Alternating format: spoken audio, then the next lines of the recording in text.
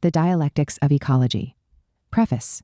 The Dialectics of Ecology represents an attempt to transcend in both theory and practice what Richard Levins and Richard Lewontin in The Dialectical Biologist called the alienated world, characteristic of modern thought, where mind is seen as alienated from body, society from nature, part from whole, cause from effect, subject from object, and past from present.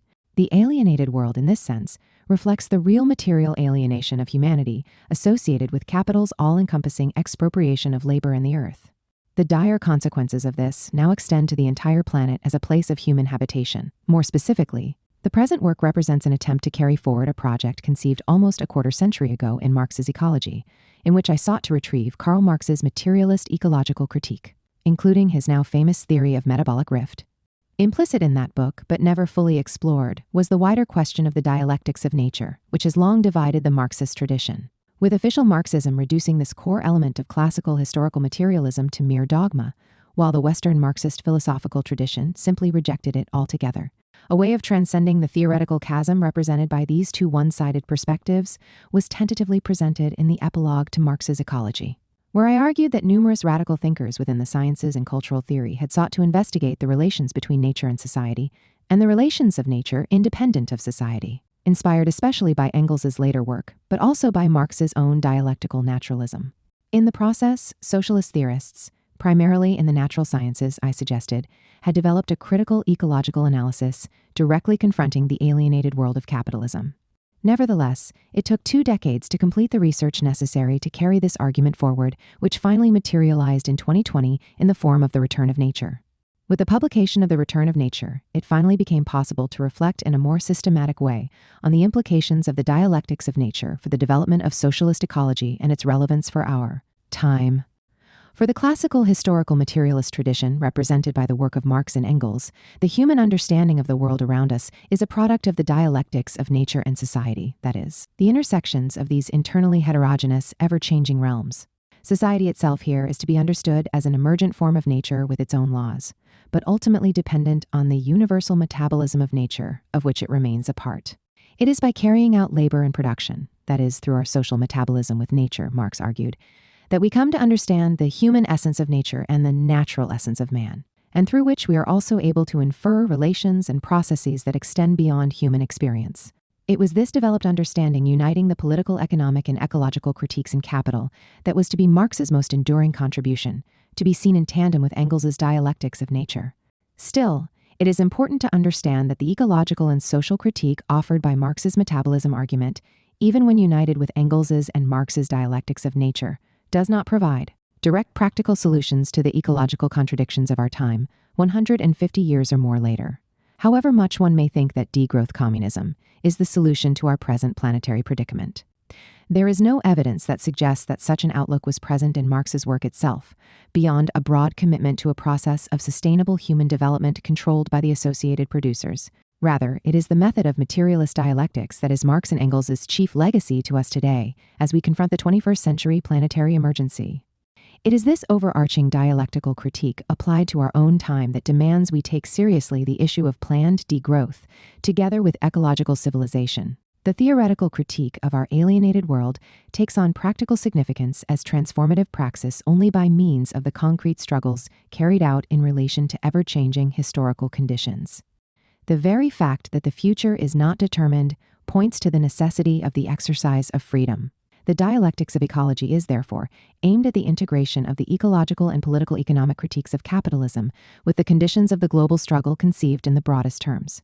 In the Anthropocene epoch, the alienated world of capitalism has turned deadly on a planetary scale. Not only is capitalism crossing planetary boundaries, creating a habitability crisis for humanity, but the extreme logic of the accumulation system is rapidly accelerating the planetary emergency by offering the financialization of nature as its ultimate solution. Opposing this alienated world logic are 2 emerging socialist projects full of contradictions and hope. The struggle to create an ecological civilization, principally emanating from China, and the strategy of planned degrowth in the rich economies, coupled with sustainable human development in the world as a whole. Ultimately, these approaches will need to converge if they are to be successful, generating a society of substantive equality and ecological sustainability on a planetary level. This, however, will depend on the emergence of a global environmental proletariat animated by a dialectical ecology and opposed to imperialism, extractivism, and class and other forms of exploitation, representing a new communal age of the earth. I wrote the Dialectics of Ecology between March 2022 and September 2023. Each individual chapter, apart from the introduction, which provides a comprehensive historical background, was published separately during that period of a year and a half, though revised for publication in this book. And thus each chapter can be approached as a totality in itself. However, each of the 10 chapters was also the product of the development of an overall project on Marxian ecology. Hence, the Dialectics of Ecology, taken as a whole, is to be viewed as much more than the sum of its parts. I could not have written this book without the help and encouragement of others, who have inspired me at every stage. John Mage has played a critical role in my thinking by recognizing those qualitative leaps in our understanding that have already been made, along with others that still need to be made. Brett Clark is my close collaborator and co-author of Chapter 9 on Socialism and Ecological Survival. Fred Magdoff has advised me throughout and has frequently guided me in relation to ecological science. Joseph Fracchia and I have engaged in numerous conversations, in which he shared his deep insights into Marx's corporeal materialism, aiding me at times with wider issues with respect to Marxian theory and translation. Brian Napolitano and I have been in constant correspondence so that ideas constantly flow back and forth dialogically. Ian Angus has helped me face the Anthropocene, continually crossing the bridge between natural and social science. Helena Sheehan, whose work has inspired much of my own, has been steadfast in supporting my attempts to connect the dialectics of nature and society. Victor Wallace has provided useful suggestions in relation to nearly every chapter. Hannah Holloman has continually widened my vistas and worldview. Chris Shambaugh has provided much-needed research support. Oscar Aralda has helped with fact-checking parts of the book and in providing helpful perspectives. At Monthly Review and Monthly Review Press, Martin Patio, Michael D. Yates, Sarah Kramer, Jamil Jonna, Camila Valle, and Rebecca Mansky, and the late John J. Simon have helped with this book in too many ways to enumerate. Others I would like to thank who have significantly influenced my thinking and doing in this period are Intan Suwandi, Robert W. McChesney, Desmond Crooks, Richard York, Mauricio Betancourt, Michael Dreiling, Jason Hickel, Kenny Knowlton, Sue Doc Stater, Alejandro Pedregal, Andy Ryan, Saul Foster, Carl Soriano, Pedro Urquijo, Linda Berenson, Tobiah Moshier, Carrie Bartow, Mira Castano, and Frey Castano. The book is dedicated to Carrie Ann Naumoff, with whom I share an unbreakable dialectical relation. Eugene, Oregon. October 1st, 2023. Introduction. All nature is in a perpetual state of flux. There is nothing clearly defined in nature. Everything is bound up with everything else. Denis Diderot. As Harvard ecologist and Marxian theorist Richard Levins observed, perhaps the first investigation of a complex object as a system was the masterwork of Karl Marx, Das Kapital, which explored both the economic and ecological bases of capitalism as a social metabolic system. The premise of the Dialectics of Ecology, as it is addressed in this book, is that it is above all in classical historical materialism, dialectical naturalism, that we find the method and analysis that allows us to connect the history of labor and capitalism to that of the earth and the planet, enabling us to investigate from a materialist standpoint the Anthropocene crisis of our times. In Marx's words, humanity is both a part of nature and itself a force of nature. There was, in his conception, no rigid division between natural history and social history. Rather, the history of nature and the history of men, humanity, were seen as dependent on each other as long as men exist. In this view, the relation of labor and capitalism to the Earth's metabolism is at the center of the critique of the existing order. Labor, Marx wrote, is, first of all, a process between man and nature, a process by which man, through his own actions, mediates, regulates, and controls the metabolism between himself and nature. He confronts the materials of nature as a force of nature. However, with the advent of capitalist production, a systematic disturbance and displacement occurs in the metabolic interaction between man and the earth, creating a metabolic rift or ecological crisis, severing essential natural relations, and not only robbing the worker, but robbing the soil. 6. Today, this ecological rift in the metabolism of society and nature can be seen as having reached an Earth system level, creating what scientists have called an anthropogenic rift in the biogeochemical cycles of the entire planet, resulting in what Frederick Engels referred to metaphorically as the revenge of nature.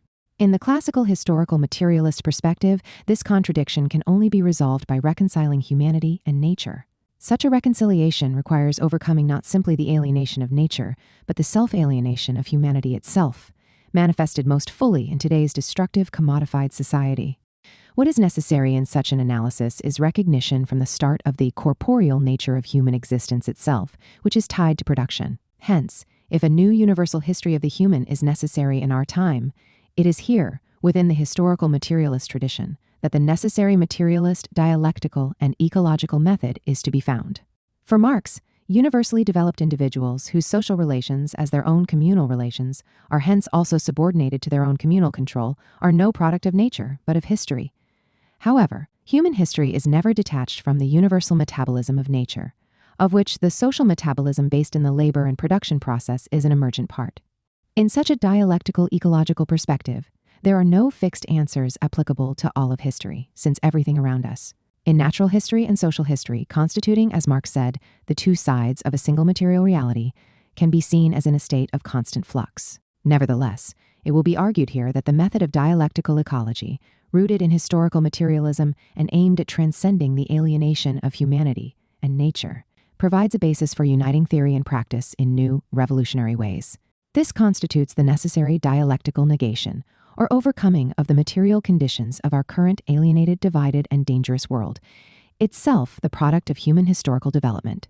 Such a view assumes that there is a contingent, ever-changing historical process in which each new emergent reality bears within it an incompleteness and various contradictory relations, leading to further transformative developments.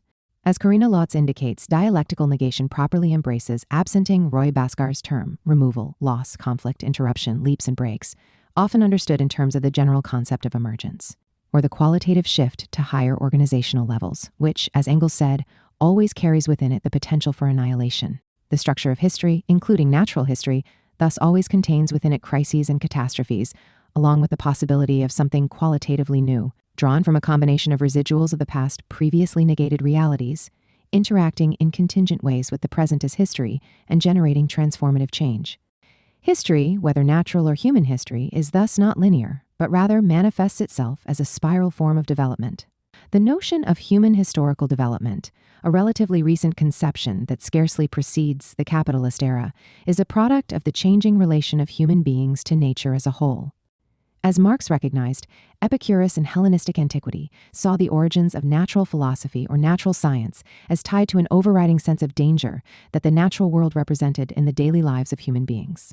In Epicurean philosophy, there was no rational answer to be found to this existential condition, other than reconciliation with the world through forms of contemplative self-consciousness and the development of a sense of oneness with nature, or ataraxia, by means of Enlightenment science, the enormous historical development of the productive forces separating antiquity from the modern world. And the emergence of modern science in this context was to alter fundamentally the relation between humanity and its natural environment. Bourgeois society, as a result of this progress and the scientific revolution of the 17th century, would revel in the domination of nature provided by Enlightenment science. The realm of natural necessity was seen in this conception as being forever pushed back and even transcended. This, however, gave rise to the conceit, as Engels noted, of human victories over nature in the manner of a conqueror over a foreign people, a view that, because of its lack of foresight and its narrow objectives, led to human-generated ecological catastrophes. As a result of the historical process, humanity finds itself once again confronted with an overarching sense of danger emanating from the forces of nature. Yet behind this existential threat to humanity and life lies human labor, itself a force of nature, now generating planetary-level catastrophe. The alienation of nature under capitalism is such that money is fetishistically mistaken for existence, while private extraction and expropriation, the robbery of the earth, is confused with real wealth. In the historical materialist view, the contradiction between humanity and the earth can be transcended before it proves fatal, but only if the two sides of human self-alienation, alienation from humanity and alienation from nature, are transcended through the revolutionary reconstitution of society as a whole and the creation of a world of substantive equality and ecological sustainability. The development of such an approach based on classical historical materialist grounds cannot consist simply of a theoretical reconstruction of the analysis of Marx and Engels in this area, involving a synthesis of their contributions to an ecological materialist dialectics. At best, the only thing such an approach can generate is a more critical method in analyzing the present. Although it is the actual overcoming of the present as history that is the overriding concern. Above all, it is necessary to address the rapidly developing ecological crisis of the Anthropocene epoch in human history, which marks the rise of anthropogenic as opposed to non-anthropogenic factors as the main driving force of Earth system change. Here we must confront the current financialization of nature, the new phase of planetary extractivism, questions of human survivability, and the revolutionary struggle to create a society of planned degrowth and ecological civilization geared to sustainable human development. All of this, however, depends on the recovery, development, and unification in theory and praxis of the dialectical ecological critique of capitalism, which is an indispensable and indisputable legacy of classical historical materialism, the dual negation of dialectical materialism, Soviet Marxism and the Dialectics of Nature. The reconstruction of Marxian ecology based on classical historical materialism is a very recent and still very incomplete development, largely confined to the present century and to the rise of eco-socialism. Both official Marxism associated with the Soviet Union of the late 1930s and after, which removed the critical element within philosophy together with Marx's ecological analysis, and the Western Marxist philosophical tradition, which rejected dialectical naturalism altogether, presented enormous obstacles to the further development of the historical materialist ecological critique. This, then, constituted a dual negation of the dialectics of nature emanating from the Cold War antagonism between East and West. But it is one that has been increasingly transcended in recent decades, as material conditions have changed. Soviet philosophy, as originally conceived under the leadership of V.Y. Lenin, Leon Trotsky, and Nikolai Bukharin, on the occasion of the launching of its original flagship publication under the banner of Marxism in 1922, was intended to bring together the materialist perspectives of both Mensheviks and Bolsheviks, representing respectively the relatively reformist and revolutionary tendencies within Russian Marxism, mechanists and dialecticians, and philosophers and natural scientists, with the object of the concretization of a wider and internally differentiated philosophy of dialectical materialism, a term introduced by the working-class philosopher Joseph Dietzken, which owed its influence mainly to the work of the founding Russian Marxist and Menshevik Georgy Plekhanov. Lenin set the tone in his 1922 letter to Under the Banner of Marxism, which was published as an article titled On the Significance of Militant Materialism. Here, he insisted that it was necessary to bring materialists of the non-communist camp together with revolutionary materialists in order to promote a mutually engaged philosophical discussion. The object was to develop a fundamentally Marxist, militant materialist view, and at the same time guard against rigid dogmas. One of the biggest and most dangerous mistakes made by communists, as generally by revolutionaries who have successfully accomplished the beginning of a great revolution, is the idea that a revolution can be made by revolutionaries alone. Rather than excluding leading Menshevik philosophers such as the talented Lyubov Isakovna Axelrod, a former assistant to Plekhanov, and Abram M. Deborin from the New Journal, Lenin insisted on the necessity of their inclusion. To protect against mechanistic materialism, or mechanism today more often called reductionism, he declared as essential the critical incorporation of Hegelian dialectics, despite its idealist basis, within the purview of the journal. Thus, Under the Banner of Marxism should, in his words, be a kind of society of materialist friends of Hegelian dialectics. Soviet philosophy was from the start aimed at developing dialectical materialism as a general theoretical view applicable to both philosophy and science, based proximately on the work of Engels, Plekhanov, and Lenin, but rooted more fundamentally in the work of Marx, G. W. F. Hegel, and Baruch Spinoza. Marx's philosophical discussions in his early economic and philosophical manuscripts were at that time unknown. Engels' Anti-Düring and the Incomplete Dialectics of Nature provided a guiding thread that, in its most succinct expression, revolved around the three ontological principles or laws derived from Hegel, of the transformation of quantity into quality, and vice versa, the identity or unity of opposites, and the negation of the negation. The first of these was meant to capture what are often called in today's scientific language phase changes or threshold effects, in which quantitative changes lead to new qualitative realities. Through such qualitative transformations, which can be observed both in non-human nature and in society, a new power, Marx and Engels observed, emerges that is entirely different from the sum of its separate forces. The second ontological principle addresses the contradictions that arise due to incompatible developments within the same relation intrinsic to all, processes of motion, activity, and change.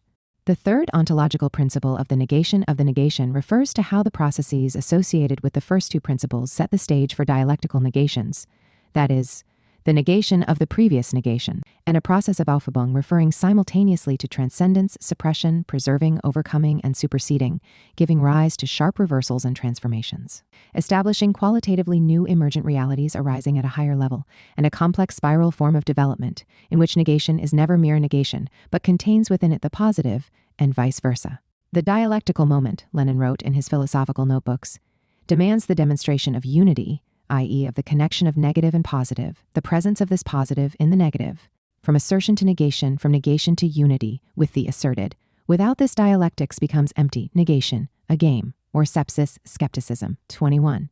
Although it has been common to reduce dialectics to the unity of opposites, such an approach would be completely barren, in Lenin's view, since it excludes dialectical negation. In 1924, a major debate broke out between the mechanists, who were associated with figures like Axelrod, and the militant mechanist atheist Ivan Ivanovich Skvortsov-Stepanov, and the more dialectically oriented thinkers under the leadership of Diborin and his Institute of Red Professors. The mechanists were tied more directly to natural science and to such leading theorists as Bukharin, and before him Plekhanov, both of whom had displayed mechanistic tendencies, though neither were entirely averse to dialectical analysis. The dialecticians, in contrast, were far more removed from natural science and focused on Hegelian idealism, as critically mediated by the materialist tradition of Ludwig Feuerbach, Marx, Engels, and Lenin. The main theoretical dispute dividing the mechanists and the Diborinists revolved around the proposition of the former that both organic and inorganic nature could be reduced simply to mechanical properties. This ran counter to a dialectics predicated on the existence of irreducible organizational forms, associated in particular with Engels's analysis in Anti-Düring and the Dialectics of Nature, the latter being published for the first time in March 26, 1925. Diborin, as well as most other Soviet philosophers, argued that it was impossible to reduce in its entirety a qualitatively higher form, such as organic life, to a lower form, such as inorganic matter. Commenting on William Robert Grove's The Correlation of Physical Forces, Engels wrote, "Chemical action is not possible without change of temperature and electric changes. Organic life is not possible without mechanical, molecular, chemical, thermal, electric, etc. changes. But the presence of these subsidiary forms does not exhaust the essence of the main form in each case. One day we shall certainly reduce thought experimentally to molecular and chemical motion in the brain, but does that exhaust the essence of thought?" In this view, higher organizational levels such as mind thought could not be reduced simply to lower organizational levels, even though the former were dependent on the latter.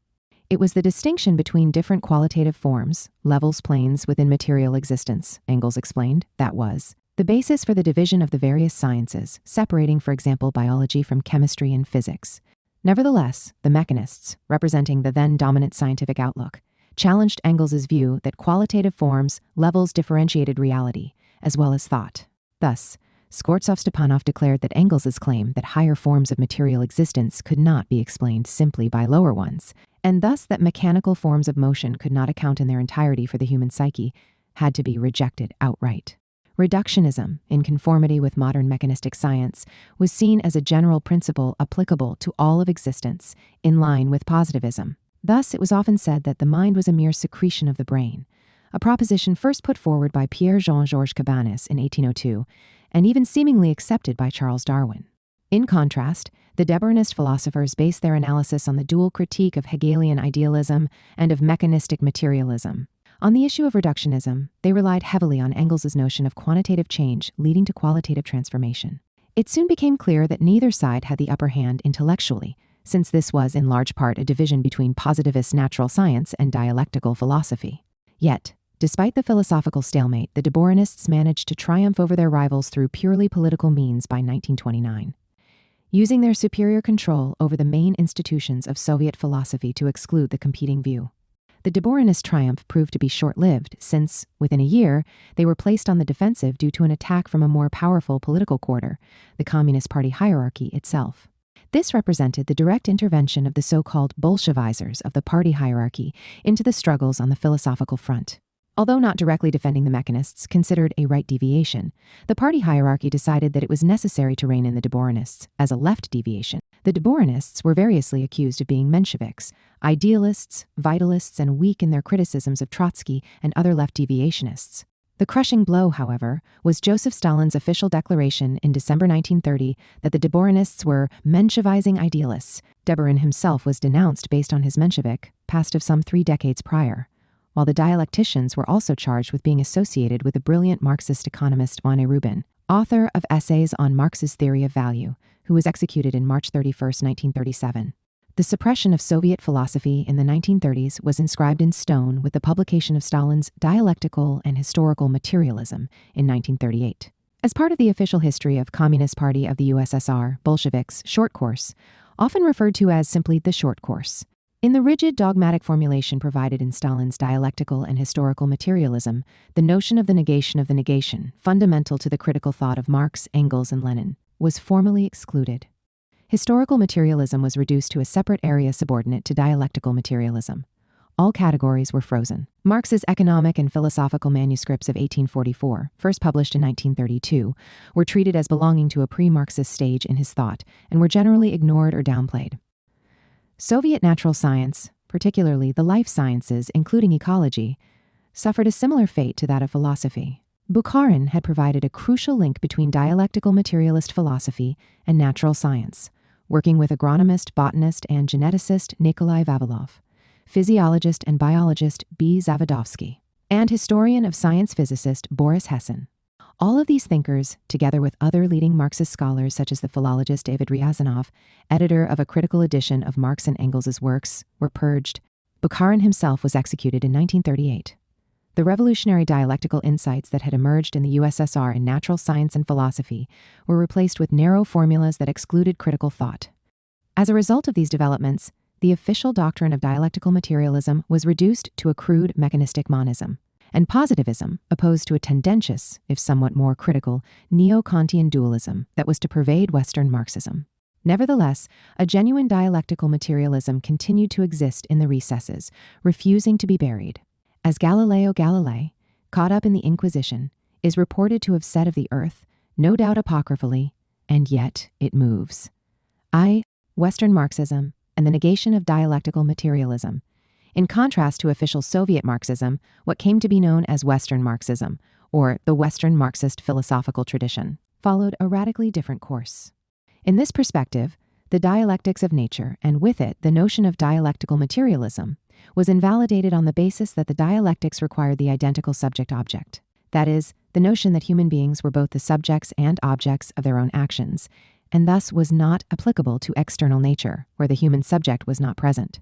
With the exclusion of the natural realm insofar as it was separate from and even prior to human history, Western Marxism thus severed any direct relation of historical materialism to natural science and the universal metabolism of nature, effectively relegating the natural world to the realm of positivism.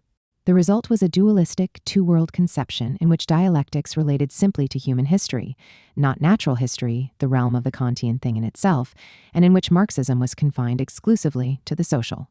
Historical materialism was then robbed of any connection to nature as a force in itself, reducing the notion of materialism within Western Marxism simply to denaturalized political economic relations.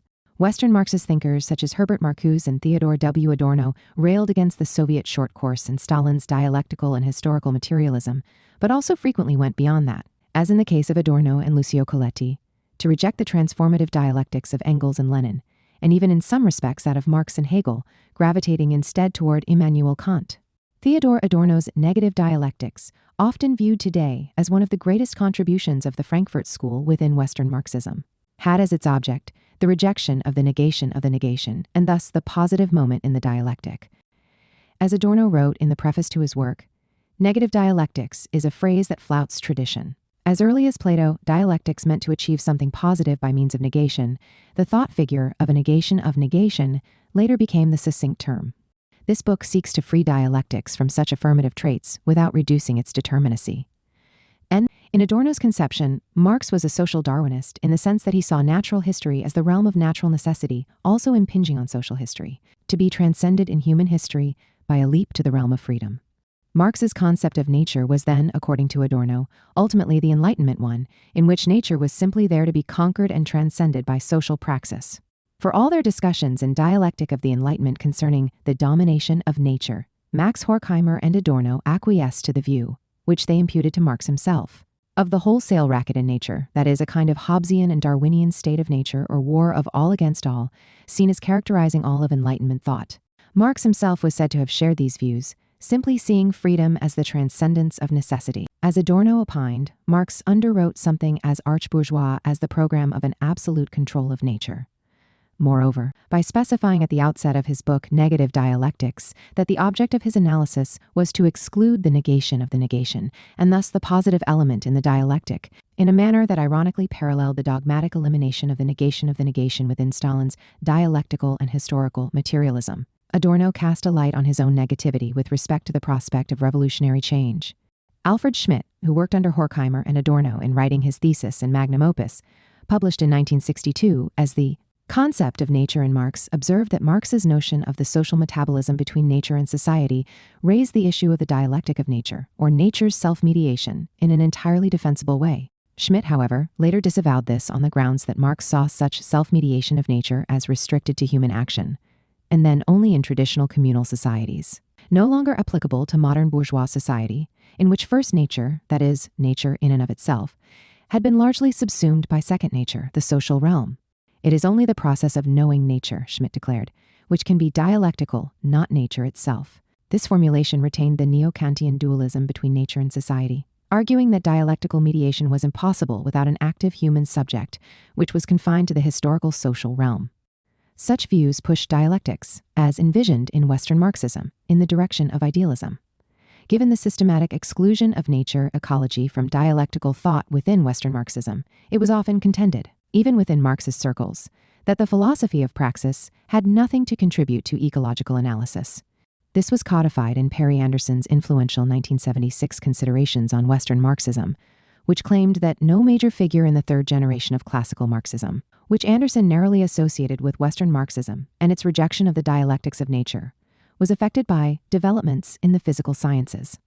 In his 1983 work, In the Tracks of Historical Materialism, Anderson declared that problems of the interaction of the human species with its terrestrial environment were essentially absent from classical Marxism, a proposition that would have been seen as absurd on its face even then, if it had not been for the fact that the entire domain of the dialectics of nature had already been systematically absented from Western Marxism, while classical Marxism's ecological critique was simply treated as non-existent. Hence, both the Soviet conception of the dialectics of nature in the 1938 short course centered on Stalin's rigid separation of dialectical materialism and historical materialism, and the Western Marxist rejection of the dialectics of nature altogether, fell prey to narrow conceptions of reality. They thus failed to embrace what Engels called the totality of bodies, from the stars to the molecules, including the human mind and human society. In effect, the problem of the dialectics of nature, critical realist philosopher Roy Bhaskar wrote, reduces to a variant of the general problem of naturalism, with the way it is resolved depending on whether dialectics is conceived sufficiently broadly and society sufficiently naturalistically to make its extension to nature plausible. The struggle for materialist dialectics. Dialectical materialism, redux. Still, it would be a mistake to think that the classical Marxist notion of the dialectical conception of nature, as Engels referred to it, was brought to a dead end, reduced to nothing without a remainder, either in the Soviet Union or in the West. Rather, materialist dialectics constantly reemerged in all sorts of unexpected ways in changing historical circumstances. This can be seen most distinctly in the famous visit of Soviet natural scientists and philosophers to the Second Congress on International History of Science in London in 1931, where Bukharin, Vavilov, Zavadovsky, Hessin, and others presented the results of Soviet dialectical natural science and philosophy. In the audience at this historic meeting were world-renowned scientists and socialist thinkers, including Joseph Needham, J.D. Bernal, Lancelot Hogben, and Hyman Levy. J.B.S. Haldane was not present, but would take up the new ideas partly under the impetus of the same event.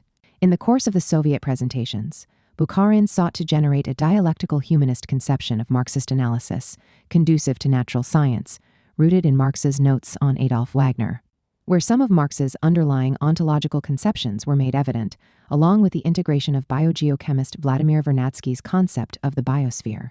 Recognition of the reality in which human beings could be seen as living and working in the biosphere, demanded, Bukharin insisted, an integrated materialist dialectical view of process and interaction, contradiction, negation, and totality, in which both external nature and society participated.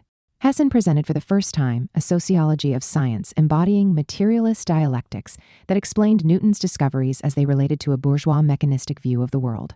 Vavilov provided an account of the Soviet discovery, through historical and materialist investigations, of the original geographical locales, now known as the Vavilov centers, of the world's germplasm from which the major agricultural crops had arisen. For Needham, it was Zavadovsky's critique of both vitalism and mechanism from a dialectical naturalist perspective in his article on the physical and biological in the process of organic evolution that was to have the greatest impact in the development of his own approach to dialectical emergence in his famous theory of integrative levels. Zavadovsky argued that biological phenomena although historically connected with physical phenomena of inorganic nature, are nonetheless not only not reducible to physico-chemical or mechanical laws, but within their own limits as biological processes display varied and qualitatively distinct laws that have relative autonomy from those of inorganic physical forms. The dynamic connection between the inorganic and the organic in the biological sphere was captured, he argued, by the concept of metabolism, linking higher biological forms to their physical inorganic preconditions. It was this concept of metabolism, seen as the material phenomenon connecting the physical, chemical, and the biological through exchanges within nature, that was to become the basis of ecosystem analysis. In the new ecological systems analysis, biological order as a form of emergent organization was irreducible to the various elements of which it was constituted. Translated into terms of Marxist philosophy, Needham wrote, it is a new dialectical level. The core idea of dialectical naturalism was that of transformation. How do transformations occur, and how can we make them occur? Any satisfactory answer must also be a solution to the problem of the origin of the qualitatively new. 8. The British Red scientists of the 1930s and 42nds were themselves products of a materialist tradition that was emergentist and ecological in its orientation. Most of these figures had also embraced socialism, particularly Marxian socialism. Needham recalled the influence of the legendary British zoologist E. Ray Lankester, who had been Darwin's and Thomas Huxley's protege and a close friend of Marx, as well as the foremost representative of Darwinian evolutionary theory in Britain in the generation after Darwin and Huxley. Lankester developed a systematic approach to the natural world with his concept of bionomics, which was the original term for ecology in Britain. He also helped introduce the term ecology into the English language through supervising the 1876 translation of Ernst Haeckel's History of Creation. He focused on the complex interrelationships between organisms and their environments and on humans as disturbers of global ecological relations, developing a critique of the effacement of nature by man, rooted in the critique of capitalism. It was Lankester's student, Arthur Tansley, the foremost plant ecologist in England in the early 20th century, who introduced the concept of ecosystem, based in part on the wider systems theory of Levy. As depicted by Tansley, the ecosystem concept included both the inorganic and organic realms and encompassed human beings themselves as both living within and major disturbers of ecosystems. The ecosystem notion was rooted fundamentally in the concept of metabolism, which had been the basis of early ecological systems analysis and the treatment of nutrient cycling, a subject that occupied German chemist Justus von Liebig, Marx in his concepts of social metabolism and the metabolic rift, and Lankester. Tansley's ecosystem concept was thus to play a crucial role in the development of modern systems ecology. Levy developed the notion of phase changes, along with a unified systems theory rooted in historical materialist conceptions in his The Universe of Science and a Philosophy for a Modern Man. Haldane was both the co-discoverer, alongside the Soviet geneticist A.1 Oparin, of the modern materialist theory of the origins of life on Earth, and was a major figure in the modern Darwinian synthesis, to which he later applied Marxian conceptions. Bernal, influenced by Engels's Dialectics of Nature, developed an analysis of the negation within material processes in terms of the action of residuals, leading to new combinations and novel emergent developments representing qualitatively new powers. Hogben applied critical materialist and dialectical methods to disprove the genetic theories underlying biological racism. Other closely related figures included the literary and science critic Christopher Caudwell, who sought to bring together the dialectics of art and science, and who died fighting in the Spanish Civil War. The historian of ancient philosophy, Benjamin Farrington, who built on Epicurean philosophy and its relation to Marxism, inspired in part by Marx's dissertation on Epicurus. And the novelist, cultural theorist, and poet Jack Lindsay, whose 1949 Marxism and Contemporary Science was an exploration of ways in which to develop a broad dialectical and emergentist method encompassing nature and society. Despite the suppression of the mechanists and the Deboranists, important work was still being done in Soviet philosophy in 1931, as evidenced by a textbook of Marxist philosophy, prepared by the Leningrad Institute of Philosophy under the direction of Mikhail Shirokov, and published in English translation in 1937.5. This work, which influenced Needham, was engaged in the critique of both mechanism, reductionism, and vitalism, a view that assumes some mysterious life force added to material reality that explains evolution. A textbook of Marxist philosophy stood out at the time, since it relied on the conception of emergence as the key to materialist dialectics. As Shirokov wrote in a passage that was later singled out by Needham, a living organism is something that arose out of inorganic matter. In it there is no vital force, if we subject it to purely External analysis into its elements, we shall find nothing except physico-chemical processes. But this by no means denotes that life amounts to a single aggregate of these physico-chemical elements. The particular physico-chemical processes are connected in the organism by a new form of movement, and it is in this that the quality of the living thing lies. The new in a living organism, not being attributable to physics and chemistry, arises as the result of the new synthesis, of the new connection of physical and chemical movements. This synthetic process, whereby out of the old we proceed to the emergence of the new, is understood neither by the mechanists nor the vitalists. The task of each particular science is to study the unique forms of movement characteristic of a particular degree of the development of matter. According to Shirokov, in the ancient philosophy of Epicurus, which had attracted Marx, emergence is the uniting of atoms, disappearance their falling apart. This served to explain a process of self-generation, the origin and development of the universe, the movement of the human soul, etc. Out of this had arisen the fundamental materialist view. In materialist dialectics, there is ceaseless emergence and annihilation of the forms of movement, which continue to reproduce themselves in ever new movement and in ever new qualities. 8. However, all such advancements in materialist dialectics and science were shut down completely in 1938 with the publication of Stalin's dialectical and historical materialism. What remained of Soviet philosophy consisted of a formalistic and mechanistic presentation of rigid dialectical laws conceived as a world outlook, rather than a critical philosophy. It was this that formed the background against which the more creative thinkers had to work. Nonetheless, in the next generation, the USSR produced major dialectical philosophers, most notably Evald Ilyenkov, whose dialectical logic was rooted not only in the Hegelian and Marxian traditions, but also in the work of the pioneering psychologist Lev Vygotsky, who argued that human cognitive abilities, in general, were substantially the result of activity and mediation with the social and cultural environment. Ilyenkov's philosophy was directed primarily at challenging, on materialist dialectical grounds, the dualistic two worlds epistemology of British empiricism Cartesianism and neo-Kantianism that dominated the bourgeois philosophical outlook. Ilyenkov saw Marx's epistemology as one in which human activity or praxis creates the ideal world of thought through human production, that is, attempts to transform the world. Hence, there is a real identity of humanity and nature at the base of human cognition that is rooted in real activity. The ideal, in Ilyenkov's sense, is not properly seen as something apart, an abstract entity, but is the basis of conceptions, knowledge, and information emanating from the dialectical process of human social encounters with the material world, of which human beings themselves are a part. Dialectics is thus itself a manifestation of this active mediation with totality, arising out of the process of the metabolism between man and nature. However, despite, or perhaps because of, the power of his analysis, Ilyenkov had trouble getting his work published. At the time of his death, half of his handwritten publications, including his much celebrated Dialectics of the Ideal, remained on his desk, unpublished. Despite the purge of some of the leading figures, there continued to be remarkable developments in Soviet science based on dialectical analysis up through the 1940s. This includes, notably, Vladimir Nikolaevich Sukachev's concept of biogeocoenosis in his work on forest ecology, representing a concept parallel to ecosystems but directly integrated with biogeochemical cycles and the entire biosphere in the sense pioneered by Vernadsky, thus pointing to a dialectical Earth system analysis.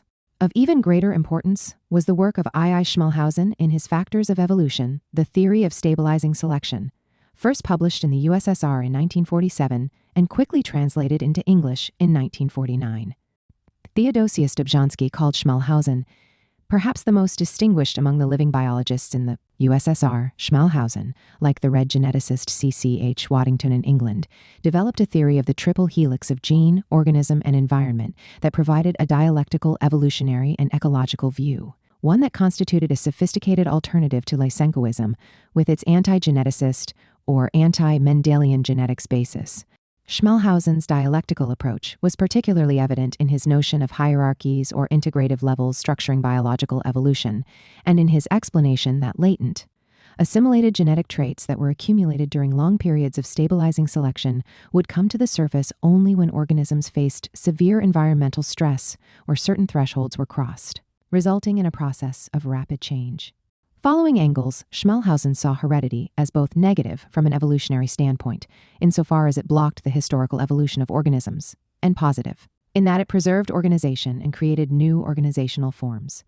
the significance of what came to be known as Schmalhausen's law of stabilizing selection, according to dialectical biologists Richard Lewontin and Richard Levins, was that it indicated that when organisms are living within their normal range of the environment, perturbations in the conditions of life and most genetic differences between individuals have little or no effect on their manifest physiology and development.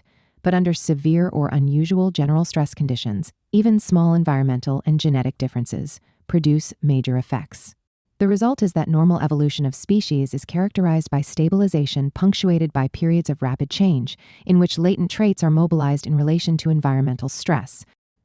What sometimes appeared as a Lamarckian inheritance of acquired characteristics was actually a process of genetic assimilation, the process whereby latent genetic differences within populations are revealed but not created by environmental treatment and therefore become available for selection when certain thresholds are reached.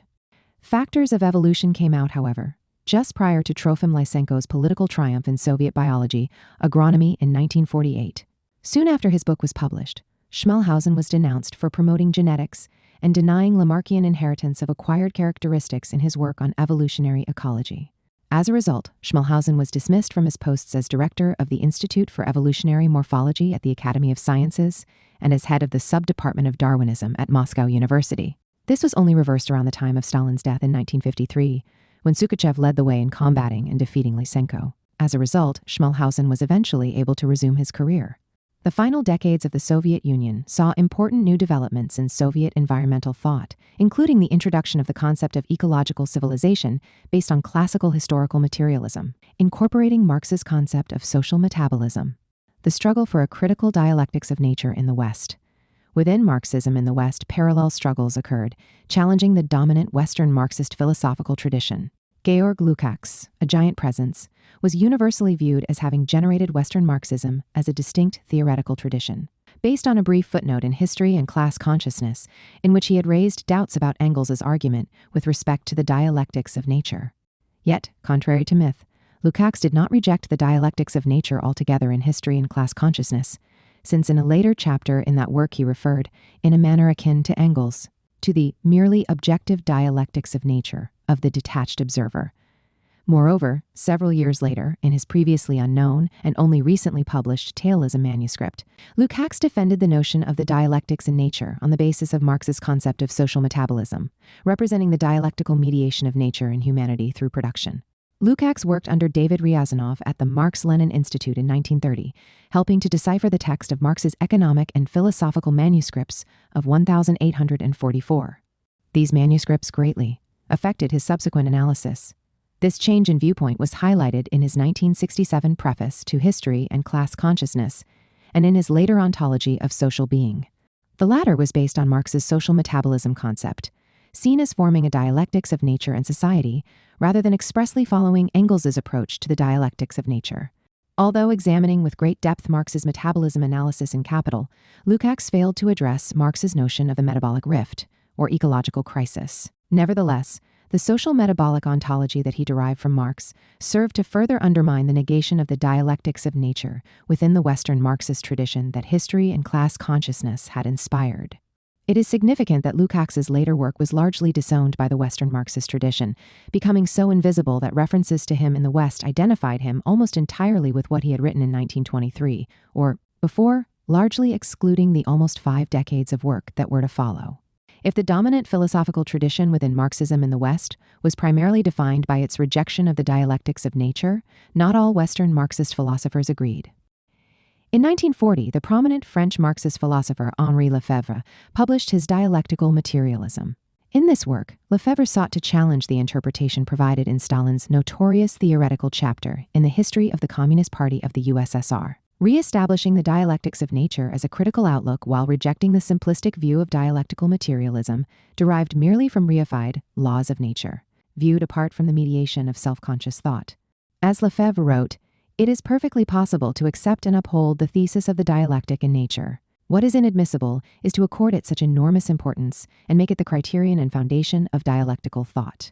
A crucial component of Lefebvre's argument was directed at the refusal of institutional Marxism to listen to talk of alienation. In Lefebvre's conception of dialectical materialism, It was necessary to integrate Marx's theory of alienation within the general conception of the metabolism of nature and society. He drew heavily on Levy's dialectical systems theory as presented in A Philosophy for a Modern Man in order to capture the reality of emergence. Man's world, Lefebvre wrote in a passage that was to prefigure much of his later thought, appears as made up of emergences, of forms in the plastic sense of the word and of rhythms which are born in nature and consolidated there relatively, even as they presuppose the becoming in nature. There is a human space and a human time, one side of which is in nature and the other independent of it. 76. Lefebvre's subsequent work proceeded in an increasingly ecological direction. In the early 1970s, he began to reflect on what is now known as Marx's theory of metabolic rift. As he wrote in Marxist Thought and the City, drawing on Marx, the growth of the capitalist urban structure disturbs the organic exchanges between man and nature by destroying the circumstances surrounding that metabolism, which originated in a merely natural and spontaneous fashion. It compels its systematic restoration as a regulative law of social production and in a form adequate to the full development of the human race. Capitalism destroys nature and ruins its own conditions, preparing and announcing its revolutionary disappearance. Testifying to a kind of reciprocal degradation of the urban and the rural external nature and society, he continued, "A ruined nature collapses at the feet of this superficially satisfied society." 77. On December 7, 1961, 6,000 people crowded into a Paris auditorium to hear a debate on the topic, is the dialectic simply a law of history, or is it also a law of nature? On the side of those who rejected the dialectics of nature were the existentialist Marxist Jean-Paul Sartre and the left Hegelian philosopher Jean Hyppolite. On the side of those defending it were the French communist philosopher Roger Garaudy and the prominent young physicist Jean-Pierre Vigier. Sartre, Hyppolite, and Garaudy had all written extensively on the issue of the dialectics of nature, while Vigier's views on dialectical materialism were less well known and stood out since directly related to natural science. Vigier argued that notions of the dialectics of nature preceded historical materialism and could be traced back hundreds and thousands of years. Every day, he declared, science further verifies the profound saying of Heraclitus, which is at the root of the dialectic. Everything is flux, everything is transformed, everything is in violent movement. Such dialectical movement was the product of the assemblage of forces that necessarily evolve along opposing lines and illustrate the notion of contradiction. Moreover, the unity of opposites, at the core of most conceptions of the dialectic, has to be understood as the unity of the elements of one level which engender the phenomena of a higher level. This was in accordance with the abrupt rupture of the preceding equilibrium and emergence of new integrative levels and novel forms, which constitute new totalizations or partial totalities. In this sense, qualitative leaps of the dialectic are found precisely on the borderlands where one passes from one state of matter to another, for example, from the inorganic to the organic. In ecological terms, the problem, as Bernal had stated, is one of determining the order of succession arising from the metabolism or material exchange within nature and society. The very practice of science, its progress, the very way in which today it has passed from the static analysis of the world to the dynamic analysis of the world, is what is progressively elaborating the dialectics of nature under our eyes. In Vigier's view, with Marx, science broke into philosophy. Vigier's work reflected the rapid development of dialectical conceptions in science in the 20th century, with the rise of systems theory, often seen in dialectical terms, overtaking the contributions of dialectical social science. Eco-socialism and the Dialectics of Ecology. In a dialogue with Hegel on dialectics on October 18, 1827, Johann Wolfgang von Goethe commented, "I am certain that many of those made ill by dialectics would find healing in the study of nature." Goethe's statement makes sense only if dialectics is seen as simply something apart from nature, merely the systematized spirit of contradiction that we all have inside of us, as Hegel defined it on that occasion. Yet, in the Hegelian idealist conception, as in the classical Marxian materialist one, there can be no rigid separation between a dialectics of society and a dialectics of nature. Notions of the dialectics of nature and organicist forms of materialism precede Marxism by thousands of years, not only in the work of the ancient Greeks, but also in Chinese philosophy, beginning in the Warring States period during the Zhou dynasty. Nevertheless, Marxism has been able to bring new dialectical tools of analysis to bear on deciphering human society as an emergent form of nature, which is now, in its current alienated form, pointing toward its own annihilation. Criticism and self-criticism are essential in the development of science. In the case of Marxism, this requires that the contradictions and divisions that arose over the dialectics of nature, contradictions and divisions that largely emanated from political realities, have to be healed in a new synthesis of theory and practice. Eco-socialism, which first emerged as a definite theoretical and political movement in the 1980s, matured in this century largely through the recovery of Marx's theory of metabolic rift, which has enabled a more complete understanding of the ecological crises of our time. But ecological materialism cannot go forward on the basis of Marx's now famous metabolism analysis alone. It requires the recovery and reconstruction of classical Marxism's notion of dialectical naturalism, which constituted the second foundation of Marxism and has played a crucial role in the development of critical ecology from the late 19th and early 20th centuries to the present day. This means overcoming the divisions that have developed within Marxism, in which both official Soviet Marxism and Western Marxism reduced nature to positivism, while negating the negation of the negation. Since the ecological crisis has placed the question of the dialectics of ecology front and center, it is significant that one of the bases from which today's eco-socialist ecological Marxist critique stems is natural science. This is most clearly evident in the work of figures like Levins, Lewontin, and Stephen Jay Gould, who pushed forward a dialectical critique of reductionist science in the context of the developing catastrophic relation of capitalism and the environment. Intrinsic to this was a recognition of the weaknesses in much of Marxian theory due to the abandonment of the dialectics of nature. Levins was inspired from his youth by such figures as Marx, Engels, Lenin, Bernal, Needham, Haldane, Caudwell, Oparin, Schmelhausen, and Waddington. Levins was explicit about the failure of the Western Marxist tradition to unify its analysis with that of the red scientists, and thus its inability on this basis to develop a meaningful analysis of the ecological crisis. Writing in A Science of Our Own in Monthly Review in 1986, he stated, "In the quest for respectability, many Western European Marxists, especially among the Euro-communists, are attempting to confine the scope of Marxism to the formulation of a progressive economic program. They therefore reject as Stalinism the notion that dialectical materialism has anything to say about natural science beyond a critique of its misuse and monopolization." Both the Euro-communist critics of dialectical materialism and the dogmatists, those who reduce dialectical materialism to mere formalism, accept an idealized description of science.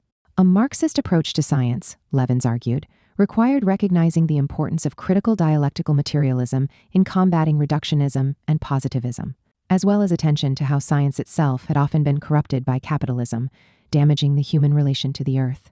Levins and Lewontin published their seminal work, The Dialectical Biologist, in 1985, bringing back dialectical materialism as the basis of a critique of reductionism in biology, ecology, and society.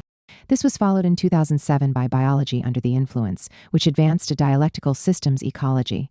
A key proposition was that contradictions between forces are everywhere present in nature, not only in human social institutions. In 4, Gould, like Levins and Lewontin, consciously employed the dialectical method in all of his work on evolutionary theory, focusing in particular on emergence or the entry of novel explanatory rules in complex systems, laws arising from nonlinear or non-adaptive interactions among constituent parts that therefore, in principle, cannot be discovered from properties of parts considered separately.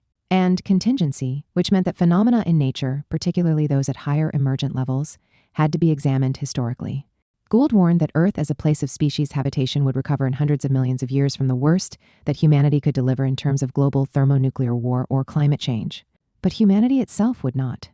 Levins, Lewontin, and Gould all rejected the crudities of the official diamat in Soviet thought, while seeking to rescue the dialectics of nature as crucial not only to the Marxian critique, but also to a realist orientation to the world as a whole. Other dialectical biologists, such as John Vandermeer and Stuart Newman, have followed along in the same tradition. Analysis of the two most important works in Marx's hitherto unpublished intellectual corpus resulted in major developments in materialist dialectics in István Mészáros's two path-breaking works, Marx's Theory of Alienation and Beyond Capital. Mészáros was Lukács's close colleague prior to the 1956 Soviet invasion of Hungary, which compelled him to leave the country. In Marx's Theory of Alienation, Mészáros showed that Marx's basic ontological conception in the economic and philosophical manuscripts embraced both the alienation of labor and the alienation of nature. Tied together in Marx's ontological notion of human beings as the self-mediating beings of nature and their self-alienation under capitalism. In Beyond Capital, which drew on Marx's Grundrisse, he argued that the planetary ecological crisis was the product of capitalism's inability to accept even the boundaries of the earth itself as a limit on uncontrolled accumulation, and that the ecological crisis was thus a core aspect of the structural crisis of capital. Utilizing Marx's concept of metabolism, Mészáros presented capital as an alienated form of social metabolic reproduction based on second-order mediations of labor and nature. This analysis was to play an important role in the development of ecological Marxism, undermining narrow conceptions of Marx's dialectic and providing a systems theory rooted in Marx that bridged the ecological and social divide and helped reunify revolutionary theory and practice, impacting Hugo Chavez and the Bolivarian Revolution in Venezuela. Another key development in dialectical thought, bridging the gulf between the crude formalism of official Soviet thought and Western Marxism, was provided by the dialectical critical realist philosophy of Bhaskar, which sought to renew ontology on materialist realist foundations by reintegrating the question of naturalism into Marxian philosophy and ultimately developing a dialectical critical realism. It represented a full-scale attack on both neo-Kantian dualism, along with two world dualisms in general, and on what Bhaskar called the epistemic fallacy that had subsumed ontology, the theory of the nature of being, within epistemology, the theory of knowledge. This went hand in hand with Bhaskar's rejection of the anthropic fallacy, or the exclusive definition of being in terms of human being. Bhaskar's work started from naturalist, realist, and materialist foundations, and working from there systematically developed a dialectical ontology with a transformative praxis. In Dialectic, the Pulse of Freedom, this led to a dialectical critical realism that incorporated on multiple planes Engels's three ontological principles of the transformation of quantity into quality and vice versa, the unity of opposites and the negation of the negation. In Bhaskar's analysis, the first of these principles was represented by the dialectics of emergence, the second by the dialectics of internal relations, and the third by what Bhaskar was to call the absenting of absence, incorporating the reality of past, present, and future potentials and possibilities in the understanding of the dialectic of continuity and change. Bhaskar's dialectical naturalism, like that of Marx and Engels, led him in the end to a consideration of ecological crisis. As he explained, the limit at the plane of material transactions with nature, Marx's social metabolism, comes from the fact that human beings are natural beings. Nature is not apart from us. We are a part of it. The destruction of nature is not only murder but suicide and must be treated as such. From this, it could be adduced that there is a double impossibility theorem. It is not possible at this stage to have growth and ecological viability, and because it is not possible to have capitalism without growth, it is also not possible to have ecological viability with capitalism. It followed that at the level of material transactions with nature, it is absolutely unarguable that what we need is, from the point of view of the climate as a whole, less growth, that is, degrowth and degrowth, coupled with a radical redistribution of income. This idea of degrowth would be associated with the idea of a simplification of social existence. For Bhaskar, there was never any question about the necessity of a conception of the dialectics of nature, only about the conceptions currently held, leading him to develop his dialectical critical reason and ultimately resulting in his promoting a revolutionary praxis of degrowth. Marx's theory of metabolic rift, or his theory of ecological crisis, was fully recovered only in the 21st century.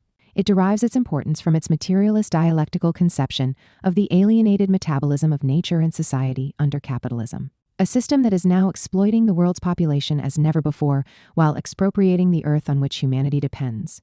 This is the one critical perspective that fully encompasses both the social and extrahuman dimensions of the environmental crisis, seeing the class and ecological contradictions of capitalism as two sides of a single dynamic. The social metabolism represented by production mediates the material relation of humanity to ecological systems all the way from local ecosystems up to the Earth system. This accords with Earth system science itself, which focuses on the disruption of the Earth system metabolism, resulting in the anthropogenic rift in the biogeochemical cycles of the planet, creating the present habitability crisis. The result of this recovery of Marx's metabolic rift theory has been a formidable array of explorations of the social dimensions of the Earth system crisis, stretching from the metabolism of the soil to the climate to Earth system analysis. Nevertheless, Marx's conception of the metabolic rift is only truly useful insofar as it provides us with a more active understanding of the social metabolism of human beings and the Earth in all of its complexity as part of an overall materialist dialectics. For this, what is necessary is both a dialectics of society and a dialectics of nature, forming the basis of a new global environmental praxis. Today, the world is faced with two opposing tendencies. One is the attempted acceleration of capital through the financialization of nature based on market forces and associated with processes of so-called decarbonization and dematerialization. The goal here is to subsume the world within the abstract logic of money as a substitute for real-world existence, an alienated logic that can only lead to total disaster, the barren negation of humanity itself. The other is the emerging struggle for planned degrowth and sustainable human development, aimed at shifting power from global capital to workers on the ground and in their communities throughout the planet, representing the potential new power of an emerging environmental proletariat. This necessitates the merging of the economic and environmental struggles of the exploited and expropriated populations throughout the world in a new, broader form of cooperation. People at the grassroots are being driven to defend not just their work, but also their environments and their communities, and indeed the habitability of the planet itself, conceived as a home for humanity and all other species. For this, however, we need a new, revolutionary dialectics of ecology. 1. The return of the dialectics of nature, the struggle for freedom as necessity. ITIS, a fundamental premise of Marxism, that as material conditions change, so do our ideas about the world in which we live. Today we are seeing a vast transformation in the relations of human society to the natural physical world of which it is a part. Evident in the emergence of what is now referred to as the Anthropocene epoch in geological history, during which humanity has become the major driver in Earth system change. An anthropogenic rift in the biogeochemical cycles of the Earth, arising from the capitalist system, is now threatening to destroy the Earth as a safe home for humanity and for innumerable species that live on it on a timeline not of centuries, but of decades. This necessarily demands a more dialectical conception of the relation of humanity to what Marx called the universal metabolism of nature. The point today is not simply to understand the world, but to change it before it is too late. Given that Marxism has been, since its conception in the mid-19th century, the primary basis of the critique of capitalist society, it naturally could be expected to lead the way in the ecological critique of capitalism. But while historical materialists and socialists can be said to have played the leading formative role in the development of the ecological critique, particularly within the sciences, the key contributions of socialist ecology, principally in Britain, took place outside the main tendencies that were to define 20th century Marxism as a whole. Beginning in the 1920s and 30s, a deep chasm emerged within Marxian theory, impeding the development of a coherent ecological view within the left. The dogmatism with which, on one side of this chasm, official Soviet thought by the mid-1930s approached the issue of the dialectics of nature and dialectical materialism more generally, had its counterpart on the other side, in Western Marxism's categorical rejection of the dialectics of nature and the materialist conception of nature. To speak of the return of the dialectics of nature, the struggle for freedom as necessity, in this chapter title, is thus to refer to the transcendence in our time. Based on classical historical materialism and the dialectical naturalism that arose in Britain in the interwar period, of the principal contradictions hindering the development of a unified Marxian ecological critique, post-Lukácsian Marxism and the critique of the dialectics of nature. A major shift occurred in Marxian thought nearly a century ago following the publication in 1923 of Lukács's History and Class Consciousness, giving birth to what is now known as the Western Marxist philosophical tradition, but which could more accurately be referred to as post-Lukácsian Marxism. Lukács employed Hegelian dialectics to argue that the proletariat was the identical subject-object of history, giving a new philosophical coherence to Marxism, and at the same time redefining dialectical thought in terms of totality and mediation. Yet, in what was to become a defining trait of Western Marxism, Lukács, in conformity with the neo-Kantian tradition, rejected Engels's own notion of a dialectics of nature on the alleged grounds that Engels had followed Hegel's mistaken lead in seeing the dialectic as fully operative in external nature. Lukács applied Giambattista Vico's principle that we can understand history, the transitive realm, because we have made it, and thus dialectical reflexivity can be said to apply in all such situations. Conversely, by the same logic, we cannot understand nature, the intransitive realm, dialectically, in the same sense, since it is devoid of a subject. At the same time, Lukács, it should be noted, did not categorically reject the dialectics of nature in history and class consciousness, subscribing rather to the notion, as Engels himself did, that there exists a merely objective dialectics of nature, capable of being perceived by the detached observer. This could then be seen as underlying the higher historical subject-object dialectics of human social practice. In this way, Lukács, following Engels in this respect, conceived of a hierarchy of dialectics, extending from merely objective dialectics all the way up to the dialectics of the identical subject-object of history.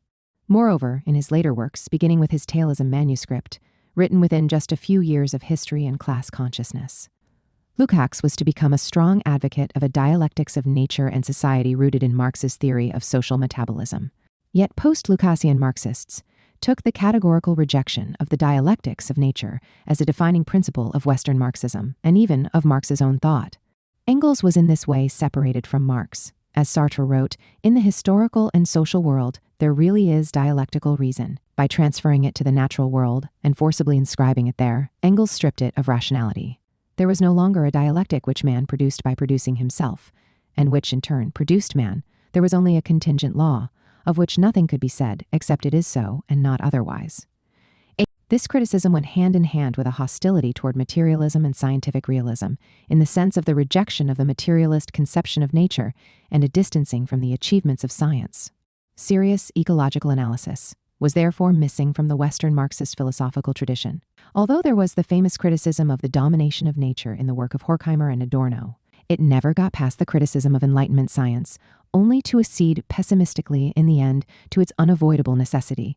Marcuse's treatment of the revolt of nature and counter-revolution and revolt did not go beyond the notion of the domination and pollution of nature's sensuous aesthetic qualities as a means for the domination of humanity and the need for an environmental rebellion in response. There could, in fact, be no meaningful analysis of nature society where both the materialist conception of nature and the dialectics of nature were denied, leaving Marxist theory with no dialectical critical realist analysis on which to base an ecological critique.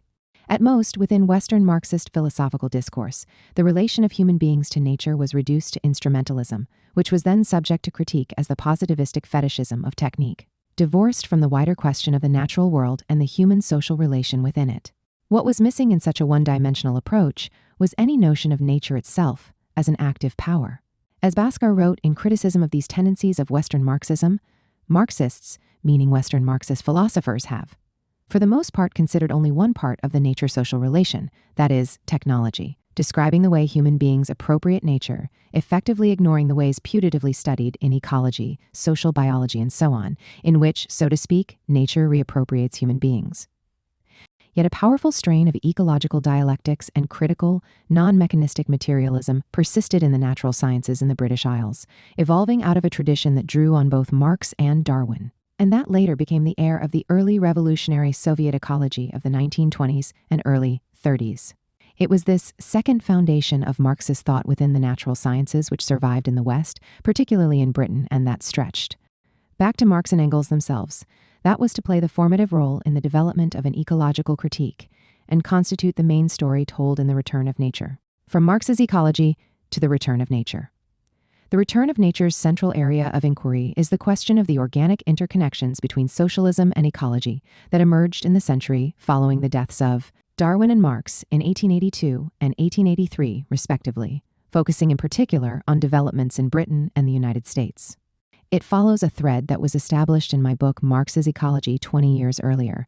That work is best known for its explanation of Marx's theory of metabolic rift. But the real intent of the book was to explain how Marx's materialism had developed, going back to his confrontation in his doctoral thesis with Epicurus's ancient materialist philosophy. Marx's ecological perspective, it was argued, had developed as a counterpart to his understanding of the materialist conception of nature, underlying the materialist conception of history. A full materialist outlook, such as that developed by Marx, has three aspects: ontological materialism, focusing on the physical basis of reality independent of human thought and existence, and out of which the human species itself emerged; epistemological materialism, which is best understood as dialectical critical realist; and practical materialism, focusing on human praxis and its basis in labor. Since Marx and Engels rejected mechanical or metaphysical materialism, their materialism was necessarily dialectical in all three aspects: ontology, epistemology, and practice. In Marx, materialism was closely related to mortality, death the immortal, applicable to all of existence, defining the material world. In this perspective derived from ancient Greek materialism, nothing comes from nothing, and nothing being destroyed is reduced to nothing. In Marx's conception, the human social world was, in the sense of Epicurean materialism, an emergent form or level of organization within the natural material universe. Energy, matter and motion, change, contingency, and the emergence of new assemblages or organizational forms all characterize the natural physical world, which could be explained in terms of itself as a process of natural history. Marx's analysis was from the outset rooted in the evolutionary theory, of which Darwin's theory of natural selection was the 19th century culmination. In his critique of political economy, Marx added to this overall materialist view the threefold ecological conception of the universal metabolism of nature, the social metabolism, or the specifically human relation to nature through the labor and production process, and the metabolic rift.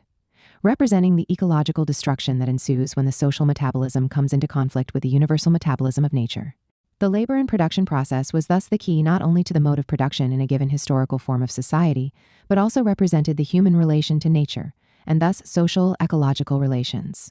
Marx's theory of metabolic rift, which was first developed in the context of the rift in the soil nutrient cycle caused by the shipment of food and fiber to the new urban centers, where the essential nutrients, such as nitrogen, phosphorus, and potassium, ended up as pollution rather than returning to the soil, constituted the most advanced attempt in his day to capture the human ecological relation.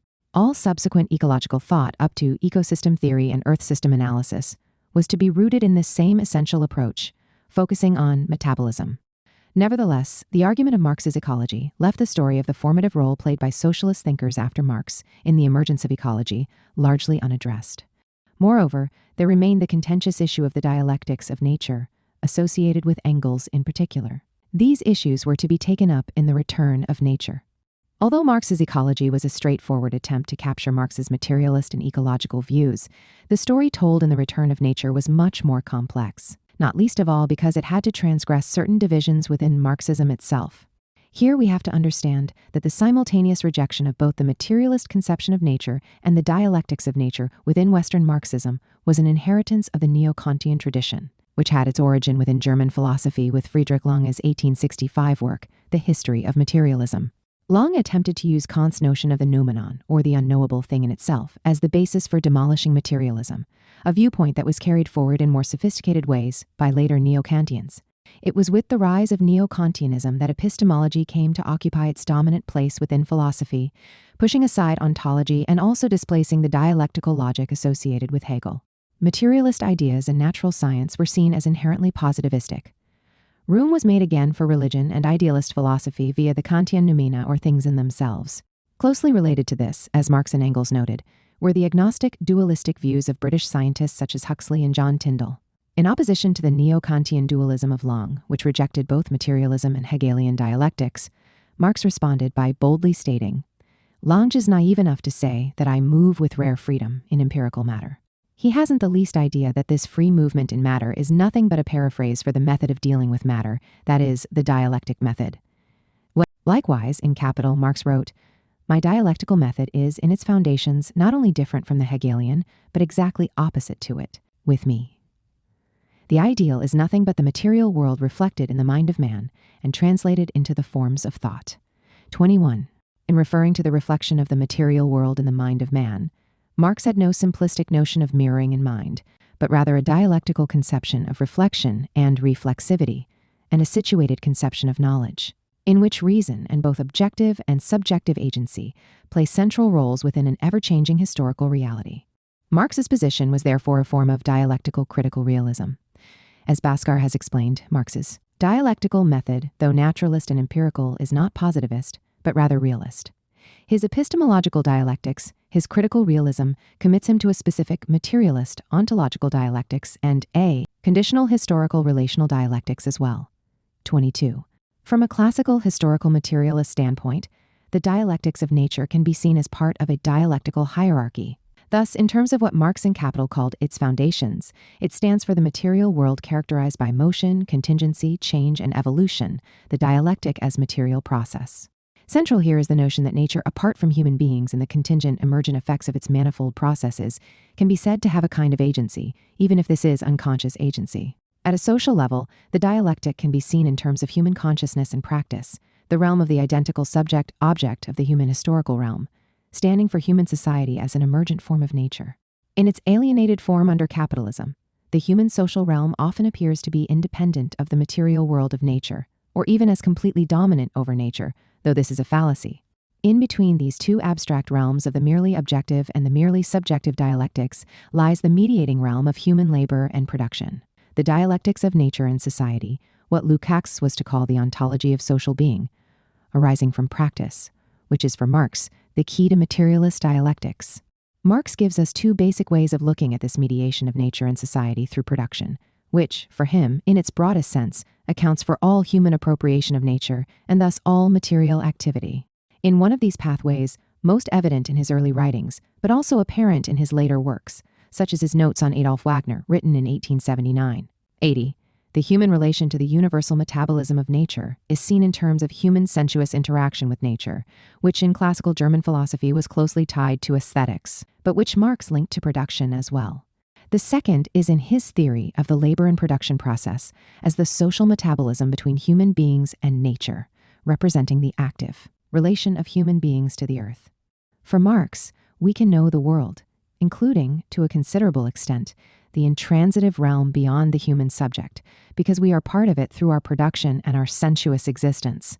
We live in a context conditioned by nature's laws, albeit in an emergent form in which historical laws, via specific modes of production, also condition human existence, mediating between nature and humanity. Engels later adds to this, in line with Marx, the role of mathematics and scientific experiments as ways in which humanity connects dialectically to the wider, merely objective realm, employing methods of scientific inference arising originally from the human-material relation to nature.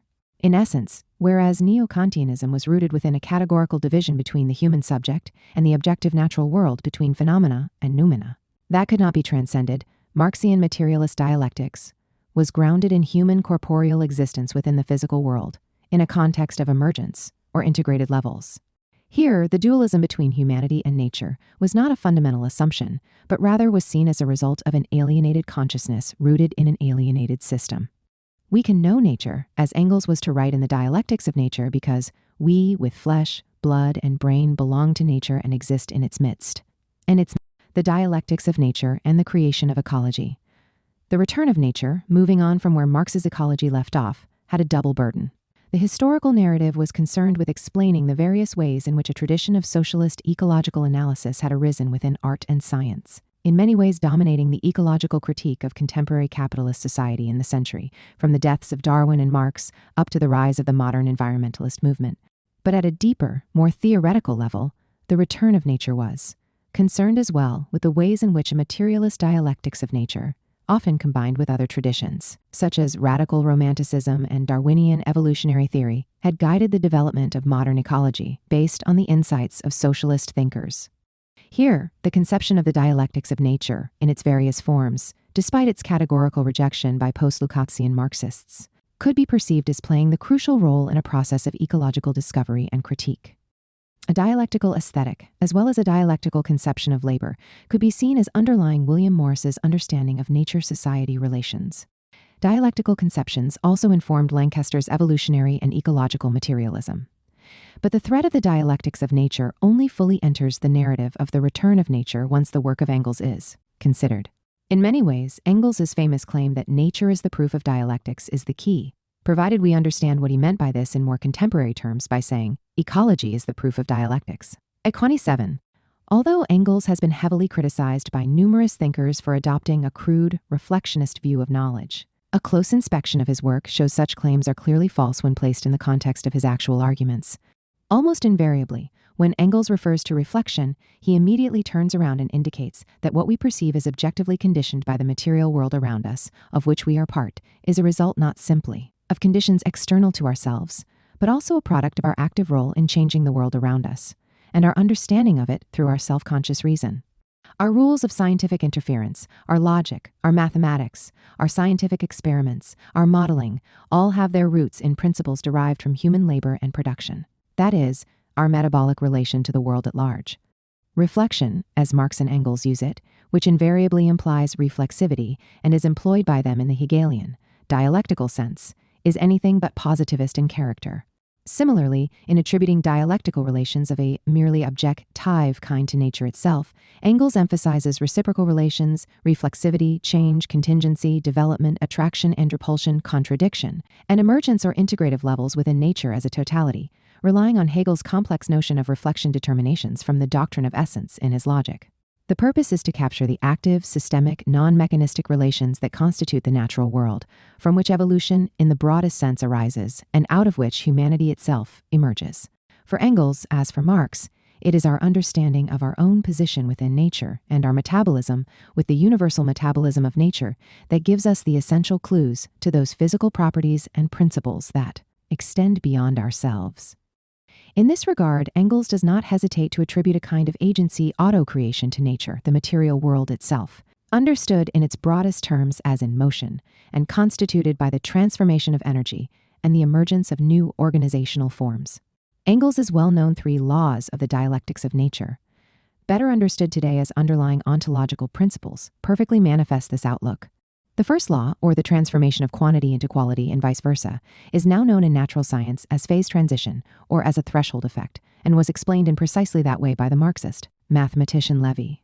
It can be seen as referring to the general phenomenon of integrative levels or the emergence of new organizational forms and assemblages within the material world, a view directly opposed to reductionist approaches to nature, and leading to a hierarchy of natural laws, the product of evolution, transformation, and change. Such an analysis is essential to all science today.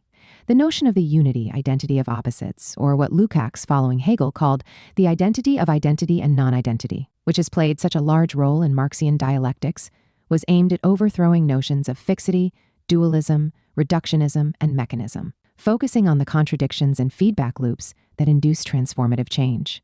This then points to the third ontological principle, in which emergence now can be seen as the result of contradictions, the incompatible development of different elements within the same relation, arising from material historical changes and leading to the negation of the negation, an expression common to Hegel, Marx, and Engels. In the Marxian version, this phrase stands for the way in which the past mediates between the present and the future in material historical development, producing a dialectic of continuity and change. Engels himself referred to the spiral form of development, which occurs when the residuals of the past and the active elements of the present coalesce, to generate what Ernst Bloch was to call the not yet, or an altogether new reality. For Bhaskar, this takes the form of the absenting of absence, or the transformative action directed at what has been inherited from the past in order to create a future existence. In a sense, the negation of the negation is a historical, evolutionary conception of emergence. Although emergence of new levels of organization was articulated in Engels' first law, in terms of the transformation of quantity to quality and vice versa, now, following the generative principle of the unity of opposites of contradiction, it takes on a developmental character, the emergence of a new form as a result of a historical process of reciprocal action or contradiction.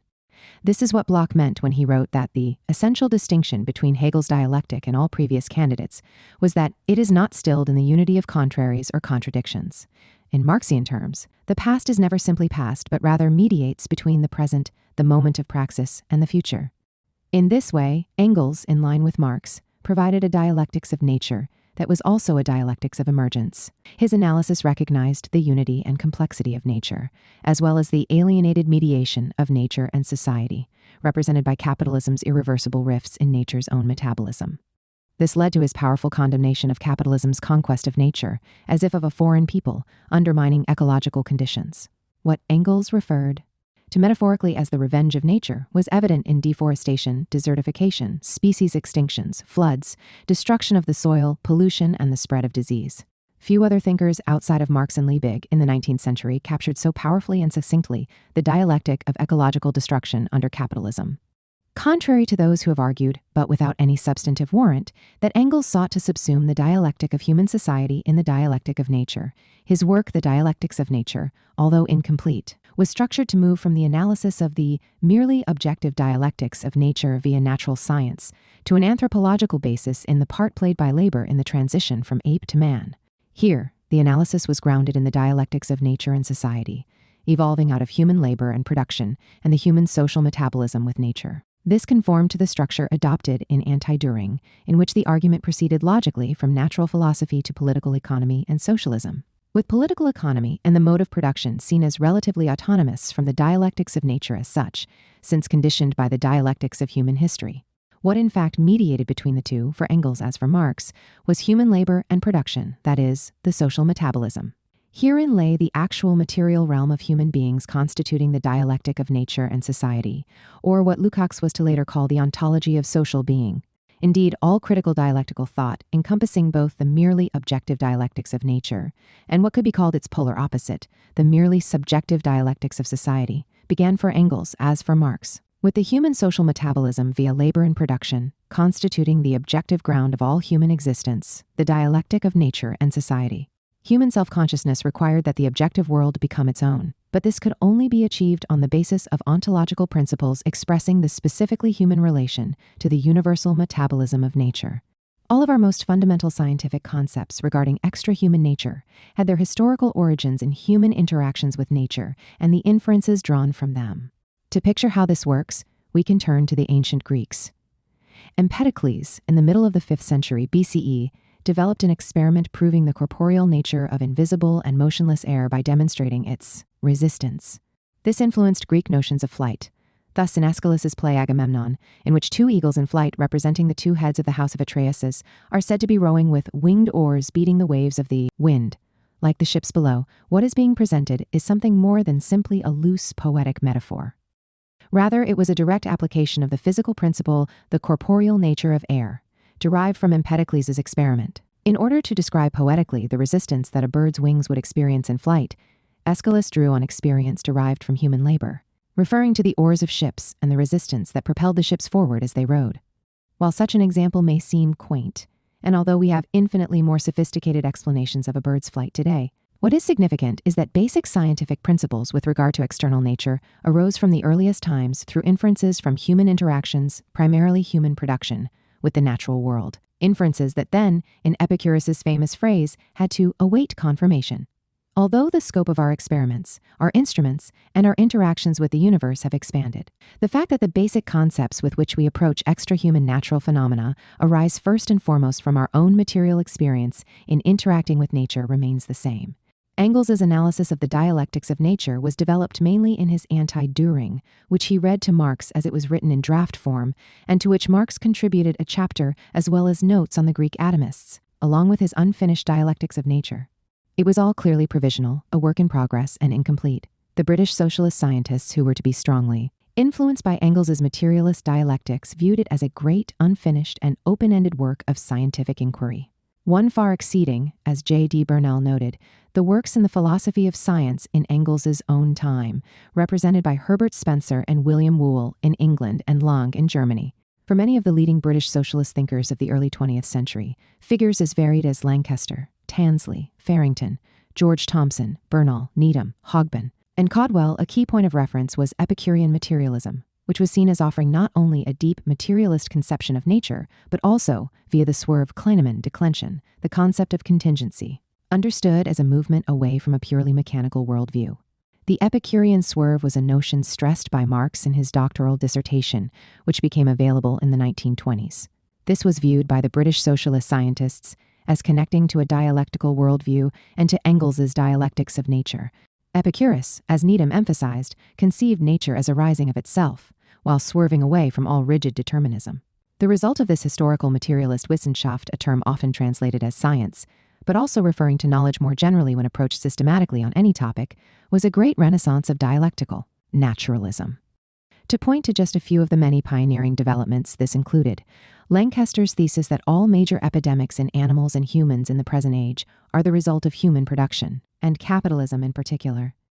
Haldane's theory, in parallel with that of the Soviet biologist Owen O'Parin of the material origins of life, a discovery that was tied to a recognition of how life had created the Earth's atmosphere, linked to the Russian biochemist Vyth E. Vernadsky's analysis of the biosphere.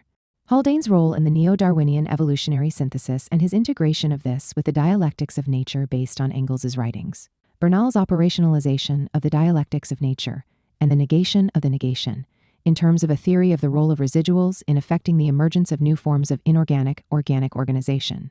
Needham's theory of integrative levels or emergence, encompassing both natural and social history. Tansley's introduction of the concept of ecosystem, in which he was influenced by Lancaster's earlier ecological analysis and Marxist mathematician Levy's dialectical systems theory. Hogben's and Haldane's devastating scientific refutation of the genetic basis of race. Haldane's early empirical analysis based on his father's research of the buildup of carbon dioxide in the atmosphere. Bernal's leading role in the critique of the social relations of science. Caldwell's attempt to explore the interconnections in the dialectics of art and science.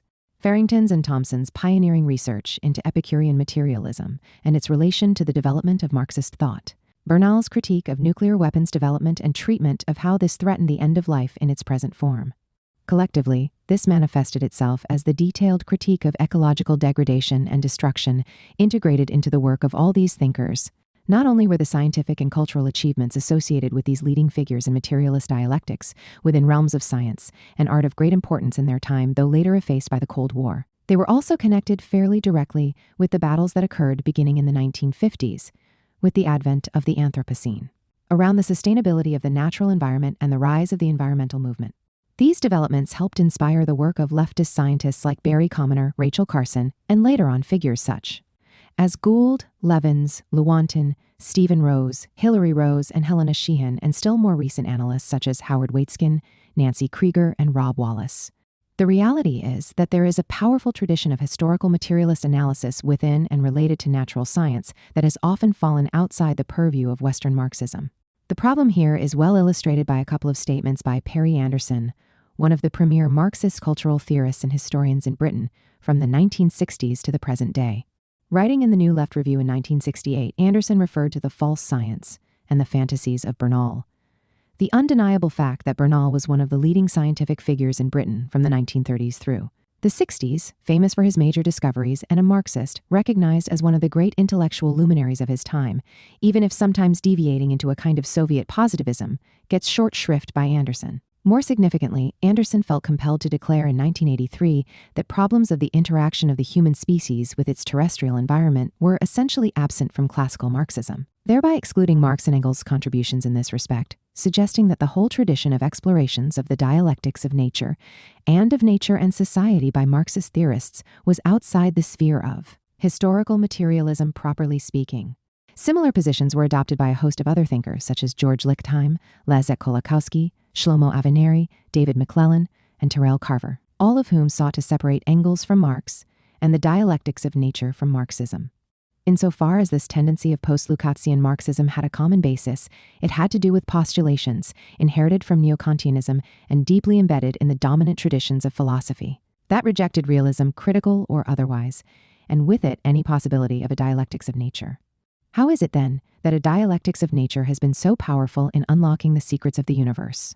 The reason is that nature and society are not different realities, but are co-evolving existences, in which society is asymmetrically dependent upon the larger natural world of which it is a part. Our knowledge of nature, of ourselves, and of our place in the world derives from this fact, spurred on in part by the very alienation of nature and the resulting self-consciousness that the capitalist system has generated. As Needham wrote, Marx and Engels were bold enough to assert that the dialectical process happens actually in evolving nature itself, and that the undoubted fact that it happens in our thought about nature is because we and our thought are part of nature. We cannot consider nature otherwise than as a series of levels of organization, a series of dialectical syntheses, from the ultimate particle to atom, from atom to molecule, from molecule to colloidal aggregate, from aggregate to living cell, from cell to organ, from organ to body, from animal body to social association. The series of organizational levels is complete. Nothing but energy, as we now call matter in motion, and levels of organization, or the stabilized dialectical syntheses at different levels, have been required for the building of our world. For Caldwell, the external world does not impose dialectic on thought, nor does thought impose it on the external world. The relation between subject and object, ego and universe, is itself dialectic. Man, when he attempts to think metaphysically, contradicts himself, and meanwhile continues to live and experience reality dialectically. 6. The French Marxist Roger Garaudy put this in more straightforwardly epistemological terms. To say that there is a dialectic of nature is to say that the structure and movement of reality are such that only a dialectical thought can make phenomena intelligible and allow us to handle them. That is no more than an inference, but it is an inference, founded on the totality of human practice, an inference that is constantly subject to revision as a function of the progress of that practice. At the current stage of the development of the sciences, the representation of the real which emerges from the sum total of confirmed knowledge is that of an organic whole in a constant process not only of development, but also of auto-creation. It is this structure that we call dialectical. Kant argued in his Critique of Judgment that, in dealing with the intransitive world of nature beyond our perceptions, it is necessary to conceive of it teleologically in order to say anything about it at all. Science, however, has progressed far beyond this point, and though sometimes still presenting nature in teleological terms, it is more likely to resort to mechanical, systemic systems theory, or dialectical terms. The last of these most fully captures the universal metabolism of nature, encompassing its different integrative levels, including the inorganic and organic, the extra-human and human, connected with the results of human praxis, The dialectic of the Anthropocene. Why are these issues so important today, and why is there now a return to the dialectics of nature? This has to do with our own material conditions, which are increasingly dominated by the planetary emergency and the emergence of the Anthropocene. Commencing around 1945 with the first nuclear detonation, followed by the bombings in Hiroshima and Nagasaki, representing a fundamental change in the human relation to the Earth. As a result, the dialectic of nature in the 21st century is in many ways a dialectic of the Anthropocene. The Anthropocene epoch is designated by science, though not yet officially, as a new epoch in the geological timescale, following the Holocene epoch of the last 11,700 years. In the Anthropocene, humanity has arisen as the primary driver affecting changes in the Earth system.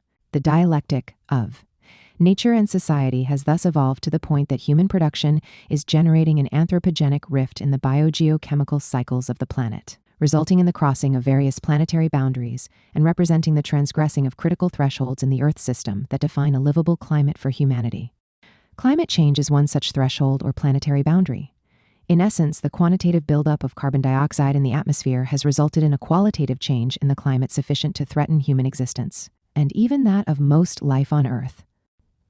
Other planetary boundaries that have been crossed or are in the process of being crossed are represented by ocean acidification, loss of biological diversity, and species extinction, the disruption of nitrogen and phosphorus cycles, loss of ground cover including forests, loss of freshwater sources including desertification, and chemical and radioactive pollution of the environment. The sources of these changes are not simply anthropogenic, something that will not be reversed so long as industrial civilization continues to exist, but are due more concretely to the worldwide expansion of capitalism as an accumulative system geared to its own internal growth ad infinitum, and embodying in that respect the most destructive relation to the Earth conceivable. This was captured by Marx's theory of metabolic rift, now raised to the level of an anthropogenic rift in the Earth system. Although we have a widely accepted name for the new geological epoch, characterized by the human economy's current role as the primary geological force on the level of the Earth system itself, we still have no name for the new geological age, nested within the Anthropocene epoch that underlies the current Anthropocene crisis. Officially, in terms of geological ages, we are still in the Megalaean age of the last 4,200 years, dating from a period of climate change that was thought to have brought down some of the early civilizations, though this is currently a matter of dispute among scientists. But how are we to conceive of the new geological age associated with the inception of the Anthropocene epoch? My monthly review colleague Brett Clark and I, as professional environmental sociologists, proposed the name Capitolinian, also referred to by geologist Carl Soriano as the Capitalian, for this first geological age of the Anthropocene, standing for the fact that it is the capitalist world system that has created the present planetary emergency. The only solution, indeed, the only way of preventing the present mode of production from bringing about an Anthropocene extinction or Quaternary period extinction event, is for human society to move beyond capitalism and the Capitolinian toward a future, more sustainable geological age within the Anthropocene, which we have labeled the communion after community, commune, and communal. What is called the practical relational dialectic, the dialectic of history, is now therefore caught up with the dialectic of nature and society reflected in Marx's theory of metabolic rift. This has now been given a wider field of operation, only truly apparent in our time, in which the metabolism of the entire planet, or the dialectic of nature, is being affected by an anthropogenic rift in the Earth system, and in ways that threaten our own existence, calling to mind Engels's Revenge of Nature and Lancaster's Nature's Revenges. And it is important to understand that this Earth system crisis in the Capitolinian is tied to the long history of expropriation and exploitation that together constitute the foundation of capitalism's relation to the Earth and humanity. Expropriation in Marx's terms meant appropriation without equivalent or reciprocity, that is, robbery. Marx thus spoke of the robbery of nature underlying the metabolic rift. But he also wrote about the expropriation of the land from the population, removing the workers from the most basic means of production and thus control over their own lives. The age that Marx critically referred to as so-called original accumulation, so-called because it was defined not so much by accumulation as by robbery, was an age of expropriation. Expropriation went beyond the theft of land to the theft of human bodies. This is associated with what Clark and I have designated as the corporeal rift, marked by genocide, enslavement, and the return of the dialectics of nature, colonization of much of the world's population, underlying the relations of class exploitation. It is this wider logic of the expropriation of lands and bodies behind the capitalist system of exploitation that gave rise to the history of racial capitalism, This process of expropriation can also be seen in the robbing of women's household labor, which led Marx in his day to refer critically to women in capitalism as the slaves in the household, and in the continuing agribusiness. Expropriation of the land of subsistence workers, primarily peasants. Even people's leisure time away from work throughout the world is being expropriated in various ways in the accelerated accumulative society of digital capitalism. Today, capitalism is thus involved in myriad ways in the expropriation of the entire earth and its population. A system of robbery so extensive that the human relation to the earth, the very basis of human existence, is now in danger of being severed. In the end, the alienation of nature and the alienation of labor that characterize capitalism point only to destruction. Our practical dialectics today thus require a knowledge of the dialectics of nature and society. The merely objective dialectics of nature, excluding the human subject, and the merely subjective dialectics of society, excluding natural physical existence, are not enough. A greater critical unity of thought and action is being forced upon us. Dialectics, as Lewontin and Levins explained, focuses on wholeness and interpenetration, the structure of process more than things, integrated levels, historicity, and contradiction. In ancient Greece, the Ionian philosophers, such as Heraclitus, focused on material processes as dialectical. For Heraclitus, the basic metabolic process underlying life could be described thus: all things change to fire, and fire exhausted, fall back into things. The crops are sold, for money spent on food. In contrast to the Ionians, the Eleatics, such as Parmenides, followed by Plato, and much later by Plotinus, conceived of a dialectic of the idea, or reason. Hegel can be seen as wedding these two vital streams together, building on all modern philosophy and the Enlightenment in his idealist philosophy, but giving precedence to dialectics as idea or reason. Marx's materialist dialectics returned to material processes as underlying all reality, leading to an objective dialectic of change and emergence, of the metabolism of nature and society, and ending in a dialectics of human history and practice. This materialist dialectical synthesis, the dialectic of nature and society, remains of great importance today. We live in a time, as Marx and Engels noted in the German ideology, in which humanity must struggle in revolutionary ways not simply for the advancement of human freedom, but also to avoid destruction due to what can be called capitalism's deadly threat to the world and life in general. For Epicurus, Marx wrote, "The world, the earth, is our friend." Materialist dialectics tells us that our goal in the present moment must be one of creating a world of ecological sustainability and substantive equality, one that promotes sustainable human development. But this starts in our time with an ecological and social revolution that is forced upon us. Today, the struggle for freedom and the struggle for necessity coincide everywhere on the planet for the first time in human history, creating a prospect of ruin or revolution, either a fall into the depths to which the Capitolinian has brought us, or the creation of a new communion age. 2. Marx's critique of Enlightenment humanism, a revolutionary ecological perspective. That Marx was the foremost revolutionary critic of Enlightenment humanism in the 19th century can scarcely be denied. No other thinker carried the critique of the Enlightenment's abstract egoistic man into so many areas: religion, philosophy, the state, law, political economy, history, anthropology, nature, ecology, nor so thoroughly exposed its brutal hypocrisy. But Marx's opposition to Enlightenment humanism can also be seen as transcending all other critical accounts down to the present day in its distinctive character as a dialectical and historical critique. His response to bourgeois humanism did not consist of a simple one-sided negation, as in the Althusserian notion of an epistemological break separating the early and mature Marx. Instead, it took a more radical form in which the substance of his original humanist and naturalist approach was transformed into a developed materialism. The result was a simultaneous deepening of his materialist ontology, which now took on a definite corporeal emphasis focused on the conditions of human subsistence, together with the extension of this to the historical realm in the form of a practical materialism. Marx's analysis was thus unique in offering a higher synthesis, envisioning the reconciliation of humanism and naturalism, humanity and nature. Rather than stopping with a mere antithesis, as in most contemporary post-conceptions, the object was the supersession of those material conditions of the capitalist mode of production that had made Enlightenment humanism the paradigmatic form of bourgeois thought. This radical rejection of bourgeois humanism was integrated with the critique of colonialism, where capitalism was seen as walking naked abroad, exposing its full barbarism. In this regard, Marx's revolutionary response to Enlightenment humanism helped inspire the later critiques by such anti-colonial thinkers as W.E.B. Du Bois, Frantz Fanon, and Aimé Césaire, all of whom called for the development of a new humanism. Recent research into the ecological foundations of Marx's thought, particularly his conception of the metabolism of humanity and nature mediated by social production, has brought out more fully the depth and complexity of Marx's overall critique of capitalism's alienated social metabolism. This line of investigation demonstrates that, far from being anthropocentric or succumbing to the Enlightenment notion of the conquest of nature, his vision encompassed the wider realm of what he called the universal metabolism of nature. This included an appreciation of other life forms and his critique of environmental destruction in his famous theory of metabolic rift, giving rise to what can be called a revolutionary ecological perspective. Post-humanist, including so-called new materialist, thinkers have recently sought to challenge Marx's metabolic vision and revolutionary ecology in general by promoting a phantom-like world of dark ecology, hyperobjects, and vitalistic forces. However, such irrationalist views, as we shall see, invariably fail to address the fundamental criterion of the philosophy of praxis. The object is to change the world, not simply to reinterpret it. Enlightenment humanism and Marx's materialist critique.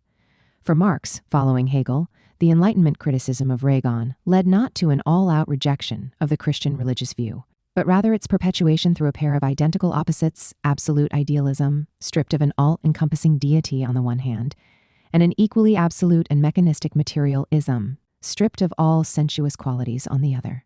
Both of these mutually reinforcing opposites were evident in Cartesian rationalism, which carried over from Christian theology the dualistic distinctions between soul and body, mind and matter, and humanity and nature, and which was meant from the start to reconcile mechanistic science with religious doctrine, as Engels wrote. The Enlightenment merely posited nature instead of the Christian God as the absolute confronting man. Bourgeois humanism, which arose in this bifurcated context, was characterized by Marx as the notion of abstract man, or the isolated spiritual egoistic individual, squatting outside the world, devoid of sensuous connections and material social relations. Each atomistic individual was viewed as a self-sufficient monad, emptied of all relations, yet endowed with innate rights, justifying a system of mutual exploitation. Hidden within this abstract notion of bourgeois man was not only class exploitation, but also the expropriation of human beings themselves, their very bodies, as in colonialism, genocide, and slavery. Deploring the blatantly racist content of such so-called humanism, Marx observed, quoting a public statement made at the time, "A Yankee comes to England, where he is prevented by a justice of the peace from flogging his slave, and he exclaims indignantly, 'Do you call this a land of liberty, where a man can't lair up his what?' Marx asked. Could the equal rights of man possibly signify in this inhuman context?" Bourgeois humanism was no less to be condemned for its inhumanity in the treatment of women. In a 1862 article titled "English Humanity and America," Marx chastised the English government and press for its effort to trade on humanity as an export article in its defense of wealthy, slave-owning women in New Orleans who were openly confronting and vilifying Union troops, and who had been told by the occupying Union general that if they acted like streetwalkers, they would be treated as such.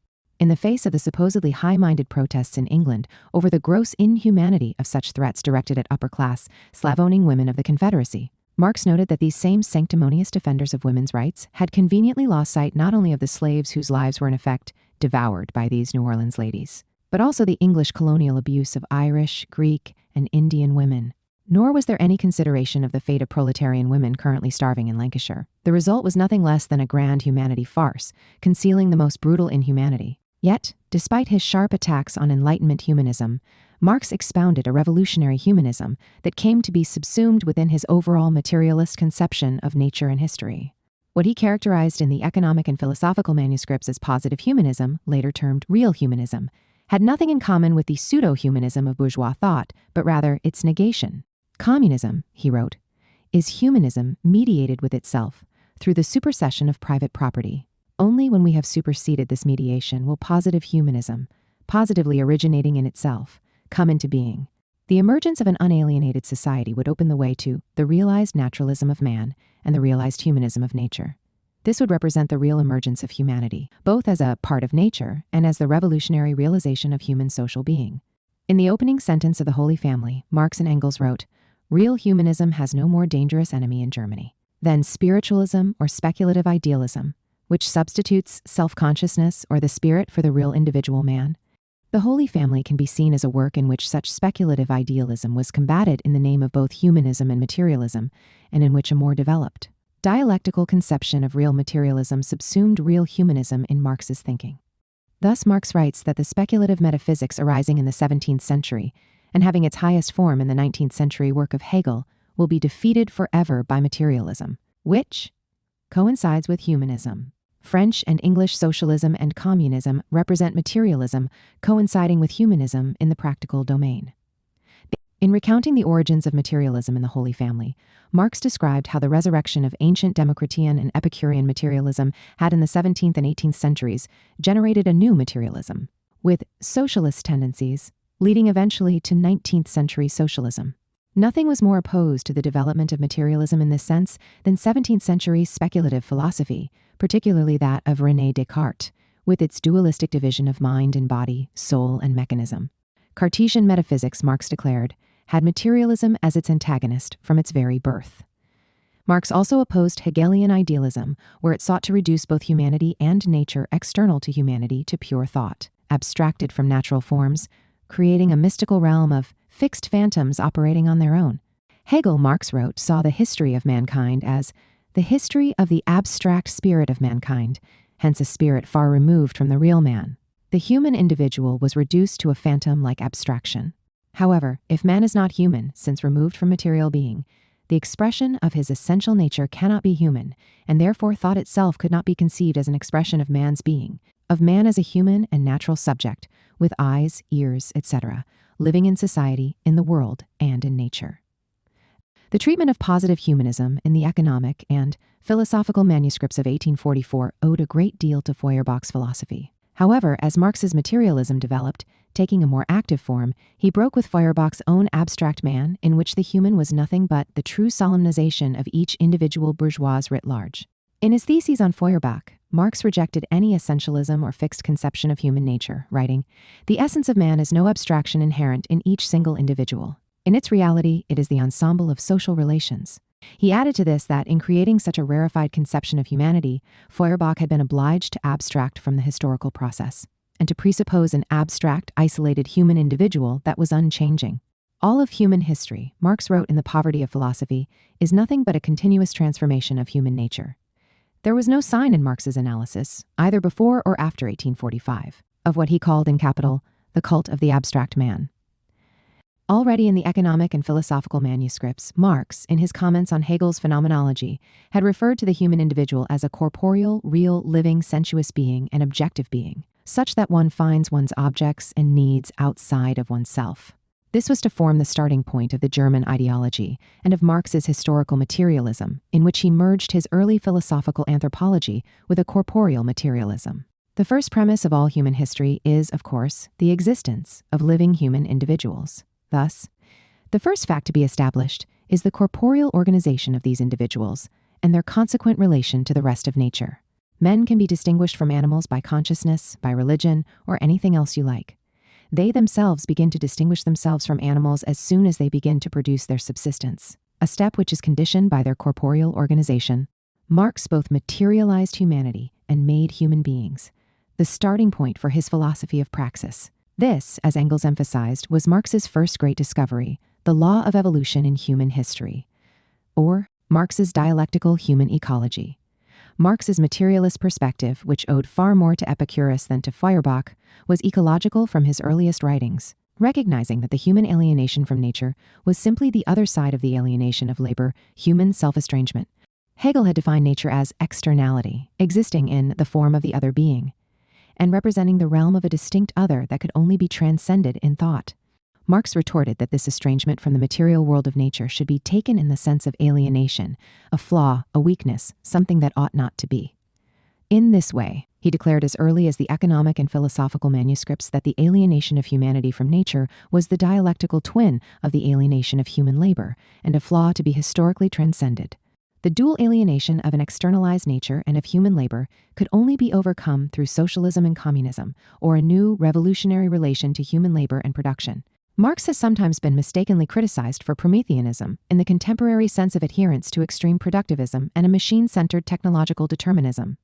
Yet not only are there no signs of this in his thought, but he devoted part of The Poverty of Philosophy to a strong condemnation of Pierre-Joseph Proudhon's very explicit extreme mechanistic view in his myth of a new Prometheus, which stood for the human conquests over nature, seen as part of a providential aim. Hence, The direct critique of mechanistic Prometheanism began with Marx himself. Marx's own identification with Prometheus was of a much earlier variety, dating back to Aeschylus's ancient Greek play, which saw Prometheus as a revolutionary figure and the bringer of light, later giving rise to the notion of enlightenment, one who defied the gods and who was bound in chains. Nor is there any sign in Marx's work, even in his earliest writings, of a sharp separation of the human species being and the other species beings represented by non-human animals, except in the sense that human individuals were seen as the self-mediating beings of nature, and thus the authors of their own self-estrangement. Marx drew his understanding of psychological development of animal species from Hermann Samuel Reimarus's studies of animal drives, rejecting the notion of instincts projected by Cartesian rationalism. Instead, he identified both human and non-human animals as material, objective beings, motivated by inner drives, while seeking satisfaction of their needs outside of themselves as objective beings. Human beings were distinguished within this by their role as homo faber, or the tool-making animal.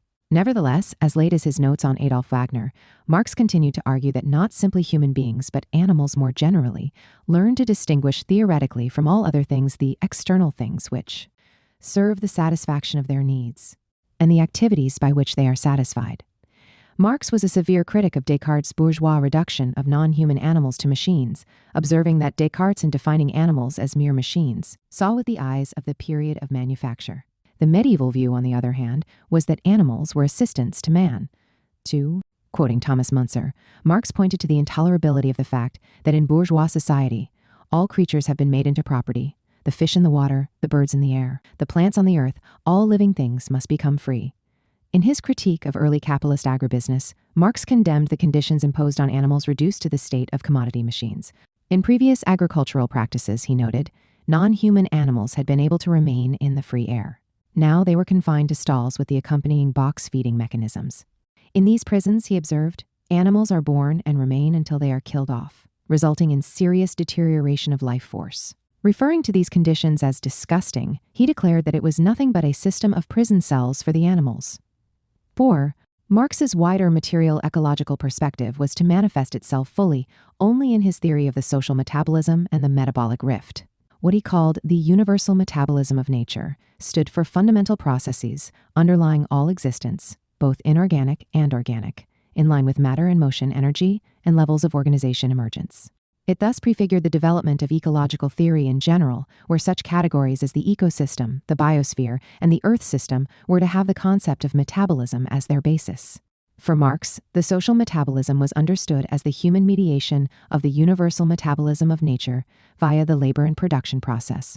The metabolic rift, or the irreparable rift in the interdependent process of social metabolism, stood for the way in which the alienated social metabolism came into conflict with the universal metabolism of nature, generating ecological crises. His analysis of the metabolic rift in the industrial capitalism of his day focused initially on the robbery of the soil of nutrients, such as nitrogen, phosphorus, and potassium, sending them hundreds and sometimes thousands of miles away in the form of food and fiber to the new urban manufacturing centers where these elementary constituents of the earth ended up polluting the environment, rather than returning to the soil. On this basis, Marx developed a way of looking at how the destruction of ecological conditions, in capitalist production in particular, undermined human habitability, a viewpoint that extended beyond the issue of the soil to manifold ecological problems, including the role of the social system in spreading periodic epidemics. Marx's ecological critique, coupled with that of Engels, embraced nearly all of the ecological problems known in his time. The expropriation of the commons, soil degradation, deforestation, floods, crop failure, desertification, species destruction, cruelty to animals, food adulteration, pollution, chemical toxins, epidemics, squandering of natural resources, such as coal, regional climate, change, hunger, overpopulation, and the vulnerability to extinction of the human species itself. It has now been extended by Marxian ecologists via his theory of metabolic rift to the entire set of anthropogenic rifts in the Earth system present in the 21st century, including the contemporary rift in the Earth's carbon metabolism. Posthumanist phantoms versus the philosophy of praxis. In recent years, much of Marx's critique of Enlightenment humanism has been replicated in what is called the posthumanist turn in philosophy, embracing a variety of attempts to deconstruct and destabilize Enlightenment humanism. These new philosophical perspectives draw principally on Nietzschean, Freudian, and more recently, Foucauldian, Derridean, Deleuzian deconstructions of the human subject and of nature. This has led to a variety of posthumanist traditions, including object-oriented ontology, Latourian hybridism, new materialism, and the cyborgism of thinkers like Donna Haraway. Such views have gained considerable prominence within sectors of the left. Still, posthumanism, even when compared with the postmodernism that preceded it, has had relatively little influence thus far on Marxian theory itself, since it is radically divorced from the philosophy of praxis. According to Marx's 11th thesis on Feuerbach, the philosophers have only interpreted the world in various ways. The point, however, is to change it. A corollary of this is that in order to understand the world, you have to seek to change it. Since posthumanism generally has been content to destabilize the human and the natural in ways that remove the theoretical bridges and ladders for changing the world, at times even seeking to undermine the notion of human praxis itself, its relation to Marxism has been quite limited. Posthumanism is caught in the world of fixed phantoms, depicted by Marx, where the complete destabilization of the concept of the human means a disruption of the human and natural subject with eyes, ears, etc., living in society, in the world, and in nature. The result is a flat monistic world of objects without subjects, populated by windowless monads, limitless assemblages, divorced from any conception of emergence, actants, hybrids, cyborgs, and enchantments, anything but a conception of material sensuous human beings, production, and practice. This spectral world of phantoms might easily be dismissed as a pure distraction for those concerned with needed social and ecological change. However, the last decade or so has seen a shift of posthumanism, particularly in the form of so-called new materialism, into the ecological domain, where it has come into confrontation with Marxian ecology. New materialist or new vitalist thinkers in the humanities, such as Jane Bennett, have taken their inspiration in part from Epicurus's swerve, which was originally meant to introduce contingency into the mechanistic world of Democritean materialism. However, Bennett and other new materialists fail to note that by far the most penetrating analyst of Epicureanism in the 19th century, and the first to emphasize the importance of the swerve, was Marx, who deeply admired and drew upon Epicurus's non-mechanistic, non-deterministic materialism with its immanent dialectics. 1. New materialists, coming primarily out of the humanities, insist, as if this were a surprising new discovery, that human beings are not separated from the physical world as a whole, but instead that becoming human translates into becoming with non-human persons who make up what was formerly called external nature. Such analysts deny any special status to humanity while embracing a flat ontology in which all life, and indeed all existence, is treated as web-like in its interconnections and fundamentally indistinguishable, even by the force of abstraction. Replicating a tradition of thought within environmental ethics going back half a century or more, based on the notion of the intrinsic value of all things. The vitalistic new materialism places its emphasis on the moral equality of all existence, or a democratic ontology, as the very basis of its ecological perspective. Moreover, it insists on what it calls the vibrancy of all nature, both organic and inorganic. Still, it does so outside of anything that could be described as a dialectical naturalist or critical realist perspective. Such posthumanist views are divorced from the long development of ecological theory, the critique of political economy, and the whole realm of natural science, as well as the philosophy of praxis.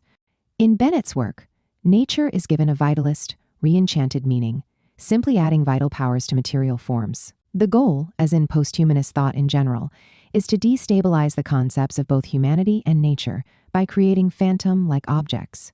For Timothy Morton, dark ecology is an approach that preserves the dark, depressive quality of life in the shadow of ecological catastrophe. Dominating this dark ecology are hyperobjects, standing for spectral forces more massive than humanity and beyond its reach, as if the immensity of nature had not always been part of the materialist and dialectical conception of nature from ancient times to today. Morton, whose nihilistic dark ecology has nothing whatsoever to do with engaging with capitalism or the planetary ecological crisis, other than occasional references to the Anthropocene, nonetheless finds it necessary to enter into direct combat with Marx's ecology, given its emphasis on revolutionary praxis. Marx's core concept of social metabolism becomes, in Morton's inventive rephrasing, a mere human economic metabolism that leaves out the rest of ecological existence. We are told that Marx adopted a mechanical and reified view of nature that is frozen in the past. Marx is repeatedly charged with being anthropocentric in introducing the notion of human species being, discounting that this also left room, in Marx's conception, for non-human species beings' species. All of this allows Morton to ignore or downplay the ecological analysis of classical historical materialism entirely. including Marx's notion of human society as an emergent form of nature, his broad adherence to Darwinian evolutionary theory, and his conception, along with Engels, of the dialectics of nature. Yet, having dismissed dialectics and historical materialism, Morton's dark ecology, with its myriad phantom-like objects, cannot get beyond antithesis and has nothing meaningful to say about ecology itself. In Ecology Without Nature, Dark Ecology, and Humankind, he portrays a post-humanist, new materialist world rife with paranormal spiritual phenomena, spectral beings, and hyperobjects. It is a post-world dominated by flat assemblages of humans and non-humans, filled with ghostly, quivering energy, and existing within the symbiotic real. A biological species is reconceived as a sparkling entity beyond all rational definition. Hyperobjects become mysterious forces removed from a materialist and scientific understanding. Historical materialism is condemned by Morton for its anti-ecological perspective in excluding a conception of all objects as non-humans to be placed on the same philosophical plane as humans. Marx's analysis is said to have come up short in its failure to recognize that oil, wind, water, and steam belong to the realm of non-human people. Marxism, we are told, can only work if it becomes a new form of animism, extending beyond the human and even beyond living species themselves, encompassing within its conception of persons everything from rocks to microbes, in line with a vitalistic new imperium that embraces the paranormal. The inner logic of this post-humanist Phantoms of the Opera world with its destabilizing mysticism is evident in the attacks on Marx's critique of the fetishism of commodities in the work of Bruno Latour, Bennett, and Morton. Latour famously rejected Marx's critique of commodity fetishism, along with critique altogether. Marx had argued that behind the fetishized forms of appearance of capitalist commodity relations lay human productive relations. More concretely, as Lukács put it, fetishism signifies, in brief, that the relations between human beings which function by means of objects are reflected in human consciousness, immediately as things, because of the structure of the capitalist economy. They become objects or things, fetishes in which men crystallize their social relations. Human relations, as Marx says, acquire a spectral objectivity, yet such a view of commodity fetishism, according to Latour, was too arbitrary, since it was rooted in particular conceptions of nature, humanity, production, and so on, and indeed, particular types of facts. Having summarily dispatched in this way the critique of fetishism, Latour himself was then free to present the world of appearances as one of infinite things, commodities, objects, hybrids, and actants, existing within a flat ontology, with no up and down or inside and outside, blurring all distinctions. Reification in this world of imbroglios was no longer the subject of critique, which had thus run out of steam.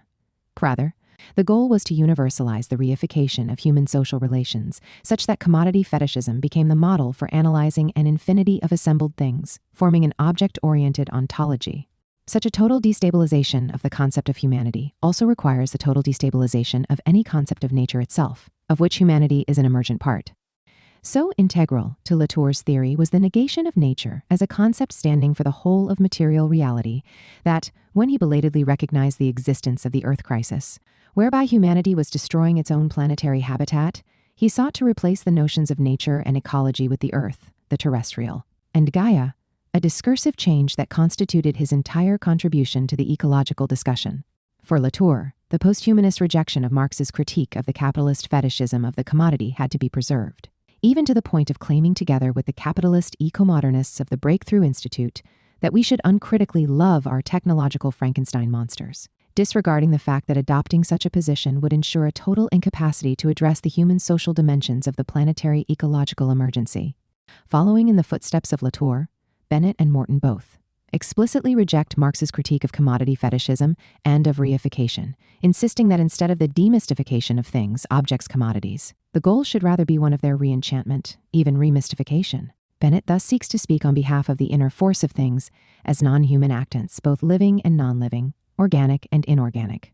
She characterizes Marx's critique of the fetishism of commodities and capital as inherently anthropocentric, since what demystification uncovers is always something human, thereby screening out non-humans. Adopting Spinoza's 17th century metaphysical doctrine of conatus, or the inner impetus to be found within all physical entities aimed at preserving themselves and their motions, Bennett insists that there is a power in every body.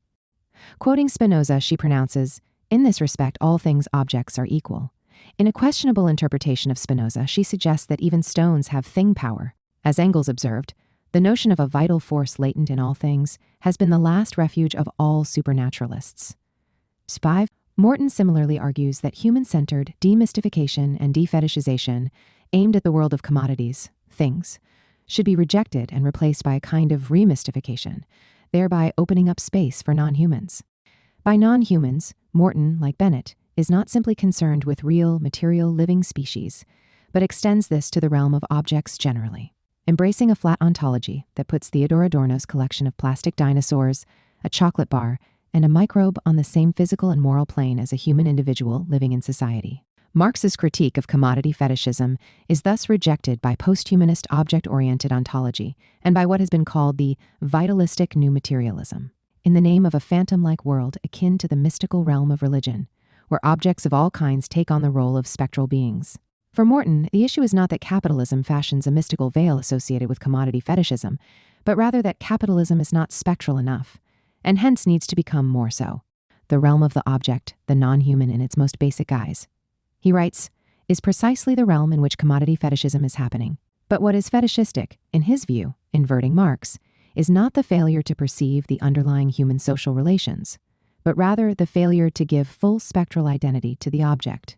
Thus, defetishization or demystification, rudely stripping the appearance from things, is the capitalist operation par excellence, and needs to be reversed by privileging the mystical, the spectral, and the paranormal. Only by means of animating commodities, objects, no longer seeing them as mere things, will solidarity with non-human beings, encompassing everything from microbes to clouds, become possible. In line with object-oriented ontology, we are told that all beings, both organic and inorganic, have agency, even mind. 9.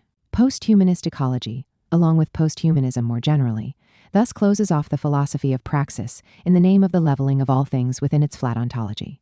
Here, there is no room left for the consideration of the long history of capitalism, colonialism, racism, imperialism, or ecological destruction, only infinite webs of vital assemblages and hyperobjects, all circulating nomadically on the same ontological plane, without essential order or meaning. The sharp contrast with historical materialism can be illustrated by the way in which Morton selects for criticism a passage from Marx's technical description of how raw materials are absorbed in the process of production, in The Account of Constant Capital in the first volume of Capital, quoting a sentence in which Marx says, "The coal burnt under the boiler vanishes without leaving a trace. So too the oil with which the axles of the wheels are greased." Morton pronounces that Marx here adopts the anti-ecological concept of a way towards such non-humans, that is, the coal, the oil, and the grease, denying that objects have agency. However, what Morton, caught up in his posthumanist, postnaturalist conceptions, fails to comprehend is that coal, oil, and grease do not themselves have historical agency, though, like everything else. In existence, they are in perpetual flux and cannot usefully be treated as non-human persons, comparable to human beings. Coal burned under the boiler is not its own self-mediating being of nature, any more than a lump of coal could willfully decide to combust itself and distribute the resulting carbon dioxide molecules into the atmosphere, contributing to climate change. Here, a turn from posthumanism to reality is necessary. The current planetary ecological emergency is the greatest environmental threat that the human species has ever encountered, endangering the lives of billions of people along with the majority of known species on Earth. As Kate Soper said, in responding to the posthumanist destabilization of the concepts of humanity and nature, it needs to be remembered that it is human ways of living, and more specifically, capitalist ways of producing, that are wrecking the planet, and it is humans alone who can do something about it. In the struggle before us, focusing on phantoms, spectral beings, and cyborgs will not help.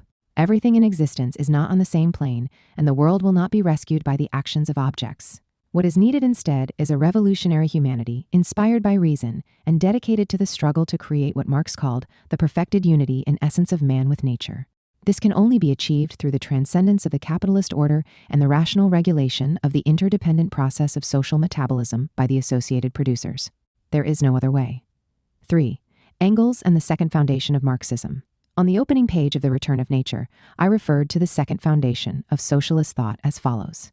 For socialist theory, as for liberal analysis, and for Western science and culture in general, the notion of the conquest of nature and of human exemption from natural laws has for centuries been a major trope, reflecting the systematic alienation of nature. Society and nature were often treated dualistically as two entirely distinct realms, justifying the expropriation of nature, and with it, the exploitation of the larger human population. However, various left thinkers, many of them within the natural sciences, constituting a kind of second foundation of critical thought, and others in the arts rebelled against this narrow conception of human progress. and in the process generated a wider dialectic of ecology and a deeper materialism that questioned the environmental as well as social depredations of capitalist society. Origins and development of this second foundation of critical thought in materialist philosophy and the natural sciences, and how this affected the development of socialism and ecology, constituted the central story in The Return of Nature. The initial challenge confronting such an analysis was to explain how historical materialism, in the dominant 20th century conception in the West, had come to be understood as strictly confined to the social sciences and humanities, where it was divorced from any genuine materialist dialectic, cut off from natural science and the natural physical world as a whole.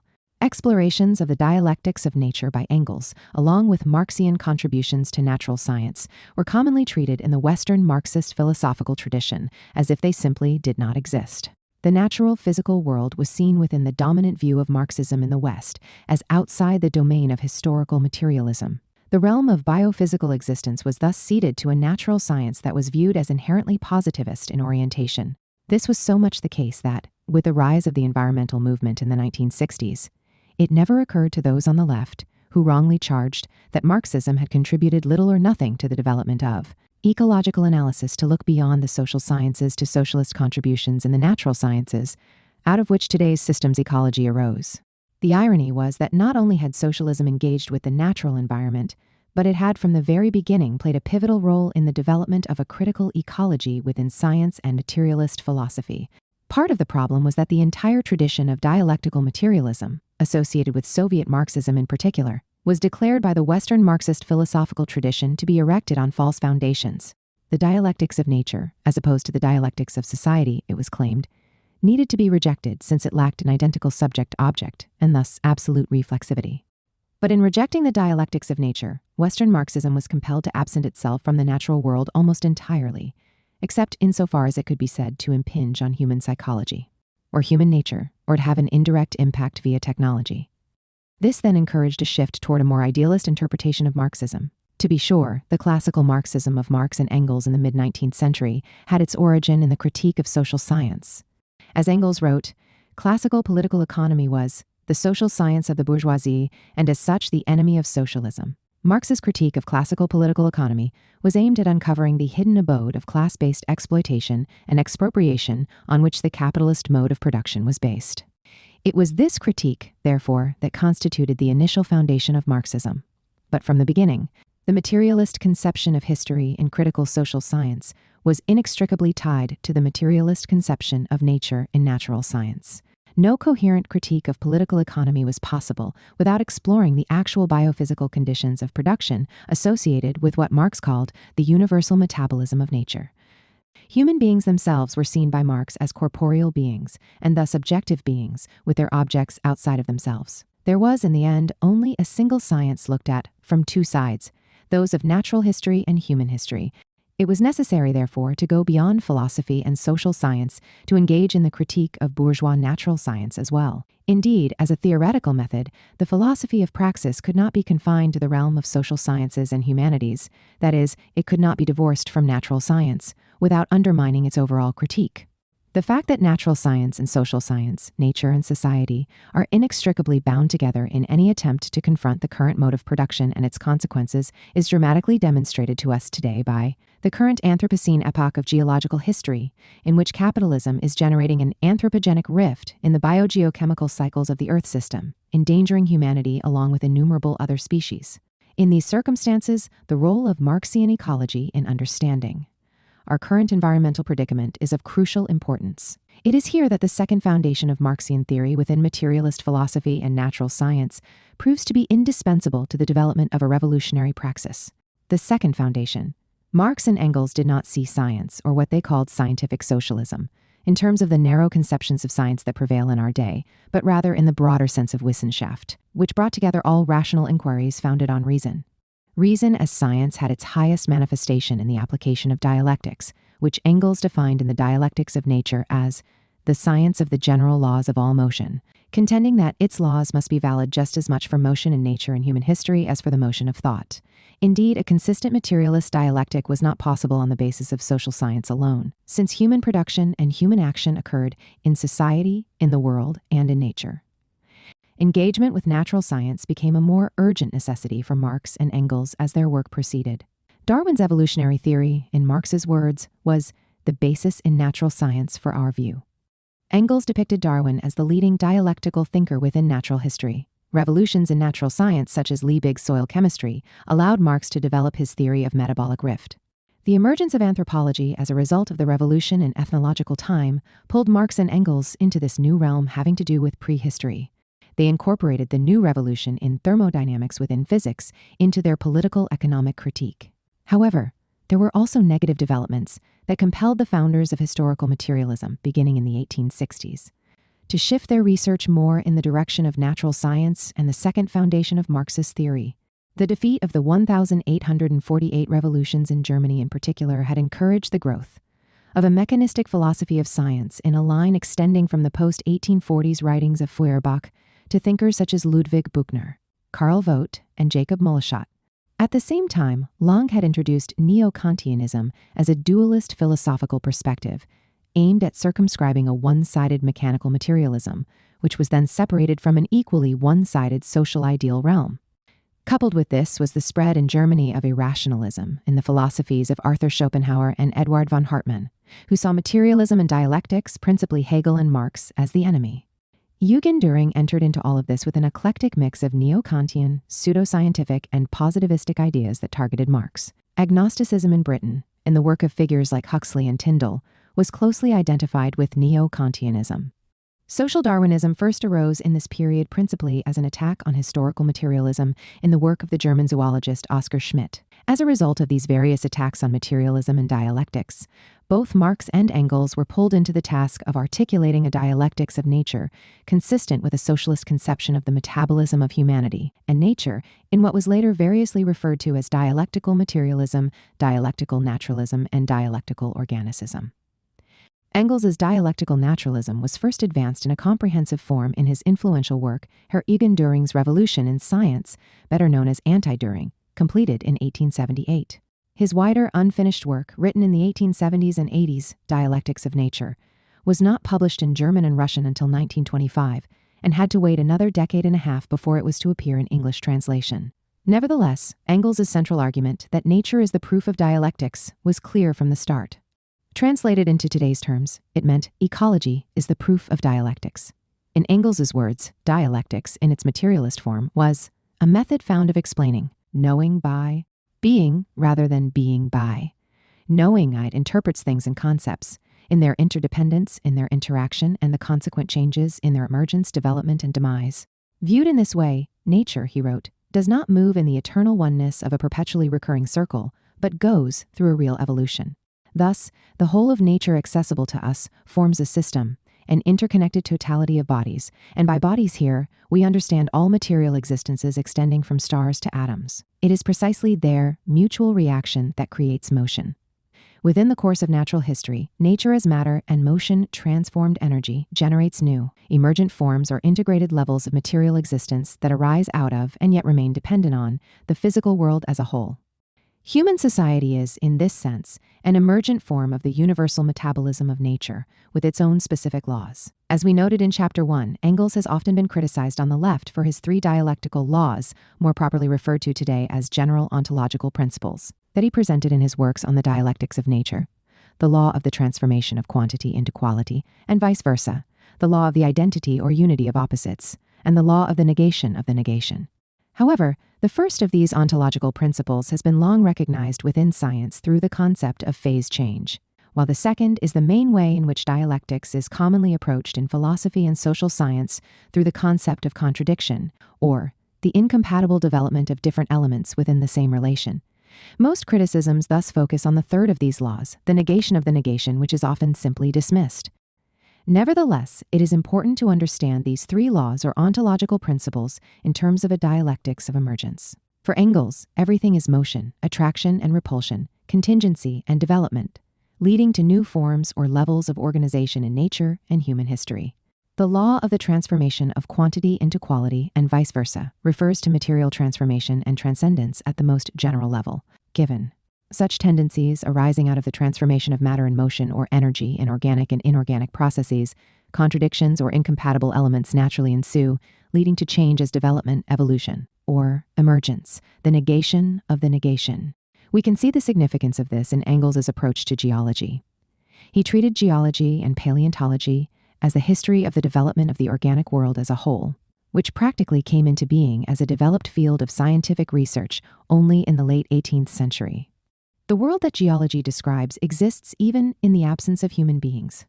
Nonetheless, geological history can be approached dialectically, since the whole of geology is a set of negated negations resulting in massive transformations on the surface of the planet that can be discerned by means of careful scientific investigation. Engels questioned Georges Cuvier's crucial emphasis on geological revolutions or catastrophes as contaminated by religious dogma, and argued that Charles Lyell, with his gradualism, had introduced a more scientific approach to geology. But Lyell himself had made the error of conceiving the forces at work on the Earth as constant, both in quantity and quality, so that the cooling of the Earth associated with ice ages does not exist for him. In this view, there are no negated negations and no major permanent changes. There was, for Engels, no constant, non-contingent, inconsequential process of Earth's surface formation in line with Lyell's uniformitarianism. Massive transformations of the Earth at certain intervals in its history, as emphasized by Cuvier, were not to be denied. Some of these criticisms and appreciations of both Cuvier and Lyell, advanced by Engels, were later developed in the 20th century by Gould, who used precisely these antinomies to explain the origins of the theory of punctuated equilibrium within the evolutionary process. Anti-Düring, because of its sheer range, addressing philosophy, natural science, and social science, became one of the most influential works of its time. It helped spark the development of left materialism in science, which was later given a further boost by the publication of Dialectics of Nature. This facilitated major ecological discoveries, especially in the Soviet Union in the first 2 decades after the Revolution, and in the British Isles, where a tradition emerged drawing on both Darwin and Marx. Among the major figures in Britain were Marx's friend, and Darwin and Huxley's protege, Lancaster, and later leading red scientists and related cultural figures such as Bernal, Haldane, Needham, Hogben, Levy, Caldwell, V. Gordon Childe, Farrington, Thompson, and Lindsay. Along with Engels' works on science, the British red scientists drew heavily on Lenin's materialism and empirio-criticism. 24, although frequently overlooked in treatments of Marxism. This tradition included the most prominent Marxist thinkers of the day, in Britain all of whom were connected with materialist philosophy and natural science. Their works sunk deep roots in natural science, the influence of which has extended to our own time. Marxist scientists and materialist philosophers were the target of purges in the Soviet Union in the 1930s, and in the anti-communist attacks in Britain and the United States in the 1950s. The suppression of red science, which seemed almost to disappear for a time, had deep ramifications for Marxism as a whole. Since the leading representatives of the Western Marxist philosophical tradition rejected outright materialism apart from economic class relations, a position closely associated with their rejection of the dialectics of nature, they had almost nothing of substance to contribute to the ecological critique. This led to the myth that socialism as a whole had failed in this area.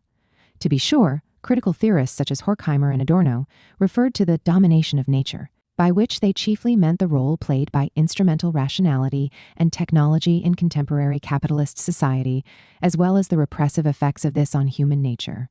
However, the material ecological world itself was characteristically absent from their analysis. Hence, the dialectical connections associated with human social production and its metabolism with the larger environment were also absent. What has become clear with the growth of Marxian ecology since the 1980s is the close connection between the critique of economic alienation and ecological alienation under capitalism. Recognition that these constitute the two sides of the historical materialist critique has become increasingly pronounced in the context of the planetary ecological crisis. All of this calls for the reunification of Marxian theory, symbolized by the return of Engels, and an attempt to grapple with the universal metabolism of nature. There is an urgent necessity to transcend the current alienated form of the capitalist social metabolism, with its destructive mediation of the human relation to nature through generalized commodity production. Engels and the roots of the Anthropocene. In the 21st century, we live in an age of planetary ecological peril, represented by the anthropogenic rift in the Earth system.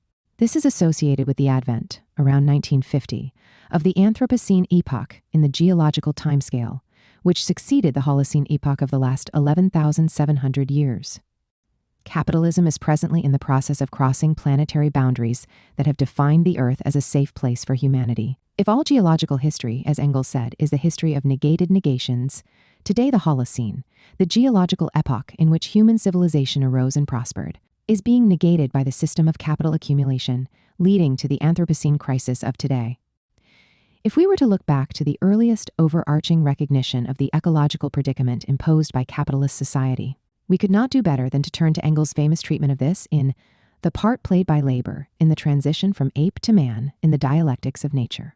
Here, Engels declared that human beings, as social beings, do not rule over nature like a conqueror over a foreign people, like someone standing outside nature, but that we, with flesh, blood, and brain, belong to nature and exist in its midst, and that all our mastery of it consists in the fact that we have the advantage over all other creatures of being able to learn its laws and apply them correctly. Thus, for each presumed victory of humanity over the natural world of which we are a part, nature takes its revenge on us, leading to widespread natural, ecological devastations, not simply in the ancient and medieval worlds, but increasingly and on a far larger scale in the world wrought by capitalism and colonialism.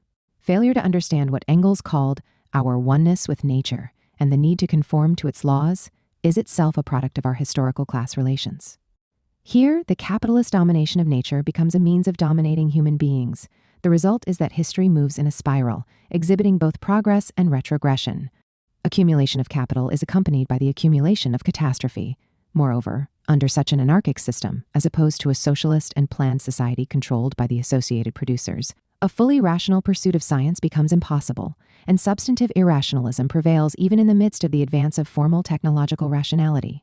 Pointing to soil degradation, deforestation, floods, desertification, species extinction, epidemics, and the squandering of natural resources, Marx and Engels indicated that the current mode of production was generating widening Earth catastrophes associated with the uncontrolled interference with the traditional course of nature. Engels' global analysis of nature's revenge was thus at one with Marx's theory of metabolic rift. The Part Played by Labor in the Transition from Ape to Man was first published in 1896 in the German social democratic journal Die Neue Zeit, shortly after Engels' death. Although it is difficult to chart its influence outside of Marxism, it is remarkable how close Engels' analysis was to the ideas put forward not long afterward by Lancaster in 1905 in his Romanes lecture at Oxford. Nature and Man, later retitled Nature's Insurgent Son, and his related 1904 article Nature's Revenges, The Sleeping Sickness, both of which were reprinted in his 1911 The Kingdom of Man. 30. We do not know if Lancaster read Engels' article, though he was fluent in German, communicated with social democratic circles, and would have been deeply interested in Engels' analysis in this respect, which overlapped in many ways with his own. As a close friend of Marx and an acquaintance of Engels, a strong materialist and a critic of capitalism who had read Marx's Capital, as well as the leading figure in British zoology at the time, Lancaster's radical ecological critique was necessarily related to historical materialism. In referring to the Kingdom of Man, Lancaster sought to describe a new period in Earth history in which human beings were now the main force affecting the natural world, with the result that they increasingly must take responsibility for it. He presciently highlighted the ecological consequences of a capitalist economic system engaged in the unheeding destruction of nature, ultimately undermining humanity itself. In Nature's Revenges, Lancaster referred to the human social being as the disturber of nature, including being the instigator through world capitalism and finance of all epidemics in animals, including humans, and probably plants as well, which could be traced largely to social and primarily commercial causes, including the mixing up of incompatibles from all parts of the globe. Under these circumstances, humanity had no choice but to control its production and its relation to nature, relying on science and superseding the narrow dictates of capital accumulation, thus ushering in a coevolutionary development. Human society was on a permanent ecological knife edge in its relation to the natural world, which Lancaster described somewhat ironically as the Kingdom of Man. Such effacement of nature by man not only undermined living species, but also threatened civilization and human existence itself. The only answer was for social humanity to take responsibility for its relations to the natural world, in conformity with natural laws and principles of sustainability, in opposition to the capitalist mode. Today, resistance to the notion of the Anthropocene epoch is evident in many of those on the left, who, while largely oblivious of the scientific discussion, are horrified by the implications of a dominant anthropos. This seems in their minds to point to an exaggerated humanism or anthropocentrism in the understanding of the physical world, and to a downplaying of the social causes of the geological climacteric that we are now witnessing. Yet, from a geological and Earth system perspective, the issues are clear. By crossing certain critical thresholds or planetary boundaries, the global system of capital accumulation has generated quantitative changes that represent a qualitative transformation in the Earth system, shifting it from the Holocene epoch in the geologic time scale to the Anthropocene epoch, where anthropogenic rather than non-anthropogenic factors are for the first time the major drivers of Earth system change and are imperiling human civilization and existence. From a historical and dialectical perspective, the planetary ecological contradictions that we are now witnessing have been long coming. The issue of a new kingdom of man, which was at the same time subject to the revenge of nature, or nature's revenges, can be traced back to Engels and Lancaster. Such views were related to the conception of nature as a dialectical totality mediated by processes of evolutionary change, in which humanity was increasingly playing a dominant role. The notion of what was called the Anthropocene period in geological history, connected to the disruption of the biosphere as defined by Vernadsky, was introduced in the Soviet Union during the 1920s by the geologist Alexei Pavlov. The word Anthropocene itself, as an alternative to Anthropogene, first appeared in English in the early 1970s in the Great Soviet Encyclopedia. 35, it was by uniting the awareness of ecological destruction with the concept of ecosystem, the theory of the origins of life, and the analysis of the biosphere, all products of dialectical science, that Rachel Carson was able to warn the world population of the full scale of the planetary peril confronting them in her lecture, introducing the concept of ecology to the general public.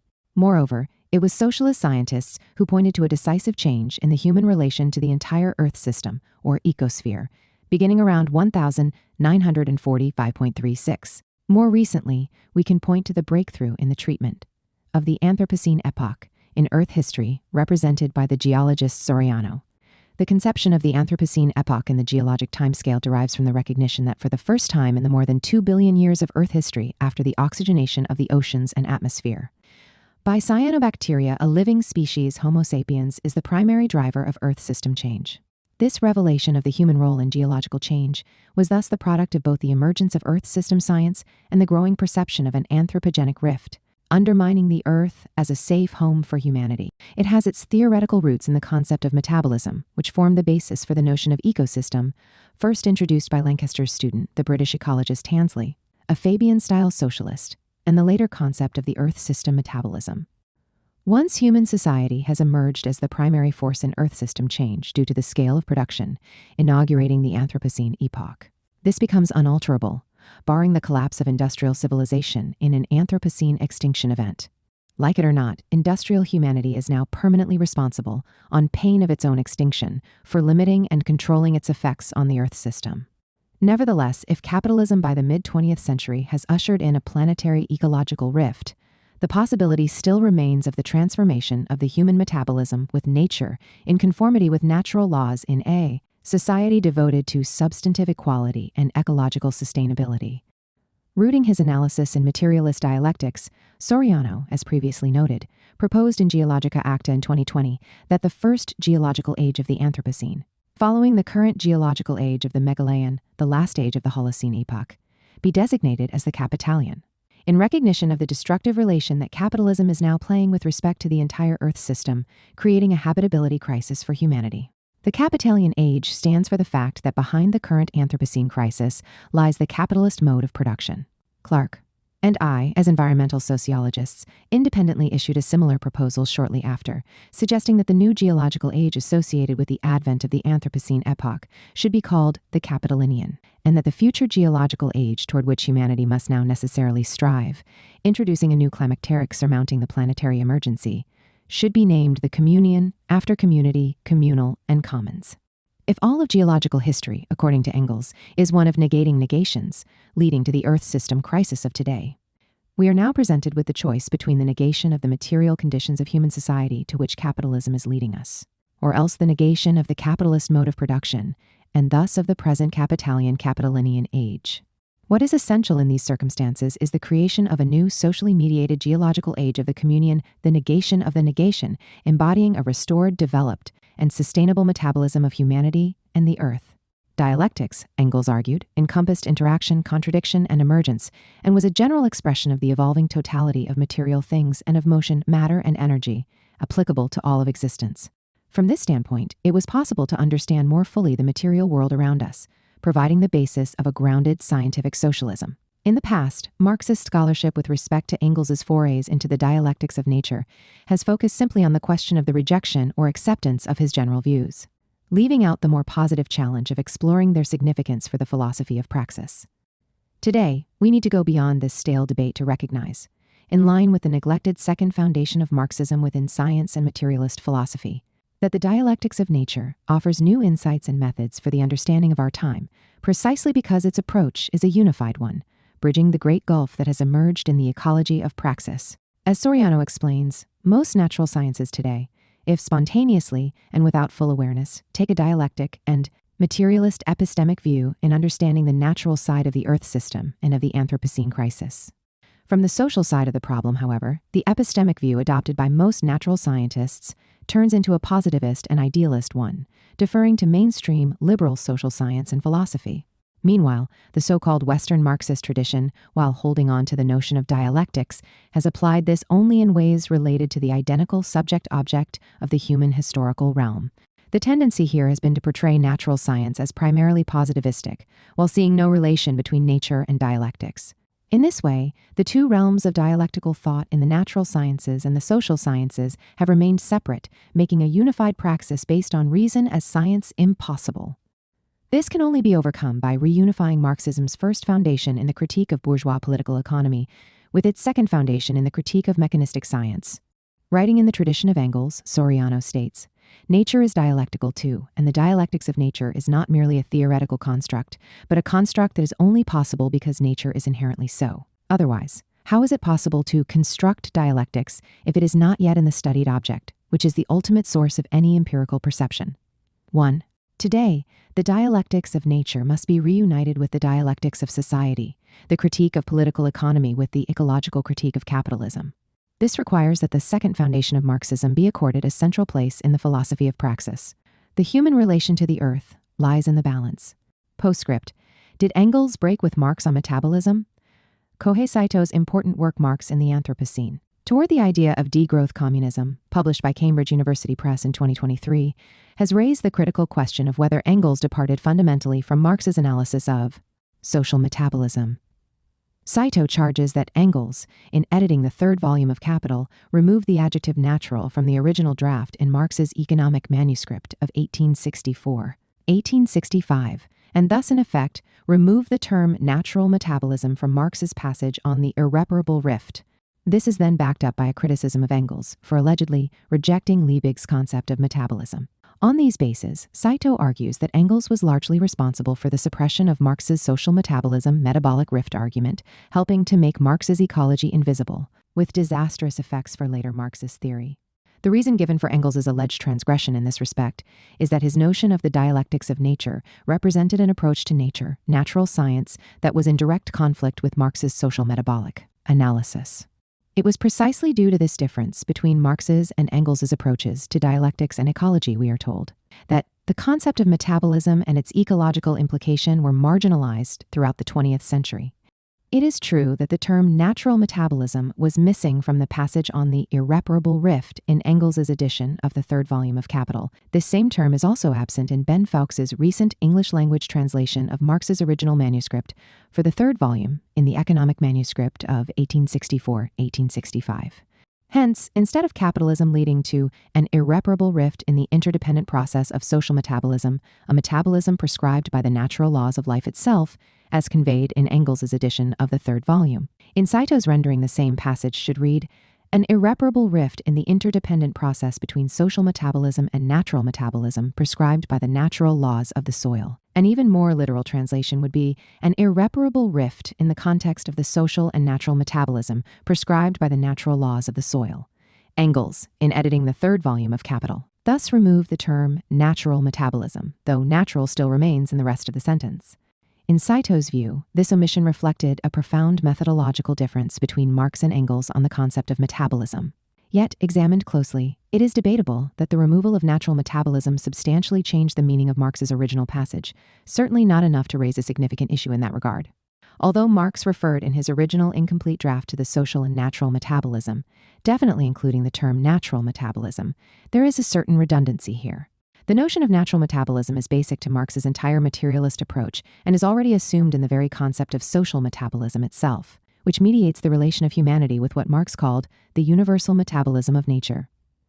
The social metabolism for Marx is nothing but the specifically human relation, via the labor and production process, to the universal metabolism of nature.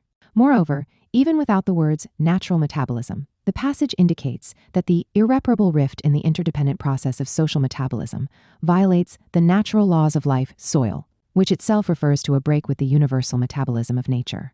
The omission of the word natural, and thus the term natural metabolism, does nothing to alter the fundamental point being made. Saito declares that what is lost in Engels's version is Marx's second-order mediation, or alienated mediation.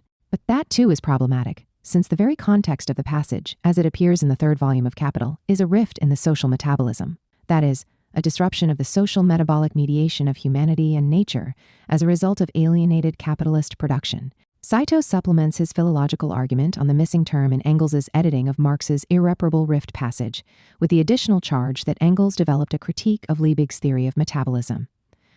However, evidence of this critique is nowhere to be found in Engels's writings. In fact, Saito himself is unable to offer a single sentence indicating such a critique of Liebig on metabolism issued from Engels's pen. Instead, he resorts to highlighting Engels' quite different criticisms in Dialectics of Nature of Liebig's vitalism, including his rejection of Darwin's theory of evolution and his hypothesis that life had existed eternally. Saito illogically infers from Engels's criticisms of Liebig in this regard that since Engels objected to Liebig's vitalistic and anti-evolutionary notions in biology, he must also have objected to Liebig's use of the metabolism concept in his chemistry. However, Liebig was a dilettante in biology, and at the same time a leading scientist in chemistry, a distinction that Engels stressed. What makes Saito's criticism here even more problematic is that Engels repeatedly utilized Liebig's analysis of the rift in soil metabolism in his own writings, even if he did not choose, as Marx did, to use the word Stoffwechsel, metabolism, in this context. But the deeper theoretical problem confronting Saito in his attempt to find evidence of Engels' supposed rejection of Liebig's concept of metabolism is that Liebig, in utilizing the notion of metabolism, was referring to the natural science concept of metabolism. Liebig did not, as in the case of Marx, develop the category of social metabolism. Saying that Engels rejected Liebig's concept in this regard then amounts to charging that he rejected the notion of natural metabolism, of which Engels was a major 19th century proponent. The concept of metabolism originated in German cell biology early in the 19th century and was applied broadly in Liebig's mid-century writings in agricultural chemistry. Metabolism in this sense was a concept that Engels employed many times, including in his famous analysis of metabolism and proteins as the key to the origins of life. Indeed, the notion of Stoffwechsel was central to the development of the first law of thermodynamics in Julius Robert Mayer's The Motions of Organisms and Their Relation to Metabolism, which strongly influenced Engels, as well as Liebig and Marx. All of this throws into further disarray the contention that Engels, supposedly encumbered by his Dialectics of Nature perspective, failed to appreciate the significance of Marx's inclusion of natural metabolism in the irreparable rift passage. It was due to this failing, Saito tells us, that Engels intentionally deleted the term natural metabolism, effectively marginalizing and making invisible Marx's core ecological critique, which was thereby suppressed. 53 yet. Here Saito is confronted with the inconvenient fact that Engels, who was certainly one of the most erudite figures of his day, wrote again and again on the subject of nature's metabolism, a concept for which he demonstrated a very deep appreciation. Moreover, Engels' edition of the third volume of Capital, far from suppressing the conception of natural metabolism, includes it in other places where Marx employed it in his original text. Behind Saito's entire argument is an attempt to reinforce the notion within the Western Marxist philosophical tradition that Engels' Dialectics of Nature, with its wider materialism, was antithetical to Marx's own historical materialism. Thus, rather than looking at how Marx's and Engels' ecological analyses are complementary and reinforce each other, we are presented with the notion of a theoretical break between the two that is rooted in Engels' Dialectics of Nature, which supposedly led Engels to distance himself from Marx's ecology. Yet, in the course of his argument, Saito is unable to find any satisfactory way of demonstrating that the Dialectics of Nature as developed by Engels is actually at odds with Marx's ecology. He merely contends that Engels' approach to Earth history was transhistorical, in that it transcended human history in the manner of positivistic natural science when addressing non-human nature. Yet, one wonders what kind of natural science there would be if it were to restrict its analysis simply to human history, That is, if it were not transhistorical in the sense of superseding the human world. Clearly, our social being influences our understanding of nature, something that Engels emphasized as well as Marx. But science is necessarily concerned with domains beyond the human. Surely, an analysis of Earth history extending beyond human history did not contradict Marx's own thinking, since he exhibited a deep fascination with paleontological developments within geological time prior to human existence. Engels is also criticized by Saito for developing a more apocalyptic theory of ecological crisis than Marx through his use of the metaphor of the revenge of nature and the notion that human beings are capable of undermining the conditions of their existence on a planetary scale. Engels even contemplates human extinction in the distant future. Saito attributes such views to Engels's apocalyptic conception of the dialectics of nature, as opposed to Marx's non-apocalyptic ecological conceptions in his theory of metabolic rift. But surely Engels, from the standpoint of the 21st century, is to be commended for conceiving of the reality of human-generated ecological crisis throughout the globe. Nor does this in any way contradict Marx's theory of metabolic rift, the contemporary relevance of which has mainly to do with the Earth system crisis. The full extent of Saito's adherence to the notion of a break between Marx and Engels on the dialectics of nature, depicting a deep ecological split between the two thinkers, can be seen in his direct support for Terrell Carver's position that Engels most likely lied in his 1885 preface to Anti-Düring, when he indicated that he had read the various parts of that work to Marx prior to their publication in serial form. In Saito's own words, Engels' statement here was not necessarily credible. Engels, it is insinuated, might very well have lied about his interactions with Marx in this respect. The fact that there is absolutely no basis for believing that Engels would have lied on such an important point, which does not at all fit with his character or his lifelong loyalty to Marx, does not seem to deter those sowing such doubts. Indeed, the nature of this argument is that Engels must have lied because otherwise Marx, who had contributed a chapter to Anti-Düring, could be assumed to have been entirely familiar with that work prior to its publication and presumably broadly agreed with its contents. This would then undermine the notion of a fundamental break between Marx and Engels. Saito's attempt to establish a methodological break between Marx and Engels with respect to the concept of metabolism adopts a similar form, for essentially the same reasons. Engels must be responsible for intentionally suppressing the term natural metabolism, and with it the significance of the metabolic rift in editing the third volume of Capital, since otherwise notions of the complementarity of Marx's and Engels' writings on ecology might carry the day, contradicting Saito's contention that Marx never really adopted the project of materialist dialectics that Engels was pursuing. 3. Yet, the fact that Saito's whole supposed proof of a methodological break between Marx and Engels depends on the absence of a single term, the word natural preceding metabolism. In a single passage, constituting a small change of highly debatable significance, points to the total absence of any substantive evidence of such a break. To rend asunder Marx and Engels on metabolism and ecology on such a basis is unwarrantable. The truth is, while Engels did not directly employ Marx's notion of social metabolism, except in his 1868 synopsis of Capital, nor develop Marx's analysis in this regard, there is no indication that his outlook contradicted that of Marx in this area. If Marx's theory of metabolic rift was not better known among Marxists prior to this century, this had nothing to do with Engels' alleged suppression of Marx's ideas, a claim for which there is no concrete basis. Rather, it had to do with the reality that the metabolism concept was embedded in the deep structure of Marx's work and thus was often overlooked, while a great deal of what he wrote on this was incomplete, developed only in his later years. More important, much of Marx's science, as Rosa Luxemburg emphasized, was well ahead of the socialist movement itself and would only be taken up as new problems presented themselves. It was the development of eco-socialism a century after Marx's death that led to the rediscovery and reconstruction of Marx's theory of metabolic rift, rather than the reverse. This unearthing of Marx's ecological argument was partially enabled by the substantial, if somewhat indirect, influence that it had exerted, along with the work of Engels, on subsequent socialist ecological analyses within natural science and materialist philosophy. Rather than perpetuating old divisions within the left, it is necessary today to bring Marx's social metabolism argument together, with Engels' Dialectics of Nature seeing these analyses as integrally related. The object should be to unite the first and second foundations of Marx's thought, providing a broader material basis for the critique of the capitalist mode of production as the essential ground for a revolutionary, eco-socialist praxis in the 21st century. 4. Nature as a mode of accumulation, capitalism, and the financialization of the earth. The expropriation of the commons, its simplification, division, violent seizure, and transformation into private property constituted the fundamental precondition for the historical origin of industrial capitalism. What Marx referred to as the original expropriation of the commons in England, and in much of the world, often involving the expropriation of the laborers themselves in various forms of slavery and forced labor, generated the concentrations in wealth and power that propelled the late 18th and early 19th century Industrial Revolution. In the process, the entire human relation to nature was alienated and upended.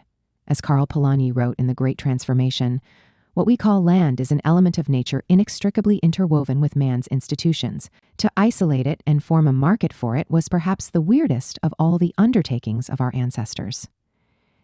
It is hardly surprising in this context that the first references to natural capital and to the Earth's capital stock arose in this same period in the work of radical and socialist political economists, who sought to defend nature and the commons against the intrusions of the market. Here, the notion of natural capital was viewed in terms of the stock of physical properties and natural material use values constituting real wealth, and was seen as opposed to the growing sense of capitalism as a system of mere exchange value or cash nexus. This 19th century notion of natural capital, conceived in physical use value terms, was to be revived in the 1970s and 80s as part of an emerging ecological critique in more recent decades. However, mainstream neoclassical economics, sometimes with the help of ecological economists, together with corporate finance, have completely separated the concept of natural capital from its original use value-based critique, the memory of which has long receded, instead conceiving natural capital entirely in exchange value terms, as just another form of financialized capital. This is then used to reinforce the view that the solution to the current ecological crisis of the planet is to make a market out of it. A turning point in the financial expropriation of the Earth occurred from September to November 2021, overlapping with the 2021 UN Climate Change Conference negotiations in Glasgow.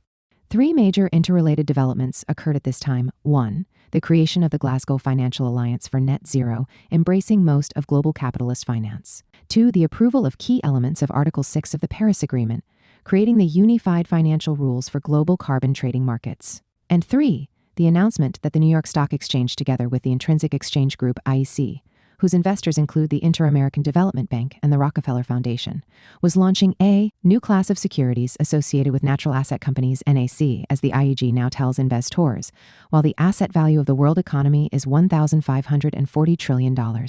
The asset value of the Earth's natural capital is estimated at $5,000 trillion, all potentially there for the taking. Together, these developments represent a sea change in the capitalization of nature, such that all natural processes that involve ecosystem services to the economy are now increasingly seen to be subject to exchange on the market for profit, all in the name of conservation and climate change. This represents the culmination of a theoretical shift in the dominant economic paradigm aimed at the unlimited accumulation of total capital, now seen as including natural capital. The result is to reinforce the great expropriation occurring in this century, aimed at what Charles Darwin called the Earth's web of complex relations. In order to develop a critical analysis of the current capitalist expropriation of world ecology, it is necessary to explore the concept of natural capital in the work of Marx and other early radical critics within classical political economy. It will then be possible to contrast this to current approaches in neoclassical economics, which views natural capital in purely exchange value terms, offering this as a solution to the environmental problem.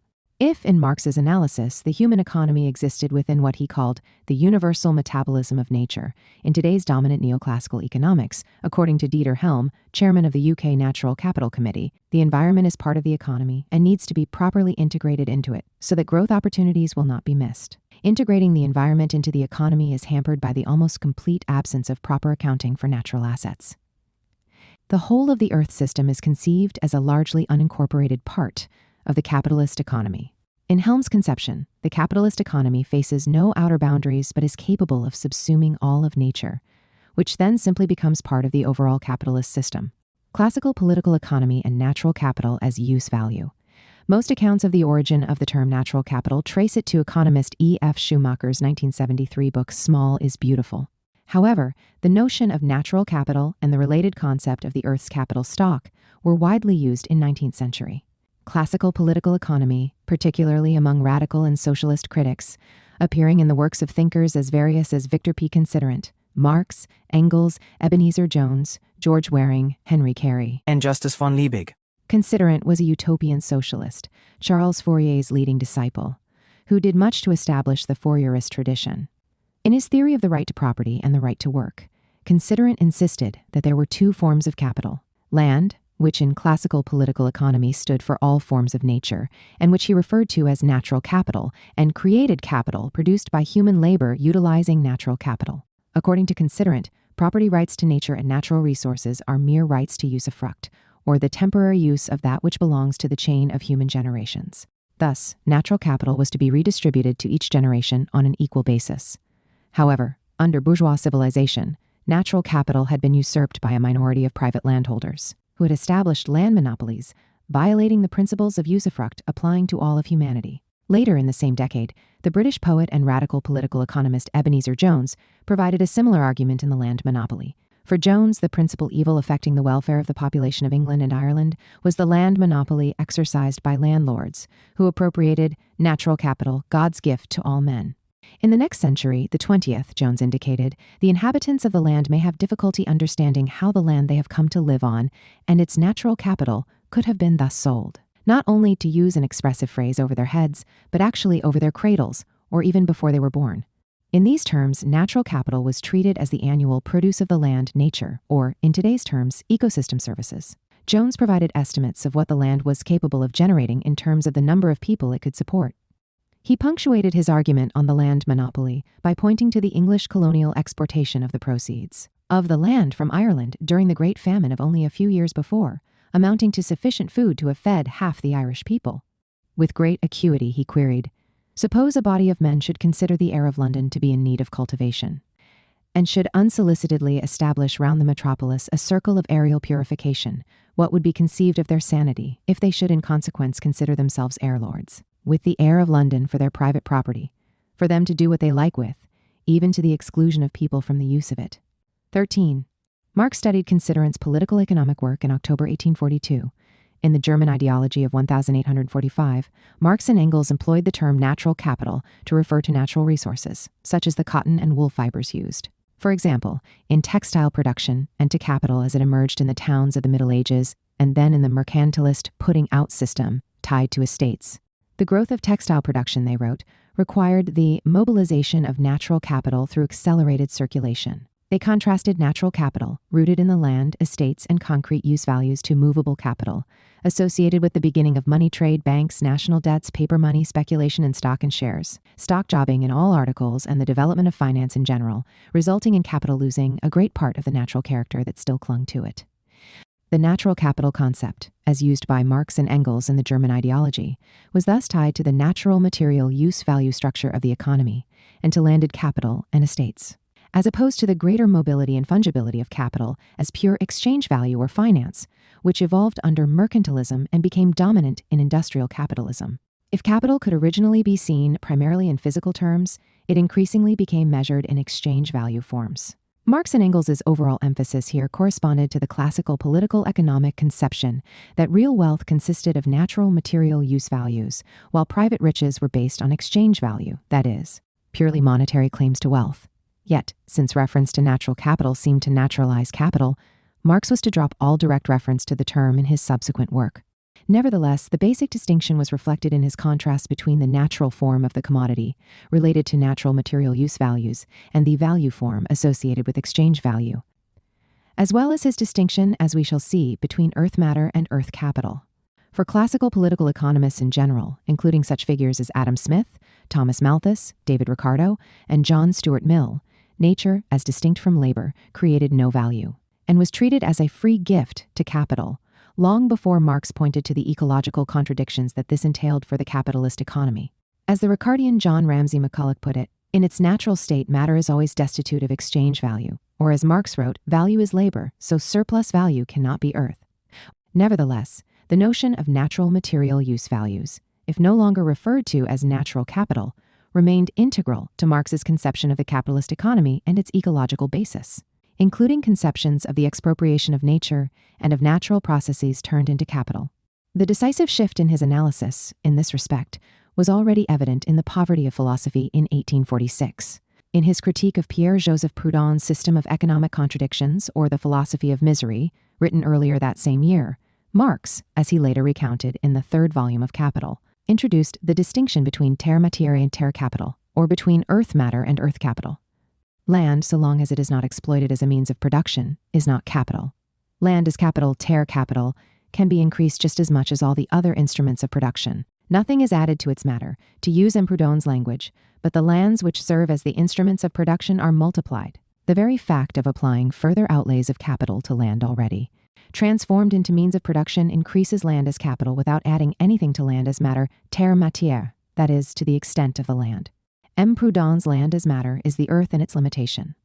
As for the eternity he attributes to land, we grant readily it has this virtue as matter. Land as capital is no more eternal than any other capital. In this passage, Marx draws a distinction between land, viewed on the one hand as eternal earth matter, terre matière, or mere matter, and on the other as historically generated earth capital, terre capital. He is already pointing to the contradiction between capitalism and its natural conditions of production, a historical and materialist view that will govern his developing ecological critique, leading eventually to his metabolic rift concept. Although natural capital, now called earth capital, exists, it is seen as an alienated product of capitalism and by no means eternal.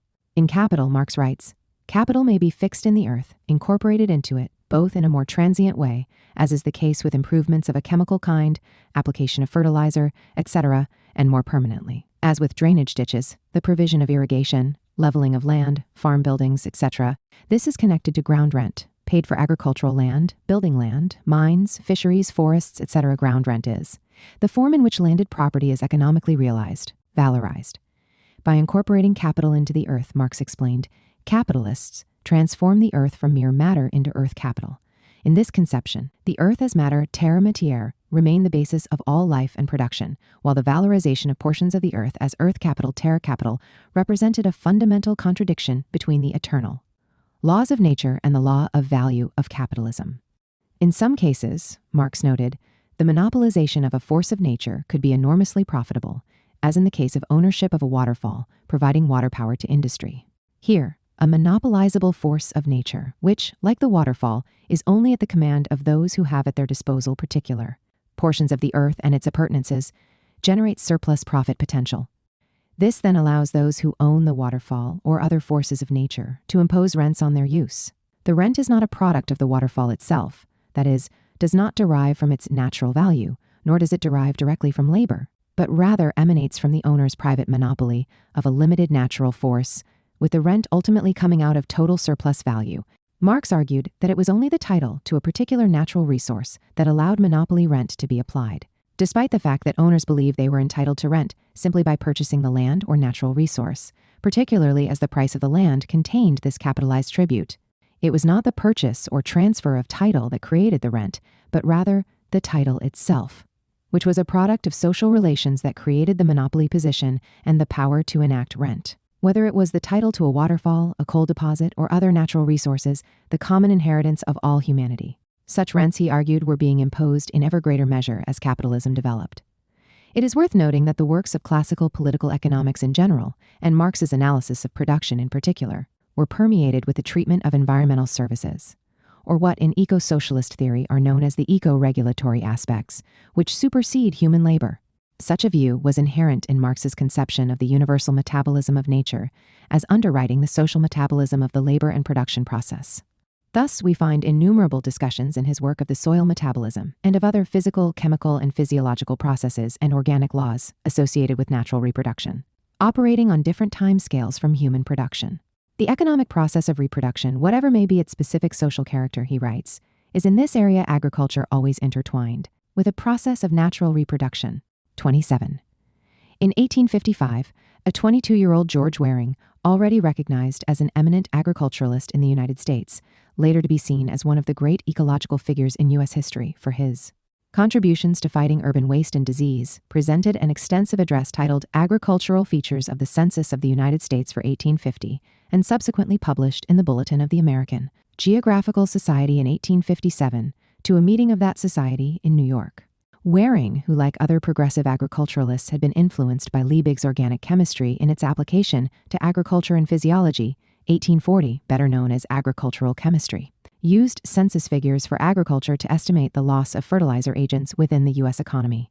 This was at a time when the capital invested in agriculture in the U.S. economy was 7 times the amount invested in manufacturing, mining, the mechanic arts, and fisheries, In depicting the enormous losses of nutrients to the soil, he wrote, "What with our earth butchery and prodigality, we are losing the intrinsic essence of our vitality. The question of economy should be not how much do we annually produce, but how much of our annual production is saved to the soil. Labor employed in robbing the earth of its capital stock of fertilizing matter is worse than labor thrown away. In the latter case, it is a loss to the present generation. In the former, it becomes an inheritance of poverty for our successors. Man is but a tenant of the soil, and he is guilty of a crime when he reduces its value for other tenants who are to come after him." Waring's statement was taken up by Henry Carey, the foremost U.S. economist of the day, who had previously sent Marx The Slave Trade, Domestic and Foreign, a work that at one point characterized man as a mere borrower from the earth. Carey quoted extensively from Waring on the robbing of the earth of its capital stock in both his letters to the president, on the foreign and domestic policy of the Union and principles of social science. This was, in turn, to influence Liebig, who drew on Waring via Carey in his own letters on modern agriculture, which marked the beginning of his major attack on industrialized, capitalist agriculture as a robbery system.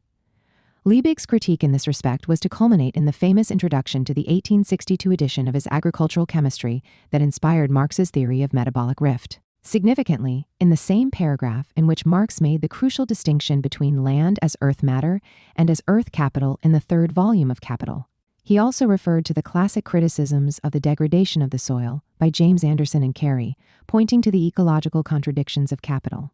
In classical political economy, the logic of which in this respect was brought out most fully by Marx, nature and labor itself a natural force, were the sources of real wealth as use values, while exploited labor power under capitalist production was the source of commodity value. The conflict that this set up between natural material use values treated as free gifts to be expropriated by capital and the system of exchange value generated the fundamental ecological contradiction of capitalist production associated with the robbing of nature. As the 8th Earl of Lauderdale, James Maitland, declared in an inquiry into the nature and origin of public wealth and into the means and causes of its increase, the system of commodity production destroyed public wealth, natural material use values, generating scarcity and monopoly, thereby enhancing private riches, exchange value, with negative consequences for human society as a whole. Neoclassical environmental economics and the valorization of natural capital, in sharp contrast to classical political economy. Neoclassical economics, beginning in the late 19th and early 20th centuries, has sought to exclude nature and use value altogether from its analysis, reducing everything to exchange value and denying the distinctiveness of the natural world as well as of human labor. It has defined capital in non-social, trans-historical terms as any asset of any kind producing a stream of income over time, a definition that leads to an endless series of contradictions, derived from the fact that it sees capital as a kind of social black box. Nature and land were thus lumped together with other forms of capital and were in effect eliminated from the analysis, with the neoclassical production function reduced to two abstract factors of production, capital and labor.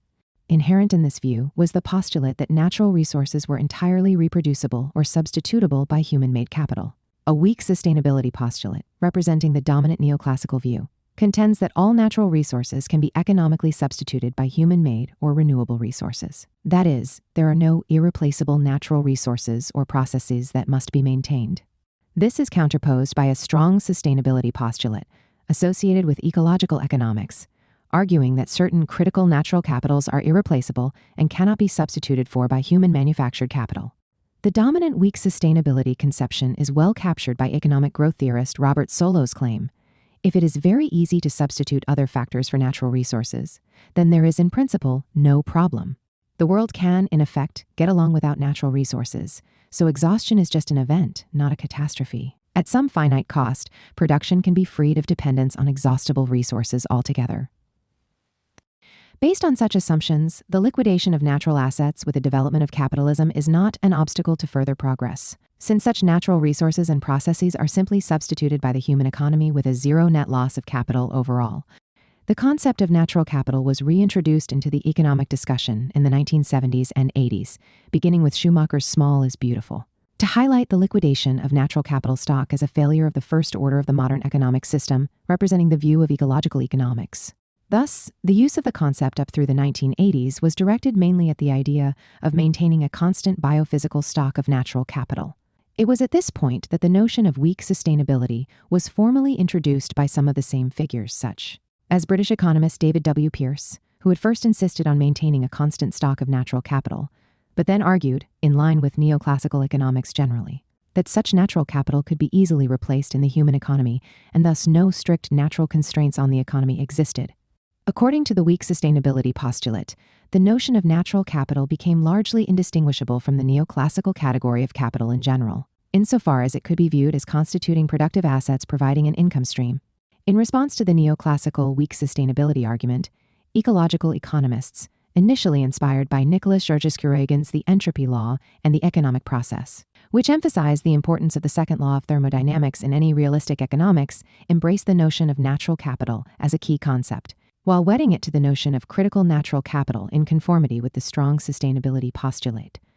Critical to the notion of strong sustainability were the three principles of sustainability introduced by Herman Daly. For a renewable source, soil, water, forest, fish, the sustainable rate of use can be no greater than the rate of regeneration. For a non-renewable resource, fossil fuel, high-grade mineral ore, fossil groundwater, the sustainable rate of use can be no greater than the rate at which a renewable resource, used sustainably, can substitute for it.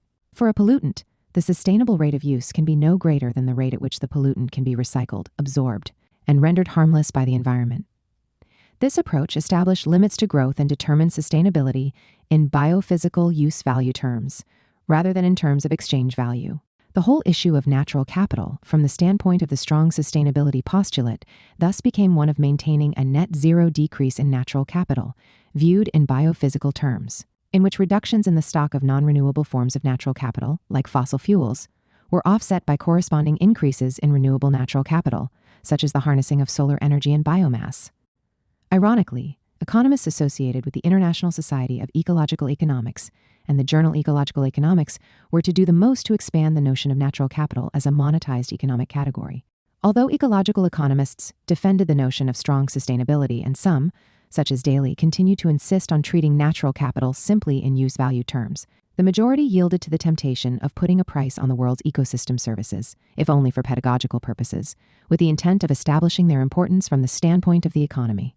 From there, it was a slippery slope toward the actual financialization of the world ecology.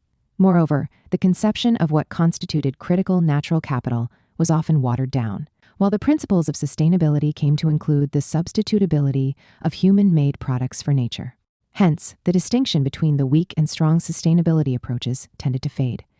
In this general slippage within ecological economics, in which much of the tradition was brought back into the dominant neoclassical fold, natural capital's ecosystem services were increasingly reduced to a strictly economic or imputed commodity value basis, to the point that there emerged what Marxian ecological economist Paul Burkett called an artificial ecumenicism between ecological economics and the hegemonic neoclassical economic tradition. Outside the relative few who stuck to the thermodynamic-based analysis of Georgescu-Roegen, or who were associated with the Marxist tradition, ecological economists found it difficult to resist the almost total dominance of the neoclassical tradition and the closely aligned corporate world. Once the natural capital concept was generally affixed to neoclassical economics, on the basis of the recognition in some way of weak strong sustainability, with critical natural capital representing an exception and subject to change under the force of technology, it was quite possible to water down the environmental analysis altogether, to the point that the potential threat such ideas posed to capitalist accumulation could be downplayed.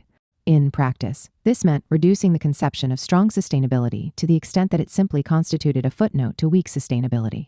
Here, the treatment of natural capital was no longer seen as an actual limit on the expansion of the system. Thus, as the World Bank stated in its 2003 World Development Report, limits to growth type arguments focus on strong sustainability, while arguments in favor of indefinite growth focus on weak sustainability. So far, the former arguments have not been very convincing, because the substitutability among assets has been high for most inputs used in production at a small scale. There is now, however, a growing recognition that different thresholds apply at different scales, local to global.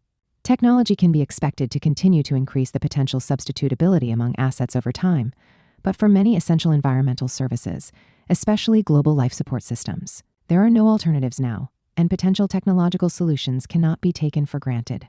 The World Bank statement subtly suggested that substitutability was high for all natural resource inputs, except in the case of production at higher thresholds, particularly where this affected global life support systems, downplaying that this was precisely the issue in a globalizing economy within a limited planetary environment, while technological solutions to such scale, if not available now, were seen as potentially available in the future.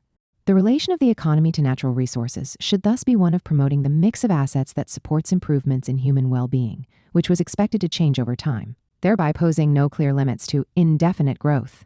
The notion of critical natural capital, that is, a strong sustainability argument, was thus carefully discounted. Entirely ignored was any consideration of the specific socioeconomic conditions governing capitalist production and the contradictions these inherently pose for the Earth system metabolism. In 1992, the International Society of Ecological Economics held a conference in Stockholm dedicated to the full operationalization of natural capital as a concept of ecological economics. In 2003, Ecological Economics published an introduction to a special issue that stated, "Natural capital is a key concept in ecological economics." This shift coincided with a struggle within the journal, in which Robert Costanza, the chief editor and leading proponent of the hybrid neoclassical ecological economic notion of natural capital, managed to remove leading systems ecologist Howard Odum and a number of other natural scientists from the editorial board, in opposition to the natural capital concept with its attempted valuing of nature on capitalist terms. Odum had promoted a way of accounting for the embodied energy inputs in the natural economy using the notion of emergy, spelled with an M, directly related to the use-value category of classical economics. This was aimed at challenging attempts to play down the opposition between the capitalist economy and natural systems, and providing a comprehensive theory of ecological imperialism. Following Odum's ouster from the journal, the concept of emergy was effectively banned from the publication. These shifts in ecological economics opened the way to measuring the natural income or welfare flows to the human economy from natural capital stock in the form of ecosystem goods and services, shortened for convenience, simply to services, thus providing putative market values for nature's contribution to economic growth. Natural capital was, in effect, redefined in market terms as the natural resource stock that provided ecosystem services to the human economy. Ecosystem services did not refer to ecosystem processes as a whole, but only to those services that could be seen as subsidizing the human economy, and thus could be separated in this way from the rest of nature. The implicit goal was accounting for, and eventually, to some extent, internalizing discernible free gifts to the capitalist market economy on the basis of imputed consumer preferences. Nature, where such benefits to the capitalist economy were absent, in effect remained devoid of imputed economic value and external to this wider natural capital conception, as if it could be sliced and diced in economic asset terms. In this respect, ecosystem services as a natural income category displaced the category of natural capital itself. Costanza, who did the most to expand the notion of ecosystem services, proceeded to lead a study titled The Value of the World's Ecosystem Services and Natural Capital, published in Nature in 1997. That provided estimates of 17 ecosystem services across 16 biomes based on a simple benefit transfer or value transfer method. The study assumed a constant per unit dollar value per hectare of a given ecosystem type, which was then multiplied by the total area of each type to obtain aggregate values. Values were obtained by relating benefits in the human economy to analogous benefits provided by ecosystem services. This constituted, in effect, a system of shadow prices based on an economist's best estimate of what price a function or thing would obtain in the capitalist market economy, rooted in what were assumed to be individual preferences. Carrying out such an analysis requires, as does capitalist expropriation as a whole, what has been called the division of nature, that is, its simplification into putatively commodifiable elements. Natural, heterogeneous, and qualitatively distinct processes are disaggregated into discrete and homogeneous value units, reducing widely incommensurable entities and processes, Darwin's complex web of relations, to monetary terms, allowing them to be aggregated to stand for global ecosystem services as a whole. While valued priced in terms of capitalist commodity relations, the 1997 Costanza study was widely acclaimed among environmentalists, if only because it gave what seemed to be hard numbers to the notion that the world economy was dependent on the world ecology, now itself reduced in terms of ecosystem services to dollars. In that study, Costanza and his co-authors depicted the value of annual world ecosystem services in 1995 as $33 trillion in current dollars, slightly less than double the $18 trillion world GDP. The notion of natural capital valuation was further advanced in the Millennium Economic Assessment in 2005, which took as its main message the dangers of the running down of natural capital assets and neglect of environmental services across the globe. The United Nations was to launch a system of environmental economic accounting, utilizing the natural capital ecosystems services approach. In 2014, in an updated analysis, Changes in the Value of Global Ecosystem Values, Costanza and his colleagues estimated that world ecosystem services in 2011 were equal to $145 trillion annually in 2007 dollars, compared to a world GDP of approximately $73.60 trillion. Yet while current attempts to place values on nature can serve useful pedagogical roles and help enhance strategic planning, they are increasingly being integrated with goals of capital accumulation. As Friends of the Earth noted in the Financialization of Nature, promoting ecosystem markets involves the same methodologies and institutions for pricing and trading which were developed for economic evaluation. Thus, over the last 3 decades, the history of ecosystem services research has been accompanied by a parallel history of ecosystem function commodification, operating through universities, governments, and businesses, using the same language and methods of ecosystem services accounting, but further extending the analysis to the creation of actual natural capital markets.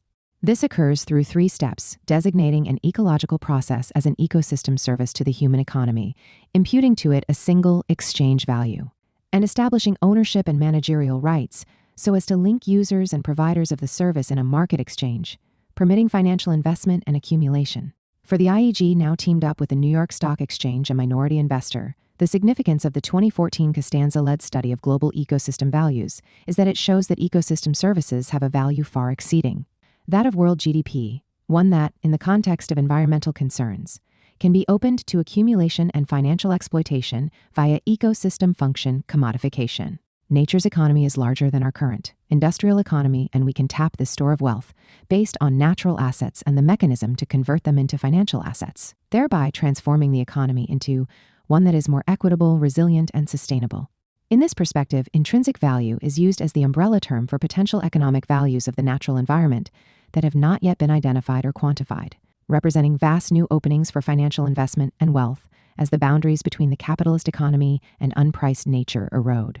Accumulation of natural capital and the financialization of nature.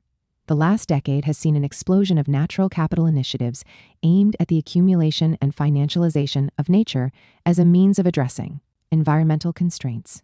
In 2011, the UK Environment Bank, a private institution devoted to the financialization of nature, received £175,000 from the Shell Foundation to aid it in the development of markets for ecosystem services. Since 2012, the Natural Capital Committee of the UK Government and the UK Department for Environment, Food, and Rural Affairs have been promoting a natural capital aggregate rule based on the notion of net zero losses in natural capital in economic value terms.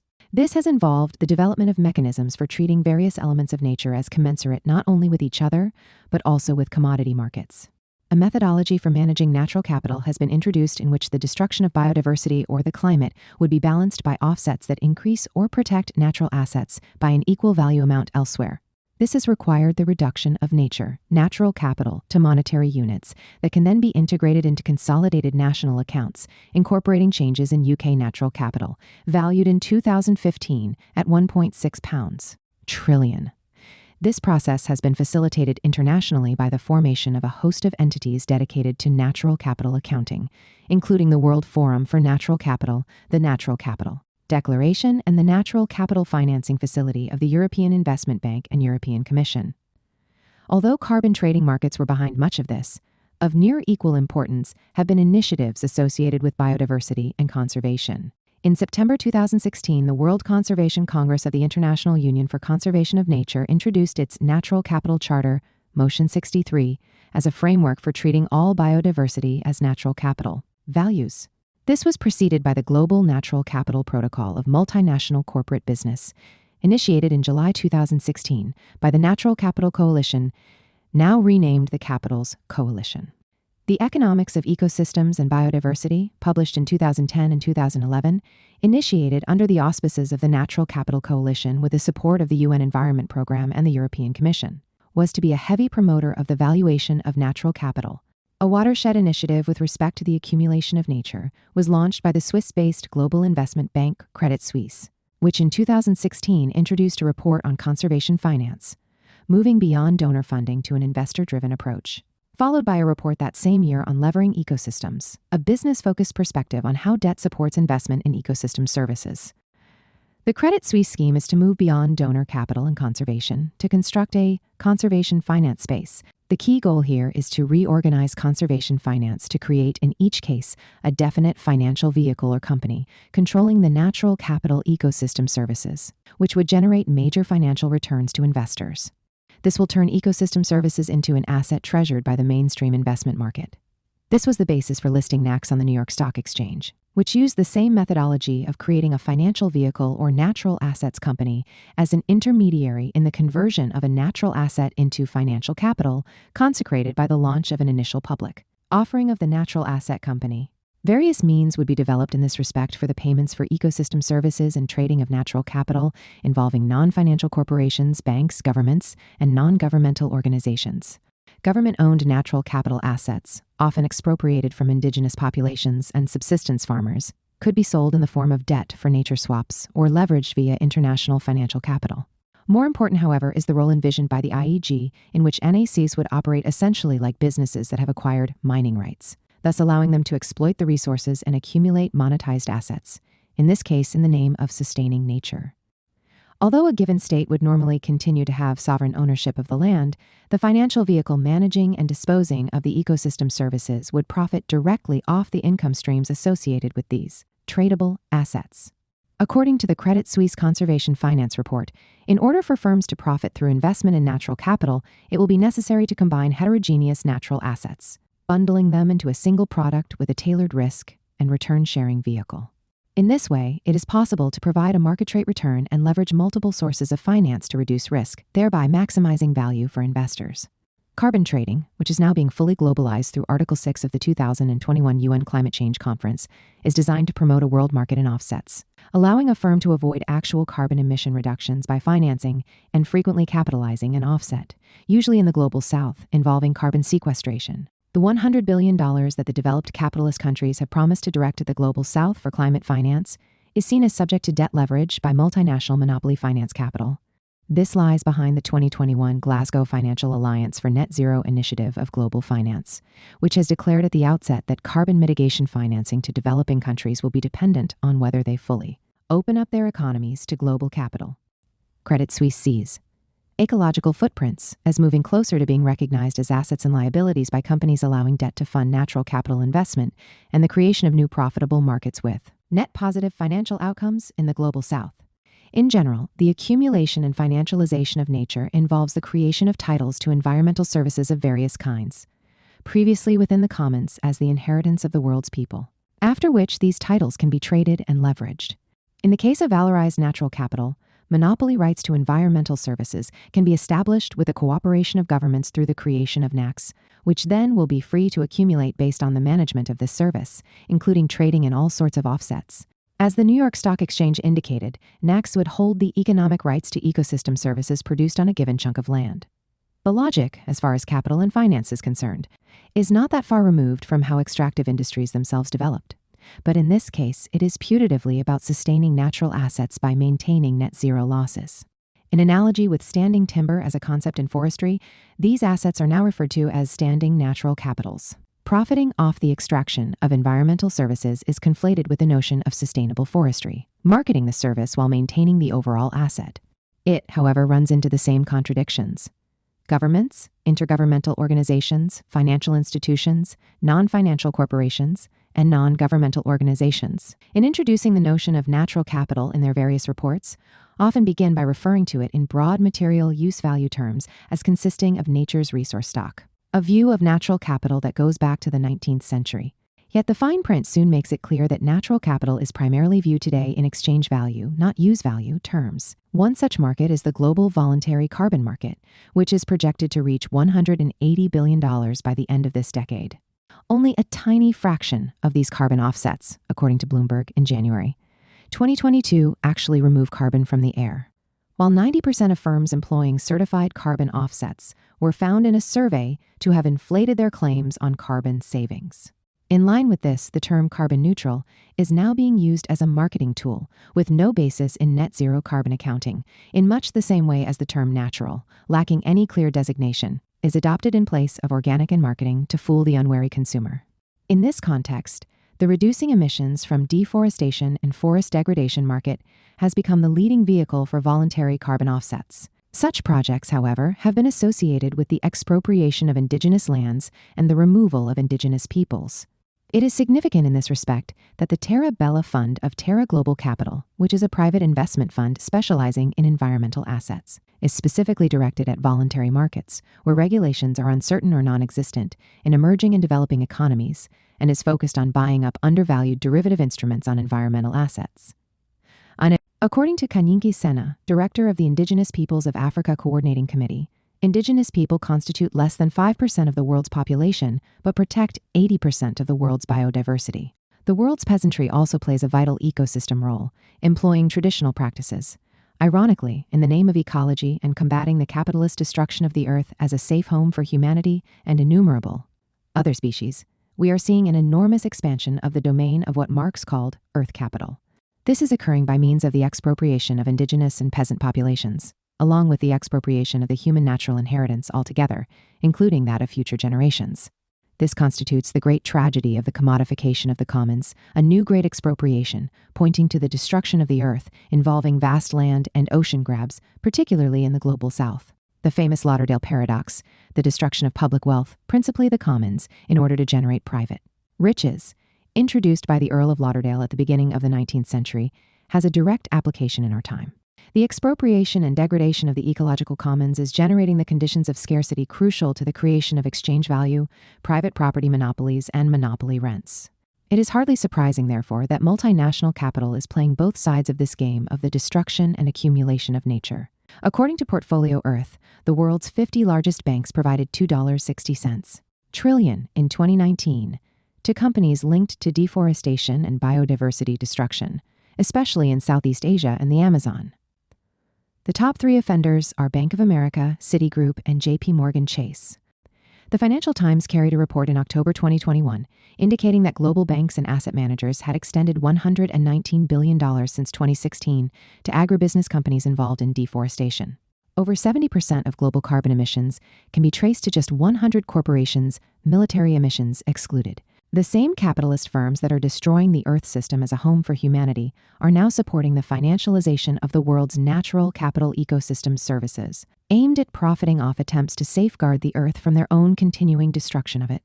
In this conception, profits can be made on both sides of the ledger, by contributing to the creative destruction of nature as part of the accumulation of capital, and by profitably investing so as to ensure a zero net loss in total human and natural assets. It would be an understatement to refer to this as a planetary level protection racket raised to the level of the capitalist economic system as a whole, against the accumulation of nature. The concept of natural capital, including the earth as a capital stock, was introduced in 19th century political economy and environmental discussions, primarily within the socialist and radical traditions, as a way of emphasizing that real wealth consisted of natural material use values as opposed to the commodified exchange values of the capitalist economy. Those figures within classical political economy who initially focused on the conservation and common human ownership of material use values as constituting real wealth, opposed land monopolies and the confiscation, commodification, and destruction of nature in the interest of capital accumulation. Such arguments with regard to natural capital could already be seen in the writings of Considerant, Jones, Marx, Waring, Carey, and Liebig, among others. When Schumacher revived the concept of natural capital in 1973 in Small is Beautiful, he was operating, as he was well aware, in this same basic tradition, seeing natural capital as constituting use values or natural resources that could not be quantified, but represented a stock of real wealth that was being liquefied by capitalist production. As he wrote, "To measure the immeasurable is absurd and constitutes, on the part of the economist, but an elaborate method of moving from preconceived notions to foregone conclusions. All that one has to do to obtain the desired results is to impute suitable values to the immeasurable costs and benefits of nature. The only real result of such an endeavor was to perpetuate the myth that everything has a price, or in other words, that money is the highest of all values." As we have noted, Marx and Engels in the German ideology initially used the concept of natural capital to refer to the natural form of the commodity tied to use value and its concrete physical form. In its initial development coming out of the Middle Ages, they argued that capital was tied to physical space, in the sense of land space, involving definite material inputs, and in this sense could be regarded as a form of natural capital. This was contrasted to the subsequent development of mobile capital based on an exchange value and the circulation of financial claims to wealth. However, the term natural capital was dropped by Marx by the time he wrote The Poverty of Philosophy only a year later, given his critique of the naturalization of capitalism. In its place, he introduced a more ecological distinction between the earth or land as a natural material entity or earth matter versus the category of earth capital, the latter representing nature, for example, the soil or a waterfall, turned into capital. The accumulation of earth capital, though indispensable to capital accumulation, led in Marx's view to the disruption of the universal metabolism of nature in favor of capitalism's alienated social metabolism, thus developing an irreparable rift in the metabolism of nature and society, or metabolic rift. Here, Marx's analysis was much influenced by the work of Waring, Carey, and Liebig, who wrote of the robbing of the earth's capital stock, a notion that Marx was to make central to his notion of metabolic rift. In Marx's own terms, what was being robbed through the accumulation of earth capital was the material metabolism and reproductive basis of the earth as matter material nature itself. Capitalism was to be conceived as a form of creative destruction, in which the destructiveness of the system would overwhelm its creative side. As he observed, capital is in practice moved as much and as little by the sight of the coming degradation and final depopulation of the human race as by the probable fall of the earth into the sun. 5a. Rational. Sustainable relation to the earth was impossible under the regime of capital, since it saw the earth either as a mere free gift to capital accumulation or as transformed into earth capital. In either case, the ecological system was robbed. There was nothing eternal about terre capital, which existed on the basis of the capitalization of nature. Only terre matière, constituting the realm of natural material existence, the universal metabolism of nature, was eternal. Natural capital, Daly insists, should be seen in use-value terms, based on the relations of physical stocks and flows, not prices and monetary valuation. Yet, the notion of natural capital has to be seen as a dangerous one altogether in a capitalist society. Rather than embodying a distinction, as in Marx's analysis, between earth matter and earth capital, it is easily incorporated into an all-inclusive ahistorical notion of capital, which is treated as homogeneous and to be measured in terms of the single yardstick of exchange value. In this respect, it is crucial to remember that capitalism is a system of accumulation geared to exponential expansion, hence leading to the drawing down of natural resources. It represents the very opposite of conservation. It therefore cannot accept material limits or boundaries, which are viewed simply as barriers to be surmounted. Faced with environmental constraints, the dominant economic approach is, therefore, to incorporate ecosystem services into the economy by placing capital values on it and selectively integrating it with capital accumulation itself, a process made easier by the fact that capital makes nature scarcer and more marketable by destroying it. Valuing nature simply by its ecosystem services to a capitalist economy is inevitably destructive of nature, with the concept of ecosystem services inviting the extreme division of nature in capitalist terms, since it has as its initial basis the cutting of nature into discrete pieces to be valorized. In the context of the overall financialization of the world economy, vast amounts of surplus free cash, the growth of financial bubbles, and the promotion of debt peonage in the global south, the financialization of nature is likely to intensify the volatility of the capitalist economy itself. Nevertheless, it is the environmental bubble generated by the financialization of nature that is most dangerous. In what amounts to a victory of notions of weak sustainability, it is often contended that the continual destruction of nature required by capital accumulation can be offset by the valorization of nature and its internalization within the logic of capital itself, so that there is no net loss of natural capital in economic value terms, and the exponential increase of capital accumulation in a limited environment is allowed to proceed. New financialized ecosystems can help support the entire system. If nature is itself capital, the argument goes, there is simply no problem. The destruction of one species, or of a whole ecosystem, can be compensated for by natural capital that provides ecosystem services for the economy elsewhere. In the words of Solow, representing the neoclassical view of sustainability, history tells us an important fact, namely that goods and services can be substituted for one another. If you don't eat one species of fish, you can eat another species of fish. Resources are, to use a favorite word of economists, fungible in a certain sense. They can take the place of each other. That is extremely important because it suggests that we do not owe to the future any particular thing. There is no specific object that the goal of sustainability, the obligation of sustainability, requires us to leave untouched. Sustainability doesn't require that any particular species of fish or any particular tract of forest be preserved. Like most capitalist economists, Solow fails to recognize that each species and each ecosystem is unique, and that extinction is irreversible, affecting the whole complex evolution of the Earth system. For Credit Suisse, conservation finance is about turning nature into fungible cash flow and products in precisely Solo's sense. Species and ecosystems may be treated as commensurable and substitutable in the economic value terms of the capitalist economy, but in reality, they are incommensurable and irreplaceable. Their individual demise represents real ecological consequences. To think otherwise is to fall prey to what Marxist geographer David Harvey called the madness of economic reason, in which there are no limits, quantitative or qualitative, to the valorization and financialization of capital, conceived as value in motion, absorbing all of reality, including nature itself. As ecological economist John Gowdy declared, the concept of natural capital as it is now employed contains two contradictory concepts: natural, indicating a world governed by biophysical laws, and capital, indicating a world governed by the laws of market capitalism. 4. Attempts to overcome this contradiction by subsuming material nature within capital run into the contradiction that Marx expressed between the earth as natural material and the earth as capital. For Marx, human production and extra-human nature had to be seen as complementary and coevolutionary, requiring that natural systems be maintained in terms of their material flows and complex web of relations, preserving the metabolism of humanity and nature for the entire chain of human generations and for the sake of life on earth itself, in accord with the principle of acting as good heads of the household. In the classical Marxian view, as emphasized by Ernst Bloch in The Principle of Hope, nature and humanity are co-productive, in the sense that the creation slumbering in the womb of nature are the material basis of all human productivity. What this means is that other, wider ecological principles, applicable to both natural and human systems, need to displace current attempts to solve the planetary crisis generated by capitalism by simply absorbing the earth itself within the logic of the system, extending commodity fetishism to the realm of nature.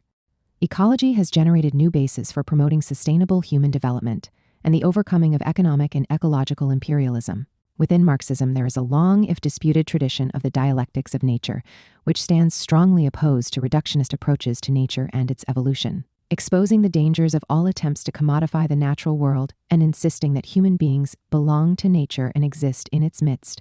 And all our mastery of it consists in the fact that we have the advantage of all other creatures of being able to learn its laws and apply them correctly. Such a critical, dialectical, and materialist perspective requires the abandonment of both the naturalization of capital and the capitalization of nature, as well as the recognition of the inescapable social character of capital, associated with a particular historical system, capitalism. Only an ecological and social revolution that would allow humanity as a whole, the associated producers, to regulate the human social metabolism with the earth in a rational and sustainable way, in accord with a broad scientific understanding and with the aim of promoting genuine free human development, can offer a way out of the current planetary crisis. 5. The defense of nature, resisting the financialization of the earth. On October 28, 2021, political leaders in the Malaysian state of Sabah on the island of Borneo signed an agreement with the Singapore shell company HOK Standard without the knowledge of indigenous communities, giving the company title to the management and marketing of natural capital ecosystem services on 2 million hectares of a forest ecosystem for 100 to 200 years.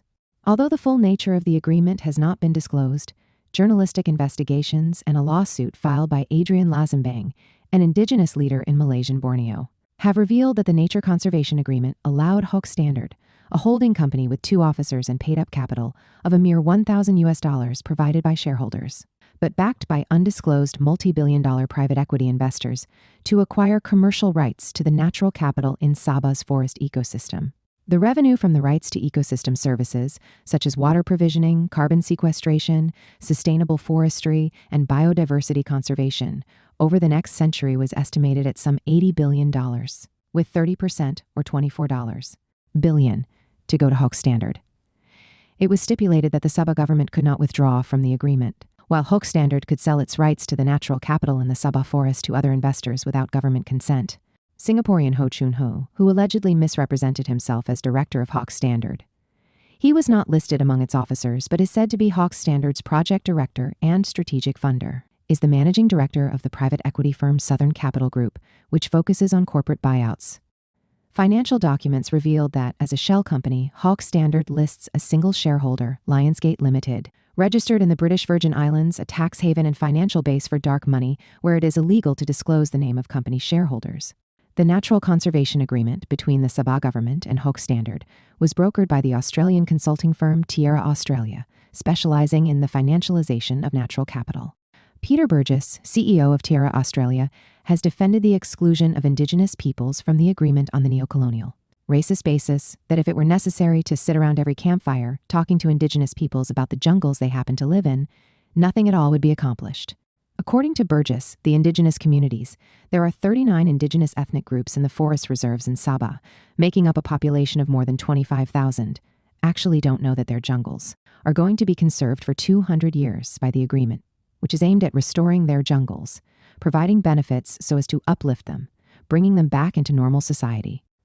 Tierra Australia is closely connected to major multinational banks in the capitalist core, such as Credit Suisse and HSBC, along with major Singapore banks, all of which have been heavily involved in investments in natural capital. It has partnered with Hawke Standard, along with Harvard, the Massachusetts Institute of Technology, and Cornell, in devising natural capital platforms for private investment. The two chief promoters of the Sabah-Hawke Standard deal are Stan Lasse-Golokin, signing for Hawke Standard, and Jeffrey Kittingen, representing the Sabah government. Golokin is a business partner of Burgess at Tierra Australia and is linked to 11 companies registered in the British Virgin Islands. He was listed as an associate of 4 companies included in the Panama Papers, a leaked database on global elite financial dealings.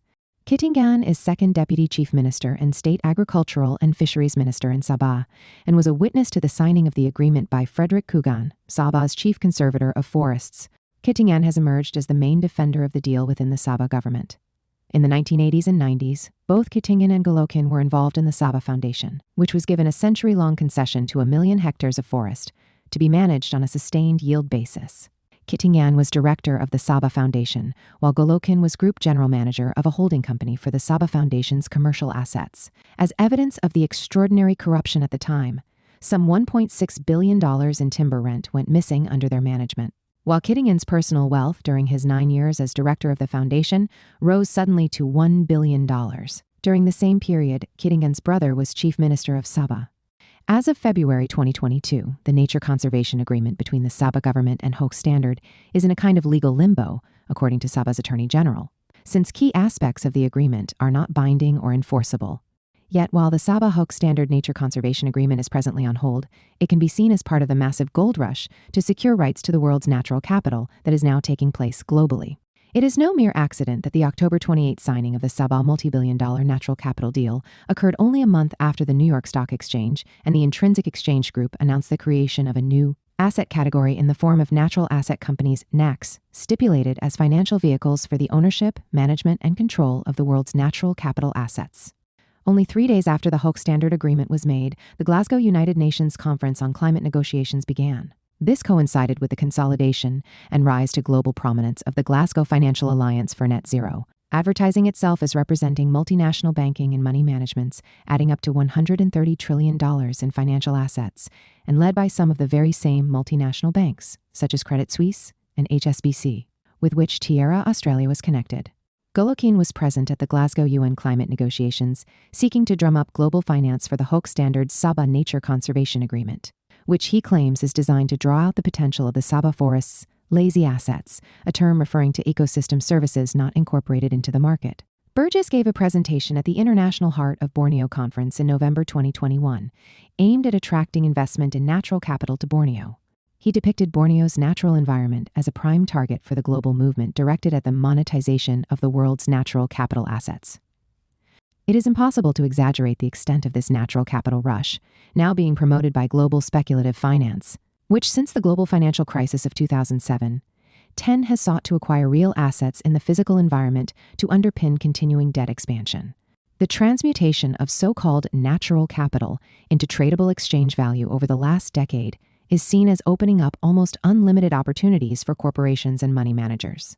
In 2012, the Corporate Eco Forum, a group of 24 multinational corporations including Alcoa, Coca-Cola, Dell, Disney, Dow, Duke Energy, Nike, Unilever, and Weyerhaeuser, published the New Business Imperative, valuing natural capital in conjunction with the Nature Conservancy, insisting that the then estimated $72 trillion of free goods and services associated with global natural capital and ecosystem services be monetized for the purpose of more sustainable growth.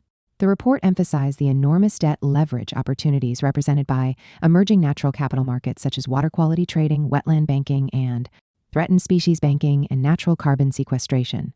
As a result, It was imperative to put a price on nature's value, or, stated differently, a monetary value on what nature does for. Boosie Ness's The Future of the Capitalist Economy lay in ensuring that the market pay for once free ecosystem services, which could thereby generate new economic value for those corporations able to convert titles to natural capital into financial assets. In 2016, more than 50 multinationals, led by firms such as Dow, Coca-Cola, Nestle, and Shell, joined with Conservation International in the Natural Capital Coalition, now known as the Capitals Coalition, to develop the Natural Capital Protocol. This was directed at designing a framework for the monetization of the world ecology, using fabricated shadow pricing systems based on the capitalist market system. The Natural Capital Protocol was soon accompanied by other initiatives like the Natural Capital Charter, introduced the same year by the International Union for the Conservation of Nature. Costanza and his associates valued the world's 17 ecosystem services associated with 16 biomes in 2011 at $145 trillion annually in 2007 dollars. The net present value of these ecosystem services, discounted at 1% over the remainder of this century, was estimated to be worth over $4 quadrillion, $4,000 trillion, the intrinsic exchange group. Now updating the value of world ecosystem services to $5 quadrillion sees this as representing a virtually unlimited set of metaphorical gold mines for the taking by natural asset corporations.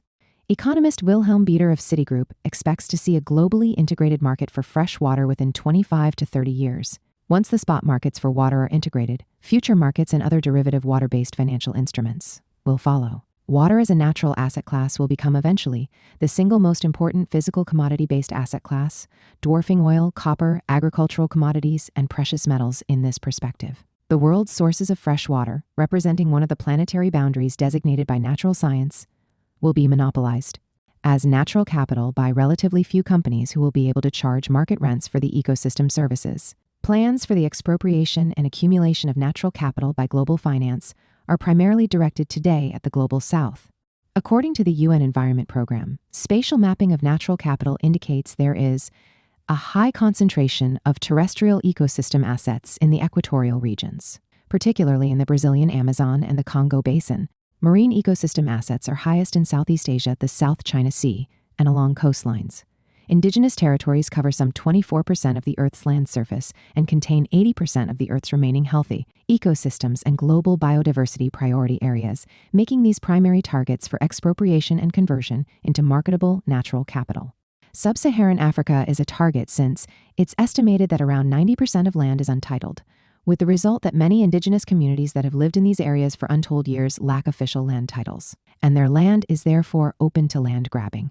The African Forum on Green Economy, working with the Natural Capital Coalition and the World Wildlife Fund, stated in 2020 that natural capital is part of a wider economic system, implying that Africa's ecosystems can be completely subsumed within the capitalist economy. The implications of this rapid financialization of nature, which is promoting a great expropriation of the global commons and the dispossession of humanity on a scale exceeding all previous human history, are vast. This great expropriation is being justified on the grounds of saving nature by turning it into a market, thereby replacing the laws of nature with the laws of commodity value.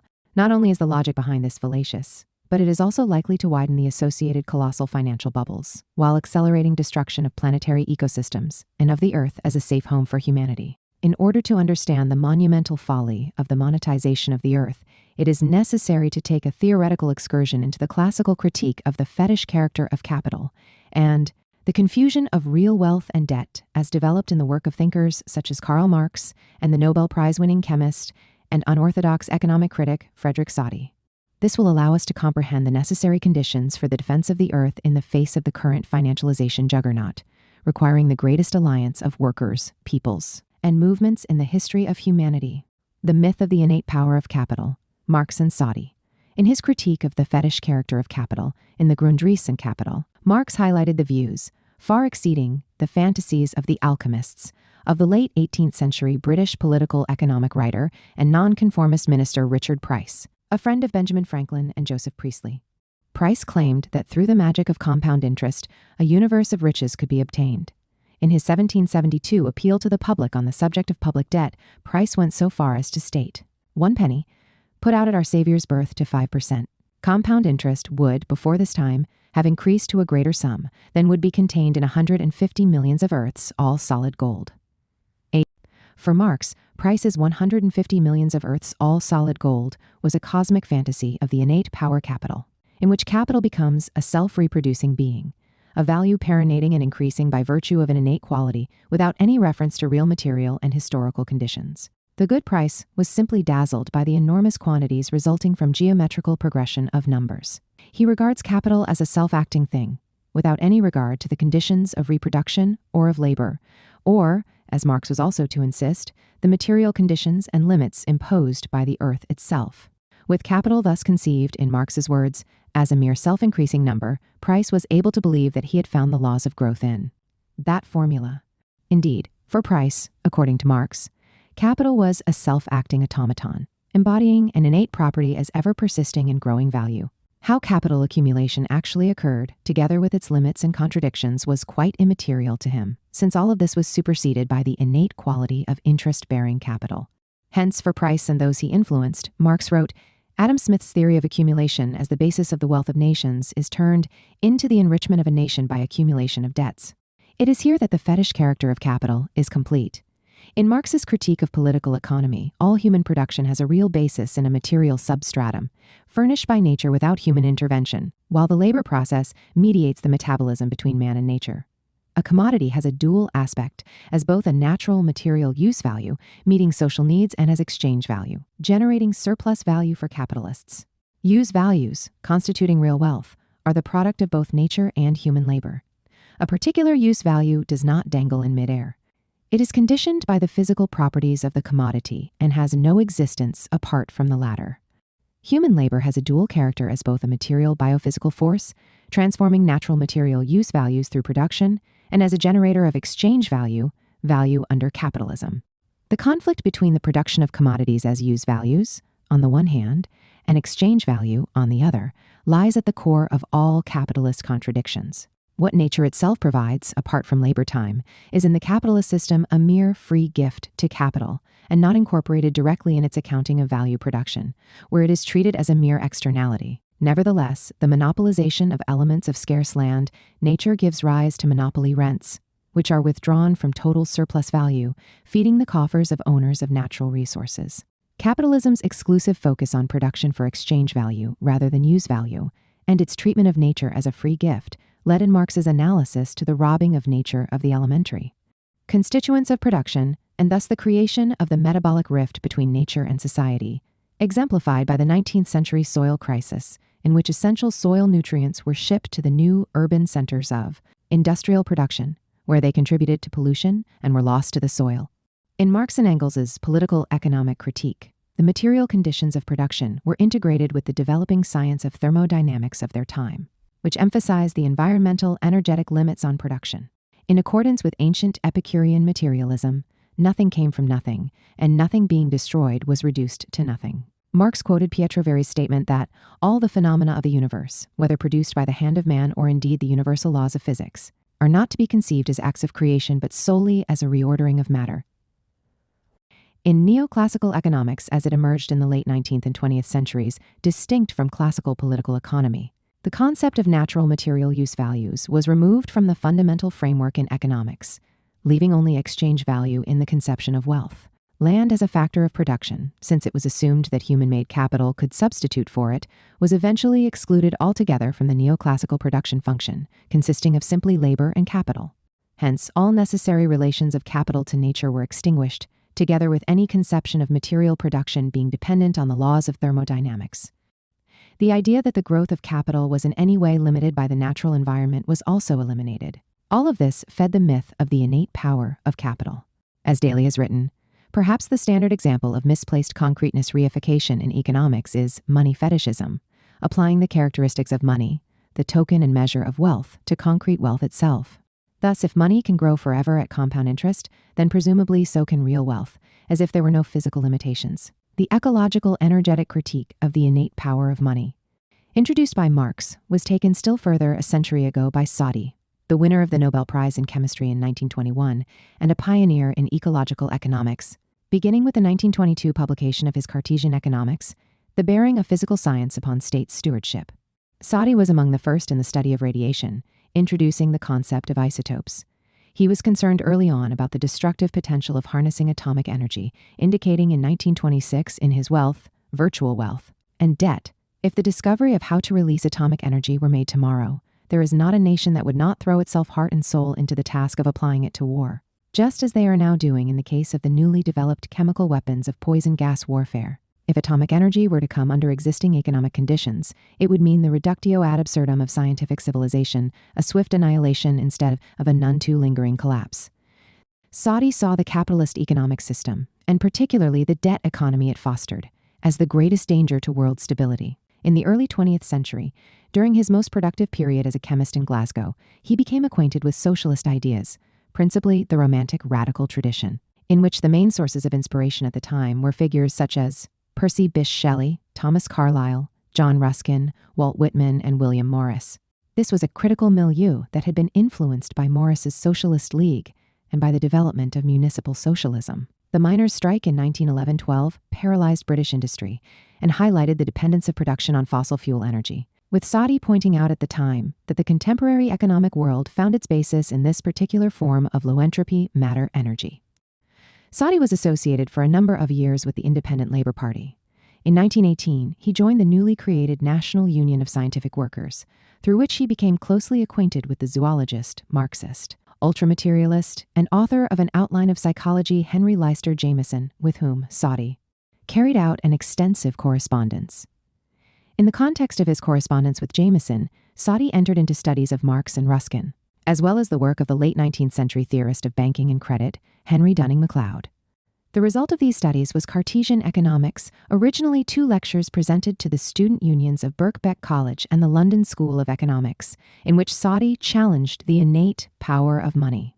Cartesian Economics was published the same year as the presentation of Soddy's 1922 Nobel lecture, and marked a decisive shift in his work from research in chemistry to the criticism of economics and the role of money, emanating from the energetic standpoint of thermodynamics. Soddy, like Ruskin, entered the economic discussion as an outsider with only a cursory knowledge of economics, coupled with a radical perspective. Hence, his views have generally been ignored by the economics profession. In approaching economics from the standpoint of natural science, he brought back the notion of real wealth as the useful embodiment of matter energy, thereby questioning the exchange value orientation of the capitalist economy. Like Ruskin, he saw wealth as life, or as metabolism, associated with the rational utilization of energy flows, ultimately derived from the sun. Wealth was the humanly useful forms of matter and energy. All human production was rooted in energy flows, and it was of this that real wealth was composed.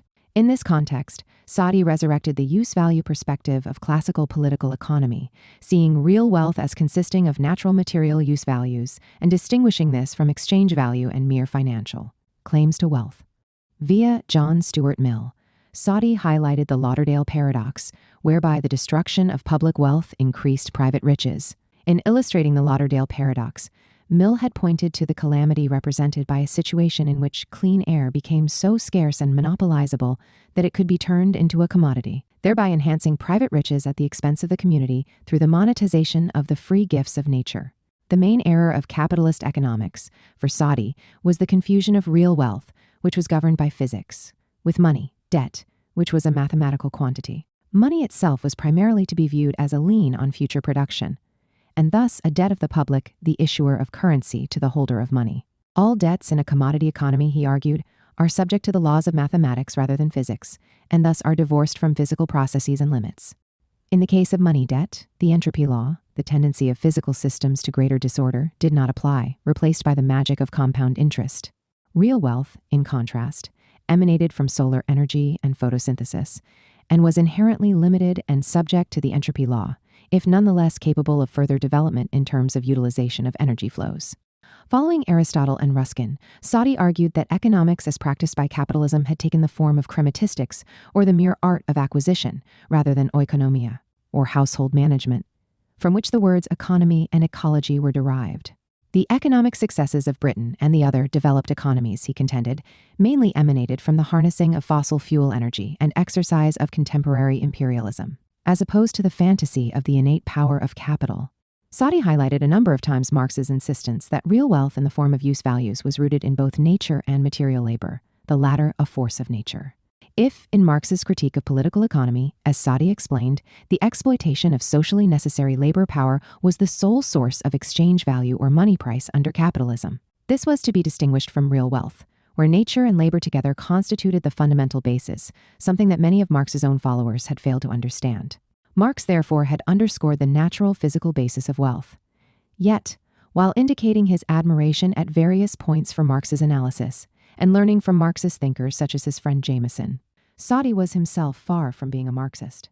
Moreover, by the time he wrote The Role of Money, in the 1930s, he had moved away altogether from the socialist critique of capitalism and towards schemes for radical monetary reform.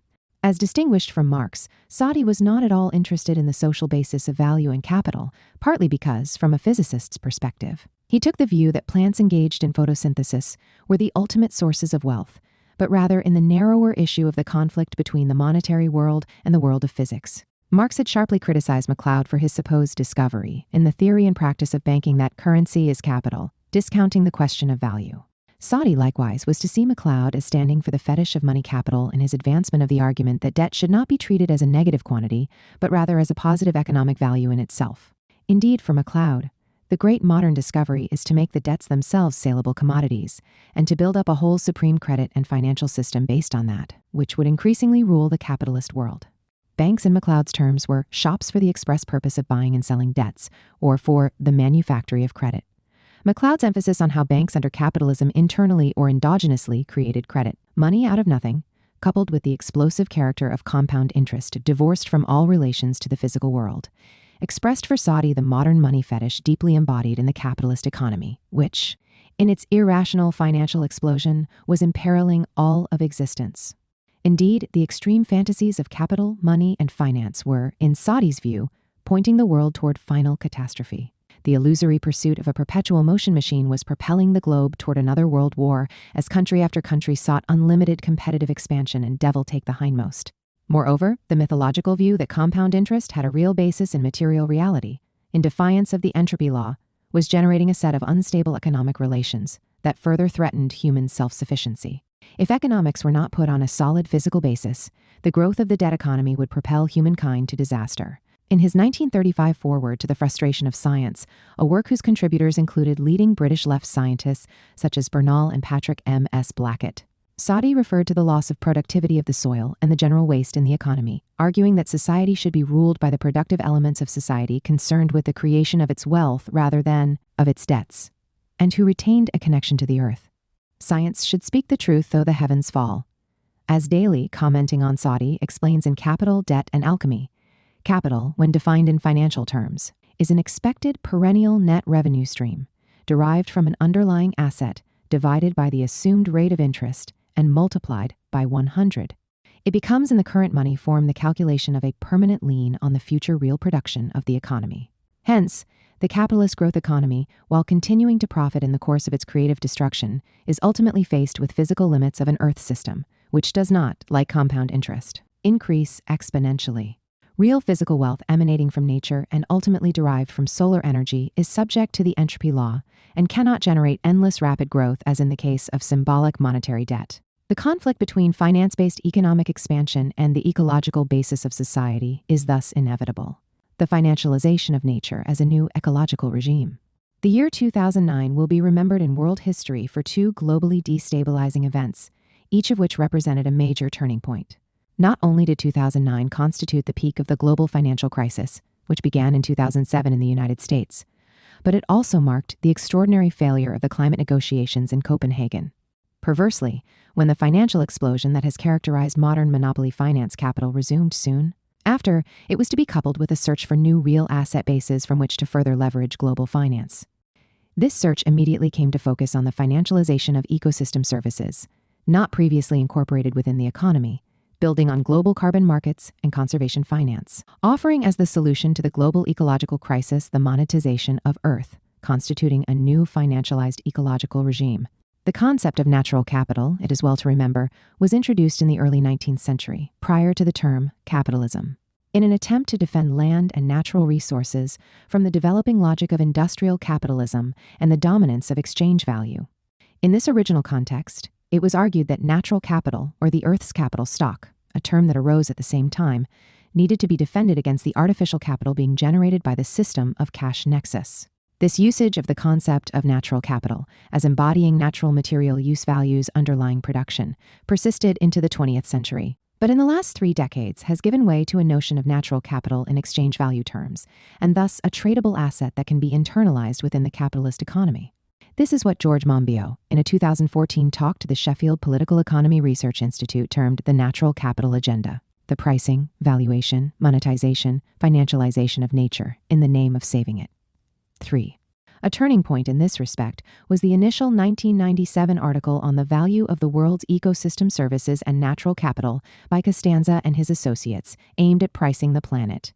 This relied on a reductive approach that applied a system of artificially fabricated prices derived from capitalist market relations to significant parts of a given ecosystem service or function, such as the production of atmospheric oxygen or the synthesis of carbohydrates by plants. Each ecosystem service was then given a single dollar price, followed by the aggregation of all 17 of the world's ecosystem services. Such a system of imposed tradable values is based on treating incommensurable natural processes as commensurable. In such costing of the earth, demand curves are constructed by determining the consumer's willingness to pay. However, since actual markets for ecosystem services do not exist, that is, they are not commodity products that are actually bought, consumers' willingness to pay is imputed by various methods, known as hedonic pricing and contingent valuation. In hedonic pricing, valuation is made by drawing parallels with closely associated marketed services. Thus, in the United States, a category known as wildlife fish user days has been utilized to calculate the worth of various species of wildlife in cost-benefit analyses. For example, in determining whether it is economical to eliminate wildlife by constructing a dam.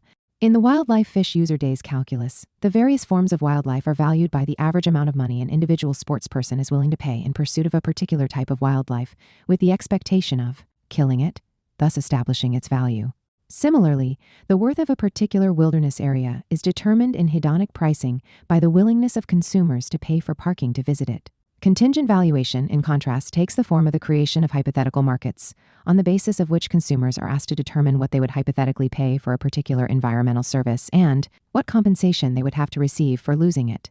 Based on such studies of inferred consumer preferences, Costanza and his associates apply a benefit transfer or value transfer method, extrapolating the imputed value for a particular ecosystem service in one localized context, such as the water purifying role of a particular river system where consumer preferences have been established, and then extending that to entirely different ecological contexts on which studies have not taken place.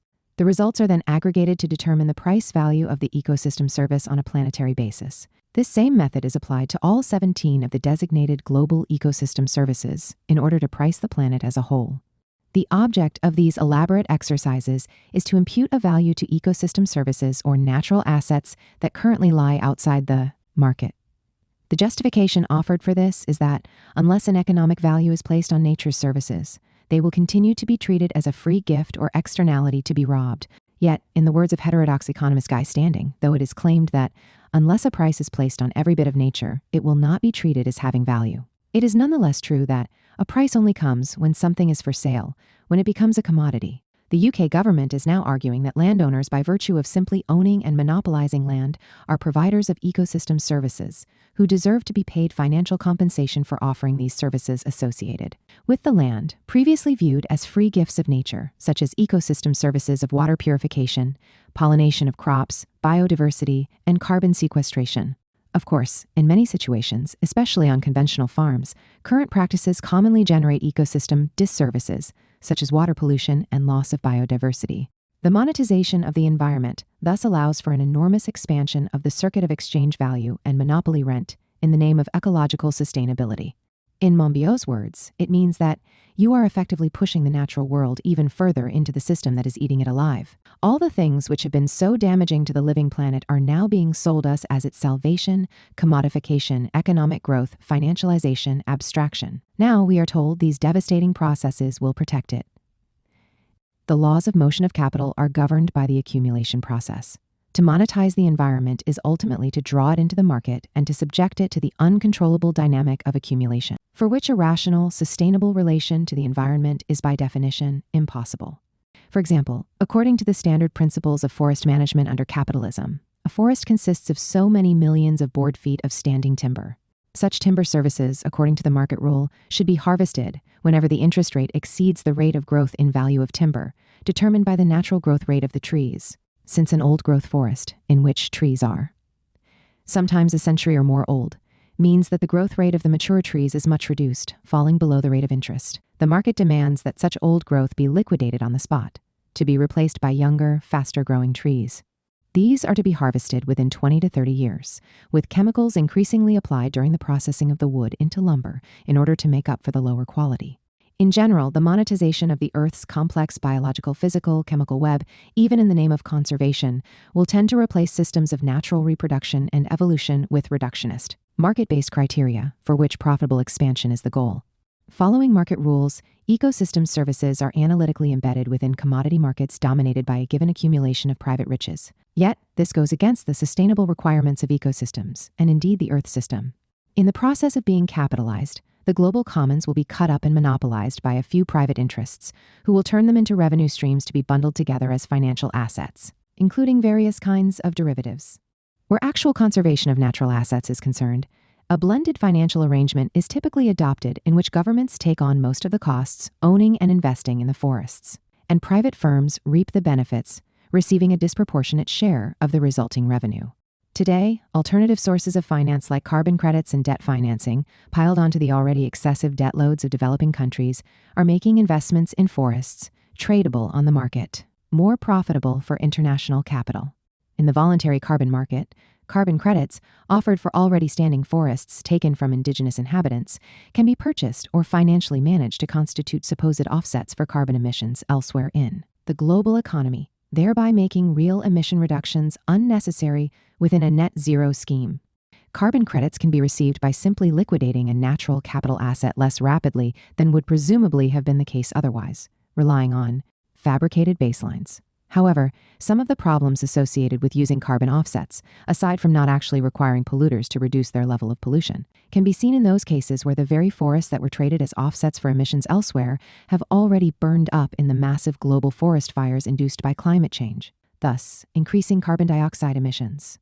In 2012, the UK Ecosystems Market Task Force referred to the need for harnessing city financial expertise to assess the ways these blended revenue streams and securitizations of natural capital assets enhance the return on investment of an environmental bond. Commenting on this and on the overall logic of the natural capital agenda, Monbiot wrote, "What we are talking about is giving the natural world to the City of London, the financial center, to look after. What could possibly go wrong? Here we have a sector whose wealth is built on the creation of debt. That's how it works, on stacking up future liabilities. Shafting the future in order to serve the present, that is the model. And then that debt is sliced up into collateralized debt obligations and all the other marvelous devices that worked so well last time around. Now nature is to be captured and placed in the care of the financial sector.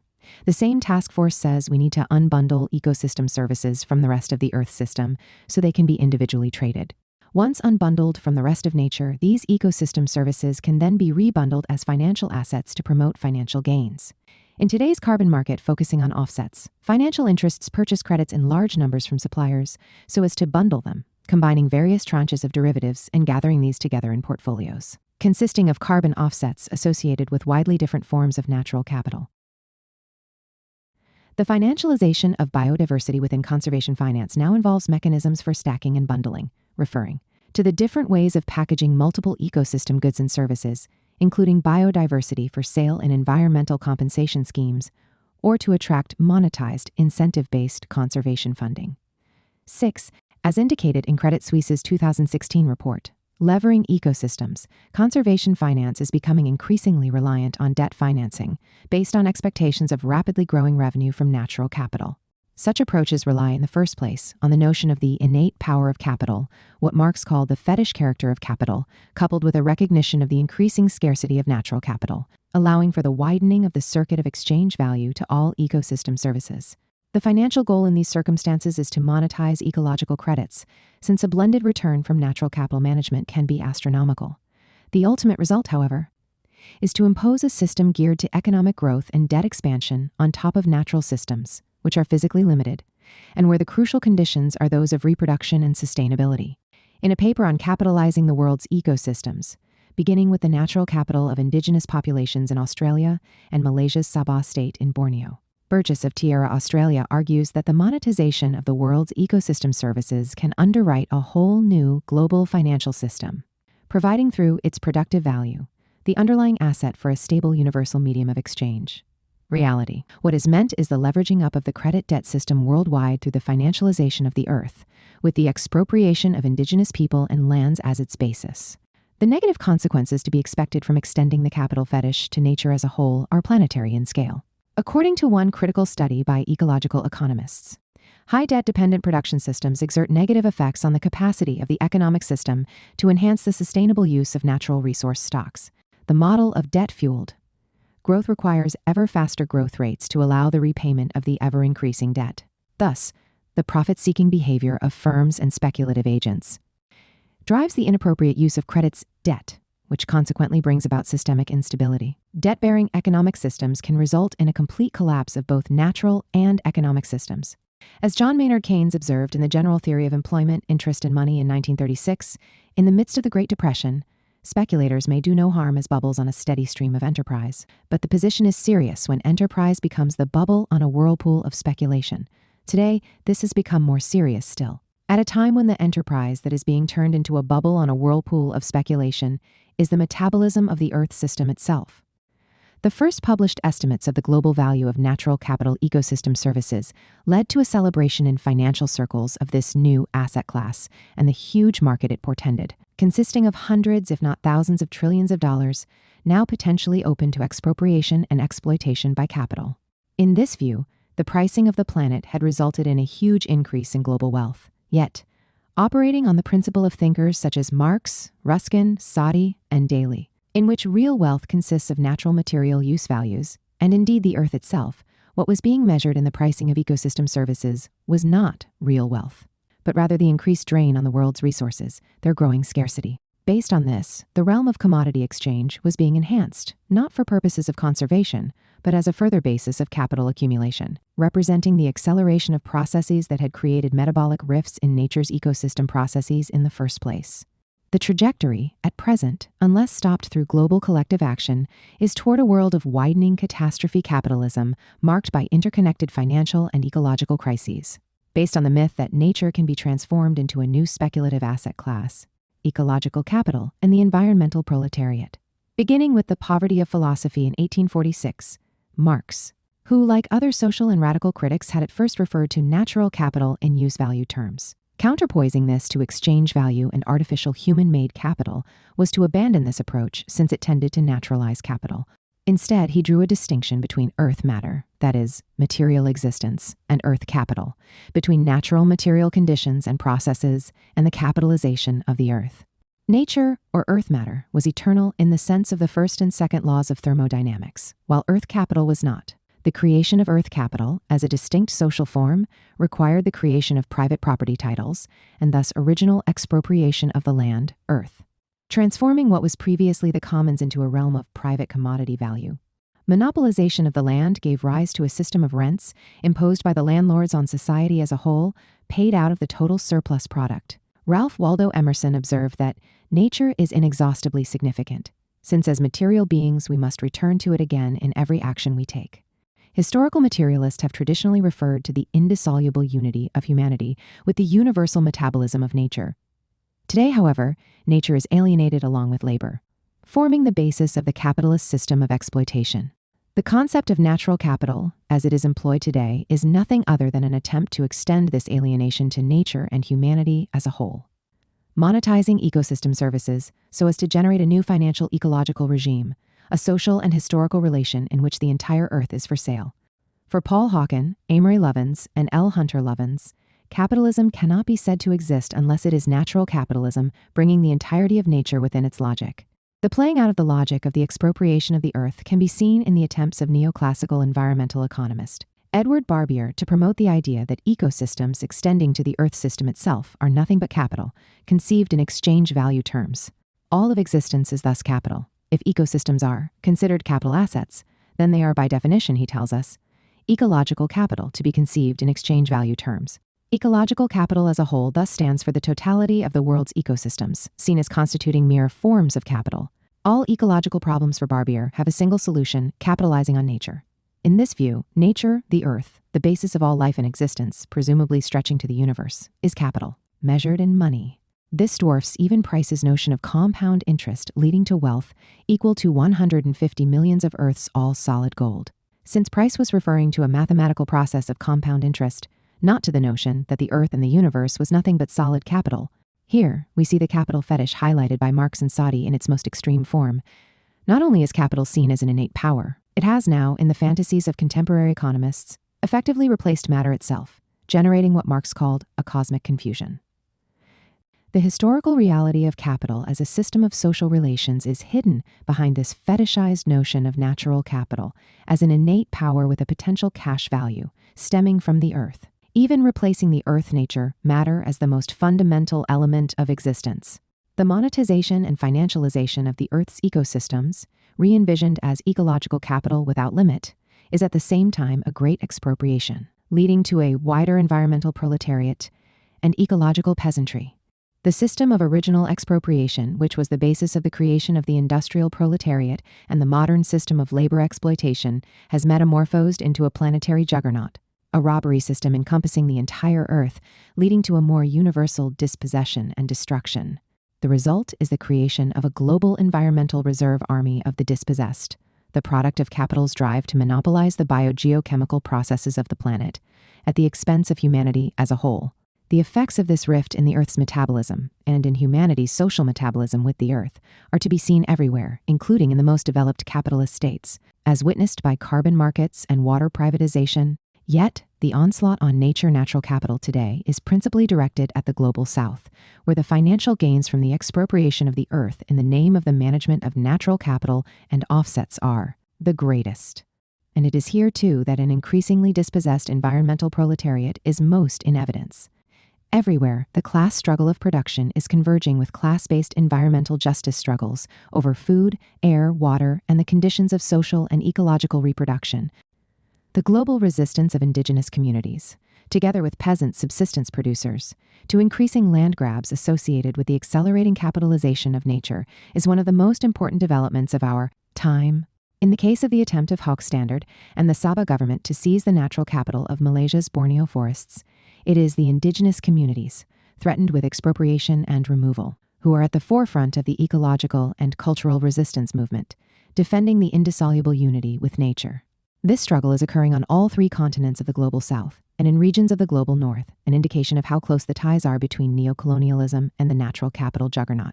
In Kenya, for example, members of the Sengwer community, who over the last decade and a half have faced forced mass evictions at gunpoint and the burning down and destruction of their villages by the Kenyan Forest Service in alignment with international capital, are waging a struggle to defend the forest and water towers. Rainfall in mountains and highlands becomes water sources for lowland irrigation and human consumption. Many African states inherited a dual land system from the earlier colonial era, which has continued in the post-colonial period. In Zambia until early this century, for instance, 94% of the land was held on the basis of customary rights, while all land was also formally held by the state. Now, with corporate-induced land grabs, frequently supported by governments, indigenous and peasant communities are having their land seized by large private foreign-based interests. In Zambia, peasants have been fighting a battle against the financial expropriation of their land by Agrivision Africa, which has as one of its investors the World Bank's International Finance Corporation. Some countries such as Ghana and Botswana have promoted laws that give customarily held lands the legal clout of private property. But in most of sub-Saharan Africa, indigenous land rights are tenuous in private property terms. Given growing scarcity of resources and the incessant drive for natural capital, indigenous people and smallholders are fighting to defend their lives, communities, and lands. In this context, the fact that such populations are generally the best stewards of the earth are frequently shunted aside by corporations in the drive for turning nature into gold. A key basis for resistance to natural capital colonialism is agroecology, presented as a more rational ecological alternative. La Via Campesina initiated its global campaign for agrarian reform in 1999.85. The landless workers movement in Brazil has also played a leading role in fighting against the capitalization of nature. In the words of João Pedro Stedel, the national coordinator of the landless workers movement, when you set up a car factory, you expect to obtain a 13% per year profit. When you take control of a natural resource and turn it into a product, like water, for example, you have profits of over 700%. That's what they are after. India's massive farmers' movement in 2020 represented an enormous mobilization of small farmers against the growing agribusiness domination of Indian agriculture and the attempts to turn the earth and food into capital. In the United States, the massive 2020 solidarity, George Floyd protests emanating largely from the working class and youth in support of a Black-led movement, can be seen as an indication of the level of resistance to racial capitalism only waiting to burst out as material conditions, particularly in urban-built environments, polarize. In all of these struggles and numerous others, the goal is ultimately one of sustainable human development, necessarily coupled with resistance to capitalism, racism, colonialism, imperialism, and ecological devastation. Within this wider collective perspective, in agreement with natural science, human production is properly viewed as complementary with natural material systems and cannot be reduced to a universal system of commodity value, based on the fallacious notion that all of existence is commensurate with and can be measured in terms of money. The goals governing the struggle for a viable future are necessarily those of substantive equality and ecological sustainability, together defining socialism in our time.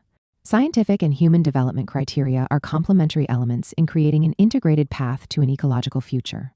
Behind this lies the recognition that an exploitative system that puts its faith in the fetish character of capital at the expense of all human existence and life on the planet can only lead, if not checked, to ultimate catastrophe. As the North American-based indigenous and socialist organization Red Nation declared in the Red Deal, it is the philosophy of money that drives contemporary society, and its primary method of relationality is destruction. There is another word for a money-driven system that expresses its existence through destruction: capitalism. Capitalism destroys life. It pollutes the rivers. It scars mountains. It starves moose, wolves, and salmon. It alienates our bonds with each other and with the earth. Its very existence demands our disappearance. The only response to such a destructive system raised to a planetary level is a universal struggle for nature and humanity, demanding a people's sovereignty of the earth and of production. The global ecological revolution still to come means returning to our humanity and our origins as good relatives of the earth. It means rationally regulating the metabolism of human society with the universal nature of which we are inextricably a part. 6. Ecological civilization, ecological revolution, and ecological Marxist perspective. Today, it is crucial to address the connections between ecological civilization, ecological Marxism, and ecological revolution, and the ways in which these three concepts, when taken together dialectically, can be seen as pointing to a new revolutionary praxis for the 21st century. More concretely, it is important to ask, how are we to understand the origins and historic significance of the concept of ecological civilization? What is its relation to ecological Marxism? And how is all of this connected to the worldwide revolutionary struggle aimed at transcending our current planetary emergency and protecting what Marx called the chain of human generations, together with life in general? In 2018, cultural theorist Jeremy Lent, author of The Patterning Instinct, A Cultural History of Humanity's Search for Meaning 2017, wrote an article for the online site EcoWatch titled, "What Does China's Ecological Civilization Mean for Humanity's Future?" This article exhibits a peculiarly Western view which, while recognizing the distinctiveness of the notion of ecological civilization in China, nevertheless attempts to separate China's core conception in this regard from ecological Marxism and the critique of capitalism. In opening his article, Lent writes, "Imagine a newly elected president of the United States calling in his inaugural speech for an ecological civilization that ensures harmony between humanity and nature. Now imagine he goes on to declare that we as human beings must respect nature, follow its ways, and protect it, and that his administration will encourage simple, moderate, green, and low-carbon ways of life, and oppose extravagance and excessive consumption. Dream on, you might say. Even in the more progressive Western European nations, it's hard to find a political leader who would make such a stand. And yet, the leader of the world's second-largest economy, Xi Jinping of China, made these statements and more in his address to the National Congress of the Communist Party in Beijing last October. He went on to specify in more detail his plans to step up efforts to establish a legal and policy framework that facilitates green, low-carbon, and circular development, to promote afforestation, strengthen wetland conservation and restoration, and take tough steps to stop and punish all activities that damage the environment. Closing his theme with a flourish, he proclaimed that what we are doing today is to build an ecological civilization that will benefit generations to come. Transcending parochial boundaries, he declared that his party's abiding mission was to make new and greater contributions to mankind for both the well-being of the Chinese people and human progress. Why is it that the category of ecological civilization, which is so central for China today, is largely inconceivable even as a talking point within the imperial core of the capitalist world, lying entirely outside its ideological sphere? Lent argues that such a principle is diametrically opposed to traditional Western culture, from Plato to the present day, with its alienated view of nature, in which the environment is viewed simply as something to be conquered. This stands in sharp contrast, he argues, to the more ecological culture embedded in China's 5,000-year-old civilization, though China, too, has experienced thousands of years of ecological destruction.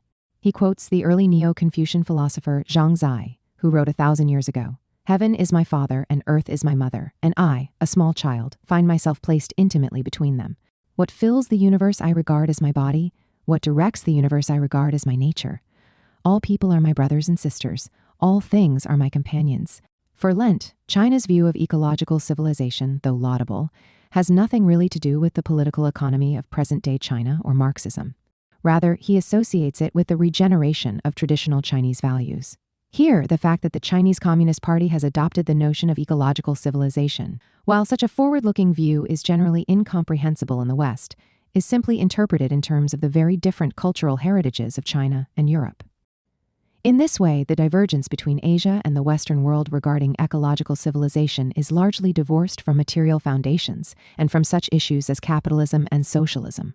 Hence, in Lent's perspective, China's emphasis on ecological civilization has nothing whatsoever, except in a negative sense, to do with ecological Marxism. Rather, the People's Republic of China is characterized as an authoritarian state that is the very symbol of unfreedom. He points to contemporary China's hyper-industrial economy as somehow worse than what prevails in the West, leading it down the road toward the pollution of the entire Earth, and opposed to its claim to be building an ecological civilization. Lent's argument seems to be that while Europe and North America have superior political and economic foundations, their environmental progress is hindered by their more destructive traditional ecological culture. China, in comparison, has a more harmonious ecological culture extending back millennia, but it is hindered by its hyper-industrial authoritarian political economic regime from bringing this to fruition, thus endangering the entire Earth and all humanity, unless, of course, China's traditional ecological culture triumphs over its present Marxian-inspired political economic goals. This attempt, in the name of traditional Chinese values, to sever the notion of ecological civilization from ecological Marxism and the question of revolutionary scale ecological change is ultimately aimed at disconnecting the idea of ecological progress from a socialist praxis of sustainable human development. In contrast, I contend that the concept of ecological civilization is in fact a historical product of the development of ecological Marxism. Any attempt to separate the two, notwithstanding the importance of traditional Chinese values, is to deny the historical significance of the ecological civilization concept and its importance in conceiving the necessary worldwide ecological revolution. Ecological Marxism and the origins of the ecological civilization concept. The 1970s and 80s saw a resurrection of Soviet ecological thought, which had in many ways led the world in the development of ecological science in the 1920s and 30s, only to degenerate in the decades that followed due to political and social factors. However, with its renewal in the 1970s and 80s, Soviet ecology took on a new, distinctive character, seeing the ecological problem as related to the general question of civilization. This was especially evident in an important collection on philosophy and the ecological problems of civilization, edited by a D. Ursel and published in 1983.9. This volume included contributions by some of the USSR's leading scientists and philosophers. This led directly to the concept of ecological civilization, with a number of other works on the topic appearing in 1983 and 1984. And with the same notion entering almost immediately into Chinese Marxism, where it was to become a central category of analysis. Ecological civilization in the Marxian sense points to the struggle to transcend the logic of all previous class-based civilizations, particularly capitalism, with its twofold domination, alienation of nature, humanity. Writing in Philosophy and the Ecological Problems of Civilization, P.N. Fedoseev, Vice President of the USSR Academy of Sciences, addressed the issue of rejection of the gains of civilization, implicit in many so-called green attempts to confront the ecological problem, often generating historically disembodied utopias, either backward-looking or technocratic. Leading environmental philosopher Ivan Frolov, following Marx, emphasized that the human metabolism with nature was mediated by science and the labor and production process, and thus depended on the mode of production. Philosopher Vielos explored how culture is becoming an antagonist to nature, and referred to the need to construct a new ecological culture or civilization, reconstituting on more sustainable grounds the role of science and technology in relation to the environment. As he explained, it is in the course of shaping an ecological culture that we can expect not only a theoretical solution of the acute contradictions existing in the relations between man and his habitat under contemporary civilization, but also their practical tackling. 13. From an ecological Marxist standpoint, the emerging planetary crisis thus demanded an epochal transformation to create a new ecological civilization, in line with a long history of environmental analysis within Marxism, and a socialist path of development. Marx and Engels dealt extensively with the ecological contradictions of capitalism, going beyond simply their well-known discussions on the degradation of the soil and the division between town and country, to encompass such issues as industrial pollution, the depletion of coal and fossil fuels more generally, in terms of what Engels called the squandering of past solar heat, the clearing of forests, the adulteration of food, the spread of viruses, due to human causes, and so on. Marx's celebrated theory of metabolic rift, with which he addressed the ecological crises of his day, has been extended today to address capitalism's destruction of ecosystems and the disruption of nearly every aspect of the planetary environment. In 21st century China, ecological Marxism has contributed to the development not only of a powerful critique of contemporary environmental devastation, but also to the promotion of ecological civilization as an answer. Aware that ecology ultimately constitutes a deeper materialist grounding for society than mere economics, she has emphasized in his conceptions of ecological civilization and of a beautiful China that ecology is the most inclusive form of public well-being. He has stated, man and nature form a community of life. We as human beings must respect nature, follow its ways, and protect it. Only by observing the laws of nature can humanity avoid costly blunders in its exploitation. Any harm we inflict on nature will eventually return to haunt us. This is a reality we have to face.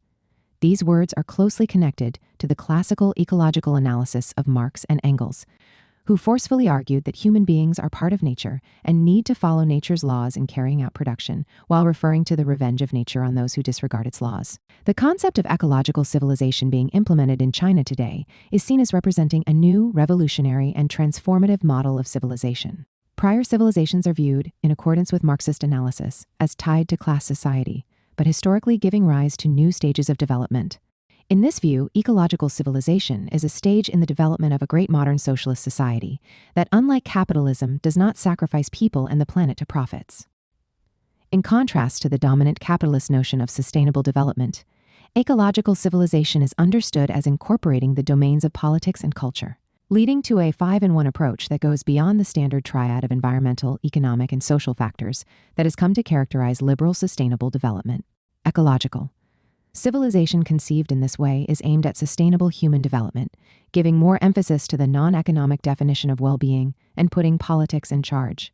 As Chen Shuiming noted in The Ecological Crisis and the Logic of Capital, the basic principles underlying the socialist ecological modernization associated with ecological civilization are prevention, innovation, efficiency, non-equivalence, dematerialization, greenification, ecologization, democratic participation, pollution fees, and win-win scenarios between economy and environment. The 8 priorities for the establishment of ecological civilization are categorized as spatial planning and development, technological innovation and structural adjustment, sustainable use of land, water, and other natural resources, ecological and environmental protection, regulatory systems for ecological civilization, monitoring and supervision, public participation, and organization and implementation of environmental policy planning. In the Chinese case, such revolutionary scale ecological reforms are being attempted even in a context of rapid economic growth aimed at bringing China up to a level with the West. Integrated planning to protect the environment is being incorporated in all economic development plans. The seriousness with which ecological civilization is being pursued is reflected in the clear acknowledgement that, in the implementation of these ecological plans, economic growth will need to be slowed somewhat in relation to earlier decades.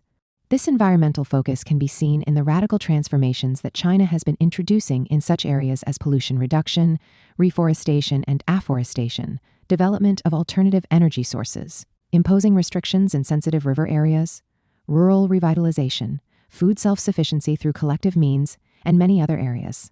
China has made dramatic progress in reducing the degree of its reliance on coal, but it has partly regressed in this respect over the last few years due to the pandemic and world crises. Nonetheless, it has set definite dates for the implementation of ecological civilization, including having the main components of its ecological civilization in place by 2035, establishing a beautiful China by 2050, and reaching net zero carbon emissions by 2060.26.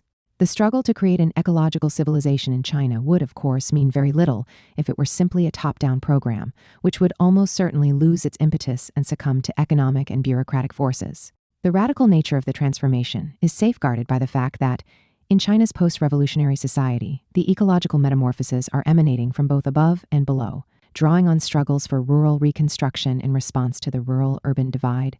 For example, Yin Yuzhen, a peasant woman living in the desert in Uxinbanner in Inner Mongolia, decided to reclaim the desert, entering into a 37-year struggle in which she and her family have planted 500,000 trees. She has become a respected expert on the greening of deserts. Peasants in the region joined in the afforestation effort, and nearly 6,700 square kilometers of barren sand were turned green. Yun Jianli, a former high school teacher, successfully organized against water pollution. In 2002, she founded Green Han River, an environmental protection organization to protect the Han River from pollution, producing countless environmental reports and opposing factory owners and managers. The organization has more than 30,000 volunteers. By 2018, they had organized over 1,000 field trips to investigate pollution sources along the Han River, traveling over 100,000 kilometers altogether. The object is to mobilize the whole society for environmental protection. Wang Pinsong of Shangri-La, by the Gold Sand River in southwest China, an area that is the home of 15 ethnic groups, took the lead in mobilizing her village in opposition to a dam building project in Tiger Leap Grove, which would have displaced 100,000 villagers and engulfed 33,000 acres of fertile land by the riverbanks. Environmental organizing at the grassroots level, based on the self-mobilization of the population, is a powerful force in today's China, pointing to the development of a new ecological communism. A major indication of China's approach to environmental issues and threats is its successful response to COVID-19, which has resulted in a mortality rate of 4 deaths per million people. Is compared to the United States COVID mortality rate of 3,507 per million. As of September 2023, China's achievement in protect its population and, in a win-win situation, also protecting its economy, has been widely misconceived in the West as simply the result of an authoritarian set of lockdowns imposed from the top of society. Nevertheless, the secret to China's achievement, especially in the early stages, was adopting the model of People's Revolutionary War, enlisting the self-mobilization of the entire population in the fight against COVID and the resurrection of the mass line. Connecting the population to the state and party. China and ecological revolution. China faces enormous ecological contradictions internal to its society, as does world production as a whole. In terms of annual carbon emissions, China is the world's largest polluter. However, much of this is devoted to producing manufactured products to be consumed in the West. While China's historic carbon emissions are still far exceeded by the United States and Europe, with the United States responsible for 7 times as much per capita of the carbon dioxide concentrated in the atmosphere. In terms of annual per capita carbon dioxide emissions, China today produces less than half the U.S. level. In Will China Save the Planet? Barbara Feinamore, Senior Strategic Director for Asia of the Natural Resources Defense Council in the United States, contends that while China is still the largest GHG greenhouse gases emitter, it is arguably doing more than any other country to try to reduce global carbon emissions, though it continues to face enormous challenges. There is no doubt that China's struggles to create an ecological civilization are revolutionary when placed against the efforts of other countries. This is largely due to its role as a post-revolutionary social formation that retains a large element of economic planning capability, state direction, and collective values, invigorated by continual popular mobilization in both rural and urban areas. This brings us back to the question that Lent implicitly asked in the passage quoted at the beginning of this chapter. Why is it so impossible that a U.S. or European head of state could have referred, as she did, to a present and future goal for society couched not in terms of mere economic growth, but stressing the importance of creating an ecological civilization? The answer to this is not simply, as Lent would have us believe, that China has regenerated its traditional ecological values, or that the West is wedded to a culture, going back thousands of years, geared to the conquest of nature. Rather, the fundamental division is between a post-revolutionary society that has adopted Marxism with Chinese characteristics, embracing the ecological critique emanating from classical historical materialism and treating it as central to the entire long revolution of socialism, and an unalloyed capitalist order in which the sole mantra is accumulate, accumulate. That is Moses and the prophets. 1. There is no possibility that the ruling class interests in a core capitalist country like the United States, which has long cultivated an imperial mode of living and production, mainly benefiting the very top of society, will somehow turn around and advocate a low-carbon, simple, moderate green way of life, or oppose excessive consumption and inequality as advanced in the Chinese notion of ecological civilization. Rather, the main radical proposal in the West to deal with the global ecological threat is that of a state-sponsored Green New Deal, usually articulated in terms of market mechanisms, technological change, and climate jobs, which will allow production to continue essentially unchanged. Yet the prospect of a Green New Deal, given the extent of opposition to fossil capital that it would require, has gone virtually nowhere in the United States or Europe, since even this is conceived as a dire threat to the ruling interests. The result is that saving the planet as a place for human habitation is, ironically, left in contemporary capitalism almost entirely up to the private sector, which is the historical source of global ecological destruction, while the environmental reform effort has been reduced to creating state-financed green markets for private corporations and new forms of the financialization of nature. Hence, the capitalist juggernaut continues in its forward motion, destroying in its path the very conditions of the human future. In terms of sheer capacity, the wealthy, developed, technologically advanced countries at the core of the world capitalist system could easily lead the way in addressing the ecological problem. Their political inability to do so is linked to the weakness of socialist, collective, and ecological principles in capitalist commodity society, the virtual absence of planning outside the military, and the ruling class's fears of the self-mobilization of populations, which is necessary if revolutionary scale transformations in our economic relation to the environment are to be effected. What is needed to carry out an ecological revolution directed at human survival is not simply environmental reform, but a much broader ecological and social revolution aimed at transcending the logic of capitalism itself. Revolutionary eco-socialism and the future. So far in this chapter, I have emphasized the importance of revolutionary eco-socialism, or ecological Marxism, in the conception of ecological civilization. It is no accident that the notion of ecological civilization first appeared in the 1980s in the Soviet Union, and that it is being implemented as a guiding principle and central project in China, while it is scarcely discussed elsewhere in the world. This cannot be attributed solely to China's traditional culture, though it has played a part, nor does it make sense to connect this to the notion of postmodern culture, which has had no real material relevance in this regard. Rather, the notion of ecological civilization is inconceivable in any meaningful sense outside of a society engaged in building socialism, and thus actively engaged in combating the primacy of capital accumulation as the supreme measure of human progress. It is exactly here that Marxian ecology has had a huge role to play. Ecological Marxism has developed in China in terms of its own vernacular revolutionary tradition, where new critical concepts are seen as directly problem-oriented and immediately put in operation. This is distinct from its conceptualization in the West, where eco-socialist researchers are more removed from praxis and have generally been engaged in wider and often more abstract theoretical developments. A principal concern of Marxian ecology in the West, as in much of the rest of the world, has been the reconstruction of Marx's theory of metabolic rift and how to enhance the continuing critique of capital in this respect. Bringing this renewed ecological critique emanating from classical historical materialism to bear on the problems of building ecological civilization in China, therefore ought to be a priority. And in fact, many scholars in China are currently engaged in this.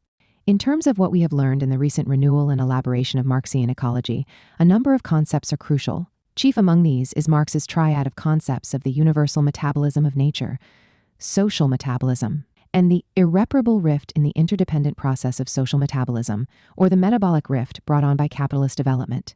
The concept of the universal metabolism of nature recognizes that human beings and human societies are an emergent part of nature. Social metabolism expresses how humanity interacts with and transforms nature through production. And the metabolic rift reflects the fact that an alienated social metabolism, aimed at the expropriation of nature as a means of the exploitation of humanity and the accumulation of capital, necessarily produces an ecological crisis, driving a wedge between this alienated social metabolism and the universal metabolism of nature of which we are a part. Marx himself provided a penetrating definition of what we now call sustainable human development. No one, not even all of the people or all of the countries in the world, he argued, owns the earth. Rather, we are obligated to hold it in usufruct as good managers of the household, sustaining it for the chain of human generations. Genuine progress on this score, overcoming the alienation of nature and humanity associated with the processes of expropriation and exploitation, has to embrace the notion not simply of an economic proletariat and economic peasantry as the principal force for change, but in a more inclusive materialism, of an environmental proletariat and ecological peasantry. Indeed, the three categories that we started with, ecological civilization, ecological revolution, and ecological Marxism, hardly make sense without this fourth term of the environmental proletariat. Our relation to the earth is our most fundamental material relation, out of which our production, history, and social relations emerge. Those who are most alienated, exploited, and degraded by the system in their relations to nature and the earth constitute both the force and means for change in the 21st century. In what Marx called the hierarchy of human needs, our relation to the earth necessarily comes first, since it constitutes the basis of survival and of the development of life itself. 7. Marxian Ecology, East and West, Joseph Needham, and a non-Eurocentric view of the origins of China's ecological civilization. Ecological materialism, of which ecological Marxism is the most developed version, is often seen as having its origins exclusively within Western thought. But if that is so, how do we explain the fact that ecological Marxism has been embraced as readily or indeed more readily in the East as in the West, leaping over cultural, historical, and linguistic barriers and leading to the current concept of ecological civilization in China? The answer is that there is a much more complex dialectical relation between East and West in relation to materialist dialectics and critical ecology than has been generally supposed, one that stretches back over millennia. Materialist and dialectical conceptions of nature and history do not start with Marx. The roots of an organic naturalism and scientific humanism, according to Joseph Needham, in his magisterial work Science and Civilization in China, can be traced to the 6th to 3rd centuries BCE, both in ancient Greece, beginning with the pre-Socratics and extending to the Hellenistic philosophers, and in ancient China, with the emergence of Taoist and Confucian philosophers during the Warring States period of the Zhou dynasty. As Amin indicated in his Eurocentrism, the philosophy of nature, as opposed to metaphysics, is essentially materialist and constituted a key breakthrough in tributary modes of production, both East and West, beginning in the 5th century BCE. In Within the Four Seas, the Dialogue of East and West in 1969, Needham noted the absolute alacrity with which dialectical materialism was taken up in China during the Chinese Revolution and how this was treated as a great mystery in the West. Nevertheless, the sense of mystery, he contended, did not extend in the same way to the East itself. He wrote, "I can almost imagine Chinese scholars confronted with Marxian materialist dialectics, saying to themselves, 'How astonishing. This is very like our own Philosophia Perennis integrated with modern science at last come home to us.'" The Marxian materialist dialectic, with its deep-seated ecological critique rooted in ancient Epicurean materialism, was in Needham's view so closely akin to Chinese Taoist and Confucian philosophies as to create a strong acceptance of Marxian philosophical views in China, particularly since China's own perennial philosophy was in this roundabout way integrated with modern science. If Taoism was a naturalist philosophy, Confucianism was associated, he wrote, with a passion for social justice. 4. The Needham convergence thesis, or simply the Needham thesis as I am calling it here, was thus that Marxist materialist dialectics had a special affinity for Chinese organic naturalism, as represented especially by Taoism, which was similar to the ancient Epicureanism that lay at the foundations of Marx's own materialist conception of nature.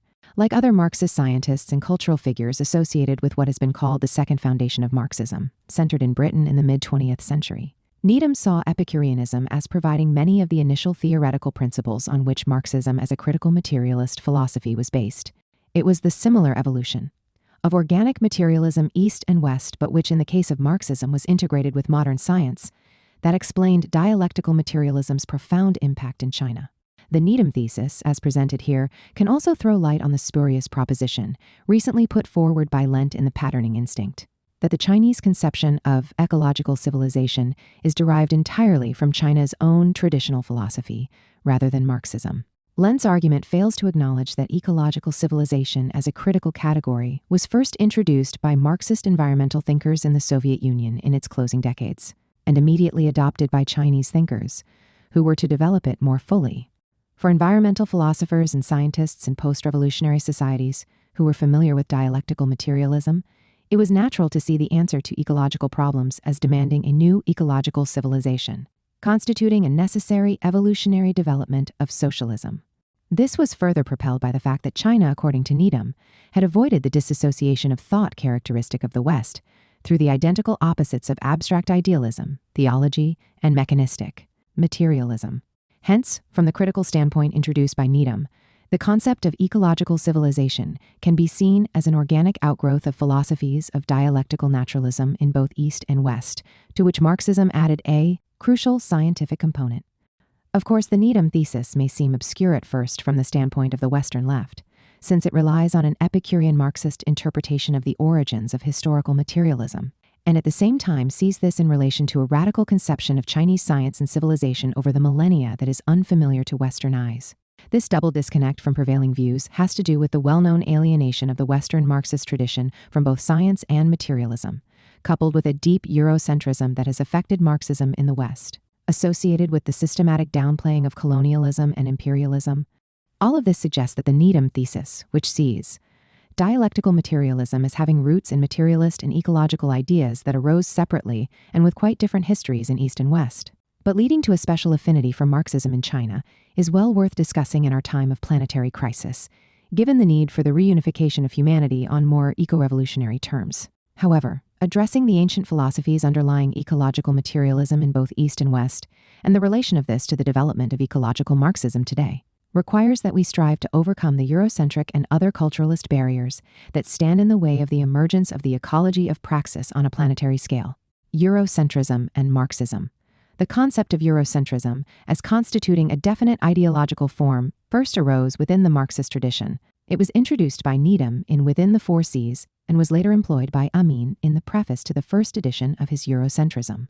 For both Needham and Amin, Eurocentrism is defined as the notion that European culture is the universal culture to which all other cultures must conform, given that non-Western cultures are reduced simply to being particular cultures. As Needham argued, the basic fallacy of Eurocentrism is therefore the tacit assumption that because modern science and technology, which grew up indeed in post-Renaissance Europe, are universal, everything else European is universal also. Likewise, Amin writes, Eurocentrism claims that imitation of the Western model by all peoples is the only solution to the challenges of our time. Eurocentrism both projects itself as the universal culture and rejects the true universalism of peoples. Viewed in this way, classical Marxist thought and socialism in general have always been radically opposed to Eurocentrism as the ideology of Western colonialism. This is as true of Marx and Engels, particularly in their later years, as it was of Lenin and Luxemburg. In the 20th century, moreover, the impetus for revolution shifted to the global South and its struggle against imperialism, generating in the process new Marxist analyses in the works of figures as distinct as Mao Zedong, Amilcar Cabral, and Che Guevara, all of whom insisted on the need for a world revolution. To be sure, one can point to traces of European ethnocentrism in some of Marx's early work, which was affected by the sources that he had available at the time, most of which came from European colonial reports. Nevertheless, it has been recognized by Marxist theorists of underdevelopment for decades, initially in the work of Horace B. Davis in the United States, Kenzo Mori in Japan, and Suniti Kumar Ghosh in India, that by the late 1850s, Marx had become increasingly focused on the critique of colonialism, actively supporting anti-colonial rebellions, and was progressively more concerned with analyzing the material and cultural conditions of non-Western societies. Marx's growing attention to non-capitalist societies was a product of his identification with various revolts against colonialism, and was further facilitated by the revolution in ethnological time, with the discovery of prehistory and the rise of anthropological studies occurring in tandem with Darwin's theory of evolution. He made a massive effort to research the history and cultures of societies on the periphery of Europe, leading to his studies of the Russian language, his exploration of the Russian peasant commune, and his research into social formations in Algeria, India, China, Indonesia, and the indigenous nations of the Americas. He was, at least initially, a strong supporter of the Taiping Revolution in China. In this respect, Saito's important work Marx in the Anthropocene constitutes a noted deviation from the growing scholarship demonstrating that Marx was never Eurocentric in the terms discussed above, and had moved decisively away from any residual European ethnocentrism by the late 1850s and early 60s. In support of his contrary view, Saito points to what he refers to as the statement in the preface to the first edition of Capital, where Marx notoriously informs his German readers that the tale is told of you, meaning German bourgeois development would follow the basic path already laid out by English bourgeoisie. For Saito, this establishes Marx's Capital was Eurocentric in assuming all countries everywhere had to follow the same linear European path. Yet, the question of the non-European world was altogether absent from the argument in the preface to Capital, which was directed solely at conditions in Western Europe, and specifically at the significance of the British developments for what was to come in Germany. Marx later clarified this in his 1878 letter in response to Nikolai Mikhailovsky, and in his 1881 letter to Vera Zasulich, as well in the various drafts to that letter, by indicating that the argument on linear development in Capital was specific to Western Europe, and that fundamentally different lines of development were possible in Russia and in other non-capitalist societies. Saito seeks to back up his charge of Eurocentrism in the first volume of Capital by highlighting Marx's contention that non-capitalist village communities in Java and elsewhere in Asia were to be viewed as economically unchanging or stagnant, quoting Marx's use of the phrase the unchangeability of Asian societies. Saito says this constitutes evidence not only of Eurocentrism but Orientalism. Yet, when viewed in context, it is clear that Marx was concretely addressing the economic tendency of village communities in Java, where a developed exchange economy did not yet exist, to reproduce themselves on the basis of simple, rather than expanded, reproduction. Thus, Marx quotes his source, T. Stamford Raffles' History of Java, as saying that the internal economy of the village communities remains unchanged, despite all the political shifts going on within their larger societies, which in this respect were hardly static.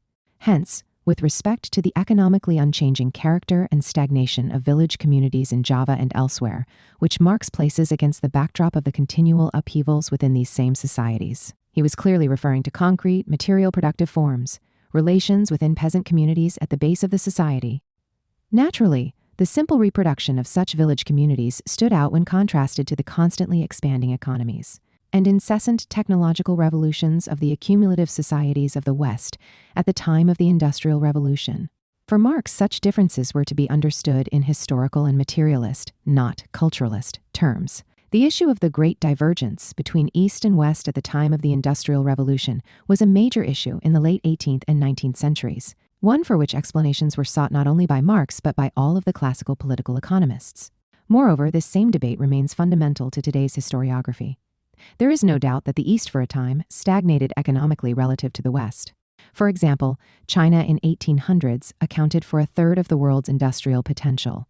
By 1900s, this had fallen to 6.3%, and in 1953 to a mere 2.3%. Marx explained this historical divergence between East and West, already evident in his time, in terms of specific productive forms, modes, and as a product to a considerable degree of European colonialism. In the first volume Capital, he described the terrible effects of Dutch colonial slavery in Java and how it served to undermine the village communities. None of this was developed in cultural nationalist or racist terms, as was the case in the dominant colonial Eurocentric tradition within the West. But if Marxism, as classically represented initially by Marx and Engels and later by figures such as Lenin and Luxemburg, was strongly opposed to any kind of Eurocentrism and Western colonialism, imperialism, explaining developments in materialist rather than culturalist terms, later Western Marxism, as a distinct philosophical tradition, has often been ambivalent with respect to imperialism and deeply ethnocentric in its approach to Marxism, viewing Marxism in the West, as Needham critically observed, as having a kind of a priori superiority, despite the fact that revolution has long since shifted to the periphery of the capitalist world system. This has gone hand in hand with Western Marxism's denial of the dialectics of nature, and thus science, nature, and any kind of ontological materialism. In many post-Marxist analyses, notions of class and socialism were also abandoned. The primary challenge confronting eco-socialism in the West is reconnecting Marxism to its materialist roots. A materialist conception of history cannot exist in a meaningful way apart from a materialist conception of nature, and vice versa. Marx's theory of metabolic rift depended on this much broader conception. Nor could Marxism exist in purely ideational forms separate from the critique of class and imperialism or divorced from the new revolutionary vernaculars emerging throughout the global South. In this sense, the parallels with respect to the materialist conception of nature and organic materialism that Needham pointed to, with respect to pre-Socratic and Hellenistic Greece and the Warring States period in China, are crucial to understanding both the history and the future of ecological Marxism. Most importantly, the Chinese concept of ecological civilization needs to be put in this context of the rediscovery of the roots of an organic ecological materialism, Epicureanism and Taoism. To better understand the Needham thesis on the affinity of Marxism with traditional Chinese philosophy, it is necessary to recognize that Needham, like many of the other scientists and cultural theorists associated with the second foundation of Marxism, saw Epicurean materialism as the key to the Marxian materialist conception of nature, and as underlying dialectical materialism, the essence of the materialist view, common to both Epicureanism and Taoism, and the basis of all scientific humanism, was that nature could be understood on its own terms, as spontaneously originating. For Taoism, the Tao, the way of nature, came into existence of itself. Meanwhile, for Epicureanism, nature loosed from every haughty lord, and forthwith free, is seen to have done all things, herself and through herself of her own accord, rid of all gods. Chinese culture, Needham argued in Science and Civilization in China, had retained an organic philosophy of nature, closely resembling what modern science has been forced to adopt most fully within. Dialectical materialism after 3 centuries of mechanical materialism. Naturalism in the Tao Te Ching, P.J. Laska indicates in the introduction to his English translation of this work, is similar to the naturalism that evolved in ancient Greek philosophy, beginning with the pre-Socratics and continuing through the atomic systems of Democritus and Epicurus.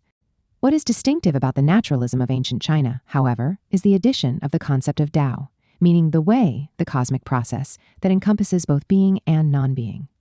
Ancient Greek materialism lacks this proto-ecological concept. What the naturalism of East and West have in common is the debunking of anthropogenic projections that turn natural occurrences into supernatural agents. In the Tao Te Ching, natural order is seen as developing spontaneously from the interaction of the various beings that comprise the One. The result was a holistic naturalism, one built, like Epicurean materialism and Marxian dialectical naturalism, on the basis of conceptions of the unity of opposites and unending process. Marx noted that for Epicurus, in whose work an immanent dialectic in accord with nature was found, the world is my friend. Likewise, for Taoism, Needham insisted, the natural world was not something hostile or evil, which had to be perpetually subdued by willpower and brute force, but something more like the greatest of living organisms, governing principles of which had to be understood so that life could be lived in harmony with it. Thus, the order of nature was a principle of ceaseless motion, change, and return. This was a concept not of non-action wu wei, but of no action contrary to nature. In Chinese thought, matter disperses and reassembles in forms ever new. In the West, Epicureanism provided a similar materialist view, leading to notions of emergence and integrative levels, and providing a critical realism that was to be developed most fully with Marxian-influenced materialist dialectics. Like Taoism, Epicureanism saw sufficiency, the principle of enough, as a key value. Today, Needham stated, we are all Taoists and Epicureans. 30. If Epicurean materialism was an organic materialism, akin to Taoism, its more radical and environmental elements, for Needham, had been lost in the prevailing culture in the West, where it had been overtaken by a mechanistic materialism and a one-sided conception of the domination of nature. What he called, following Theodore Roszak, a mechanistic imperative and a scientization of nature that had become destructive. In response to this mechanistic view and to abstract idealism, Marxian dialectical materialism, Alfred North Whitehead's process philosophy, and the new philosophies of emergence were the main counterforces, representing the highest levels of development of scientific thought. In contrast to the dominant mechanistic and idealist dualism of the West, China had in many ways retained its organic naturalism and was able to incorporate this with modern science by making use of Marxian dialectical materialism with its more complex understanding of the relation of humanity to evolutionary ecology, mediating between Western science and traditional Chinese philosophy. Traditional Chinese natural philosophy reached its highest level, according to Needham, in the 12th century with Neo-Confucianism, which was, in fact, an organic conception of nature, a theory of integrative levels, and organic naturalism, closely allied to the conceptions of dialectical materialism. One of the most profound of Neo-Confucian ideas, he wrote, is that embodied in the famous phrase Wu Qi er Tai Qi, that which has no pole and yet itself is the supreme pole, namely the conception of the whole universe as an organic unity, in fact, as a single organism. Bertrand Russell, Needham suggested, was simply paraphrasing the second part of the Tao Te Ching in his book The Problem of China, in portraying the Chinese philosophy as production without possession, action without self-assertion, development without domination. As an expression of the human social relation to nature, this was deeply ecological. With its very different relation to the natural world, China, Needham pointed out, had avoided some of the worst aspects of the metabolic rift in soil fertility, critically analyzed by figures such as Liebig and Marx through the continued use of human excreta as fertilizer, preventing the losses of phosphorus, nitrogen, and other soil nutrients which happened in the West. Ecological civilization as Marxian ecology with Chinese characteristics. According to what I have called the Needham thesis, Marxist dialectical naturalism, which developed as an organic materialist ontology with deep roots in ancient Greek materialist philosophy, had a special affinity with traditional Chinese philosophy, since this form of scientific humanism had not been supplanted in China as in the West by a hegemonic dualism of mechanistic materialism and abstract idealism theology. The fact that the Chinese Revolution was a peasant-based revolution also meant that it was rooted in very different material conditions than those that had governed bourgeois civilization in the West. These ideational and material conditions made China, as Needham argued in the 1970s, more open both to Marxism in its dialectical materialist form, and to revolutionary ecological conceptions arising from both this and from traditional Chinese philosophy. Socialism with Chinese characteristics, from Mao to the present, thus included a dialectical ecological component, which has become more rather than less evident, and is today exemplified by the notion of ecological civilization. The concept of ecological civilization, as we have seen, arose in the final decade of the Soviet Union as a natural extension of socialism. According to the Soviet environmental philosopher Frolov writing in 1983, Marx's approach to the unity alienation of humanity and nature began with recognizing that human beings as social beings regulate the metabolism between themselves and nature as a whole, through their production and their development of a second nature within society. The alienated nature of production under capitalism created various contradictions between human beings and nature, now referred to as the metabolic rift.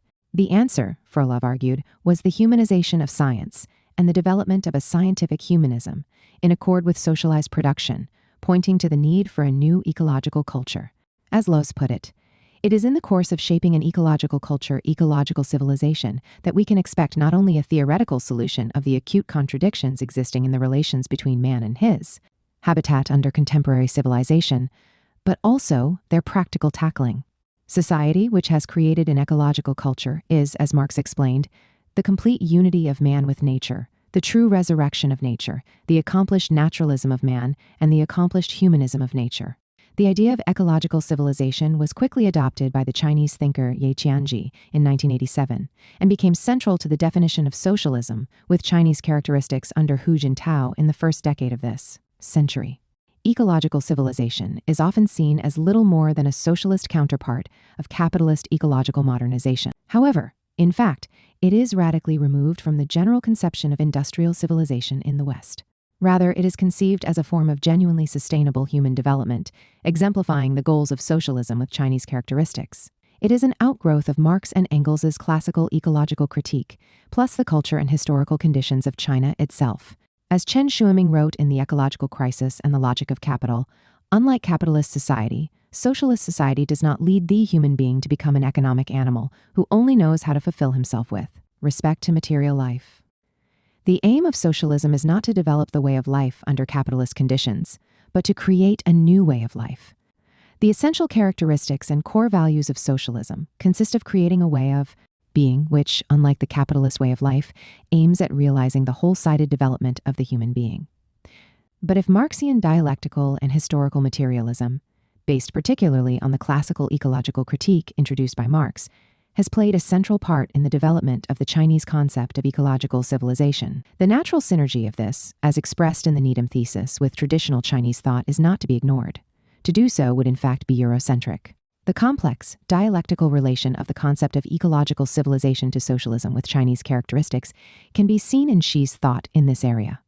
As Huang Chengliang has explained, the theoretical origins of Xi Jinping's thought on ecological civilization can be traced to 5 sources: Marxist philosophy, integrating the 3 fundamental theories of dialectics of history, dialectical materialism, and dialectics of nature, traditional Chinese ecological wisdom on man-nature unity and the law of nature, the actual historical context of ecological governance in China in response to the ecological crisis, struggles to develop a progressive and ecological model of sustainable development, and the articulation of ecological civilization as the governing principle of the new era of socialism with Chinese characteristics.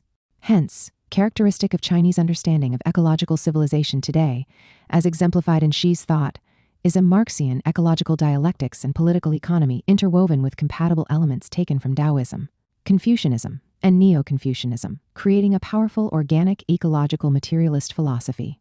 Rather than simply an ideational product, the concept and implementation of ecological civilization is determined by the ecological crisis, struggles for ecologically sustainable development, and the new era of socialism with Chinese characteristics in which the development of a mature socialism characterized by a new ecological way of life becomes the primary goal.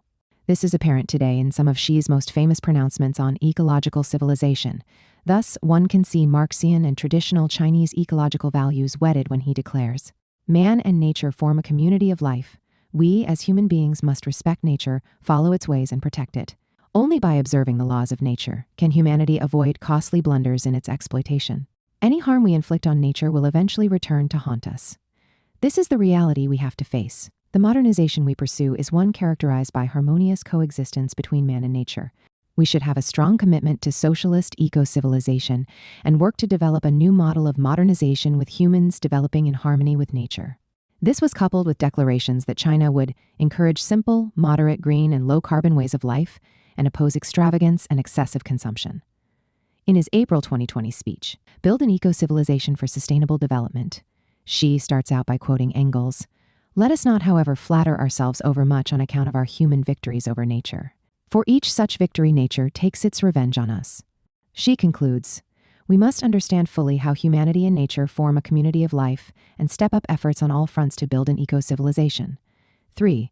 In Xi's analysis, the traditional Chinese emphasis on the harmony of humanity and nature, or the view that the human and heaven are united in one, is wedded to Marxian ecological views with a seamlessness that can only be explained in terms of Needham's thesis of the correlative development of organic materialism both east and west, with Marxism as the connecting link. From this perspective, the Chinese notion of ecological civilization, due to its overall theoretical coherence and coupled with China's rise in general, is likely to play an increasingly prominent role in the development of ecological Marxism worldwide. Needham wrote, "China has in her time learnt much from the rest of the world. Now perhaps it is time for the nations and the continents to learn again from her." 5. 8. Extractivism in the Anthropocene. Over the last decade and a half, the concept of extractivism has emerged as a key element in our understanding of the planetary ecological crisis. Although the development of extractive industries on a global scale has been integral to the capitalist mode of production since its onset, commencing with the colonial expansion of the long 16th century, this took on a much larger worldwide significance with the advent of the Industrial Revolution of the late 18th and 19th centuries, marking the beginning of the age of fossil capital. Nevertheless, it was only with the Great Acceleration, beginning in the mid-20th century and extending to the present, that the quantitative expansion of global production and of resource extraction in particular led to a qualitative transformation in the human relation to the Earth system as a whole. This has given rise to the Anthropocene epoch in geological history, in which anthropogenic, as opposed to non-anthropogenic factors for the first time in Earth history, constitute the major force in Earth system change. In the Anthropocene, extractivism has become a core symptom of the planetary disease of late capitalism, imperialism, threatening humanity and the inhabitants of the Earth in general.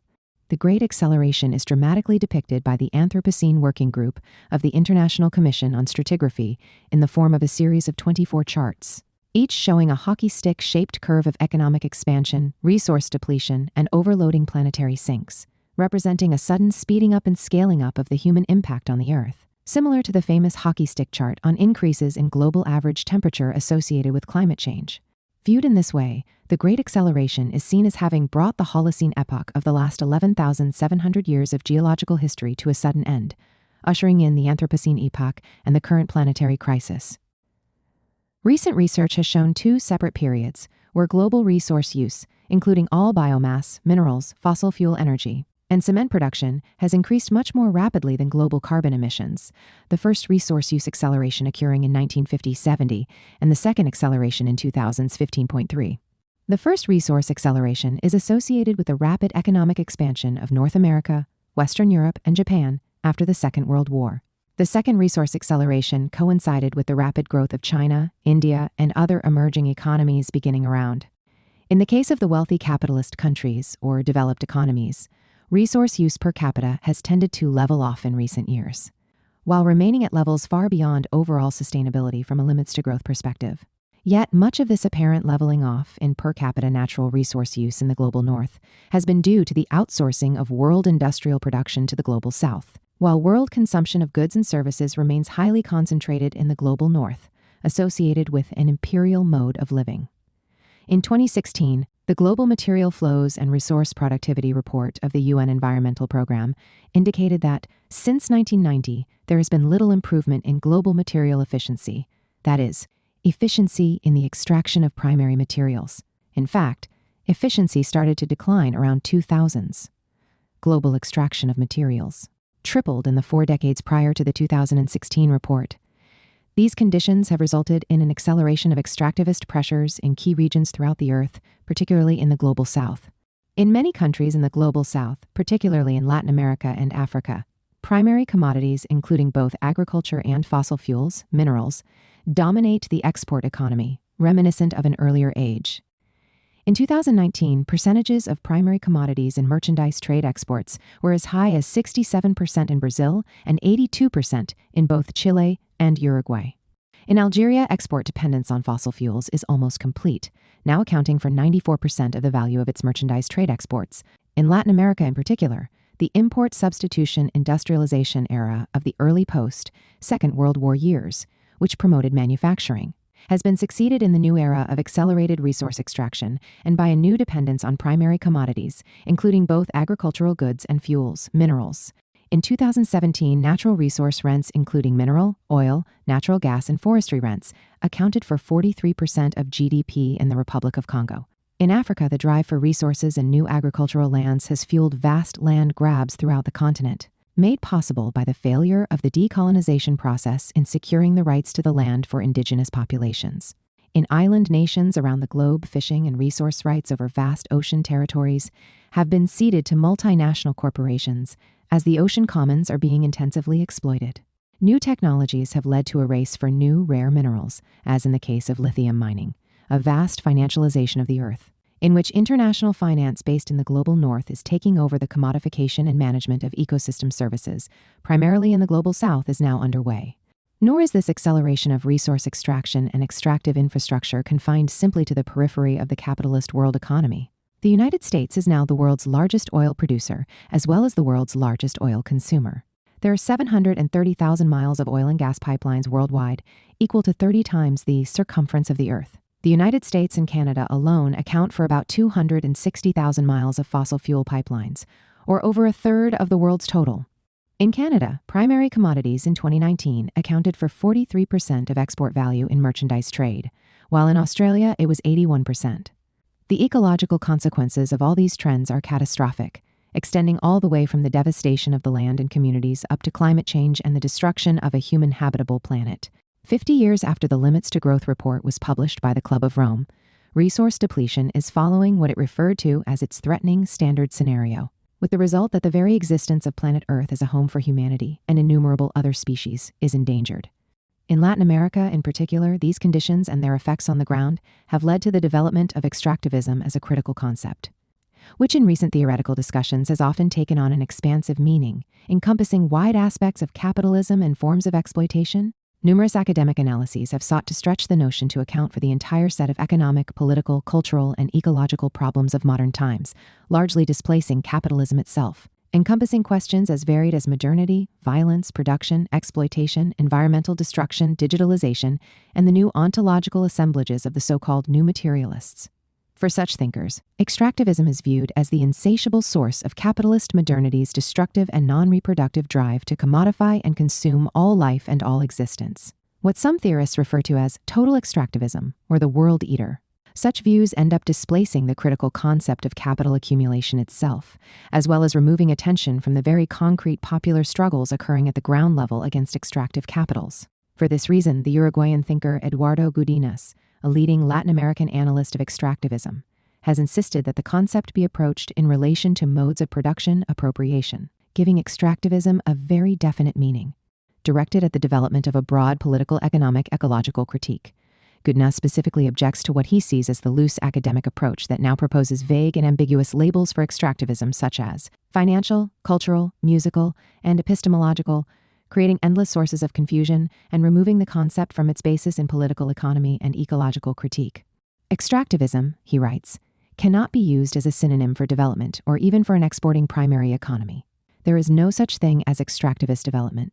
Extractivisms do not account for the structure and function of an entire national economy, which includes many other sectors, activities, and institutions. 18. Gudinas' own theory of extractivisms, which will be a central focus of what follows, can be seen as having arisen out of the broad historical materialist tradition. Thus, to understand the significance of his work, it is necessary to situate it within a larger historical materialist tradition, going back to the classical analysis of Marx and Engels, related to issues of the appropriation, expropriation of nature, extractive industries, and the metabolic rift. In this way, it is possible to provide the foundations for a critique of extractivism in the Anthropocene, Marx and the expropriation of nature. The notion of extractive industry dates back to Marx in the mid-19th century. He divided production into 4 spheres: extractive industry, agriculture, manufacturing, and transport. Extractive industry was seen by him as constituting the sector of production in which the material for labor is provided directly by nature, such as mining, hunting, fishing, and agriculture, but only insofar as it starts by breaking up virgin soil. In general, Marx drew a line between extractive industry and agriculture, insofar as the latter was not dependent on raw materials from outside agriculture, but was capable of building up from within, given agriculture's reproductive, as opposed to non-reproductive, characteristics. This, however, did not prevent him, in his theory of metabolic rift, from seeing capitalist industrial agriculture as expropriative, and in ways that we now call extractivist. Some of Marx's most critical comments with regard to the capitalist mode of production are directed at mining as the quintessential extractive industry. In his discussion of coal mining in Capital, Volume 3, he treats the absolute neglect of the conditions of the coal miners, resulting in an average loss of life of 15 people a day in England. This led him to comment that capital squanders human beings' living labor more readily than does any other mode of production, squandering not only flesh and blood but nerves and brains as well. But the destructive effects of extractive industry and of capital in general, for Marx, were not restricted to the squandering of flesh and blood, but also extended to the squandering of raw materials. Moreover, Engels, in writing to Marx, famously discussed the squandering of fossil fuels resources and coal in particular. In interviews that he gave responding to radical and indigenous movements against extractivism, Ecuadorian President Rafael Correa rhetorically asked, "Let's see, señores Marxistas, was Marx opposed to the exploitation of natural resources?" The implication was that Marx would not have opposed contemporary extractivism. In response, ecological economist Joan Martinez Allier pointed to Marx's famous analysis, indicating that capitalism leads to a metabolic rift. Capitalism is not capable of renewing its own conditions of production. It does not replace the nutrients. It erodes the soils. It exhausts or destroys renewable resources, such as fisheries and forests, and non-renewable ones, such as fossil fuels and minerals. On this basis, Martinez Allier contends that Marx, though he did not live to see global climate change, would have sided with climate justice. Indeed, the extraordinary growth of the Marxian ecological critique, building on Marx's analysis in Capital of the negative, i.e. destructive side, of capitalist production in his theory of metabolic rift, has provided the world with penetrating insights into every aspect of the contemporary planetary crisis.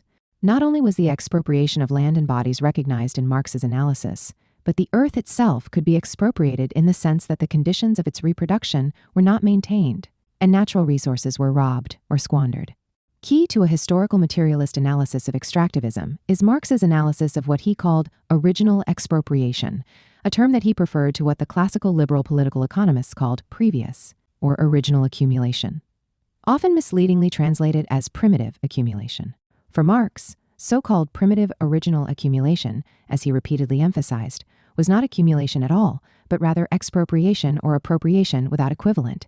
Taking a cue from Karl Polanyi, and in line with Marx's argument, we can also refer to expropriation as appropriation without reciprocity. Expropriation was evident in the violent seizure of the common lands in Britain.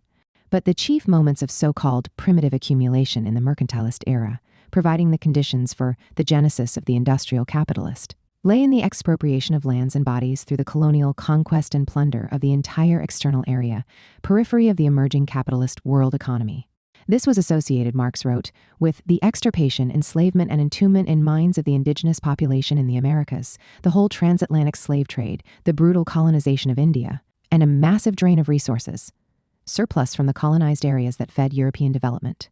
Crucial to this analysis was Marx's very careful distinction between appropriation, understood in its most general sense, as the basis of all property forms and all modes of production, and those particular forms of appropriation, such as expropriation and exploitation, that characterize the regime of capital. Marx conceived appropriation in general as rooted in the free appropriation from nature, and thus as a material prerequisite of human existence, leading to the formation thereby of various forms of property, with private property constituting only one such form, which became dominant only under capitalism. This general historical theoretical approach gave rise to Marx's concept of the mode of appropriation underlying the mode of production. These distinctions were to play an important role in Marx's later ethnological writings, and his identification with the active resistance to the expropriation of the lands of indigenous communities in Algeria and elsewhere. Not only was the expropriation of land and bodies recognized in Marx's analysis, but the earth itself could be expropriated in the sense that the conditions of its reproduction were not maintained, and natural resources were robbed or squandered. This was particularly the case with capitalism, in which the appropriation of nature generally took a clear, expropriative form. In Marx's analysis, the free appropriation of nature by human communities, constituting the basis of all production, was seen as having metamorphosed under capitalism into the more destructive form of a free gift of nature to capital, no longer geared primarily to the reproduction of life, the earth, and community as one largely indivisible whole, but rather dedicated solely to the valorization of capital. The robbery of the earth and the metabolic rift, or the irreparable rift in the interdependent process of social metabolism between humanity and nature, were thus closely interwoven. Although some contemporary theorists have attempted to define extractivism as meaning the non-reproduction of nature, it is much more theoretically meaningful to view this in line with Marxian ecology in terms of what Marx called the robbery or expropriation of nature, of which extractivism is simply a particularly extreme and crucial form. Goodiness and the extractivist surplus. These conceptual foundations arising out of Marx's classical ecological critique allow us to appreciate more fully the path-breaking insights into extractivism provided by Goodiness in his Extractivisms. A crucial point of departure in his analysis is the concept of modes of appropriation.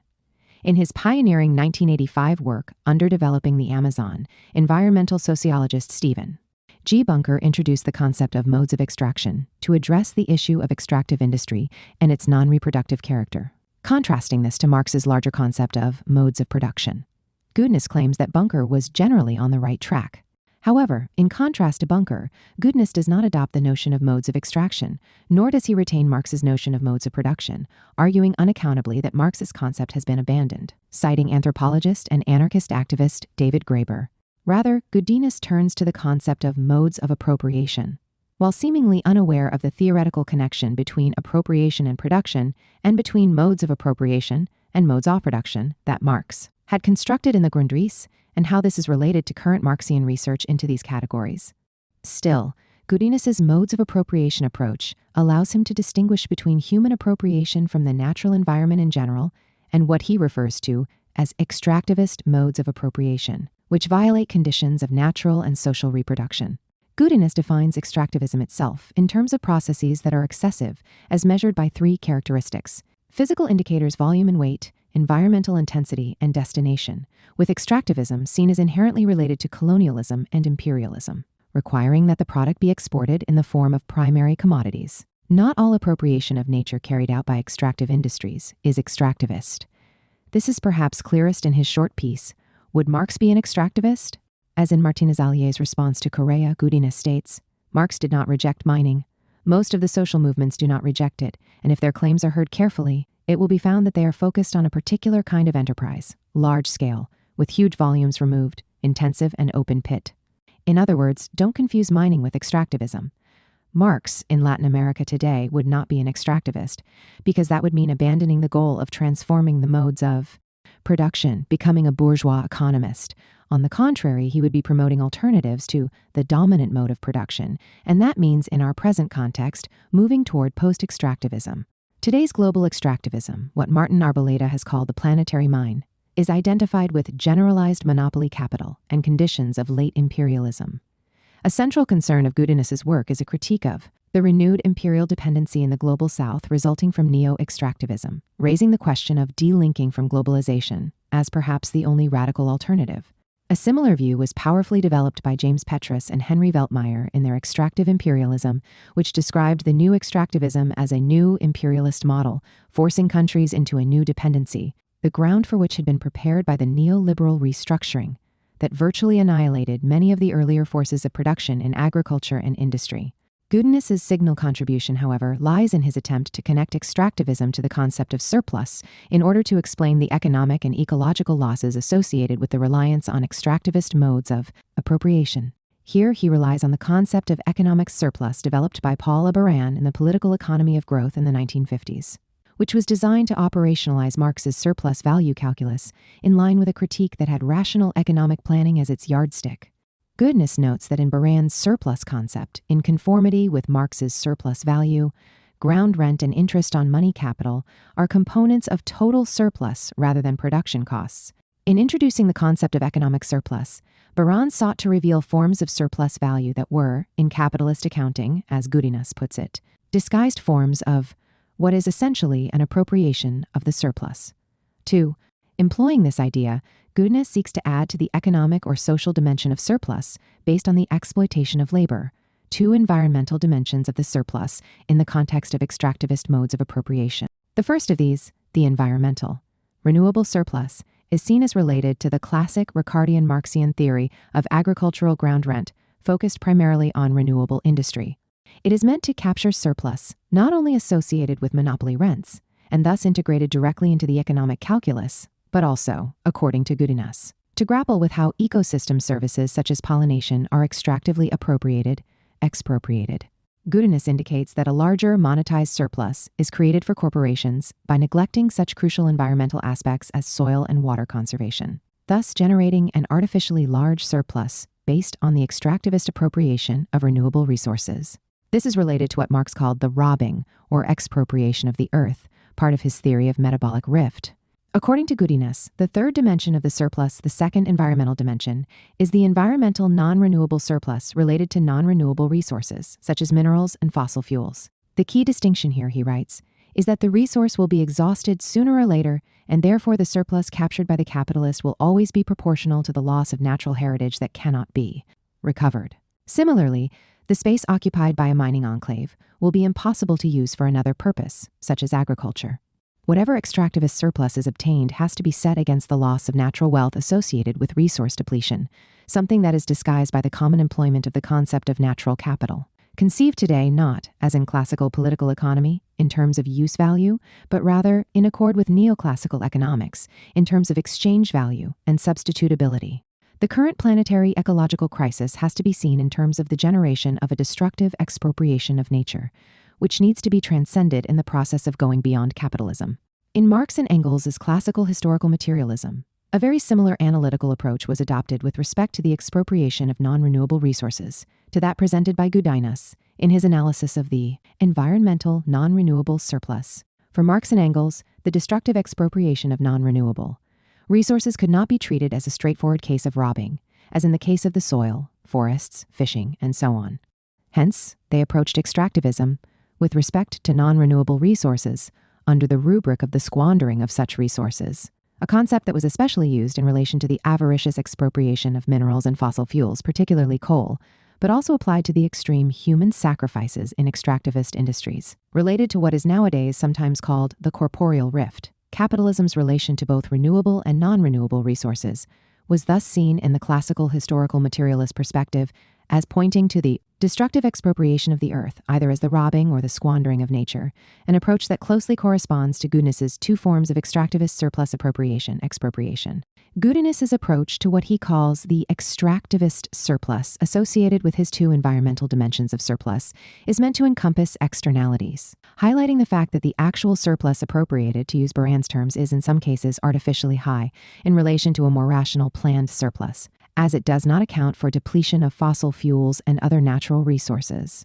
This basic approach is employed in the remainder of Goodiness's analysis to engage with struggles on the ground over this bleeding of the extractivist economies and its relation to late imperialism, which carries out such bleeding on ever larger scales to the long-term detriment of the relatively dependent peripheral or semi-peripheral, that is, emerging economies.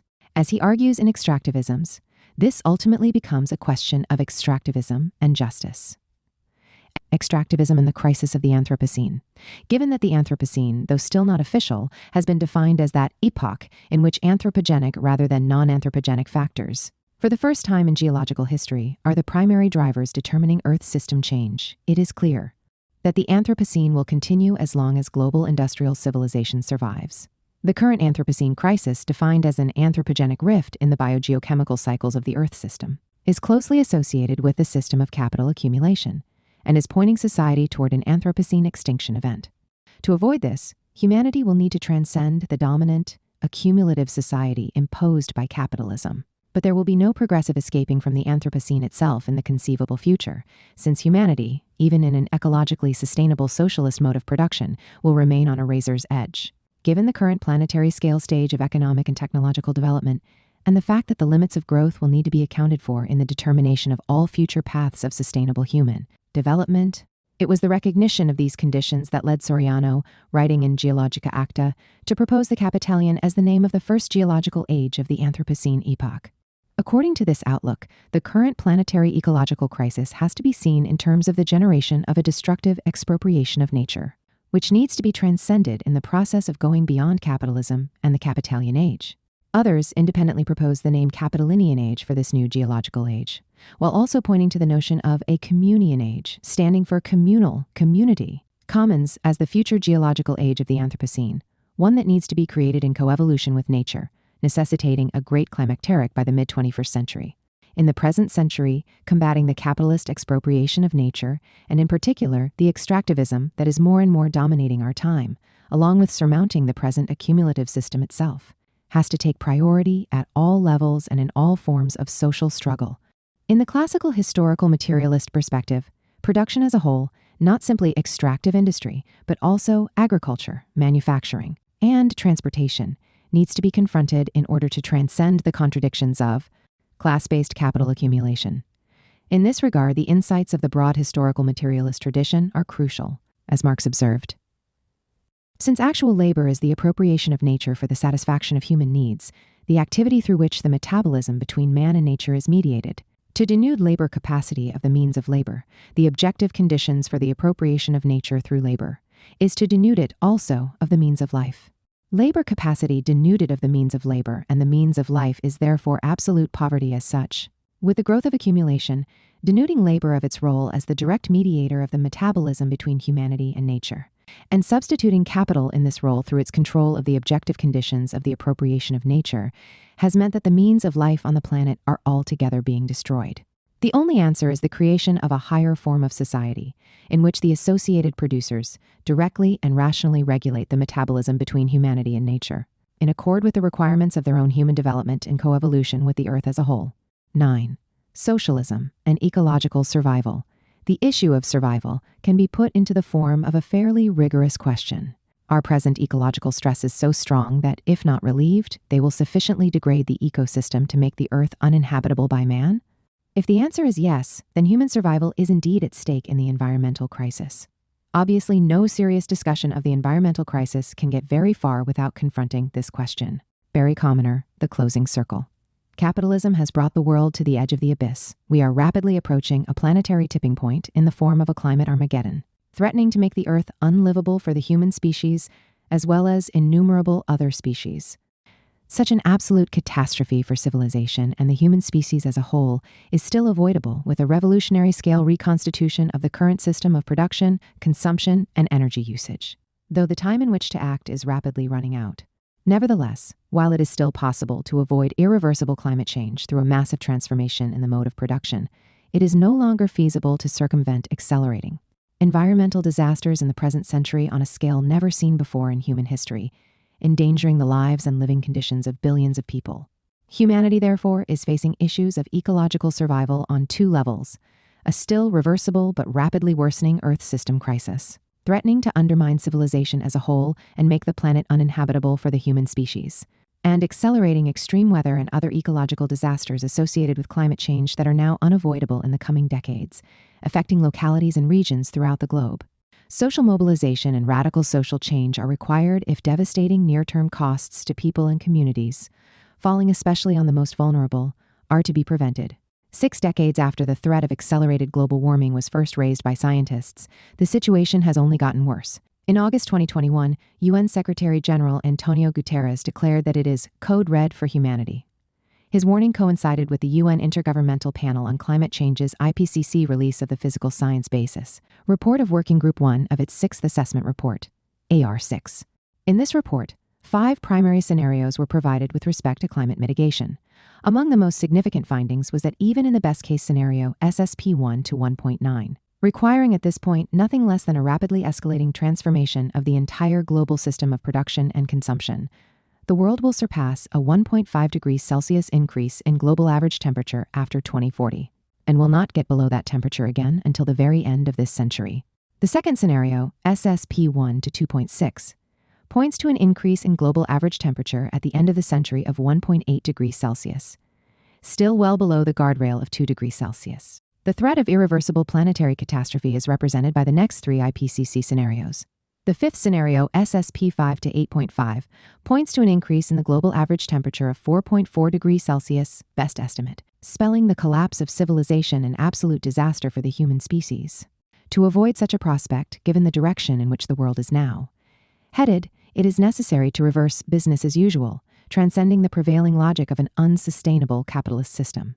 At the same time, the IPCC report makes it clear that it is no longer conceivable to prevent accelerating climate disasters this century, even in the best-case scenario, in which an irrevocable planetary tipping point would be avoided.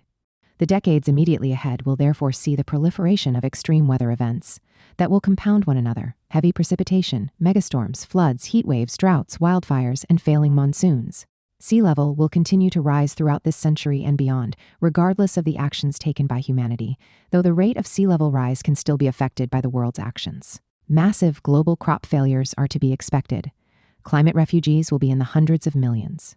All of this is further complicated by the fact that climate change is not the only planetary boundary that capitalism is currently crossing or threatening to transgress. Others include the loss of biological diversity, marking the sixth extinction, ocean acidification, disruption of the nitrogen and phosphorus cycles, loss of ground cover, including forests, loss of freshwater resources, chemical pollution, and radioactive contamination. Up to now, the ecological, including eco-socialist, strategy with respect to climate change has focused almost entirely on mitigation, aimed at stopping greenhouse gas emissions, particularly carbon emissions, before it is too late. Yet this general approach has all too often been rooted in a type of reformist environmentalism that does not seriously challenge the parameters of the present system, allowing the ecological crisis to deepen and expand. Mitigation, but today necessarily of a far more revolutionary character, still has to play the leading role in any global climate strategy, since it is essential for the continuation of civilization and survival of the human species, and most of the known species on Earth. However, it is now also necessary, given the inevitable degradation of the Earth this century, to mobilize immediately for survival at the level of communities, regions, nations, and whole peoples. The harsh reality is that during the next few decades, which according to even the IPCC's most optimistic scenario will involve breaching the 1.5 degrees Celsius threshold, at least for a time, humanity will inevitably see the proliferation of environmental catastrophes at all levels and throughout the planet.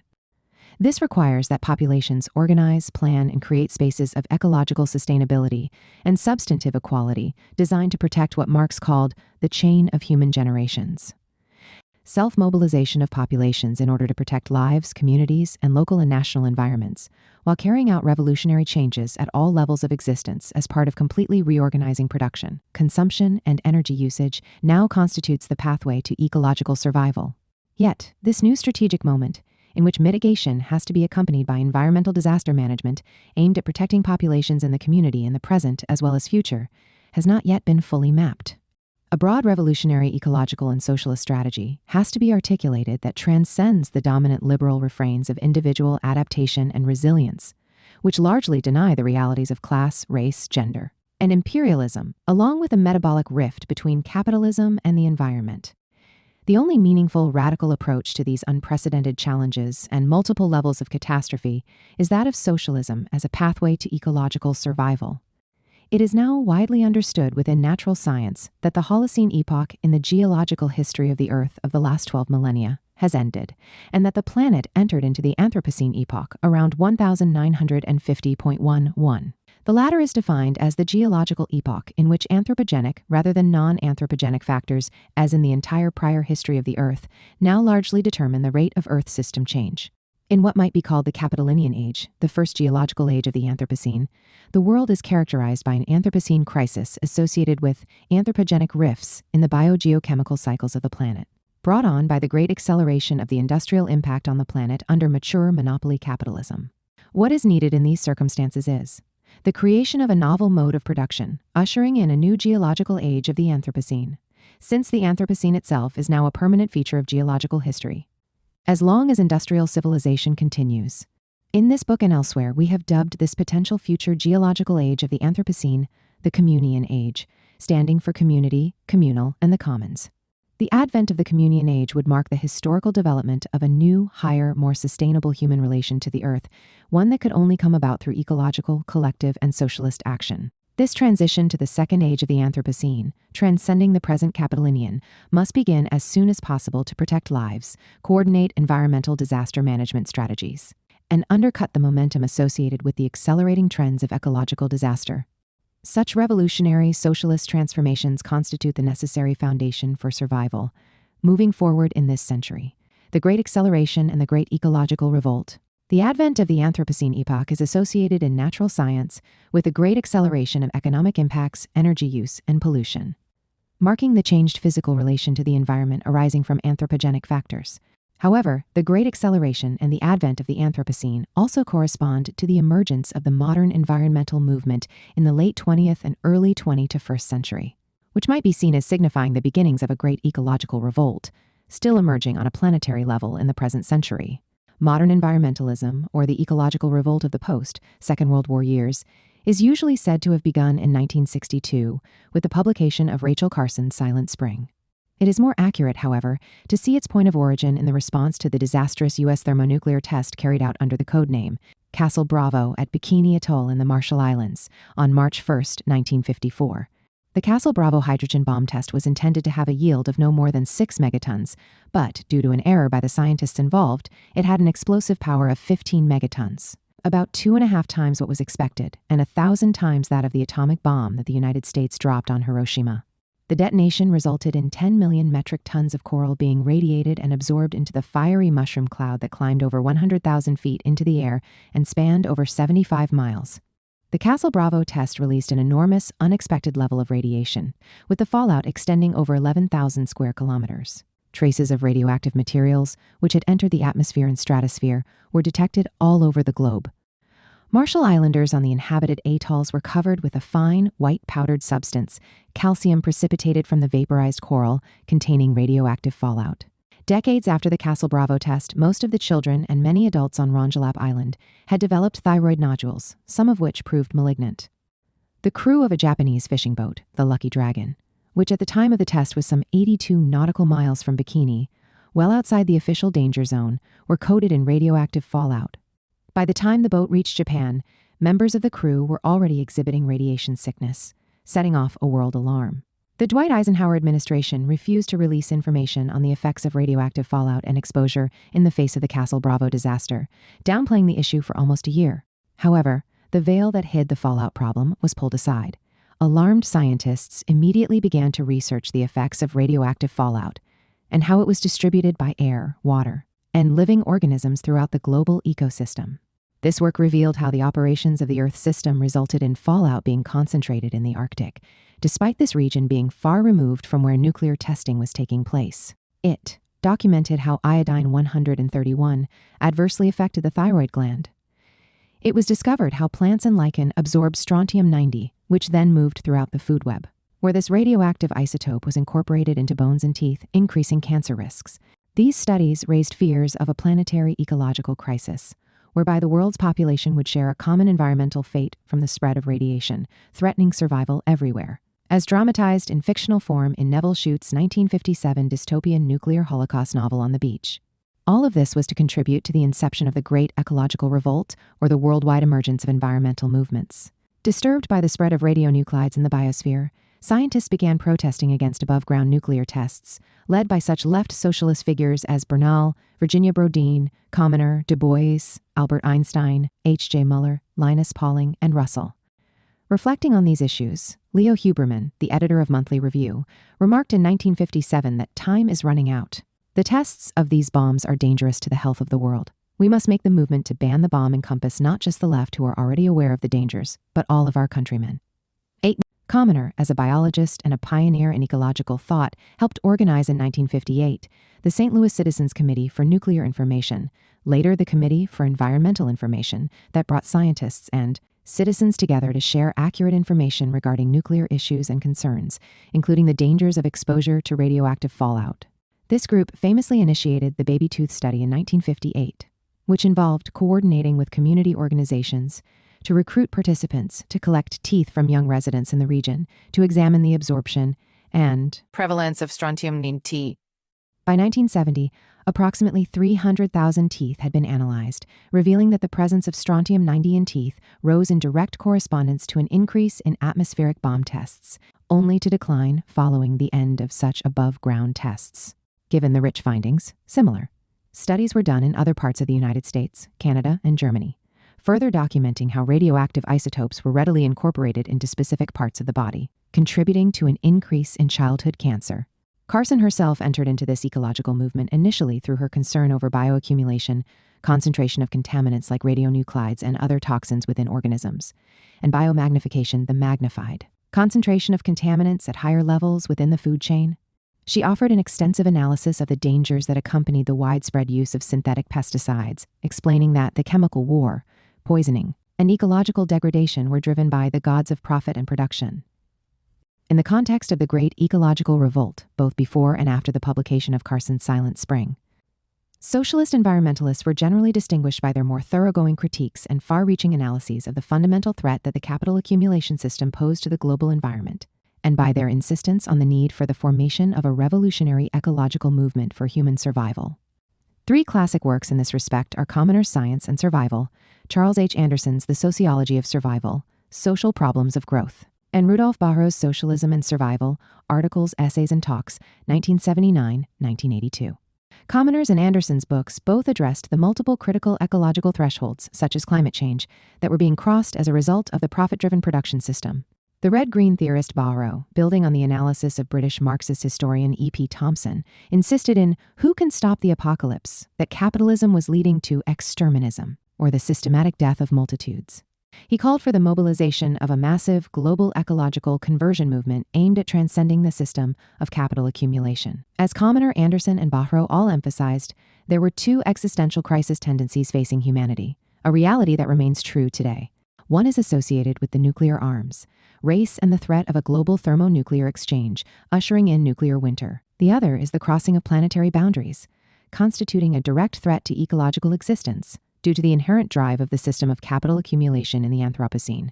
The only answer is to build, locally and globally, a strong socialist and ecological, or eco-socialist, movement that ensures the survival of populations and communities in the present while safeguarding the future of humanity and the Earth. Eco-survival and eco-socialism. Born in 1917, Commoner was a child of the Great Depression and of the socialist and communist movements of the time. He was strongly influenced by the mass movements supporting the Republican cause in the Spanish Civil War and by protests against lynchings in the U.S. South. Drawn early on to socialist, dialectical materialist approaches to science, he was a close reader of Engels's Anti-Düring and the Dialectics of Nature. He was to be a lifelong eco-socialist. He once declared, ironically, that the Atomic Energy Commission made me an environmentalist. In To Survive on the Earth, the closing chapter of Science and Survival, Commoner warned, As a biologist, I have reached this conclusion. We have come to a turning point in the human habitation of the Earth. The environment is a complex, subtly balanced system, and it is this integrated whole which receives the impact of all the separate insults inflicted by pollutants. Never before in the history of this planet has its thin life-supporting surface been subjected to such diverse, novel, and potent agents. I believe that the cumulative effect of these pollutants, their interactions and amplification, can be fatal to the complex fabric of the biosphere. And because man is, after all, a dependent part of this system, I believe that continued pollution of the Earth, if unchecked, will eventually destroy the fitness of this planet as a place for human life. I believe that worldwide radioactive contamination, epidemics, ecological disasters, and possibly climatic changes would so gravely affect the stability of the biosphere as to threaten human survival everywhere on the Earth. Commoner was deeply concerned with the assault on the biosphere. Already in Science and Survival, he presented the basic nuclear winter hypothesis in which a general thermonuclear exchange would result, due to the lofting of smoke and soot into the stratosphere, in a drastic reduction in global average temperatures imperiling all of humanity. In the same work, he pointed to climate change, warning of the effects of accelerated carbon dioxide accumulation in the atmosphere, the consequences of this on the biosphere, and the catastrophic floods arising from sea level rise. In the mid-1960s, he observed control of this danger, global warming, would require the modification throughout the world of domestic furnaces and industrial combustion plants. Solar power and other techniques for the production of electrical power, which do not require either combustion or nuclear reactors, may be the best solution. But here, massive technological changes will be needed in all industrial nations. Nevertheless, technology itself was not the answer. As Commoner went on to state, technology has not only built the magnificent material base of modern society, but also confronts us with threats to survival which cannot be corrected unless we solve very great economic, social, and political problems. Science can reveal the depth of this ecological crisis, but only social action can resolve it. 8. In 1971, in the chapter on the question of survival in the closing circle, Commoner made a similar declaration, writing, "My own judgment, based on the evidence now at hand, is that the present course of environmental degradation, at least in industrialized countries, represents a challenge to essential ecological systems that is so serious that, if continued, it will destroy the capability of the environment to support a reasonably civilized human society. One can try to guess at the point of no return, the time at which major ecological degradation might become irreparable. It is now widely recognized, I believe, that we are already suffering too much from the effects of the environmental crisis, that with each passing year it becomes more difficult to reverse, and that the issue is not how far we can go to the brink of catastrophe, but how to act now." The ultimate problem was the mode of production itself. As Commoner stated in the introduction to the 1992 edition of Making Peace with the Planet, if the environment is polluted and the economy is sick, the virus that causes both will be found in the system of production. 1.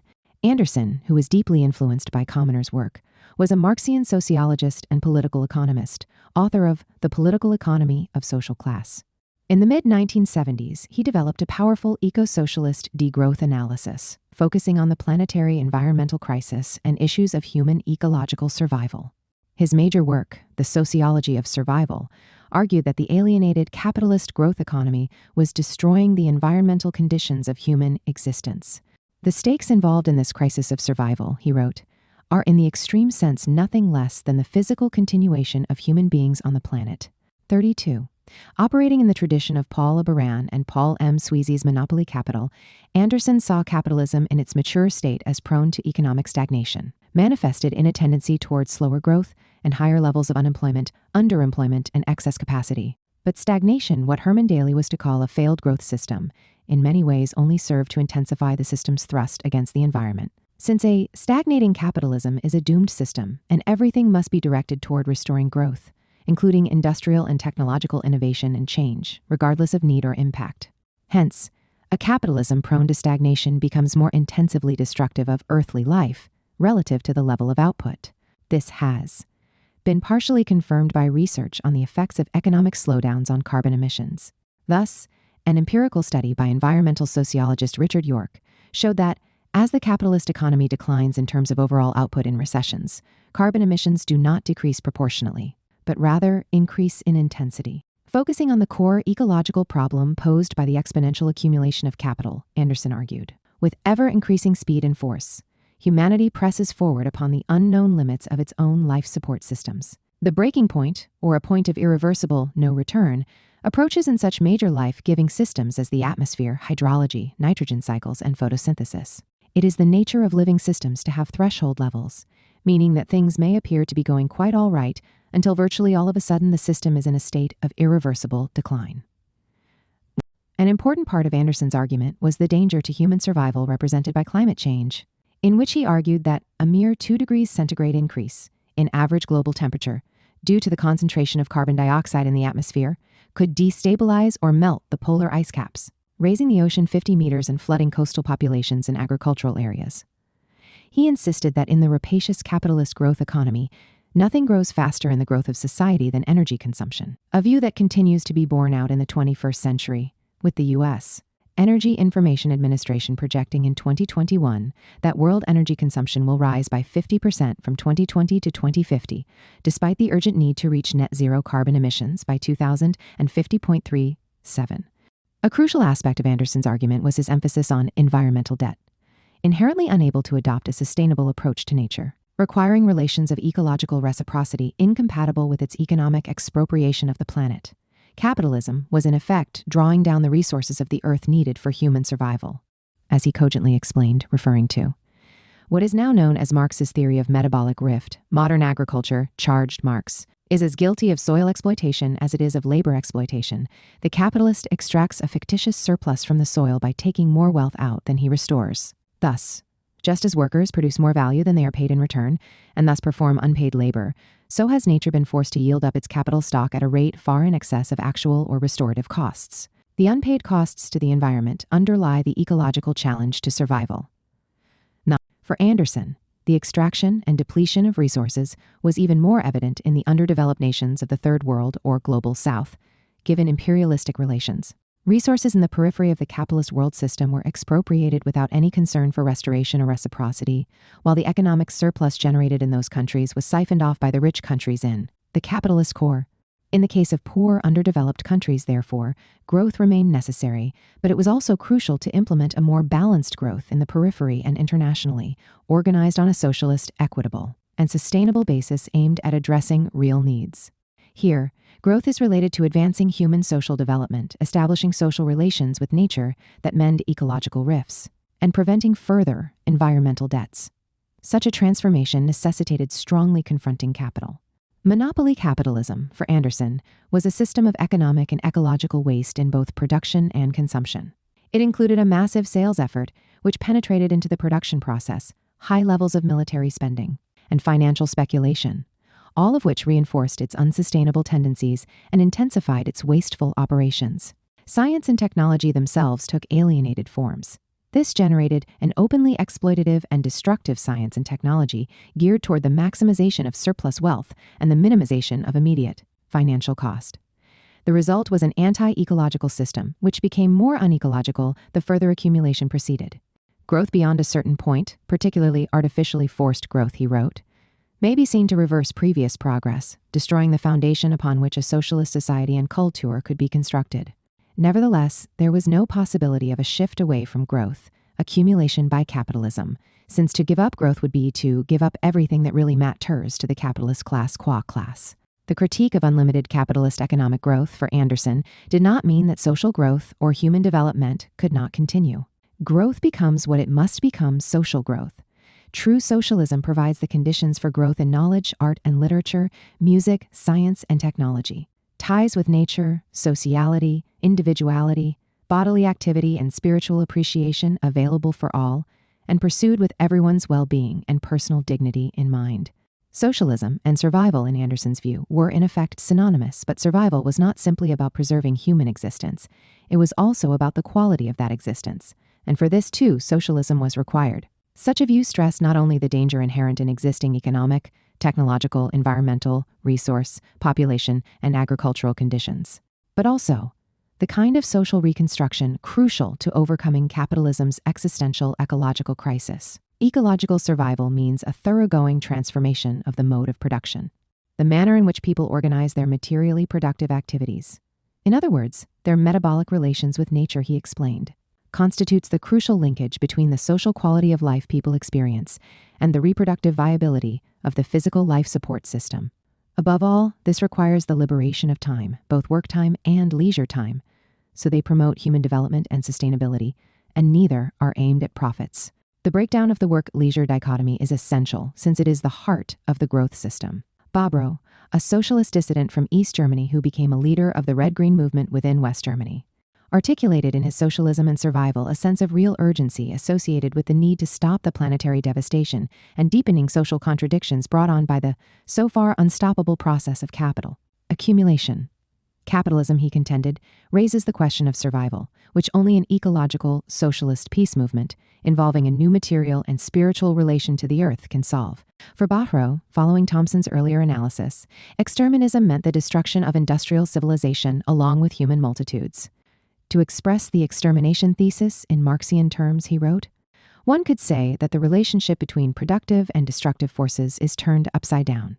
Like others who looked at civilization as a whole, Marx had seen the trail of blood running through it, and that civilization leaves deserts behind it.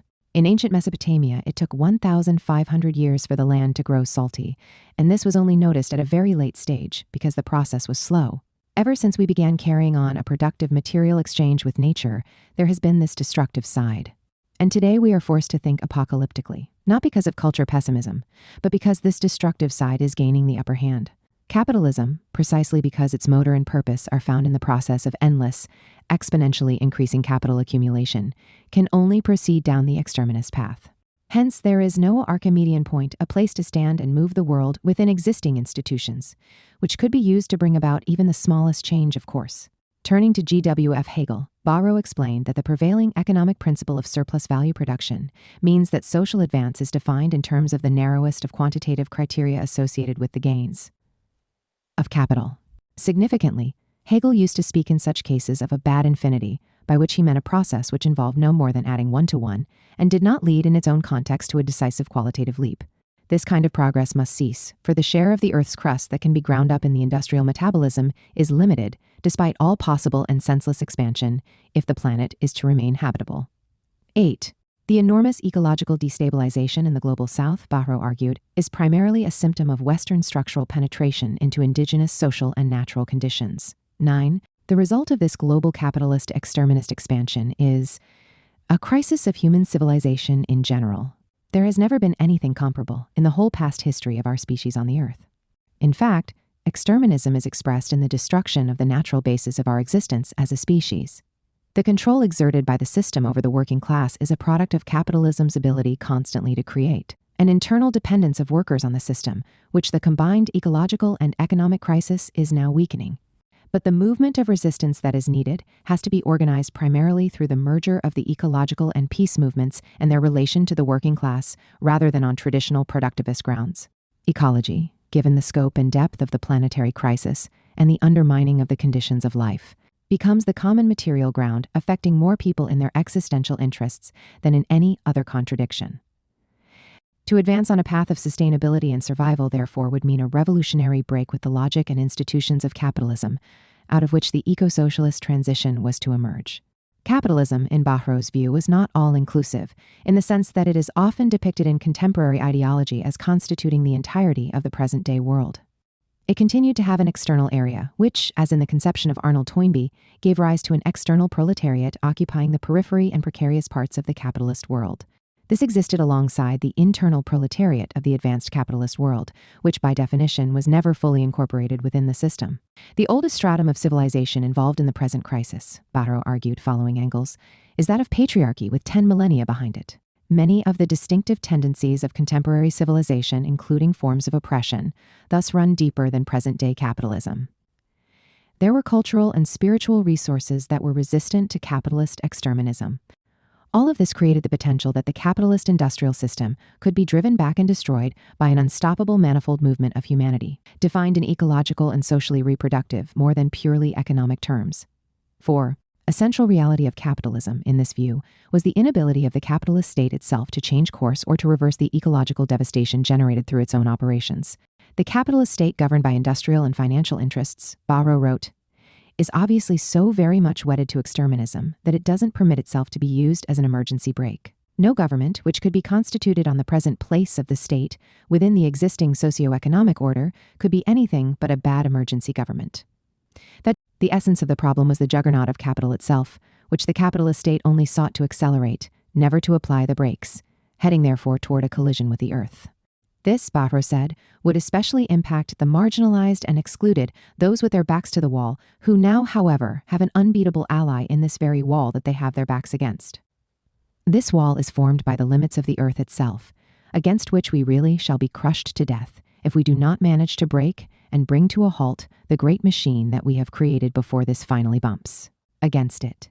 The answer clearly could not be seen as lying in a capitalist emergency state, which would only make things worse for the vast majority and for the earth itself, but in a revolutionary salvation government, in which the material struggle for survival coupled with the struggle for human liberation, the end of alienation, and the focus on essential human needs, would generate a new emergent reality.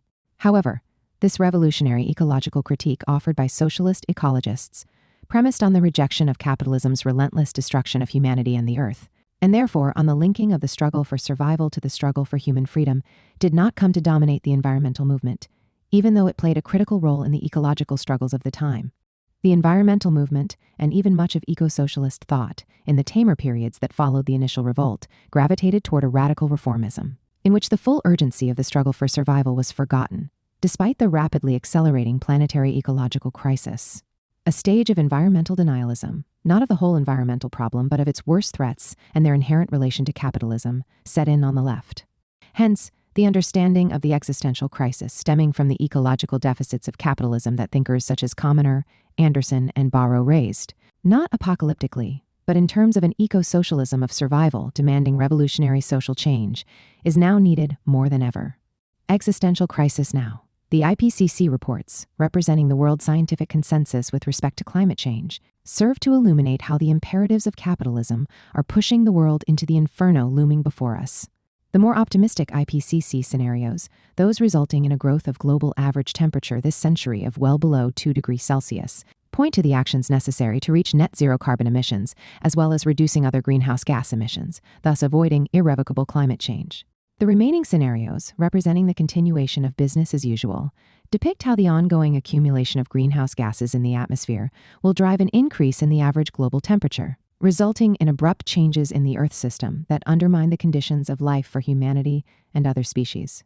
Unfortunately, the capitalist business-as-usual trends persist, pointing to hellish consequences. Thus, with each new IPCC report, the situation is ever more dire, and the possibility of pulling away from disaster requires ever more revolutionary change, given both the increasing physical scale of the problem and the diminishing time scale.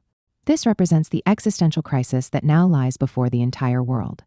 In the best-case scenario, SSP 1 to 1.9, provided by the Physical Science Basis Assessment in Part 1 of AR6, written by Working Group I, global average temperature, as we have seen, is expected to surpass a 1.5 degrees Celsius increase above pre-industrial levels after 2040, rising to 1.6 degrees Celsius and not declining below the 1.5 degrees Celsius threshold again, returning to 1.4 degrees Celsius until the end of the century. But in order for this scenario to hold, global carbon emissions must peak within a few years, with net zero emissions achieved by 2050. Still, even in this scenario, the most optimistic one now provided by the IPCC, the world will continue to experience the propagation of extreme weather events, heavy precipitation, flooding, drought, heat waves, wildfires, glacial melting, and sea level rise, which will affect every region of the Earth while threatening billions of people. The IPCC's Impacts, Adaptation and Vulnerability Assessment, written by Working Group 2 of AR6, released in February 2022, documents the observed consequences of climate change so far, detailing the vulnerabilities and projected risks in the coming decades. The Summary for Policymakers of Working Group 2 highlights the range of changes in the Earth system, which have already increased the risks that much of humanity experiences and which are decreasing the quality of existence in general. Among the observed impacts, it emphasizes that human-induced climate change, including more frequent and intense extreme events, has caused widespread adverse impacts and related losses and damages to nature and people, beyond natural climate variability. Across sectors and regions, the most vulnerable people and systems are observed to be disproportionately affected. The rise in weather and climate extremes has led to some irreversible impacts, as natural and human systems are pushed beyond their ability to adapt. Heat and drought-related conditions have increased tree mortality and wildfires. The warming of the ocean has resulted in coral bleaching and mortality, and the loss of kelp forests. Half of the species considered are already migrating toward the poles or moving to higher elevations. Climate change is also increasing irreversible conditions such as species extinctions. In comparison to previous estimates and prior assessments, the extent and magnitude of climate change impacts are now larger. 9. Climate change is negatively affecting both the physical and mental health of people. For example, extreme heat events have resulted in human mortality and morbidity.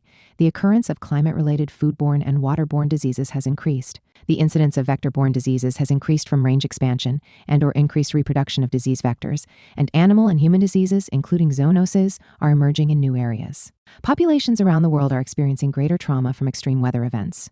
They are also contending with climate-sensitive cardiovascular and respiratory distress due to increased exposure to wildfire smoke, atmospheric dust, and aeroallergens.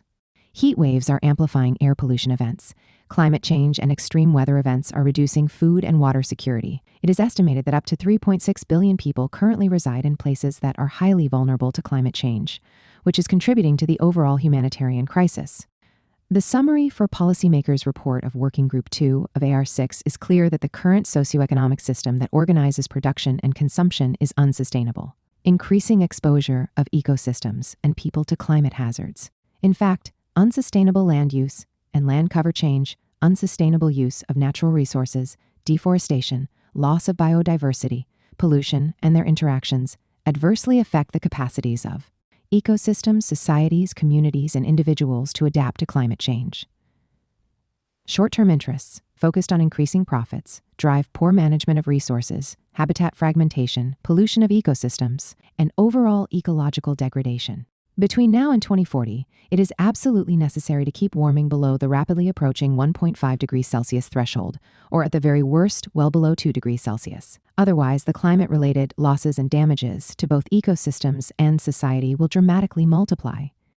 Surpassing this threshold will result in extreme high risks associated with biodiversity loss, a dramatic decline in snowmelt water availability for irrigating crops, a severe reduction in above-ground and groundwater availability, declining health of soils, widespread food insecurity, flooding of low-lying cities and settlements, accelerated proliferation of disease risks, even more intense and frequent weather events, and extensive heatwave conditions.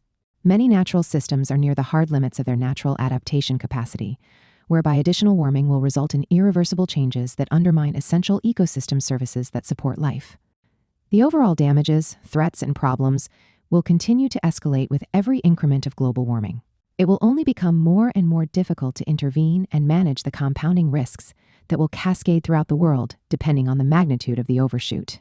Hence, the summary for policymakers of Working Group 2 in AR6, focusing on impacts, adaptation, and vulnerability, concludes that there is a rapidly narrowing window of opportunity to forge a radically different future. It warns, it is unequivocal that climate change has already disrupted human and natural systems. Past and current development trends have not advanced global climate-resilient development. Societal choices and actions implemented in the next decade will determine the extent to which medium and long-term pathways will deliver higher or lower climate-resilient development. Importantly, climate-resilient development prospects are increasingly limited if current greenhouse gas emissions do not rapidly decline, especially if 1.5 degrees Celsius global warming is exceeded in the near term. The leaked scientific consensus draft of the Summary for Policymakers by Working Group 2 of AR6, received by Agence France-Presse in June 2021, included the following statement. We need transformational change operating on processes and behaviors at all levels, individual communities, business, institutions, and governments. We must redefine our way of life and consumption. This transformation requires coordinated action, massive public mobilization, political leadership and commitment, and urgent decision-making to change the global economy and support an effective and accelerated mitigation adaptation strategy. Unfortunately, such action has been consistently thwarted by capital and global political leaders, who managed to remove the statement from the final published Working Group 2 report, where it is nowhere to be found. In May 2022, the carbon dioxide concentration in the atmosphere measured 421.37 parts per million, marking a new high. Peter Tans, a climate scientist at the National Oceanographic and Atmospheric Administration, explained that in this last decade, the rate of increase has never been higher, and we are still on the same path. So we are going in the wrong direction at maximum speed. As climate breakdown accelerates, the conditions of life are rapidly deteriorating, creating numerous health problems, some of which manifest as corporeal rifts, undermining bodily existence. Corporeal challenges, which could be viewed as indications of a corporeal rift in which climate change disrupts human bodily functions, have received additional attention given the brutal heat waves and record-breaking temperatures in India and Pakistan in spring 2022. On May 1, the temperature in Nawabshah, Pakistan, was 49.5 degrees Celsius. What made this heat wave along the coasts and the Indus River Valley in these countries particularly unbearable was that it was accompanied by high levels of humidity. Together, these can create dangerous levels of heat stress, which can result in death. This issue is particularly important to consider in regard to global warming, as climate change increases heat and the amount of water vapor in the atmosphere. Furthermore, warmer air holds more moisture, making humidity worse. Heat and humidity are additive, generating conditions in the form of wet bulb temperatures, combining normal dry bulb temperature and humidity that exceed the capacity of people to survive. Under such conditions, one of the important issues is that nighttime temperatures are also high, making it difficult or impossible for the body to recover partially overnight, worsening the situation. This is part of the reason that, as heat waves progress, it becomes increasingly difficult for people to function physically. In the article, The Emergence of Heat and Humidity Too Severe for Human Tolerance, published in Science Advances, Colin Raymond, Tom Matthews, and Radley M. Horton explain that what are called dry bulb temperatures, measurements obtained from an ordinary thermometer, are not adequate in ascertaining the dangers to human health associated with heat stress. Instead, it is necessary to measure the wet bulb temperature, heat, and humidity. This is obtained by placing a wet cloth on the thermometer and blowing air on it.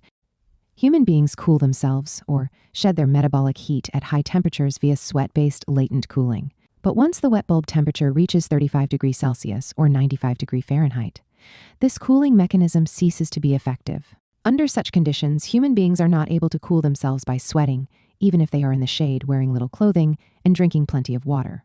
When outside and exposed to such wet bulb temperatures for 6 hours, even young, healthy individuals will perish from this heat stress. In humid regions, and for populations whose physical conditions are less than optimal, it is possible for lives to be threatened even with lower wet bulb temperatures, between 26 degrees Celsius and 32 degrees Celsius, as was the case in the heat waves that hit Europe in 2003 and Russia.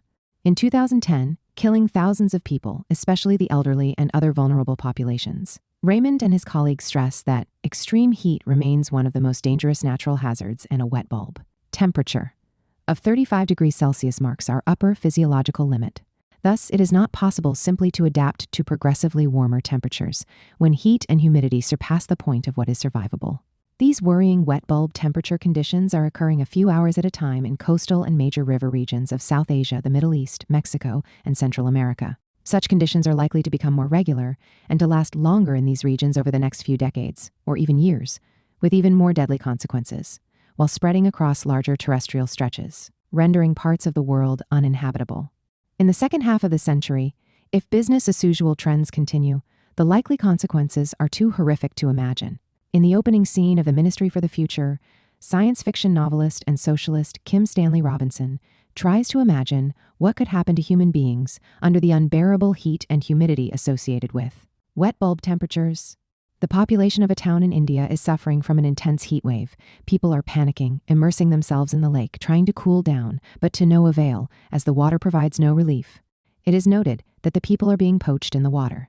Before too long, the lake is filled with corpses. All the children were dead, all the old people were dead. It is a hellish scene, but it captures the gravity of exterminism that is unfolding and the urgency of the fight for survival. This is the sobering reality of the current ecological moment, as the leaked draft of the Summary for Policymakers of Working Group 2 stated, though this was removed probably by governments. From the published report, life on Earth can recover from a drastic climate shift by evolving into new species and creating new ecosystems. Humans cannot. The structural crisis of capital and the failure of environmental reform. The failure of capital to face up to the rapidly increasing ecological crisis. Even as the Earth as a home for humanity is fast approaching an irreversible tipping point, is often attributed to the growth of neoliberalism, as if this were simply a contingent fact of history determined by political swings and policy changes. The advance of neoliberalism, however, was itself a response of the capitalist system to the insurmountable structural crisis of capital that first emerged in the mid-1970s, leading to the restructuring of this system. This included not only the reduction of the relative autonomy of the state, but also the restructuring of the capital-labor relation through the globalization of production and the financialization of the capitalist system. In these changed circumstances, the centrality of what was dubbed the environmental state, introduced as the capitalist system's response to the deepening environmental crisis, experienced an early death. It was to be replaced under neoliberalism by a more diffuse system of environmental governance, involving both the private and public sectors, ensuring that the accumulation of capital always took complete precedence over the sustainability of the natural environment. The initial great ecological revolt of the early post-Second World War years was largely radical in inspiration, strongly critical of capitalism, drawing its strength from the grassroots, and raising the essential question of human survival. However, these radical environmental challenges to the system were soon contained and co-opted through the rise to prominence of the capitalist environmental state, allowing the great acceleration of economic impacts on the environment to expand largely unhindered. The notion of the environmental state stood for a patchwork system of environmental regulations and statutory laws introduced by the state within the limits allowed by the powers that be, thereby precluding any major challenges to the process of capital accumulation. The dominant state-directed environmental reformism that emerged. In these years, combating isolated cases of extreme pollution and environmental degradation at the local level was commonly presented in received ideology as a logical outgrowth of capitalist modernization, viewed as an extension of the logic of the welfare state. Capitalism, it was claimed, followed a path whereby environmental spending increased at higher levels of economic development, ameliorating the negative effects of growth. All of this has proved to be a dangerous illusion. The environmental state as a central actor within the system was at best a very short-term affair. soon overshadowed by the structural crisis of capitalism that emerged only a few years later by the mid-1970s. The economic restructuring of the late 1970s and early 80s was a response to the deepening stagnation of capital accumulation, evident in a slowdown in economic growth and rising unemployment, underemployment, and idle capacity. Although there was no solution to the economic malaise of the mature capitalist economies, the ruling class was able to extend its power in a context of disaster capitalism through the promotion of a more predacious system that brought the state more firmly within the rules of the market. These developments were accompanied by the globalization of production and the financialization of the economy, ushering in a new phase of globalized monopoly finance capital, made possible in part by new systems of communication and surveillance. By the 1990s, even those proponents of capitalist ecological modernization, who were the most enthusiastic cheerleaders of the environmental state, were forced to point to the counterpressures being imposed on it by capital, while more recently, they have acknowledged its virtual demise. In the context of this rapid decline of the state-directed system of environmental regulation, the environmental state, the notion of environmental governance was introduced as the new reform-oriented concept to take its place. Environmental governance was meant to refer to the much greater role assumed by private interests, including corporations, corporate foundations, non-governmental organizations, international financial institutions, and intergovernmental organizations, in determining the realm of environmental regulation, which in many areas, such as various certification processes, carbon markets, and the financialization of nature conservation, generated new markets for capital accumulation, legitimated in terms of so-called green capitalism. The environmental nation-state, a notion that in the international context represented a further distancing from the concept of the domestic environmental state, was seen as subject to intergovernmental agreements, such as the 2015 Paris Accord on climate change. Nonetheless, the phases of limited environmental reform, presided over initially by the capitalist environmental state and more recently by so-called environmental governance under direct corporate and ruling class dominance, have seen the acceleration of the destruction of the earth as a home for humanity. According to the world scientific consensus, ecological catastrophes, on scales never before seen by humanity, are now fast approaching. Marginal attempts by the present political economic system to address the planetary ecological emergency have proven entirely ineffectual because the capitalist juggernaut always takes priority. The world is now on a runaway train to disaster, rapidly approaching the edge of the cliff. As Engels once remarked, capitalism is ruled by a class under whose leadership society is racing to ruin like a locomotive whose jammed safety valve the driver is too weak to open. The ruin, when it comes, will be ecological as well as political economic, and will fall most heavily on the vulnerable and future generations. This deadly trajectory is evident everywhere, underscoring the failure of capitalist ecological reform. According to the UN Emissions Gap Report 2021, the present voluntary national climate pledges of countries in accordance with the Paris Agreement would generate a 2.7 degrees Celsius increase, 66% probability in global average temperature this century, as opposed to the well below 2 degrees Celsius increase, which is the goal of the Accords, and far above the scientific consensus goal of 1.5 degrees Celsius, which is the most important threshold for planetary climate security. Presently, there are more than 400 ongoing fossil fuel extraction projects in process in the world, 40% of which have not yet commenced extraction. Currently advanced by corporations and supported by governments, known as carbon bombs. Each of these represents at least 1 gigaton of carbon emissions, which, if they are all carried out, will exceed the global 1.5 degrees Celsius carbon budget by a factor of 2. There is no sign anywhere that the necessary limits will be imposed by capitalism to protect the planetary environment. Rather, the signs all point to the opposite as a frenzy for fossil fuels is developing. The G7 leading capitalist countries, meeting in May 2022, agreed eventually to phase out unabated coal, but put forward no date for doing so, with the discussion dominated instead by the need for vast new fossil fuel sources in the context of the Ukraine war, setting aside all climate objectives.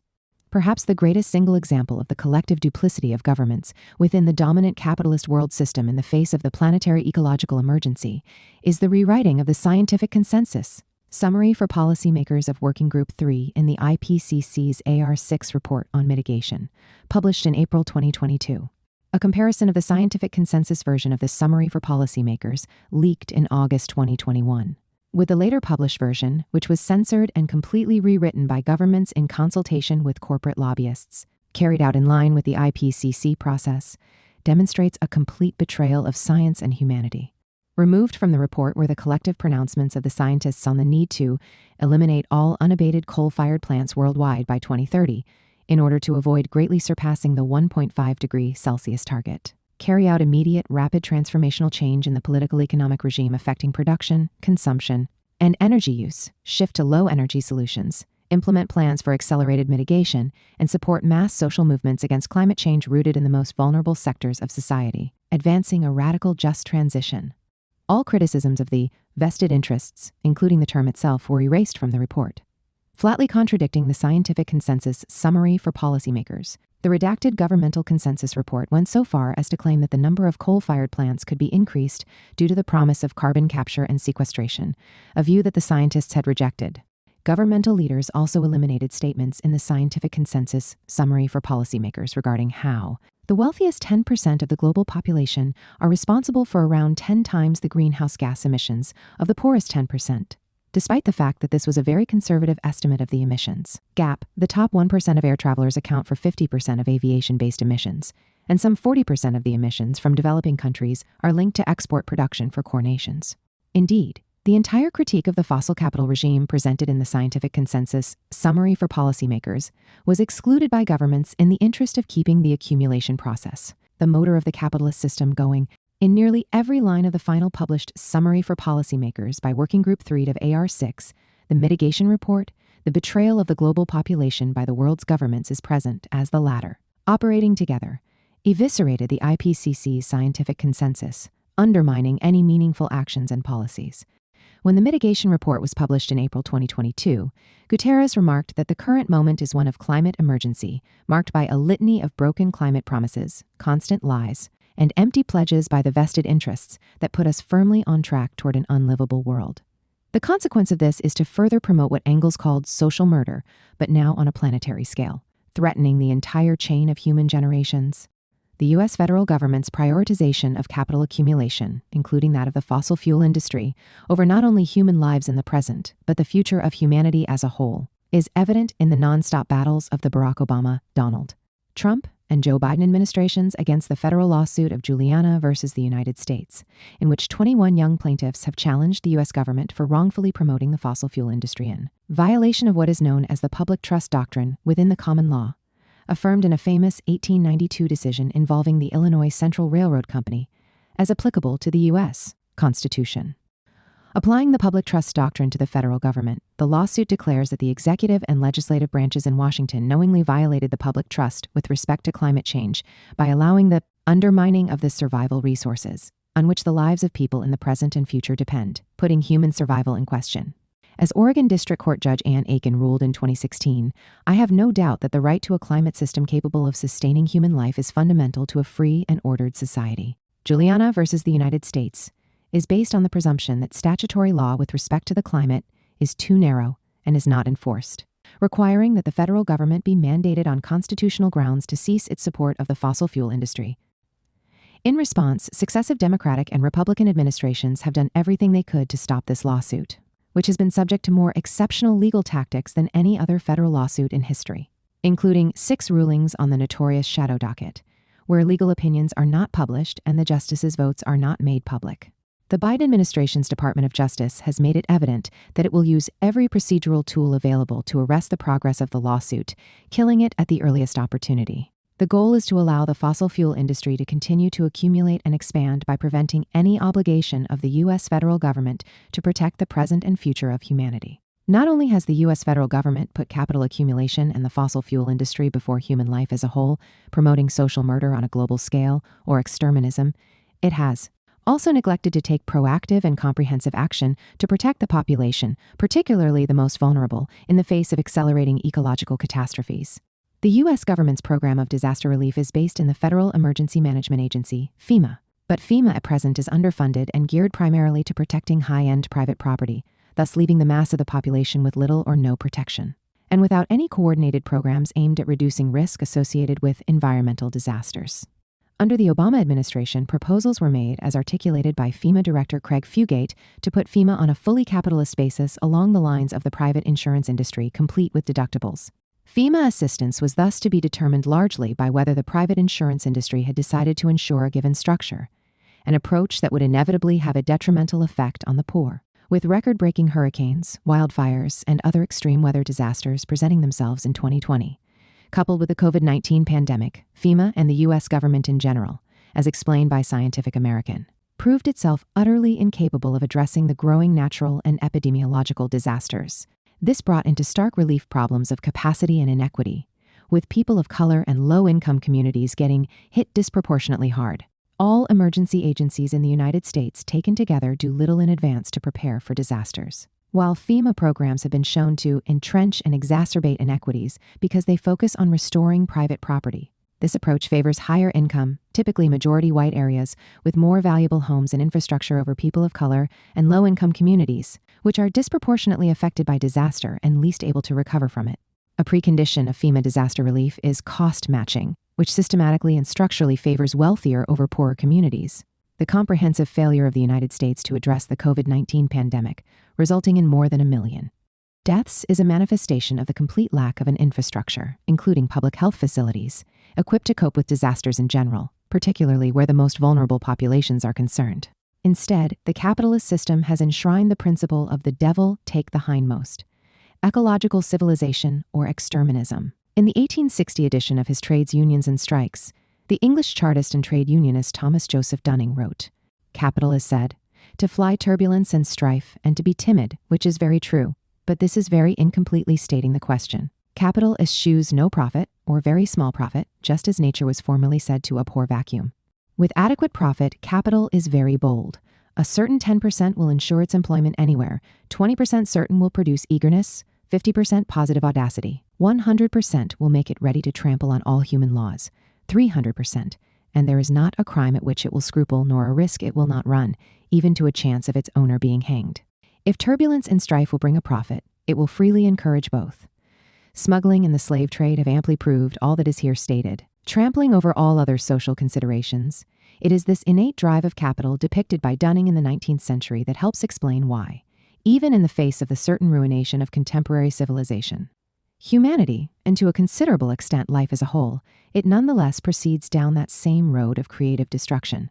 Capital is not deterred from burning all existing fossil fuel reserves, and thus the catastrophic heating up of the climate, as long as the short-term profits are ample. Its solutions to the environmental crisis increasingly take the form of the financialization of nature, aimed at buying up the environmental services of the entire planet, operating under the senseless presumption that if there is a global ecological crisis, it is due to the failure to incorporate nature fully into the market. Consequently, a whole new revolutionary ecological civilization and mode of production dedicated to sustainable human development, one in which the associated producers regulate the metabolism between humanity and nature, is now necessary for survival and for life. This requires revolutionary transformative actions to mitigate climate change in order to protect the planet as a safe place for human habitation and life in general. But in seeking to protect the Earth as a home for the future of the chain of human generations, it is also necessary to protect current generations. At issue today is not only the long-term issue of the survival of humanity as a species, but also the more immediate imperative of ensuring the lives and living conditions of 21st century populations, including whole communities, nations, and peoples, and especially those whose lives and living conditions are most exploited, precarious, and vulnerable.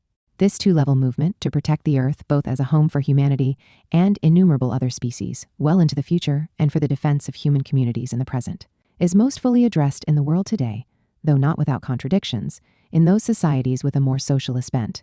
It is socialist, post-revolutionary societies that are better able to resist the logic of capital, despite the continuing dominance of the capitalist world economy, by introducing ecological as well as economic planning, and facilitating alternative forms of social metabolic reproduction. We can see this in Cuba, which has developed an eco-socialist model of degrowth in the sense designated by us, Green Party analyst Don Fitz, of a social order identified with a revolutionary reduction of unnecessary and destructive production by and for rich countries and people, while also providing for the growth of production of necessities by and for poor countries and people. 96.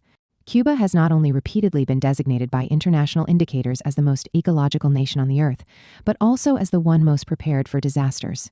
Cuba in 2017 was the only country in the world, Fitz explained, with a government-led plan, Project Life, or Tarea Vida, to combat climate change based on a century-long projection.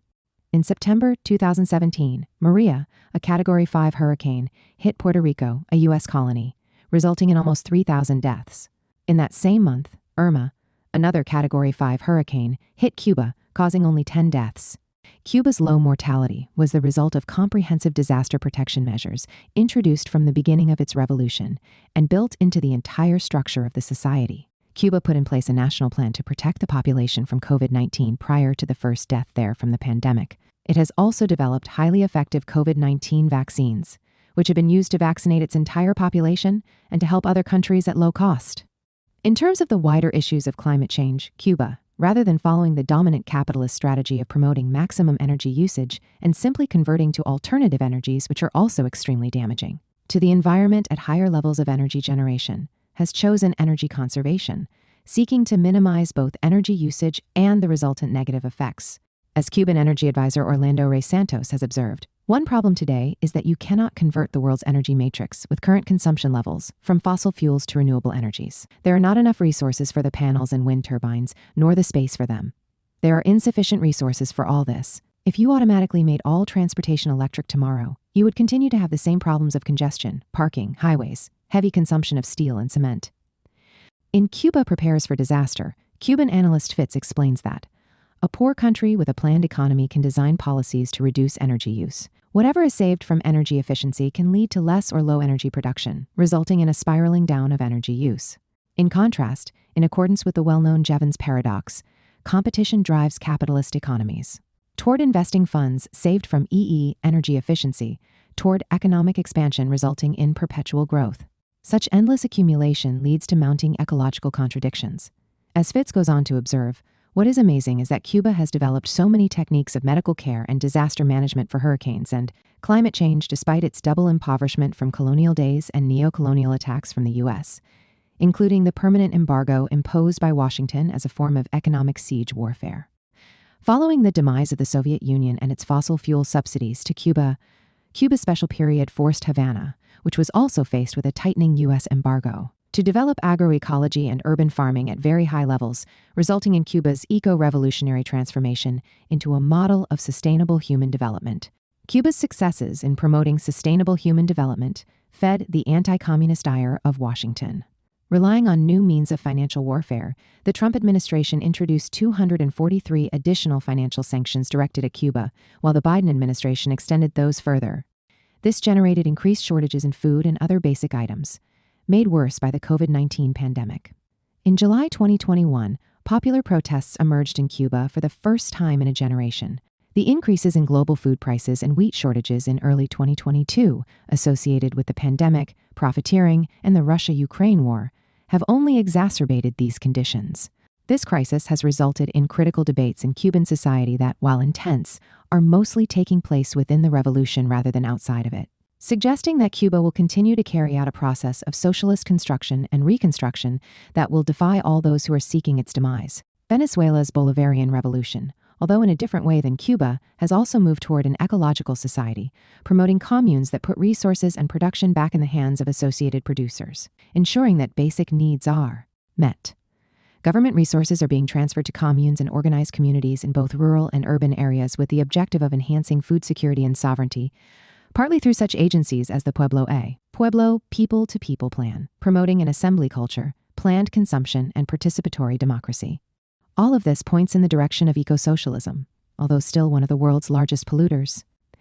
The Chinese economy has made rapid ecological advances in line with its goal, outside the capitalist framework, of promoting an ecological civilization, a concept that originated with socialist environmentalists in the final decades of the Soviet Union, and that has now taken on Chinese characteristics. Although still a developing country in the sense of having a low per capita income relative to the developed capitalist states, China has set 2060 as its target to reach net zero carbon emissions.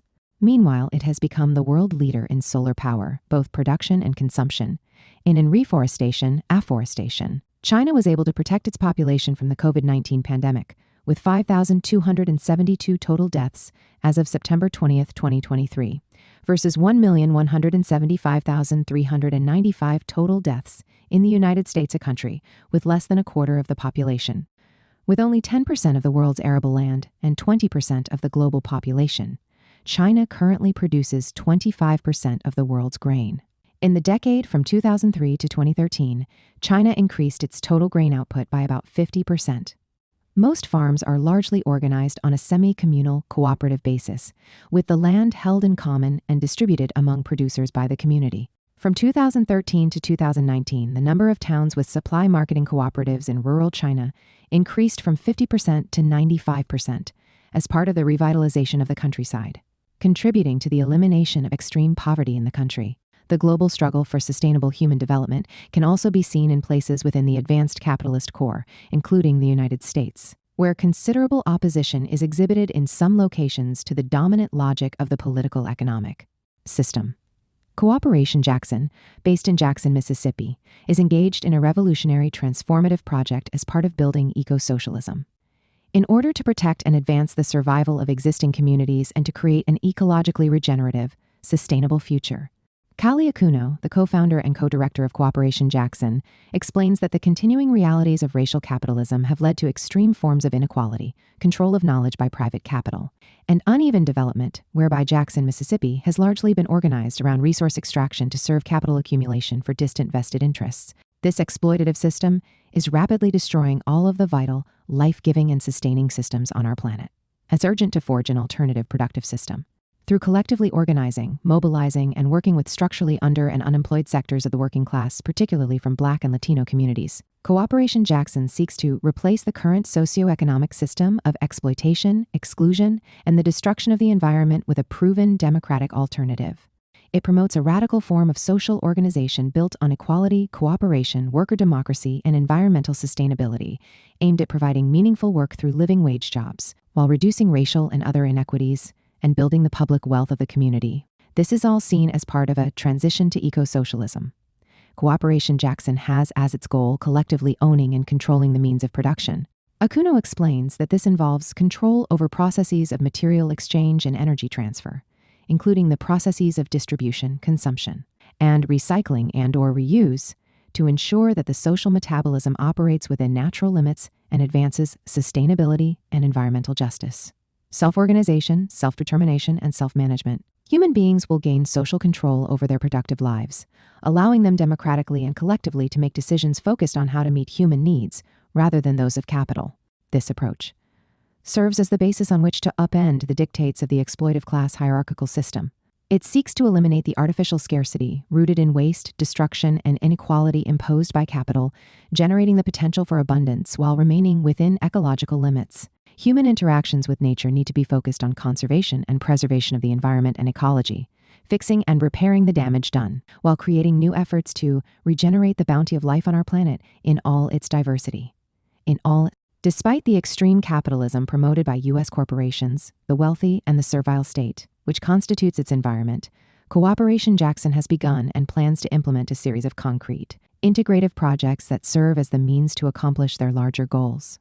This includes forming a nonprofit, community land trust focused on removing as much land as possible from the capitalist market in order to decommodify it. Under these conditions, the community serves as the steward. It also establishes a basis with which to help block gentrification processes that have been premised on expanding capital accumulation at the expense of the local community. This revolutionary transformation involves creating an alternative currency, a system of mutual credit, and community-controlled financial institutions, ranging from lending circles to credit unions, in order to expand the overall capacity and support of citizens. Building on these foundations, Cooperation Jackson has gone on to establish urban farm co-ops, a restaurant, grocery store, and a lawn care team.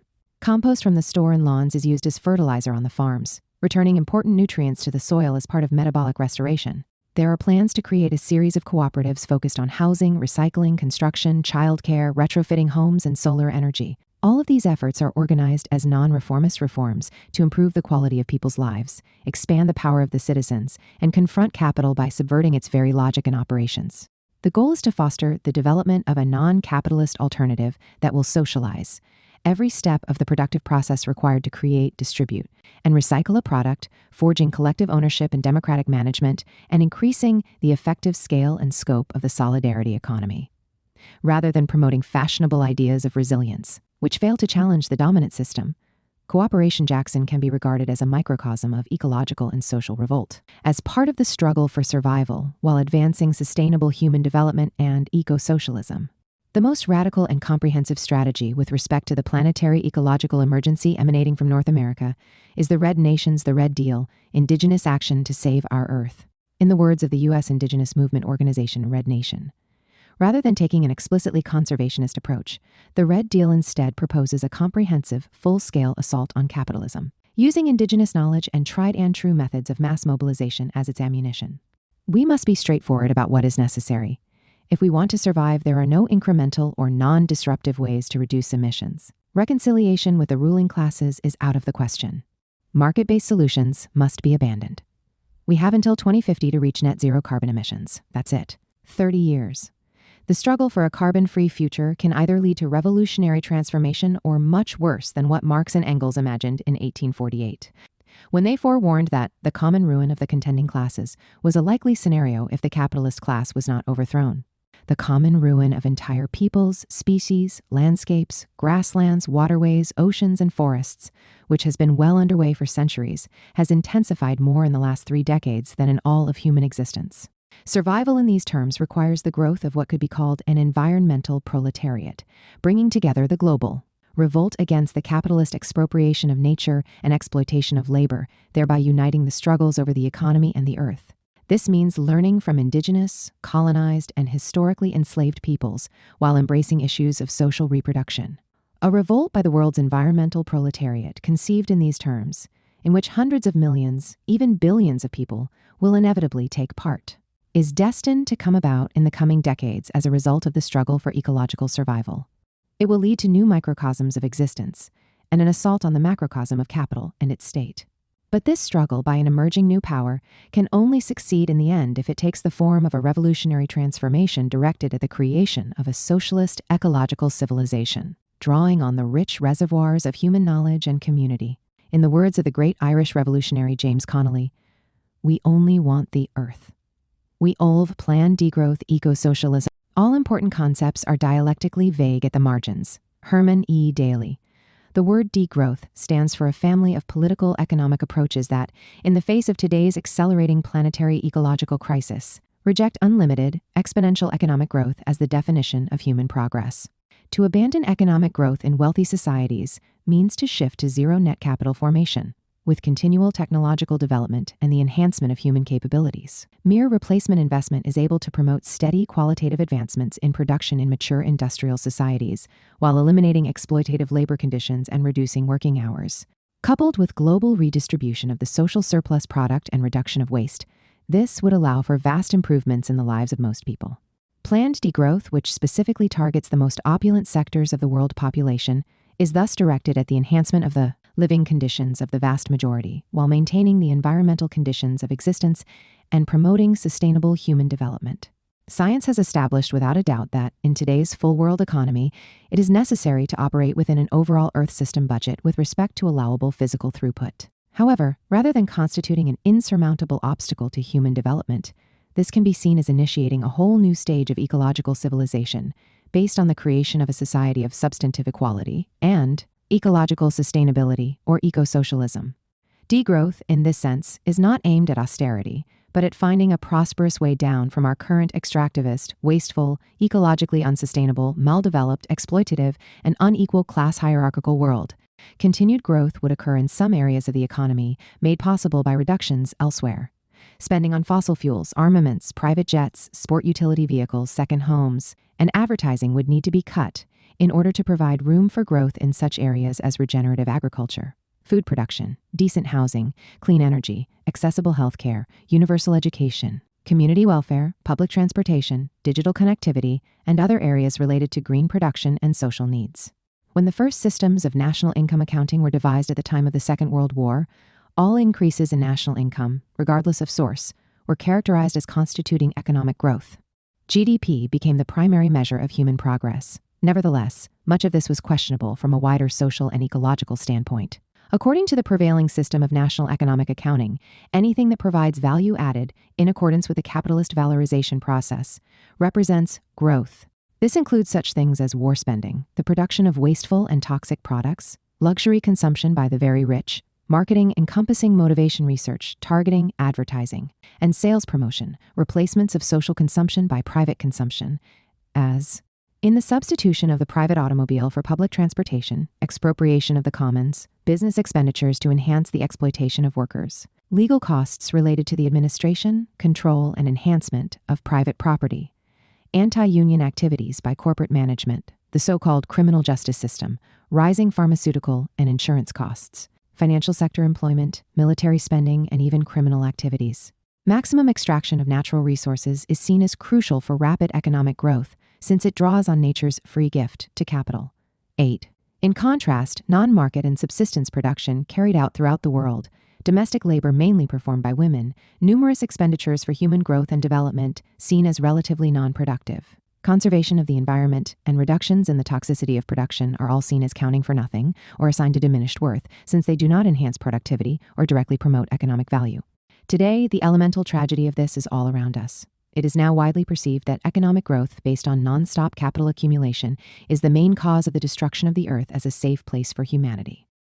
The Earth system crisis is evident in the crossing of planetary boundaries related to climate change, ocean acidification, destruction of the ozone layer, species extinction, disruption of the nitrogen and phosphorus cycles, loss of ground cover including forests, depletion of fresh water, aerosol loading, and novel entities, such as synthetic chemicals, nuclear radiation, and genetically modified organisms. The drive to capital accumulation is thus generating a habitability crisis for humanity in this century. The World Scientific Consensus, as represented by the UN Intergovernmental Panel on Climate Change (IPCC), has established that the global average temperature needs to be kept below a 1.5 degrees Celsius increase over pre-industrial levels this century, or else, with a disproportionately higher level of risk, well below a 2 degrees Celsius increase if climate destabilization is not to threaten absolute catastrophe as positive feedback mechanisms come into effect. In the IPCC's sixth assessment report AR6, released in its various parts over 2021-23, the most optimistic scenario is one of an end-of-the-century increase in global average temperature over pre-industrial levels of below 1.5 degrees Celsius. This requires that the 1.5 degrees Celsius boundary not be crossed until 2040, rising by 1/10 of a degree to 1.6 degrees Celsius, and then falling near the end of the century back down to a 1.4 degrees Celsius increase. All of this is predicated on reaching net zero, in fact, real zero carbon emissions by 2050, which gives a 50-50 chance that the climate temperature boundary will not be exceeded. Yet, according to leading climate scientist Kevin Anderson of the Tyndall Center for Climate Change Research, this scenario is already out of date. It is now necessary, based on the IPCC's own figures, to reach the zero carbon dioxide emissions point by 2040 in order to have the same 50% chance of avoiding a 1.5 degree Celsius increase. Starting now, Anderson wrote in March 2023, to not exceed 1.5 degrees Celsius of warming requires 11% year-on-year cuts in emissions, falling to nearer 5% for 2 degrees Celsius. However, these global average rates ignore the core concept of equity, central to all UN climate negotiations, which gives developing country parties a little longer to decarbonize. Include equity in most developed nations, need to reach zero CO2 emissions between 2030 and 2035, with developing nations following suit up to a decade later. Any delay will shrink these timelines still further. The World Meteorological Organization indicated in May 2023 that there is a 66% chance that the annual average near-surface global temperature will temporarily exceed a 1.5 degrees Celsius increase over pre-industrial levels during at least 1 year by 2027.14. Existing IPCC scenarios are part of a conservative process designed to conform to the prerequisites of the capitalist economy, which builds continued economic growth in the wealthy countries into all scenarios while excluding any substantial changes in social relations. The sole device relied upon in such climate modeling is to assume price-induced shifts in technology. Existing scenarios thus necessarily rely heavily on negative emissions technologies, such as bioenergy and carbon capture and sequestration, and direct carbon air capture, that do not presently exist at scale and cannot be instituted within the prescribed timeline, while also presenting enormous ecological hazards in themselves. This emphasis on essentially non-existent technologies that are environmentally destructive, given their enormous land, water, and energy requirements, has been challenged by scientists within the IPCC. Thus, in the original Summary for Policymakers for the Mitigation Report, Part 3 of AR6, the scientists agreed that such technologies are not viable in a reasonable time frame and suggested that low-energy solutions based on popular mobilization might offer the best hope of carrying out the massive ecological transformations now required. All of this, however, was excluded from the final published Summary for Policymakers as determined by governments during the normal IPCC process, which allows for the censorship of scientists. Price-induced technological solutions, which would allow continued economic growth and the perpetuation of current social relations, do not exist on anything like the required scale and tempo. Hence, major socioeconomic changes in the mode of production and consumption are needed, running counter to the reigning political economic hegemony. 3 decades of complacency, Anderson writes, has meant that technology on its own cannot now cut emissions fast enough. There is thus a drastic need for low-energy solutions based on changes in relations of production and consumption that also address deep inequalities. The necessary reductions in emissions are only possible by reallocating society's productive capacity away from enabling the private luxury of a few and austerity for everyone else, and toward wider public prosperity and private sufficiency.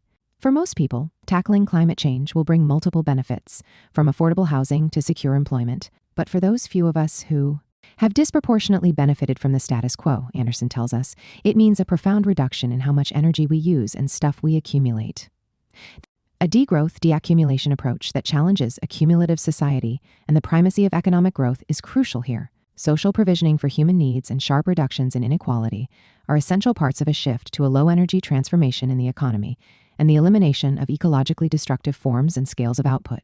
In this way, the lives of most people can be improved both economically and ecologically. Accomplishing this, however, requires going against the logic of capitalism and the mythology of a self-regulating market system. Such a radical transformation can only be achieved by introducing significant levels of economic and social planning, through which, if carried to its fullest, the associated producers would work together in a rational way to regulate the labor and production process, governing the social metabolism of humanity and nature as a whole. Classical 19th century socialism in the work of Marx and Engels saw the need for the institution of collective planning in response to the ecological and social contradictions of capitalism, as well as its economic ones. Engels' analysis insisted on the need for socialist planning to overcome the ecological rift between town and country, while Marx's theory of metabolic rift, operating on a more general level, insisted on the need for sustainable human development. Planning has been crucial to all economies, both capitalist and socialist, in times of war. Giant monopolistic corporations have themselves instituted of their own accord what economist John Kenneth Galbraith called a planning system, though operating largely within, rather than between, multinational conglomerates. Nevertheless, the whole idea of economic planning is seen, in the received ideology, as antagonistic to the capitalist market and has been effectively banned from public discussion, declared unworkable and a form of despotism, following the triumph of capitalism in the Cold War and the demise of the Soviet Union. This is now rapidly changing. As French economist Jacques Sapir recently noted, plan and planning are back in fashion due to the internal and external contradictions of the capitalist market system. It is now clear that without the return of planning and environmental state regulation of the economy in a context of the degrowth, deaccumulation of capital, there is zero possibility of successfully addressing the present planetary emergency and ensuring the continuation of industrialized society and the survival of the human population. Marx, Engels, and ecological planning. Marx and Engels were always reluctant to provide what Marx called recipes for the cookshops of the future, demarcating what forms socialist and communist societies should take.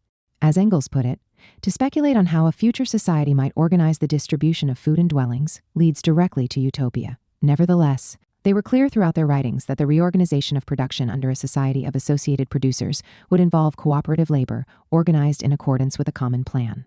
In Principles of Communism, Engels wrote that in the future society, all branches of production would be operated by society as a whole, that is, for the common account, according to a common plan, with the participation of all members of society. The same approach was adopted by Marx and Engels in the Communist Manifesto, where they singled out the need for the extension of factories and instruments of production owned by the state, the bringing into cultivation of wastelands, and the improvement of the soil generally in accordance with a common plan. Here, the problem of ending the division between town and country through the dispersal of the population more evenly across the country, so that it was no longer concentrated in the large industrial cities separating the urban and rural populations, was central to their idea of a common plan. Much of Marx's analysis in the Grundrisse focused on the need for the economy of time, which, in accord with a planned distribution of labor time among the various branches of industry, constituted the first economic law on the basis of communal production. As he wrote to Engels on January 8, 1868, no form of society can prevent the working time at the disposal of society from regulating production one way or another. So long, however, as this regulation is accomplished not by the direct and conscious control of society over its working time, which is possible only with common ownership, But by the movement of commodity prices, things remain as you have already quite aptly described them in Deutsch-Französische Jahrbucher, referring to Engels's Outlines of a Critique of Political Economy of March 22, 1843. This early work of Engels was greatly admired by Marx. In his 1843 summary of Engels's outlines, Marx emphasized the split between the land and the human being, and thus the alienation of nature as the external basis of capitalist production. In Capital, Marx argued with respect to planning that the part of the social product destined for the reproduction of the means of production is properly collective, while the other part, devoted to consumption, is divided among consumers individually. How a given society carries out this all-important division is the key to the entire mode of production and reflects the historical development of society itself. Under socialism, labor time would necessarily be apportioned in accordance with a definite social plan that maintains the correct proportion between the different functions of labor and the various needs of the associations of labor. This was only possible when the practical relations of everyday life between man and nature generally present themselves in a rational form as a result of historical development, making possible production by freely associated individuals under their conscious and planned control. As Marx explained, in response to the Paris Commune, cooperative societies in the future society would regulate national production upon a common plan. The fact that such planning was both an economic problem and an ecological one was clear throughout his work. Freedom in this sphere, a higher society, Marx wrote in the third volume of Capital, can consist only in this, that socialized man, the associated producers, govern the human metabolism with nature in a rational way, bringing it under their collective control, accomplishing it with the least expenditure of energy and in conditions most worthy and appropriate for their human nature. The historical record of human caused ecological destruction in forms such as deforestation and desertification, embodied for Marx unconscious socialist tendencies, since demonstrating the necessity of social control.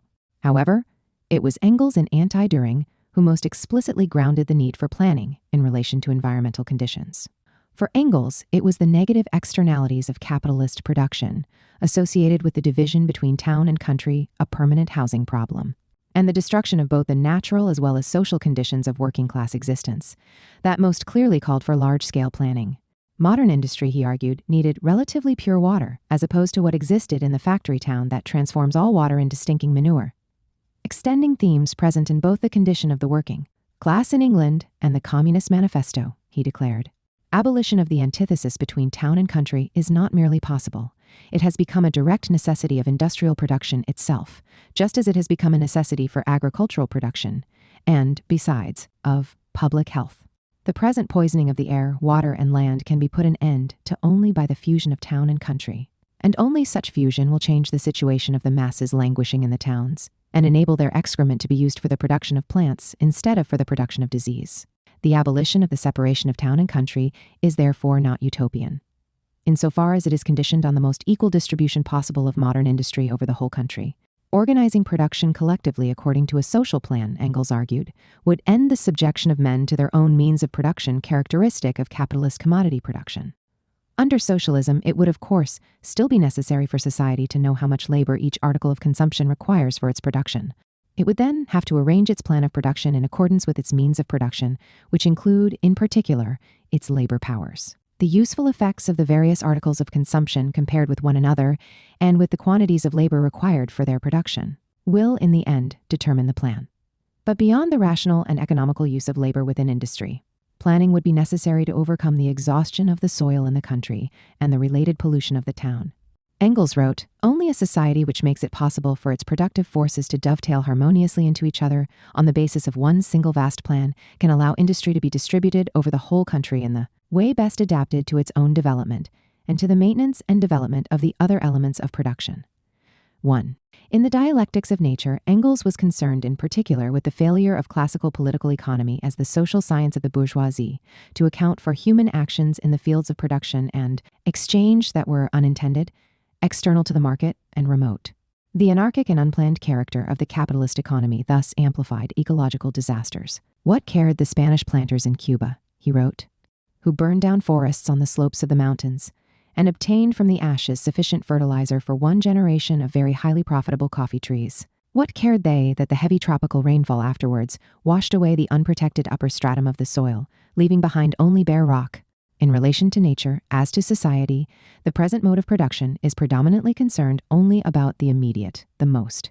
tangible result, and then surprise is expressed that the more remote effects of actions directed to this end turn out to be quite different, are mostly quite the opposite in character. In order to promote the interests of the human community as a whole, it was therefore necessary to carry out planned action and regulate production in line with science, taking into consideration the earthly environment, that is, in accord with nature's laws. Marx and Engels saw socialism as enhancing human productive capabilities in a quantitative as well as a qualitative sense. And Engels even referred in Anti-Düring to how the advent of socialism would bring about the constantly accelerated development of the productive forces and a practically unlimited increase of production itself. However, the context in which they were writing was not today's full world economy, but rather a still early stage of industrialization. In the period of industrial development, extending from the beginning of the 18th century until the first Earth Day in 1970, world industrial productive potential increased in size around 1,730 times, which from a 19th century perspective would have seemed a practically unlimited increase. Today, however, it raises the issue of ecological overshoot. Hence, the long-term ecological consequences of production emphasized by Engels have more and more come to the fore in our time. This is symbolized by the proposed Anthropocene epoch in the geologic timescale, beginning around 1950, representing the emergence of human industrialized society as the primary factor in Earth system change. From this standpoint, what is perhaps most remarkable about Engels' statement on the development of the productive forces under socialism is that it was immediately followed, in the same paragraph and the one after, by the view that the goal of socialism was not the expansion of production itself, but rather the free development of human beings, which required a rational and planned relation to the whole sphere of the conditions of life which environ man. Marx and Engels, therefore, viewed planning as crucial in the organization of socialist communist society, freeing it from the domination of commodity exchange and relying on a common plan. Nevertheless, they cannot be seen as envisioning the kind of central planning under a command economy that was to emerge in the late 1920s and 30s in the Soviet Union. Rather, they contended that planning by the direct producers would be democratic with respect to production itself. The entire system of socialism, as Marx put it, starts with the self-government of the communities, in a society where cooperative labor would be developed to national dimensions and, consequently, fostered by national means. Rational organization of human labor as communal or cooperative labor, moreover, could not occur without a planning system. All directly social or communal labor on a larger scale requires, to a greater or lesser degree, a directing authority in order to secure the harmonious cooperation of the activities of individuals, and to perform the general functions that have their origin in the total productive organism, as a system of social metabolic reproduction. Production, therefore, requires guidance, foresight, and management, in the sense of a conductor of an orchestra. Marx's vision of a planned economy, as Michael Lebowitz emphasized, was one run by associated conductors who would rationally govern the metabolism between humanity and nature. As Marx wrote in Theories of Surplus Value on the need for a non-capitalist, and thus a non-exhaustive approach to labor and nature, anticipation of the future, real anticipation, occurs in the production of wealth only in relation to the worker and to the land. The future can indeed be anticipated and ruined in both cases by premature overexertion and exhaustion, and by the disturbance of the balance between expenditure and income. In capitalist production, this happens to both the worker and the land. What is expended here exists as deltanualphamiota, the Greek word for power, in Aristotle's sense of a causal force, and the lifespan of this deltanualphamiota is shortened as a result of accelerated expenditure. Capitalism, according to the founders of historical materialism, promoted a negative, perverse dialectic of exploitation, expropriation, and exhaustion, extermination, the common ruin of the contending classes. What was necessary, therefore, was the revolutionary reconstitution of society as a whole.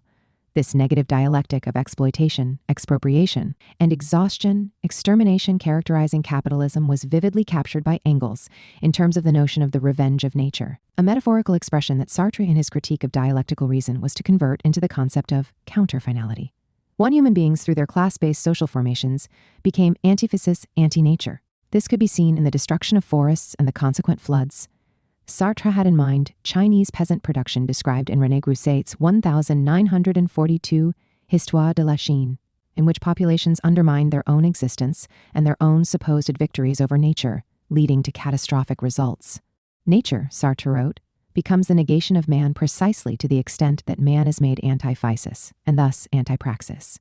The only answer to the problem of counterfinality for Sartre, as for Marx and Engels, was to alter the social relations of production that propel humanity forward to ultimate catastrophe. This required a revolution of the earth in the form of a new socialist praxis of sustainable human development in which life itself was no longer posited as the enemy of humanity, the reunification of nature and society.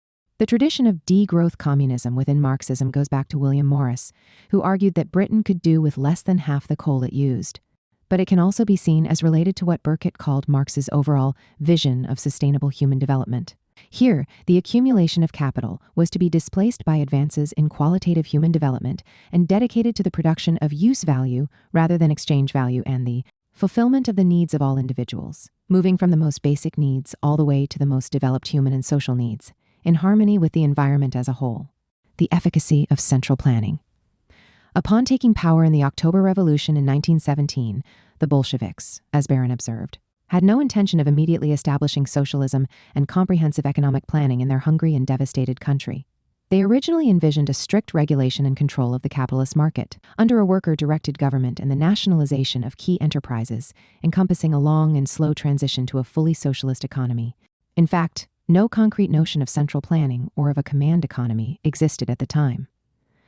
The word planning, Aleknov wrote in an economic history of the USSR, had a very different meaning in the Soviet Union in March 26, 1923, to that which it later acquired. There was no fully worked-out production and allocation program, no command economy. The experts in Gosplan worked with remarkable originality, struggling with inadequate statistics to create the first balance of the national economy in history, so as to provide some sort of basis for the planning of growth. The point is that what emerged from these calculations were not plans in the sense of orders to act, but control figures, which were partly a forecast and partly a guide for strategic investment decisions, a basis for discussing and determining priorities. War communism, which began in the middle of 1918, 8 months after the October Revolution, was a desperate effort to cope with the chaos and ravages resulting from the Russian Civil War, including the invasion of the country by all the major imperial powers in support of the white forces. War communism was not about planning, but about wholesale nationalizations, war, production, a ban on private trade, partial elimination of prices, free rations, and the forced requisition of supplies and surpluses. The revolutionary Soviet state won the Civil War, defeating the white armies and forcing the imperial powers to vacate the country. But the economy was devastated, and the small industrial proletariat, which had been the backbone of the revolution, was decimated, with only half as many industrial workers in 1920 as in 1,914.49 in 1921. Faced with economic deterioration, famine, and the revolt of the Kronstadt sailors, Lenin organized a strategic retreat, reintroducing market trading in the new economic policy, NEP. Beginning in 1920, Lenin also took personal initiative in introducing a plan for the electrification within 10 to 15 years of all of Russia, building power stations and related infrastructure in all the major industrial regions. This was to prove to be the greatest accomplishment with respect to economic development in the early 1920s. The NEP was seen as a transitional period in the movement towards socialism. Lenin designated it as state capitalism. The Soviet state retained control of the commanding heights of the economy, including heavy industry, finance, and foreign trade. In Lenin's initial conception, the NEP was a limited alliance with big capital with the goal of transforming production in accordance with its most developed form of monopoly capitalism, but under socialist control, together with an accommodation with the peasantry. The Soviet state, Thomas Krauss wrote in Reconstructing Lenin, gave preferential treatment to organized large-scale capital and market-oriented state property rather than anarchic private property. The uncontrollably chaotic economy of the petit bourgeois. Lenin utilized the concept of state capitalism to refer not only to the state sector in a mixed economy, but also to a definite social formation in the movement towards socialism, constituting the essence of the NEP. It was during the NEP that a level of development planning was first introduced into the economy. The Supreme Council of the National Economy had been established as early as 1917. However, it was under the NEP that Gosplan was set up as the main state planning commission. Gosplan developed the first system of balances for a national economy, providing control figures to guide investment decisions with limited directives to a few strategic sectors under state control. A nascent method of input-output tables was introduced in 1923-24, inspired by François Quenet's Tableau économique and Marx's reproduction schemes in Capital. By 1925, the NEP had succeeded in restoring the pre-war economy, and industrial production outside of agriculture was beginning to level off. Lenin had hinted in 1922 that the NEP might need to remain in place for a long time, with 25 years as a bit too pessimistic. But with his death in 1924, and the success of the NEP in restoring the economy, A great debate arose over socialist transformation and planning. Classical Marxist theory had been based on revolutions occurring first in the developed countries of Western Europe. The Russian Revolution was originally envisioned as sparking a wider European proletarian revolution, which, however, never materialized. Russia found itself an underdeveloped, primarily peasant country, existing in a state of political and economic isolation and faced by the continual threat of further imperial invasions. All the major participants in the Great Debate agreed on the need to move toward a socialist planned economy, but disagreements arose over the nature and tempo of the change, and the degree to which the peasants should have their land expropriated. Some leading Bolsheviks, such as Nikolai Bukharin, argued for what was then the dominant line, insisting on a slower, balanced growth approach based on the continuation of the NEP as a transitional period. In contrast, those like the economist E.A. Preobrazhensky, who was identified with the left opposition, favored a much more rapid shift to a centrally planned economy and the expropriation of the peasantry through a process of socialist primitive accumulation. The major figures of both the left opposition, including Preobrazhensky and Trotsky, and what Stalin was to characterize as the right opposition associated with Bukharin, with whom Stalin had been aligned during the Great Debate, were all eventually eliminated one after the other, leaving Stalin entirely in command. With Stalin's rise to power by 1928, a rapid industrialization course was adopted in line with the proposals originally advanced by the left opposition, which Stalin himself had at first opposed. The goal became one of building socialism in one country, given the USSR's isolated position.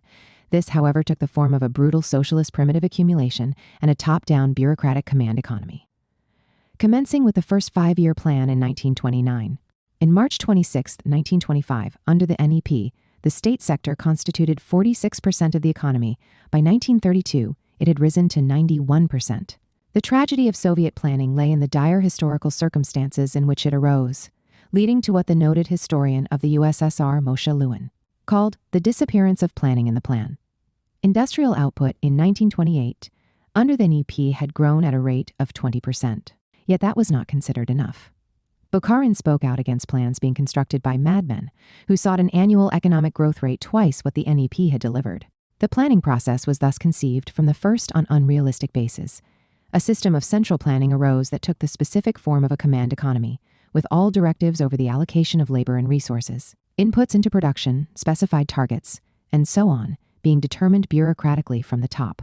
This was coupled with a perpetuation of the basic character of the capitalist labor process with the incorporation of Taylorist scientific management techniques, eliminating the possibility of bottom-up forms of organization or workers' control as originally envisioned in the workers' Soviets. The directives laid out in the first five-year plan were beyond all possibility of fulfillment, with the result that the plan was effectively shelved almost from the beginning. The command system that emerged was centrally and bureaucratically administered, while rational planning was hardly in evidence. Meanwhile, the super tempo of industrialization meant the massive confiscation of peasant property and forced collectivization, affecting millions. As Lewin wrote, Stalin's anti-peasant drive was an attack against the popular masses. It required coercion on such a large scale that the whole state had to be transformed into a huge oppressive machine. Under such circumstances, the harsh regimentation of the population was inevitable. Nevertheless, with all of its shortcomings and barbarities, the crude, clunky, bureaucratic command economy that arose in the Soviet Union was hugely successful in its developmental effects. It was able to prioritize investment in heavy industry in a way never quite seen before. The average annual growth rate in industrial output for the years 1930-40 was officially 16.5%, which, in Lewin's words, was certainly an impressive figure, and not much less impressive even if smaller assessments by Western economists are preferred. The Soviet Union leaped into industrialization, also expanding transportation and electrical generation, albeit with agriculture lagging behind. Other vast improvements occurred in education and urbanization. Some 8,000 massive modern enterprises were constructed between 1928 and 1,941.61. In 1928, the Soviet Union was still an underdeveloped country. By the Second World War, it had emerged as a major industrial power. There is no questioning Stalin's hard realism when he stated in 1931, "We are 100 years behind the advanced countries. We have to traverse this distance in 10 years. We will either accomplish it or else we will be crushed." His calculations were correct. By the time the German Wehrmacht invaded Russia exactly 10 years later, in 1941, with more than 3 million Axis troops organized in armored divisions and deployed on an 1,800-mile front, The invading forces found themselves confronted by a major industrial and military power, quite unlike the Russia they had faced in the First World War. The Soviet forces carried out an extraordinary resistance far exceeding anything that Adolf Hitler and his advisors had conceived. The history of the modern world was to turn on that very fact, leading to the defeat of Nazi Germany. Yet, the weaknesses of the Soviet economy, with its centrally administered and planned production, were to haunt the system after the Second World War. Although maintaining fairly impressive growth rates and, in the post-Stalinist, particularly early Leonid Brezhnev era, able to provide both guns and butter in the context of the Cold War, in which it was confronted by a much larger and more aggressive counterpart in the United States, the weaknesses of the Soviet system became more and more evident. The bureaucratic planned economy had led to a concentration of power and the emergence of a new ruling class of bureaucratic bosses, or nachalniki, arising out of the nomenklatura system exercising control over top-level nominees to the party, which weighed on the system, preventing necessary changes. Despite its early developments in input-output analysis, the Soviet command economy never integrated the methods of cybernetics and the possibilities for more optimal planning that emerged with the new computing revolution in the decades after the Second World War. Despite some movements in this direction, an overemphasis on new investment projects led to a neglect of replacement investment, with the result that production was carried on with obsolete equipment, resulting in numerous work stoppages. The proletarianization of labor, coupled with full employment and other guarantees, reduced the possibilities of economic coercion within the system compared to capitalism, leading to problems of material incentives for the workers. The Soviet system of enterprise management, as Che Guevara acutely recognized, was based on pre-monopoly capitalism, not monopoly capitalism, and thus relied more heavily on interfirm rather than intrafirm transactions. This meant that enterprises were dependent on external prices, with the ironic result that market relations undercut planning at the enterprise level in ways that did not occur within what Galbraith had called the planning system of monopolistic corporations in the West. At the same time, factory production was organized along the old Ford Motors model in which each division or syndicate made all the components, as opposed to the more developed monopoly capitalist production system with multiple suppliers, which prevented bottlenecks. Most important, the Soviet command economy was reliant from the first on extensive rather than intensive development through the forced drafting of labor and resources, as opposed to the cultivation of dynamic efficiencies. Consequently, once labor and resources began to be scarce rather than abundant, the economy went into stagnation, creating widespread shortages. Still, even then the economy continued to grow, although more slowly, until the chaos of the Gorbachev era, while also providing extensive social welfare amenities to the population, which were enviable from the standpoint of most of the world, if lacking in mass consumerism and luxury goods. In the end, it was the direction taken by the upper end of the social hierarchy associated with the nomenklatura system, which aspired to the same opulent lifestyle as the upper echelons in the West. That was to seal the fate of the Soviet system. As Harry Magdoff and Fred Magdoff explained in Approaching Socialism, the shortcomings of the Soviet economy, which became evident not long after recovery from the Second World War, were not a result of the failure of central planning, but of the way planning was conducted. Central planning in peacetime does not need control by the central authorities over every detail of production. Not only are commandism and the absence of democracy not necessary ingredients of central planning, they are counterproductive to good planning. Ironically, it was the class character of the Soviet system and rampant corruption that led to its demise. China's command economy period, following the 1949 Revolution, was much shorter, lasting essentially from 1953 to 1978. It launched its first 5-year plan based on the Soviet model in 1953, with its planning phase lasting until it instituted market reforms a quarter century later.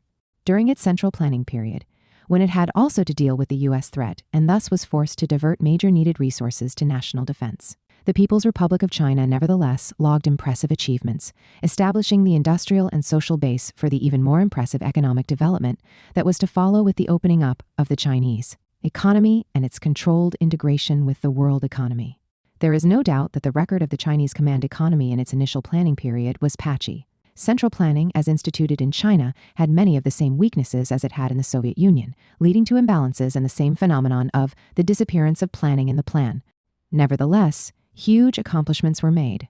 Agriculture was put on a new foundation with collectives and social property. Few people are aware, Fred Magdoff wrote in his preface to Dongping Han's The Unknown Cultural Revolution, Life and Change in a Chinese Village, of the visit to China in the summer of 1974 during the Cultural Revolution by a delegation of U.S. agronomists, They traveled widely and were amazed by what they observed, as described in an article in the New York Times.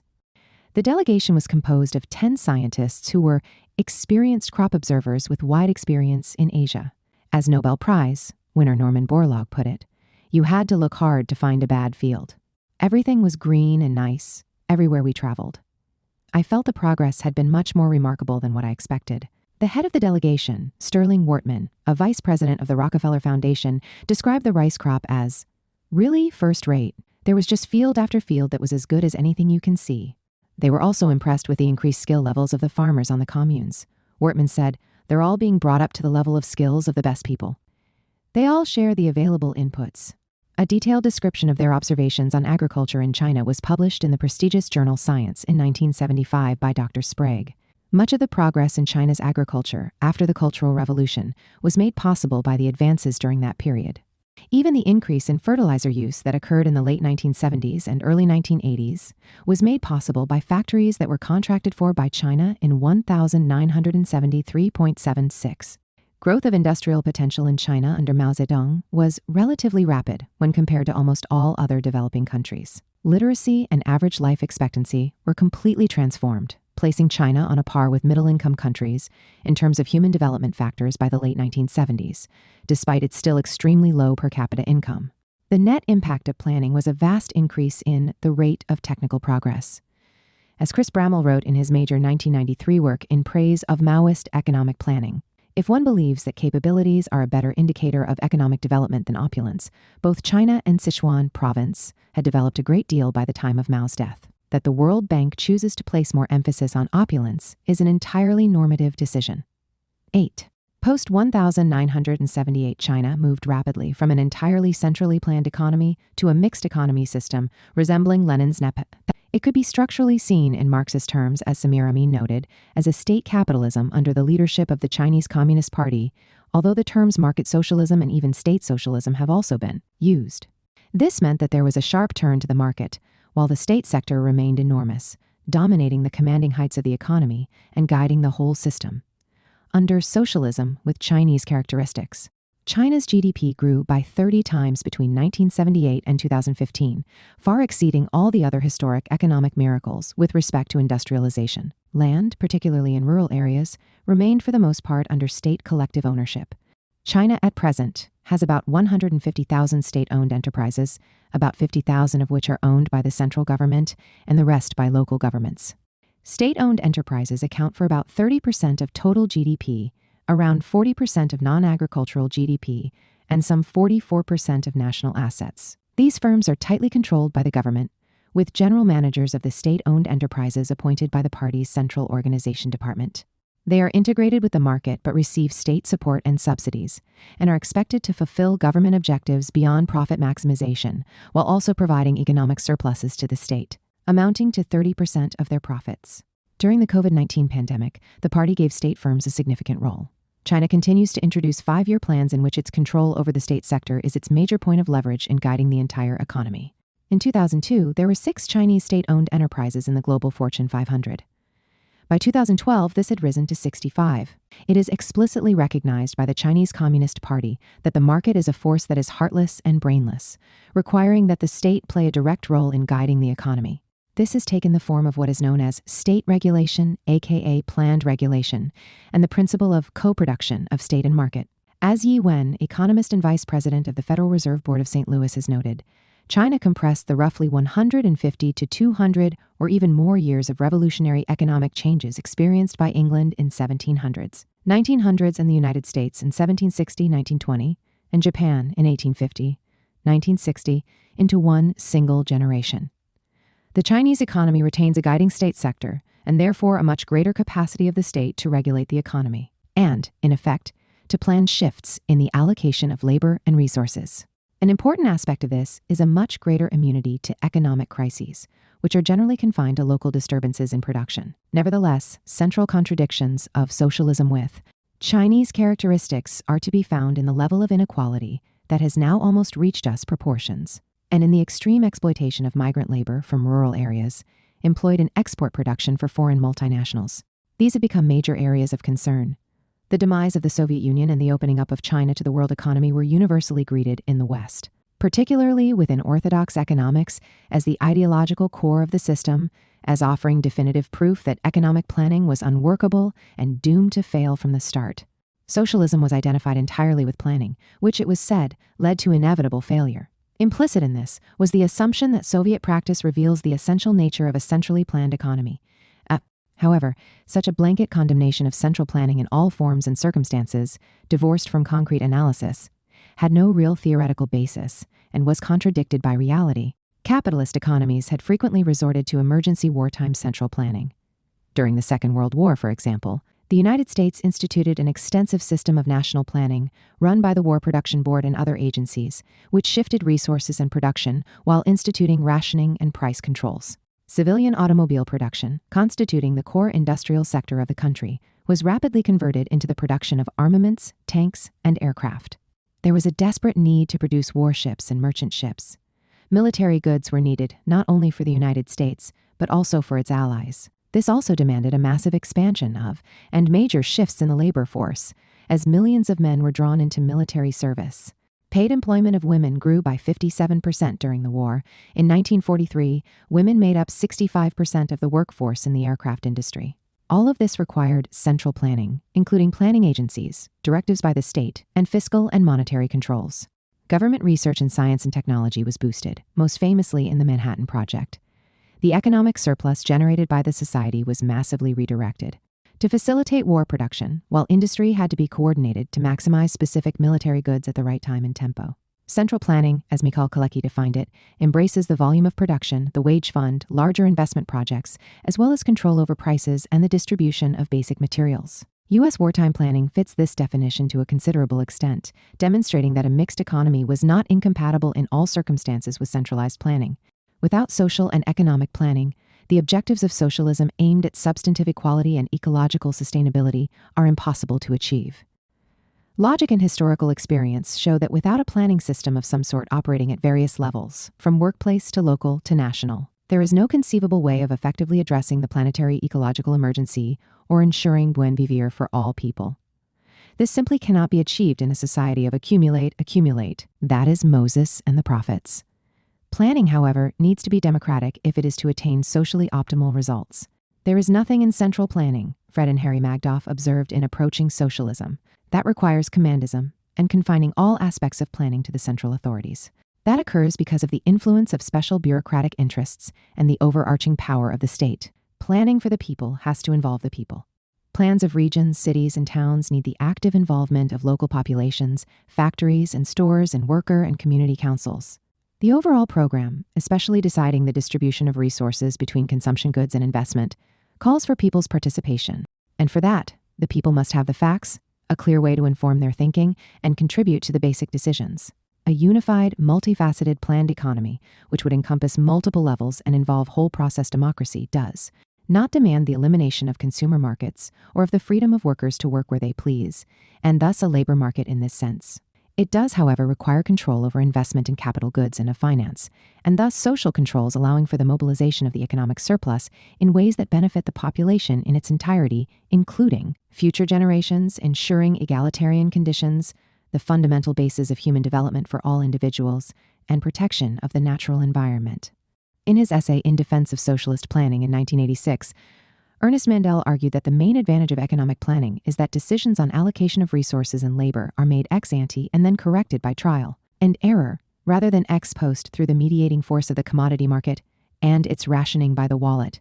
Planning thus allows for decisions to be made directly on the basis of what Marx called the hierarchy of needs. This does not require that all decisions be made by a centralized bureaucracy. It is consistent with a socialized democracy based on the institutionalization of popular sovereignty. The fundamental parameters of production would be established by the associated producers in a society organized on the principle of cooperation. Such a society would grow in civilization rather than in mere consumption. Socialist states and the environment. There is a widely propagated notion, which became almost universally accepted after the demise of the Soviet Union, that the Soviet record on the environment was much worse than that of the West, and that this was attributable to socialism and central planning. It is true that the USSR's record on the environment was deplorable in many respects. One only has to think of Chernobyl and the Aral Sea. In the Stalin era, many of the pioneering Soviet ecologists were purged, with major consequences for Soviet development. Yet the dominant view erases Soviet environmental successes, manifested in its green belts around cities, its famous Zapovedniki scientific ecological preserves, its massive afforestation campaigns, its leading role in promoting environmental agreements internationally, and its powerful environmental organizations, which exerted pressure on the government. The All-Russian Society for the Preservation of Nature, largely led by scientists, had 37 million members by 1987, making it the largest conservation advocacy organization in the world. As the Soviet Union industrialized and modernized while facing the need for high levels of military spending given the Cold War threat from the West, it naturally converged with Western levels of environmental destruction. Like the West, it eventually responded, though not without contradictions, to its environmental movements. Environmental protection and conservation were incorporated, if inadequately, into its overall planning system.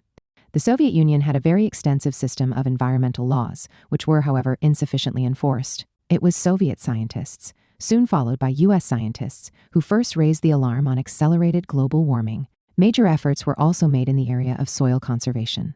In the 1980s, the concept of ecological civilization first arose in the Soviet Union and was soon adopted in China, where it has become a core aspect of overall planning, as reflected in China's 5-year plans. Leading Soviet economists, such as P.G. Oldak, argued for a radical transformation of Soviet national income accounting to integrate direct measures of environmental destruction. More, he argued, is by no means always better. The Soviet Union's environmental record with respect to pollution, while hardly satisfactory, was generally favorable when compared to the United States, with roughly equal populations. The Soviet Union's per capita sulfur dioxide, nitrous oxide, particulate matter, and carbon dioxide emissions were all far below those of the United States, while its per capita carbon dioxide emissions actually declined in its final years. The per capita ecological footprint of the Soviet Union, the most comprehensive measure of environmental impact, was far lower than that of the United States, with the gap increasing in the 1980s, as the U.S. per capita ecological footprint continued to grow while that of the USSR leveled off. Moreover, this was true even though the United States was able to offload environmental harms on many other countries. The United States was far wealthier and more technologically advanced, but also did much more damage to the global environment. Although Soviet planning and that of other post-revolutionary societies had been directed at economic growth, mimicking capitalism to some extent in this respect, the inner, class-based drive for capital accumulation is not an inherent structural feature of a socialist planned society. For this reason, Sweezy argued in 1989 that the actually existing planned economies offered the best chance for humanity in terms of the rapid transformations in production and consumption needed to confront the global environmental crisis. Cuba, though a poor country faced with a perpetual economic blockade from the United States, has long been recognized as the most ecological nation on Earth, according to the World Wildlife Federation's Living Planet report. Cuba was able to demonstrate that a country can be rated highly on human development while having a low ecological footprint. This is due to placing human development for the population as a whole, including environmental conditions, at the forefront of its planning. The People's Republic of China, meanwhile, has made huge strides in the direction of ecological civilization, despite its attempt to bring up the per capita income of its population above the current level, which is currently less than 1/5 that of the United States in market exchange terms, requiring high rates of economic growth. This has been accompanied, though, by a continuing, if diminished, reliance on coal-fired plants as its main source of energy. Still, China has forged ahead in sustainable technologies, where it is the world leader, in rapid reductions in pollution, and in global levels of reforestation, afforestation. In the current ecological climate, China and Cuba, along with other mixed, state-directed, semi-planned economies such as Venezuela with its attempts, through its Bolivarian Revolution, to build a communal state and its extraordinary achievements in food security and food sovereignty, offer hope of ecological breakthroughs in the present planetary emergency, currently lacking in the opulent capitalist world. Planning sustainable human development. If organized civilization is to survive, planned degrowth or deaccumulation and a shift to sustainable human development is now unavoidable in the wealthiest countries, whose per capita ecological footprints are non-sustainable on a planetary basis. The scale and tempo of the necessary ecological energy transformation, as emphasized in scientific reports on climate change and other planetary boundaries, indicate that in order to avert disaster, a revolutionary transformation of the entire system of production and consumption must be implemented under the principle better, smaller, but better. The core capitalist imperialist countries, which constitute the main source of the problem, must seek a prosperous way down, focusing on use value rather than exchange value. This requires moving toward much lower levels of energy consumption and gravitating to equal global per capita shares while simultaneously zeroing out carbon emissions. At the same time, the poorer countries with low ecological footprints must be allowed to develop in a general process that includes contraction in throughput of energy and materials in the rich countries and the convergence of per capita consumption in physical terms in the world as a whole. The downsizing of the rich economies will require a massive shift to sustainable technologies, including solar and wind energy. But no existing technologies by themselves can come anywhere near to solving the climate problem in the required timeline, not to mention addressing the planetary emergency in its entirety, while allowing for the continued unlimited exponential accumulation and maldistribution required by capitalism. What is objectively necessary at this point in human history is therefore a revolutionary transformation in social relations governing production, consumption, and distribution. This means a dramatic shift away from the system of monopoly capital, exploitation, expropriation, waste, and the endless drive to accumulation. In its place, a revolutionary humanity based in the working population, an emergent environmental proletariat, will need to demand a new social formation that provides for the basic needs of all of the population, followed by community needs, including the developmental needs of all individuals.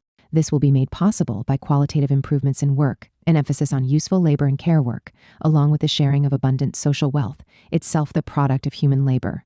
A sustainable relation to the earth is an absolute requirement without which there can be no human future.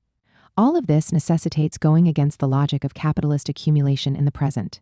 Economic planning will need to be repurposed, not for economic growth or war on other countries, but in order to create a new set of social priorities aimed at human flourishing and a sustainable social metabolism with the earth. A socialist vision of the United States, Harry Magdoff wrote in 1995, would require decreases in the use of energy, production of civilian cars, and government subsidies to environmentally destructive firms. A much simpler lifestyle would be needed in the rich countries for the sake of preserving the earth as a place of human existence. In order to achieve this, growth would need to be curtailed or controlled. It would be essential in such a system to focus on basic needs, such as adequate and dignified housing for all. War spending geared to imperialism would have to cease, and immigration restrictions would need to be eliminated. All of this requires social and economic planning. None of it could be achieved by relying primarily on the system of market prices, which invariably promotes inequality, environmental destruction, war, and exclusion. As British sociologist Anthony Giddens wrote in The Politics of Climate Change, planning of some sort is inevitable in the face of the current planetary crisis. In the United States and other rich countries, the means already exist at present for such a massive qualitative transformation of society in line with social priorities and the needs of the oppressed working class. While shifting away from imperialism and the global oppression of the wretched of the earth, this can be easily seen by pointing to the now trillion-dollar-plus military budget, which could be repurposed to carry out those changes in the energy infrastructure necessary for human survival. But it can also be seen in the rising levels of expropriation of surplus from the direct producers. A study by the Rand Corporation estimated that $47 trillion in 2018 dollars was expropriated from the bottom 90% of the U.S. population between 1980 and 2018. Calculated based on what they would have received if income had grown equitably within the economy over the period. This exceeds the entire current value of the U.S. housing stock, which in January 2022 was $43 trillion. At the base of this enormous social surplus is social labor, which needs to be allocated on an economic and ecological basis, and no longer on the basis of private accumulation. Even the most cursory examination of the wider waste and exploitation in the system raises what Morris called the problem of useful work versus useless toil. The massive economic surplus arising from social labor, measured not simply by profits, interest, and rent, but also by the waste, maldistribution, and elementary irrationality of the system, is already many times that which is necessary to carry out the vast changes needed to create a society of sustainable human development. It is capitalism itself that imposes scarcity and austerity on the population in order to compel workers to sacrifice their lives still further for an exploitative system that is now threatening a planetary habitability crisis for all of humanity, along with innumerable other life forms.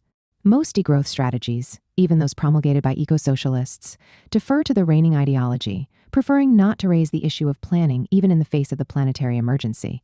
Indeed, there is a tendency to back off from such obvious measures as nationalization of energy companies and mandatory emissions cuts on corporations, Degrowth theorists instead generally propose a menu of policy alternatives, like universal basic income, ecological tax reform, a shortened workweek, increased automation, and so on, none of which come into direct conflict with the system or get close to addressing the enormity of the problem in what are thought of as non-reformist reforms. Proposals for drastically reduced employment, not just shorter working hours, backed up in many degrowth schemes by a guaranteed basic income, seek to adjust the parameters of capitalism rather than transcend them, in an approach that would generate the kind of dystopian conditions described in Kurt Vonnegut's novel Player Piano. As Huberman and Sweezy wrote, when the notion of a guaranteed basic income was first floated in the 1960s, our conclusion can only be that the idea of unconditionally guaranteed incomes is not the great revolutionary principle which the authors of the Triple Revolution evidently believe it to be. If applied under our present system, it would be, like religion, an opiate of the people tending to strengthen the status quo, and under a socialist system, it would be quite unnecessary and might do more harm than good. Confronted with climate change, some non-degrowth socialists have succumbed to technology fetishism, proposing dangerous geoengineering measures that would inevitably compound the planetary ecological crisis as a whole. There is no doubt that many on the left see the entire solution today as consisting of a Green New Deal that would expand green jobs and green technology, leading to green growth in a seemingly virtuous circle. But since this is usually geared to a Keynesian growth economy and defended in those terms, the assumptions behind it are questionable. A more radical proposal, more in line with degrowth, would be a People's Green New Deal oriented towards socialism and democratic ecological planning. Under the monopoly finance capital of today, whole sectors of the caring profession, education, the arts, and so on are affected by what is known as the Baumol cost disease, named after William J. Baumol, who introduced the idea in his 1966 book Performing Arts, The Economic Dilemma. This applies when wages rise and productivity does not. Thus, as Forbes magazine declares without a trace of irony, the output of a string quartet playing Beethoven has not increased since the 19th century, although their income has. The Baumol cost disease is seen as applicable mainly to those work areas where notions of quantitative increases in productivity are generally meaningless. Yet, how does one measure the productivity of a nurse treating patients? Certainly not by the number of patients per nurse, regardless of the amount of care each receives and their outcomes. The result of profit-centered goals in the highly financialized economy of today is underinvestment and institutionalization of low wages in precisely those sectors characterized as subject to the so-called Baumol cost disease, simply because they are not directly conducive to capital accumulation. In contrast, in an eco-socialist society, where accumulation of capital is not the primary objective, it would often be those labor-intensive areas in the caring professions, education, the arts, and organic relations to the earth that would be considered most important and built into social planning. In an economy geared to sustainability, labor itself might in some cases be substituted for fossil fuel energy, as in small, organic, sustainable farming, which is more efficient in ecological terms. Writing in The Political Economy of Growth in 1957, Baran argued that the planned economic surplus might be intentionally reduced in socialist planning in comparison to what was then possible, in order to ensure the conservation of human and natural resources. Here, the emphasis would not be simply on economic growth, but on meeting social needs, including decreasing environmental costs. For example, by choosing to cut coal mining. All of this meant, in effect, prioritizing sustainable human development over destructive forms of economic growth. Today, elimination of fossil fuels, even if this means a reduction in the economic surplus generated by society, has become an absolute necessity for the world at large, which is faced by what Noam Chomsky has called the end of organized humanity. In the words of Engels and Marx, it is necessary to release the jammed safety valve on the capitalist locomotive racing to ruin. The choice is one of socialism or exterminism, ruin or revolution. As Diogenes of Oenoanda, faithfully inscribing the thoughts of Epicurus in stone in the 2nd century AD, wrote, "The confines of the inhabited world offer all men one common country, the world, one common home, the earth. One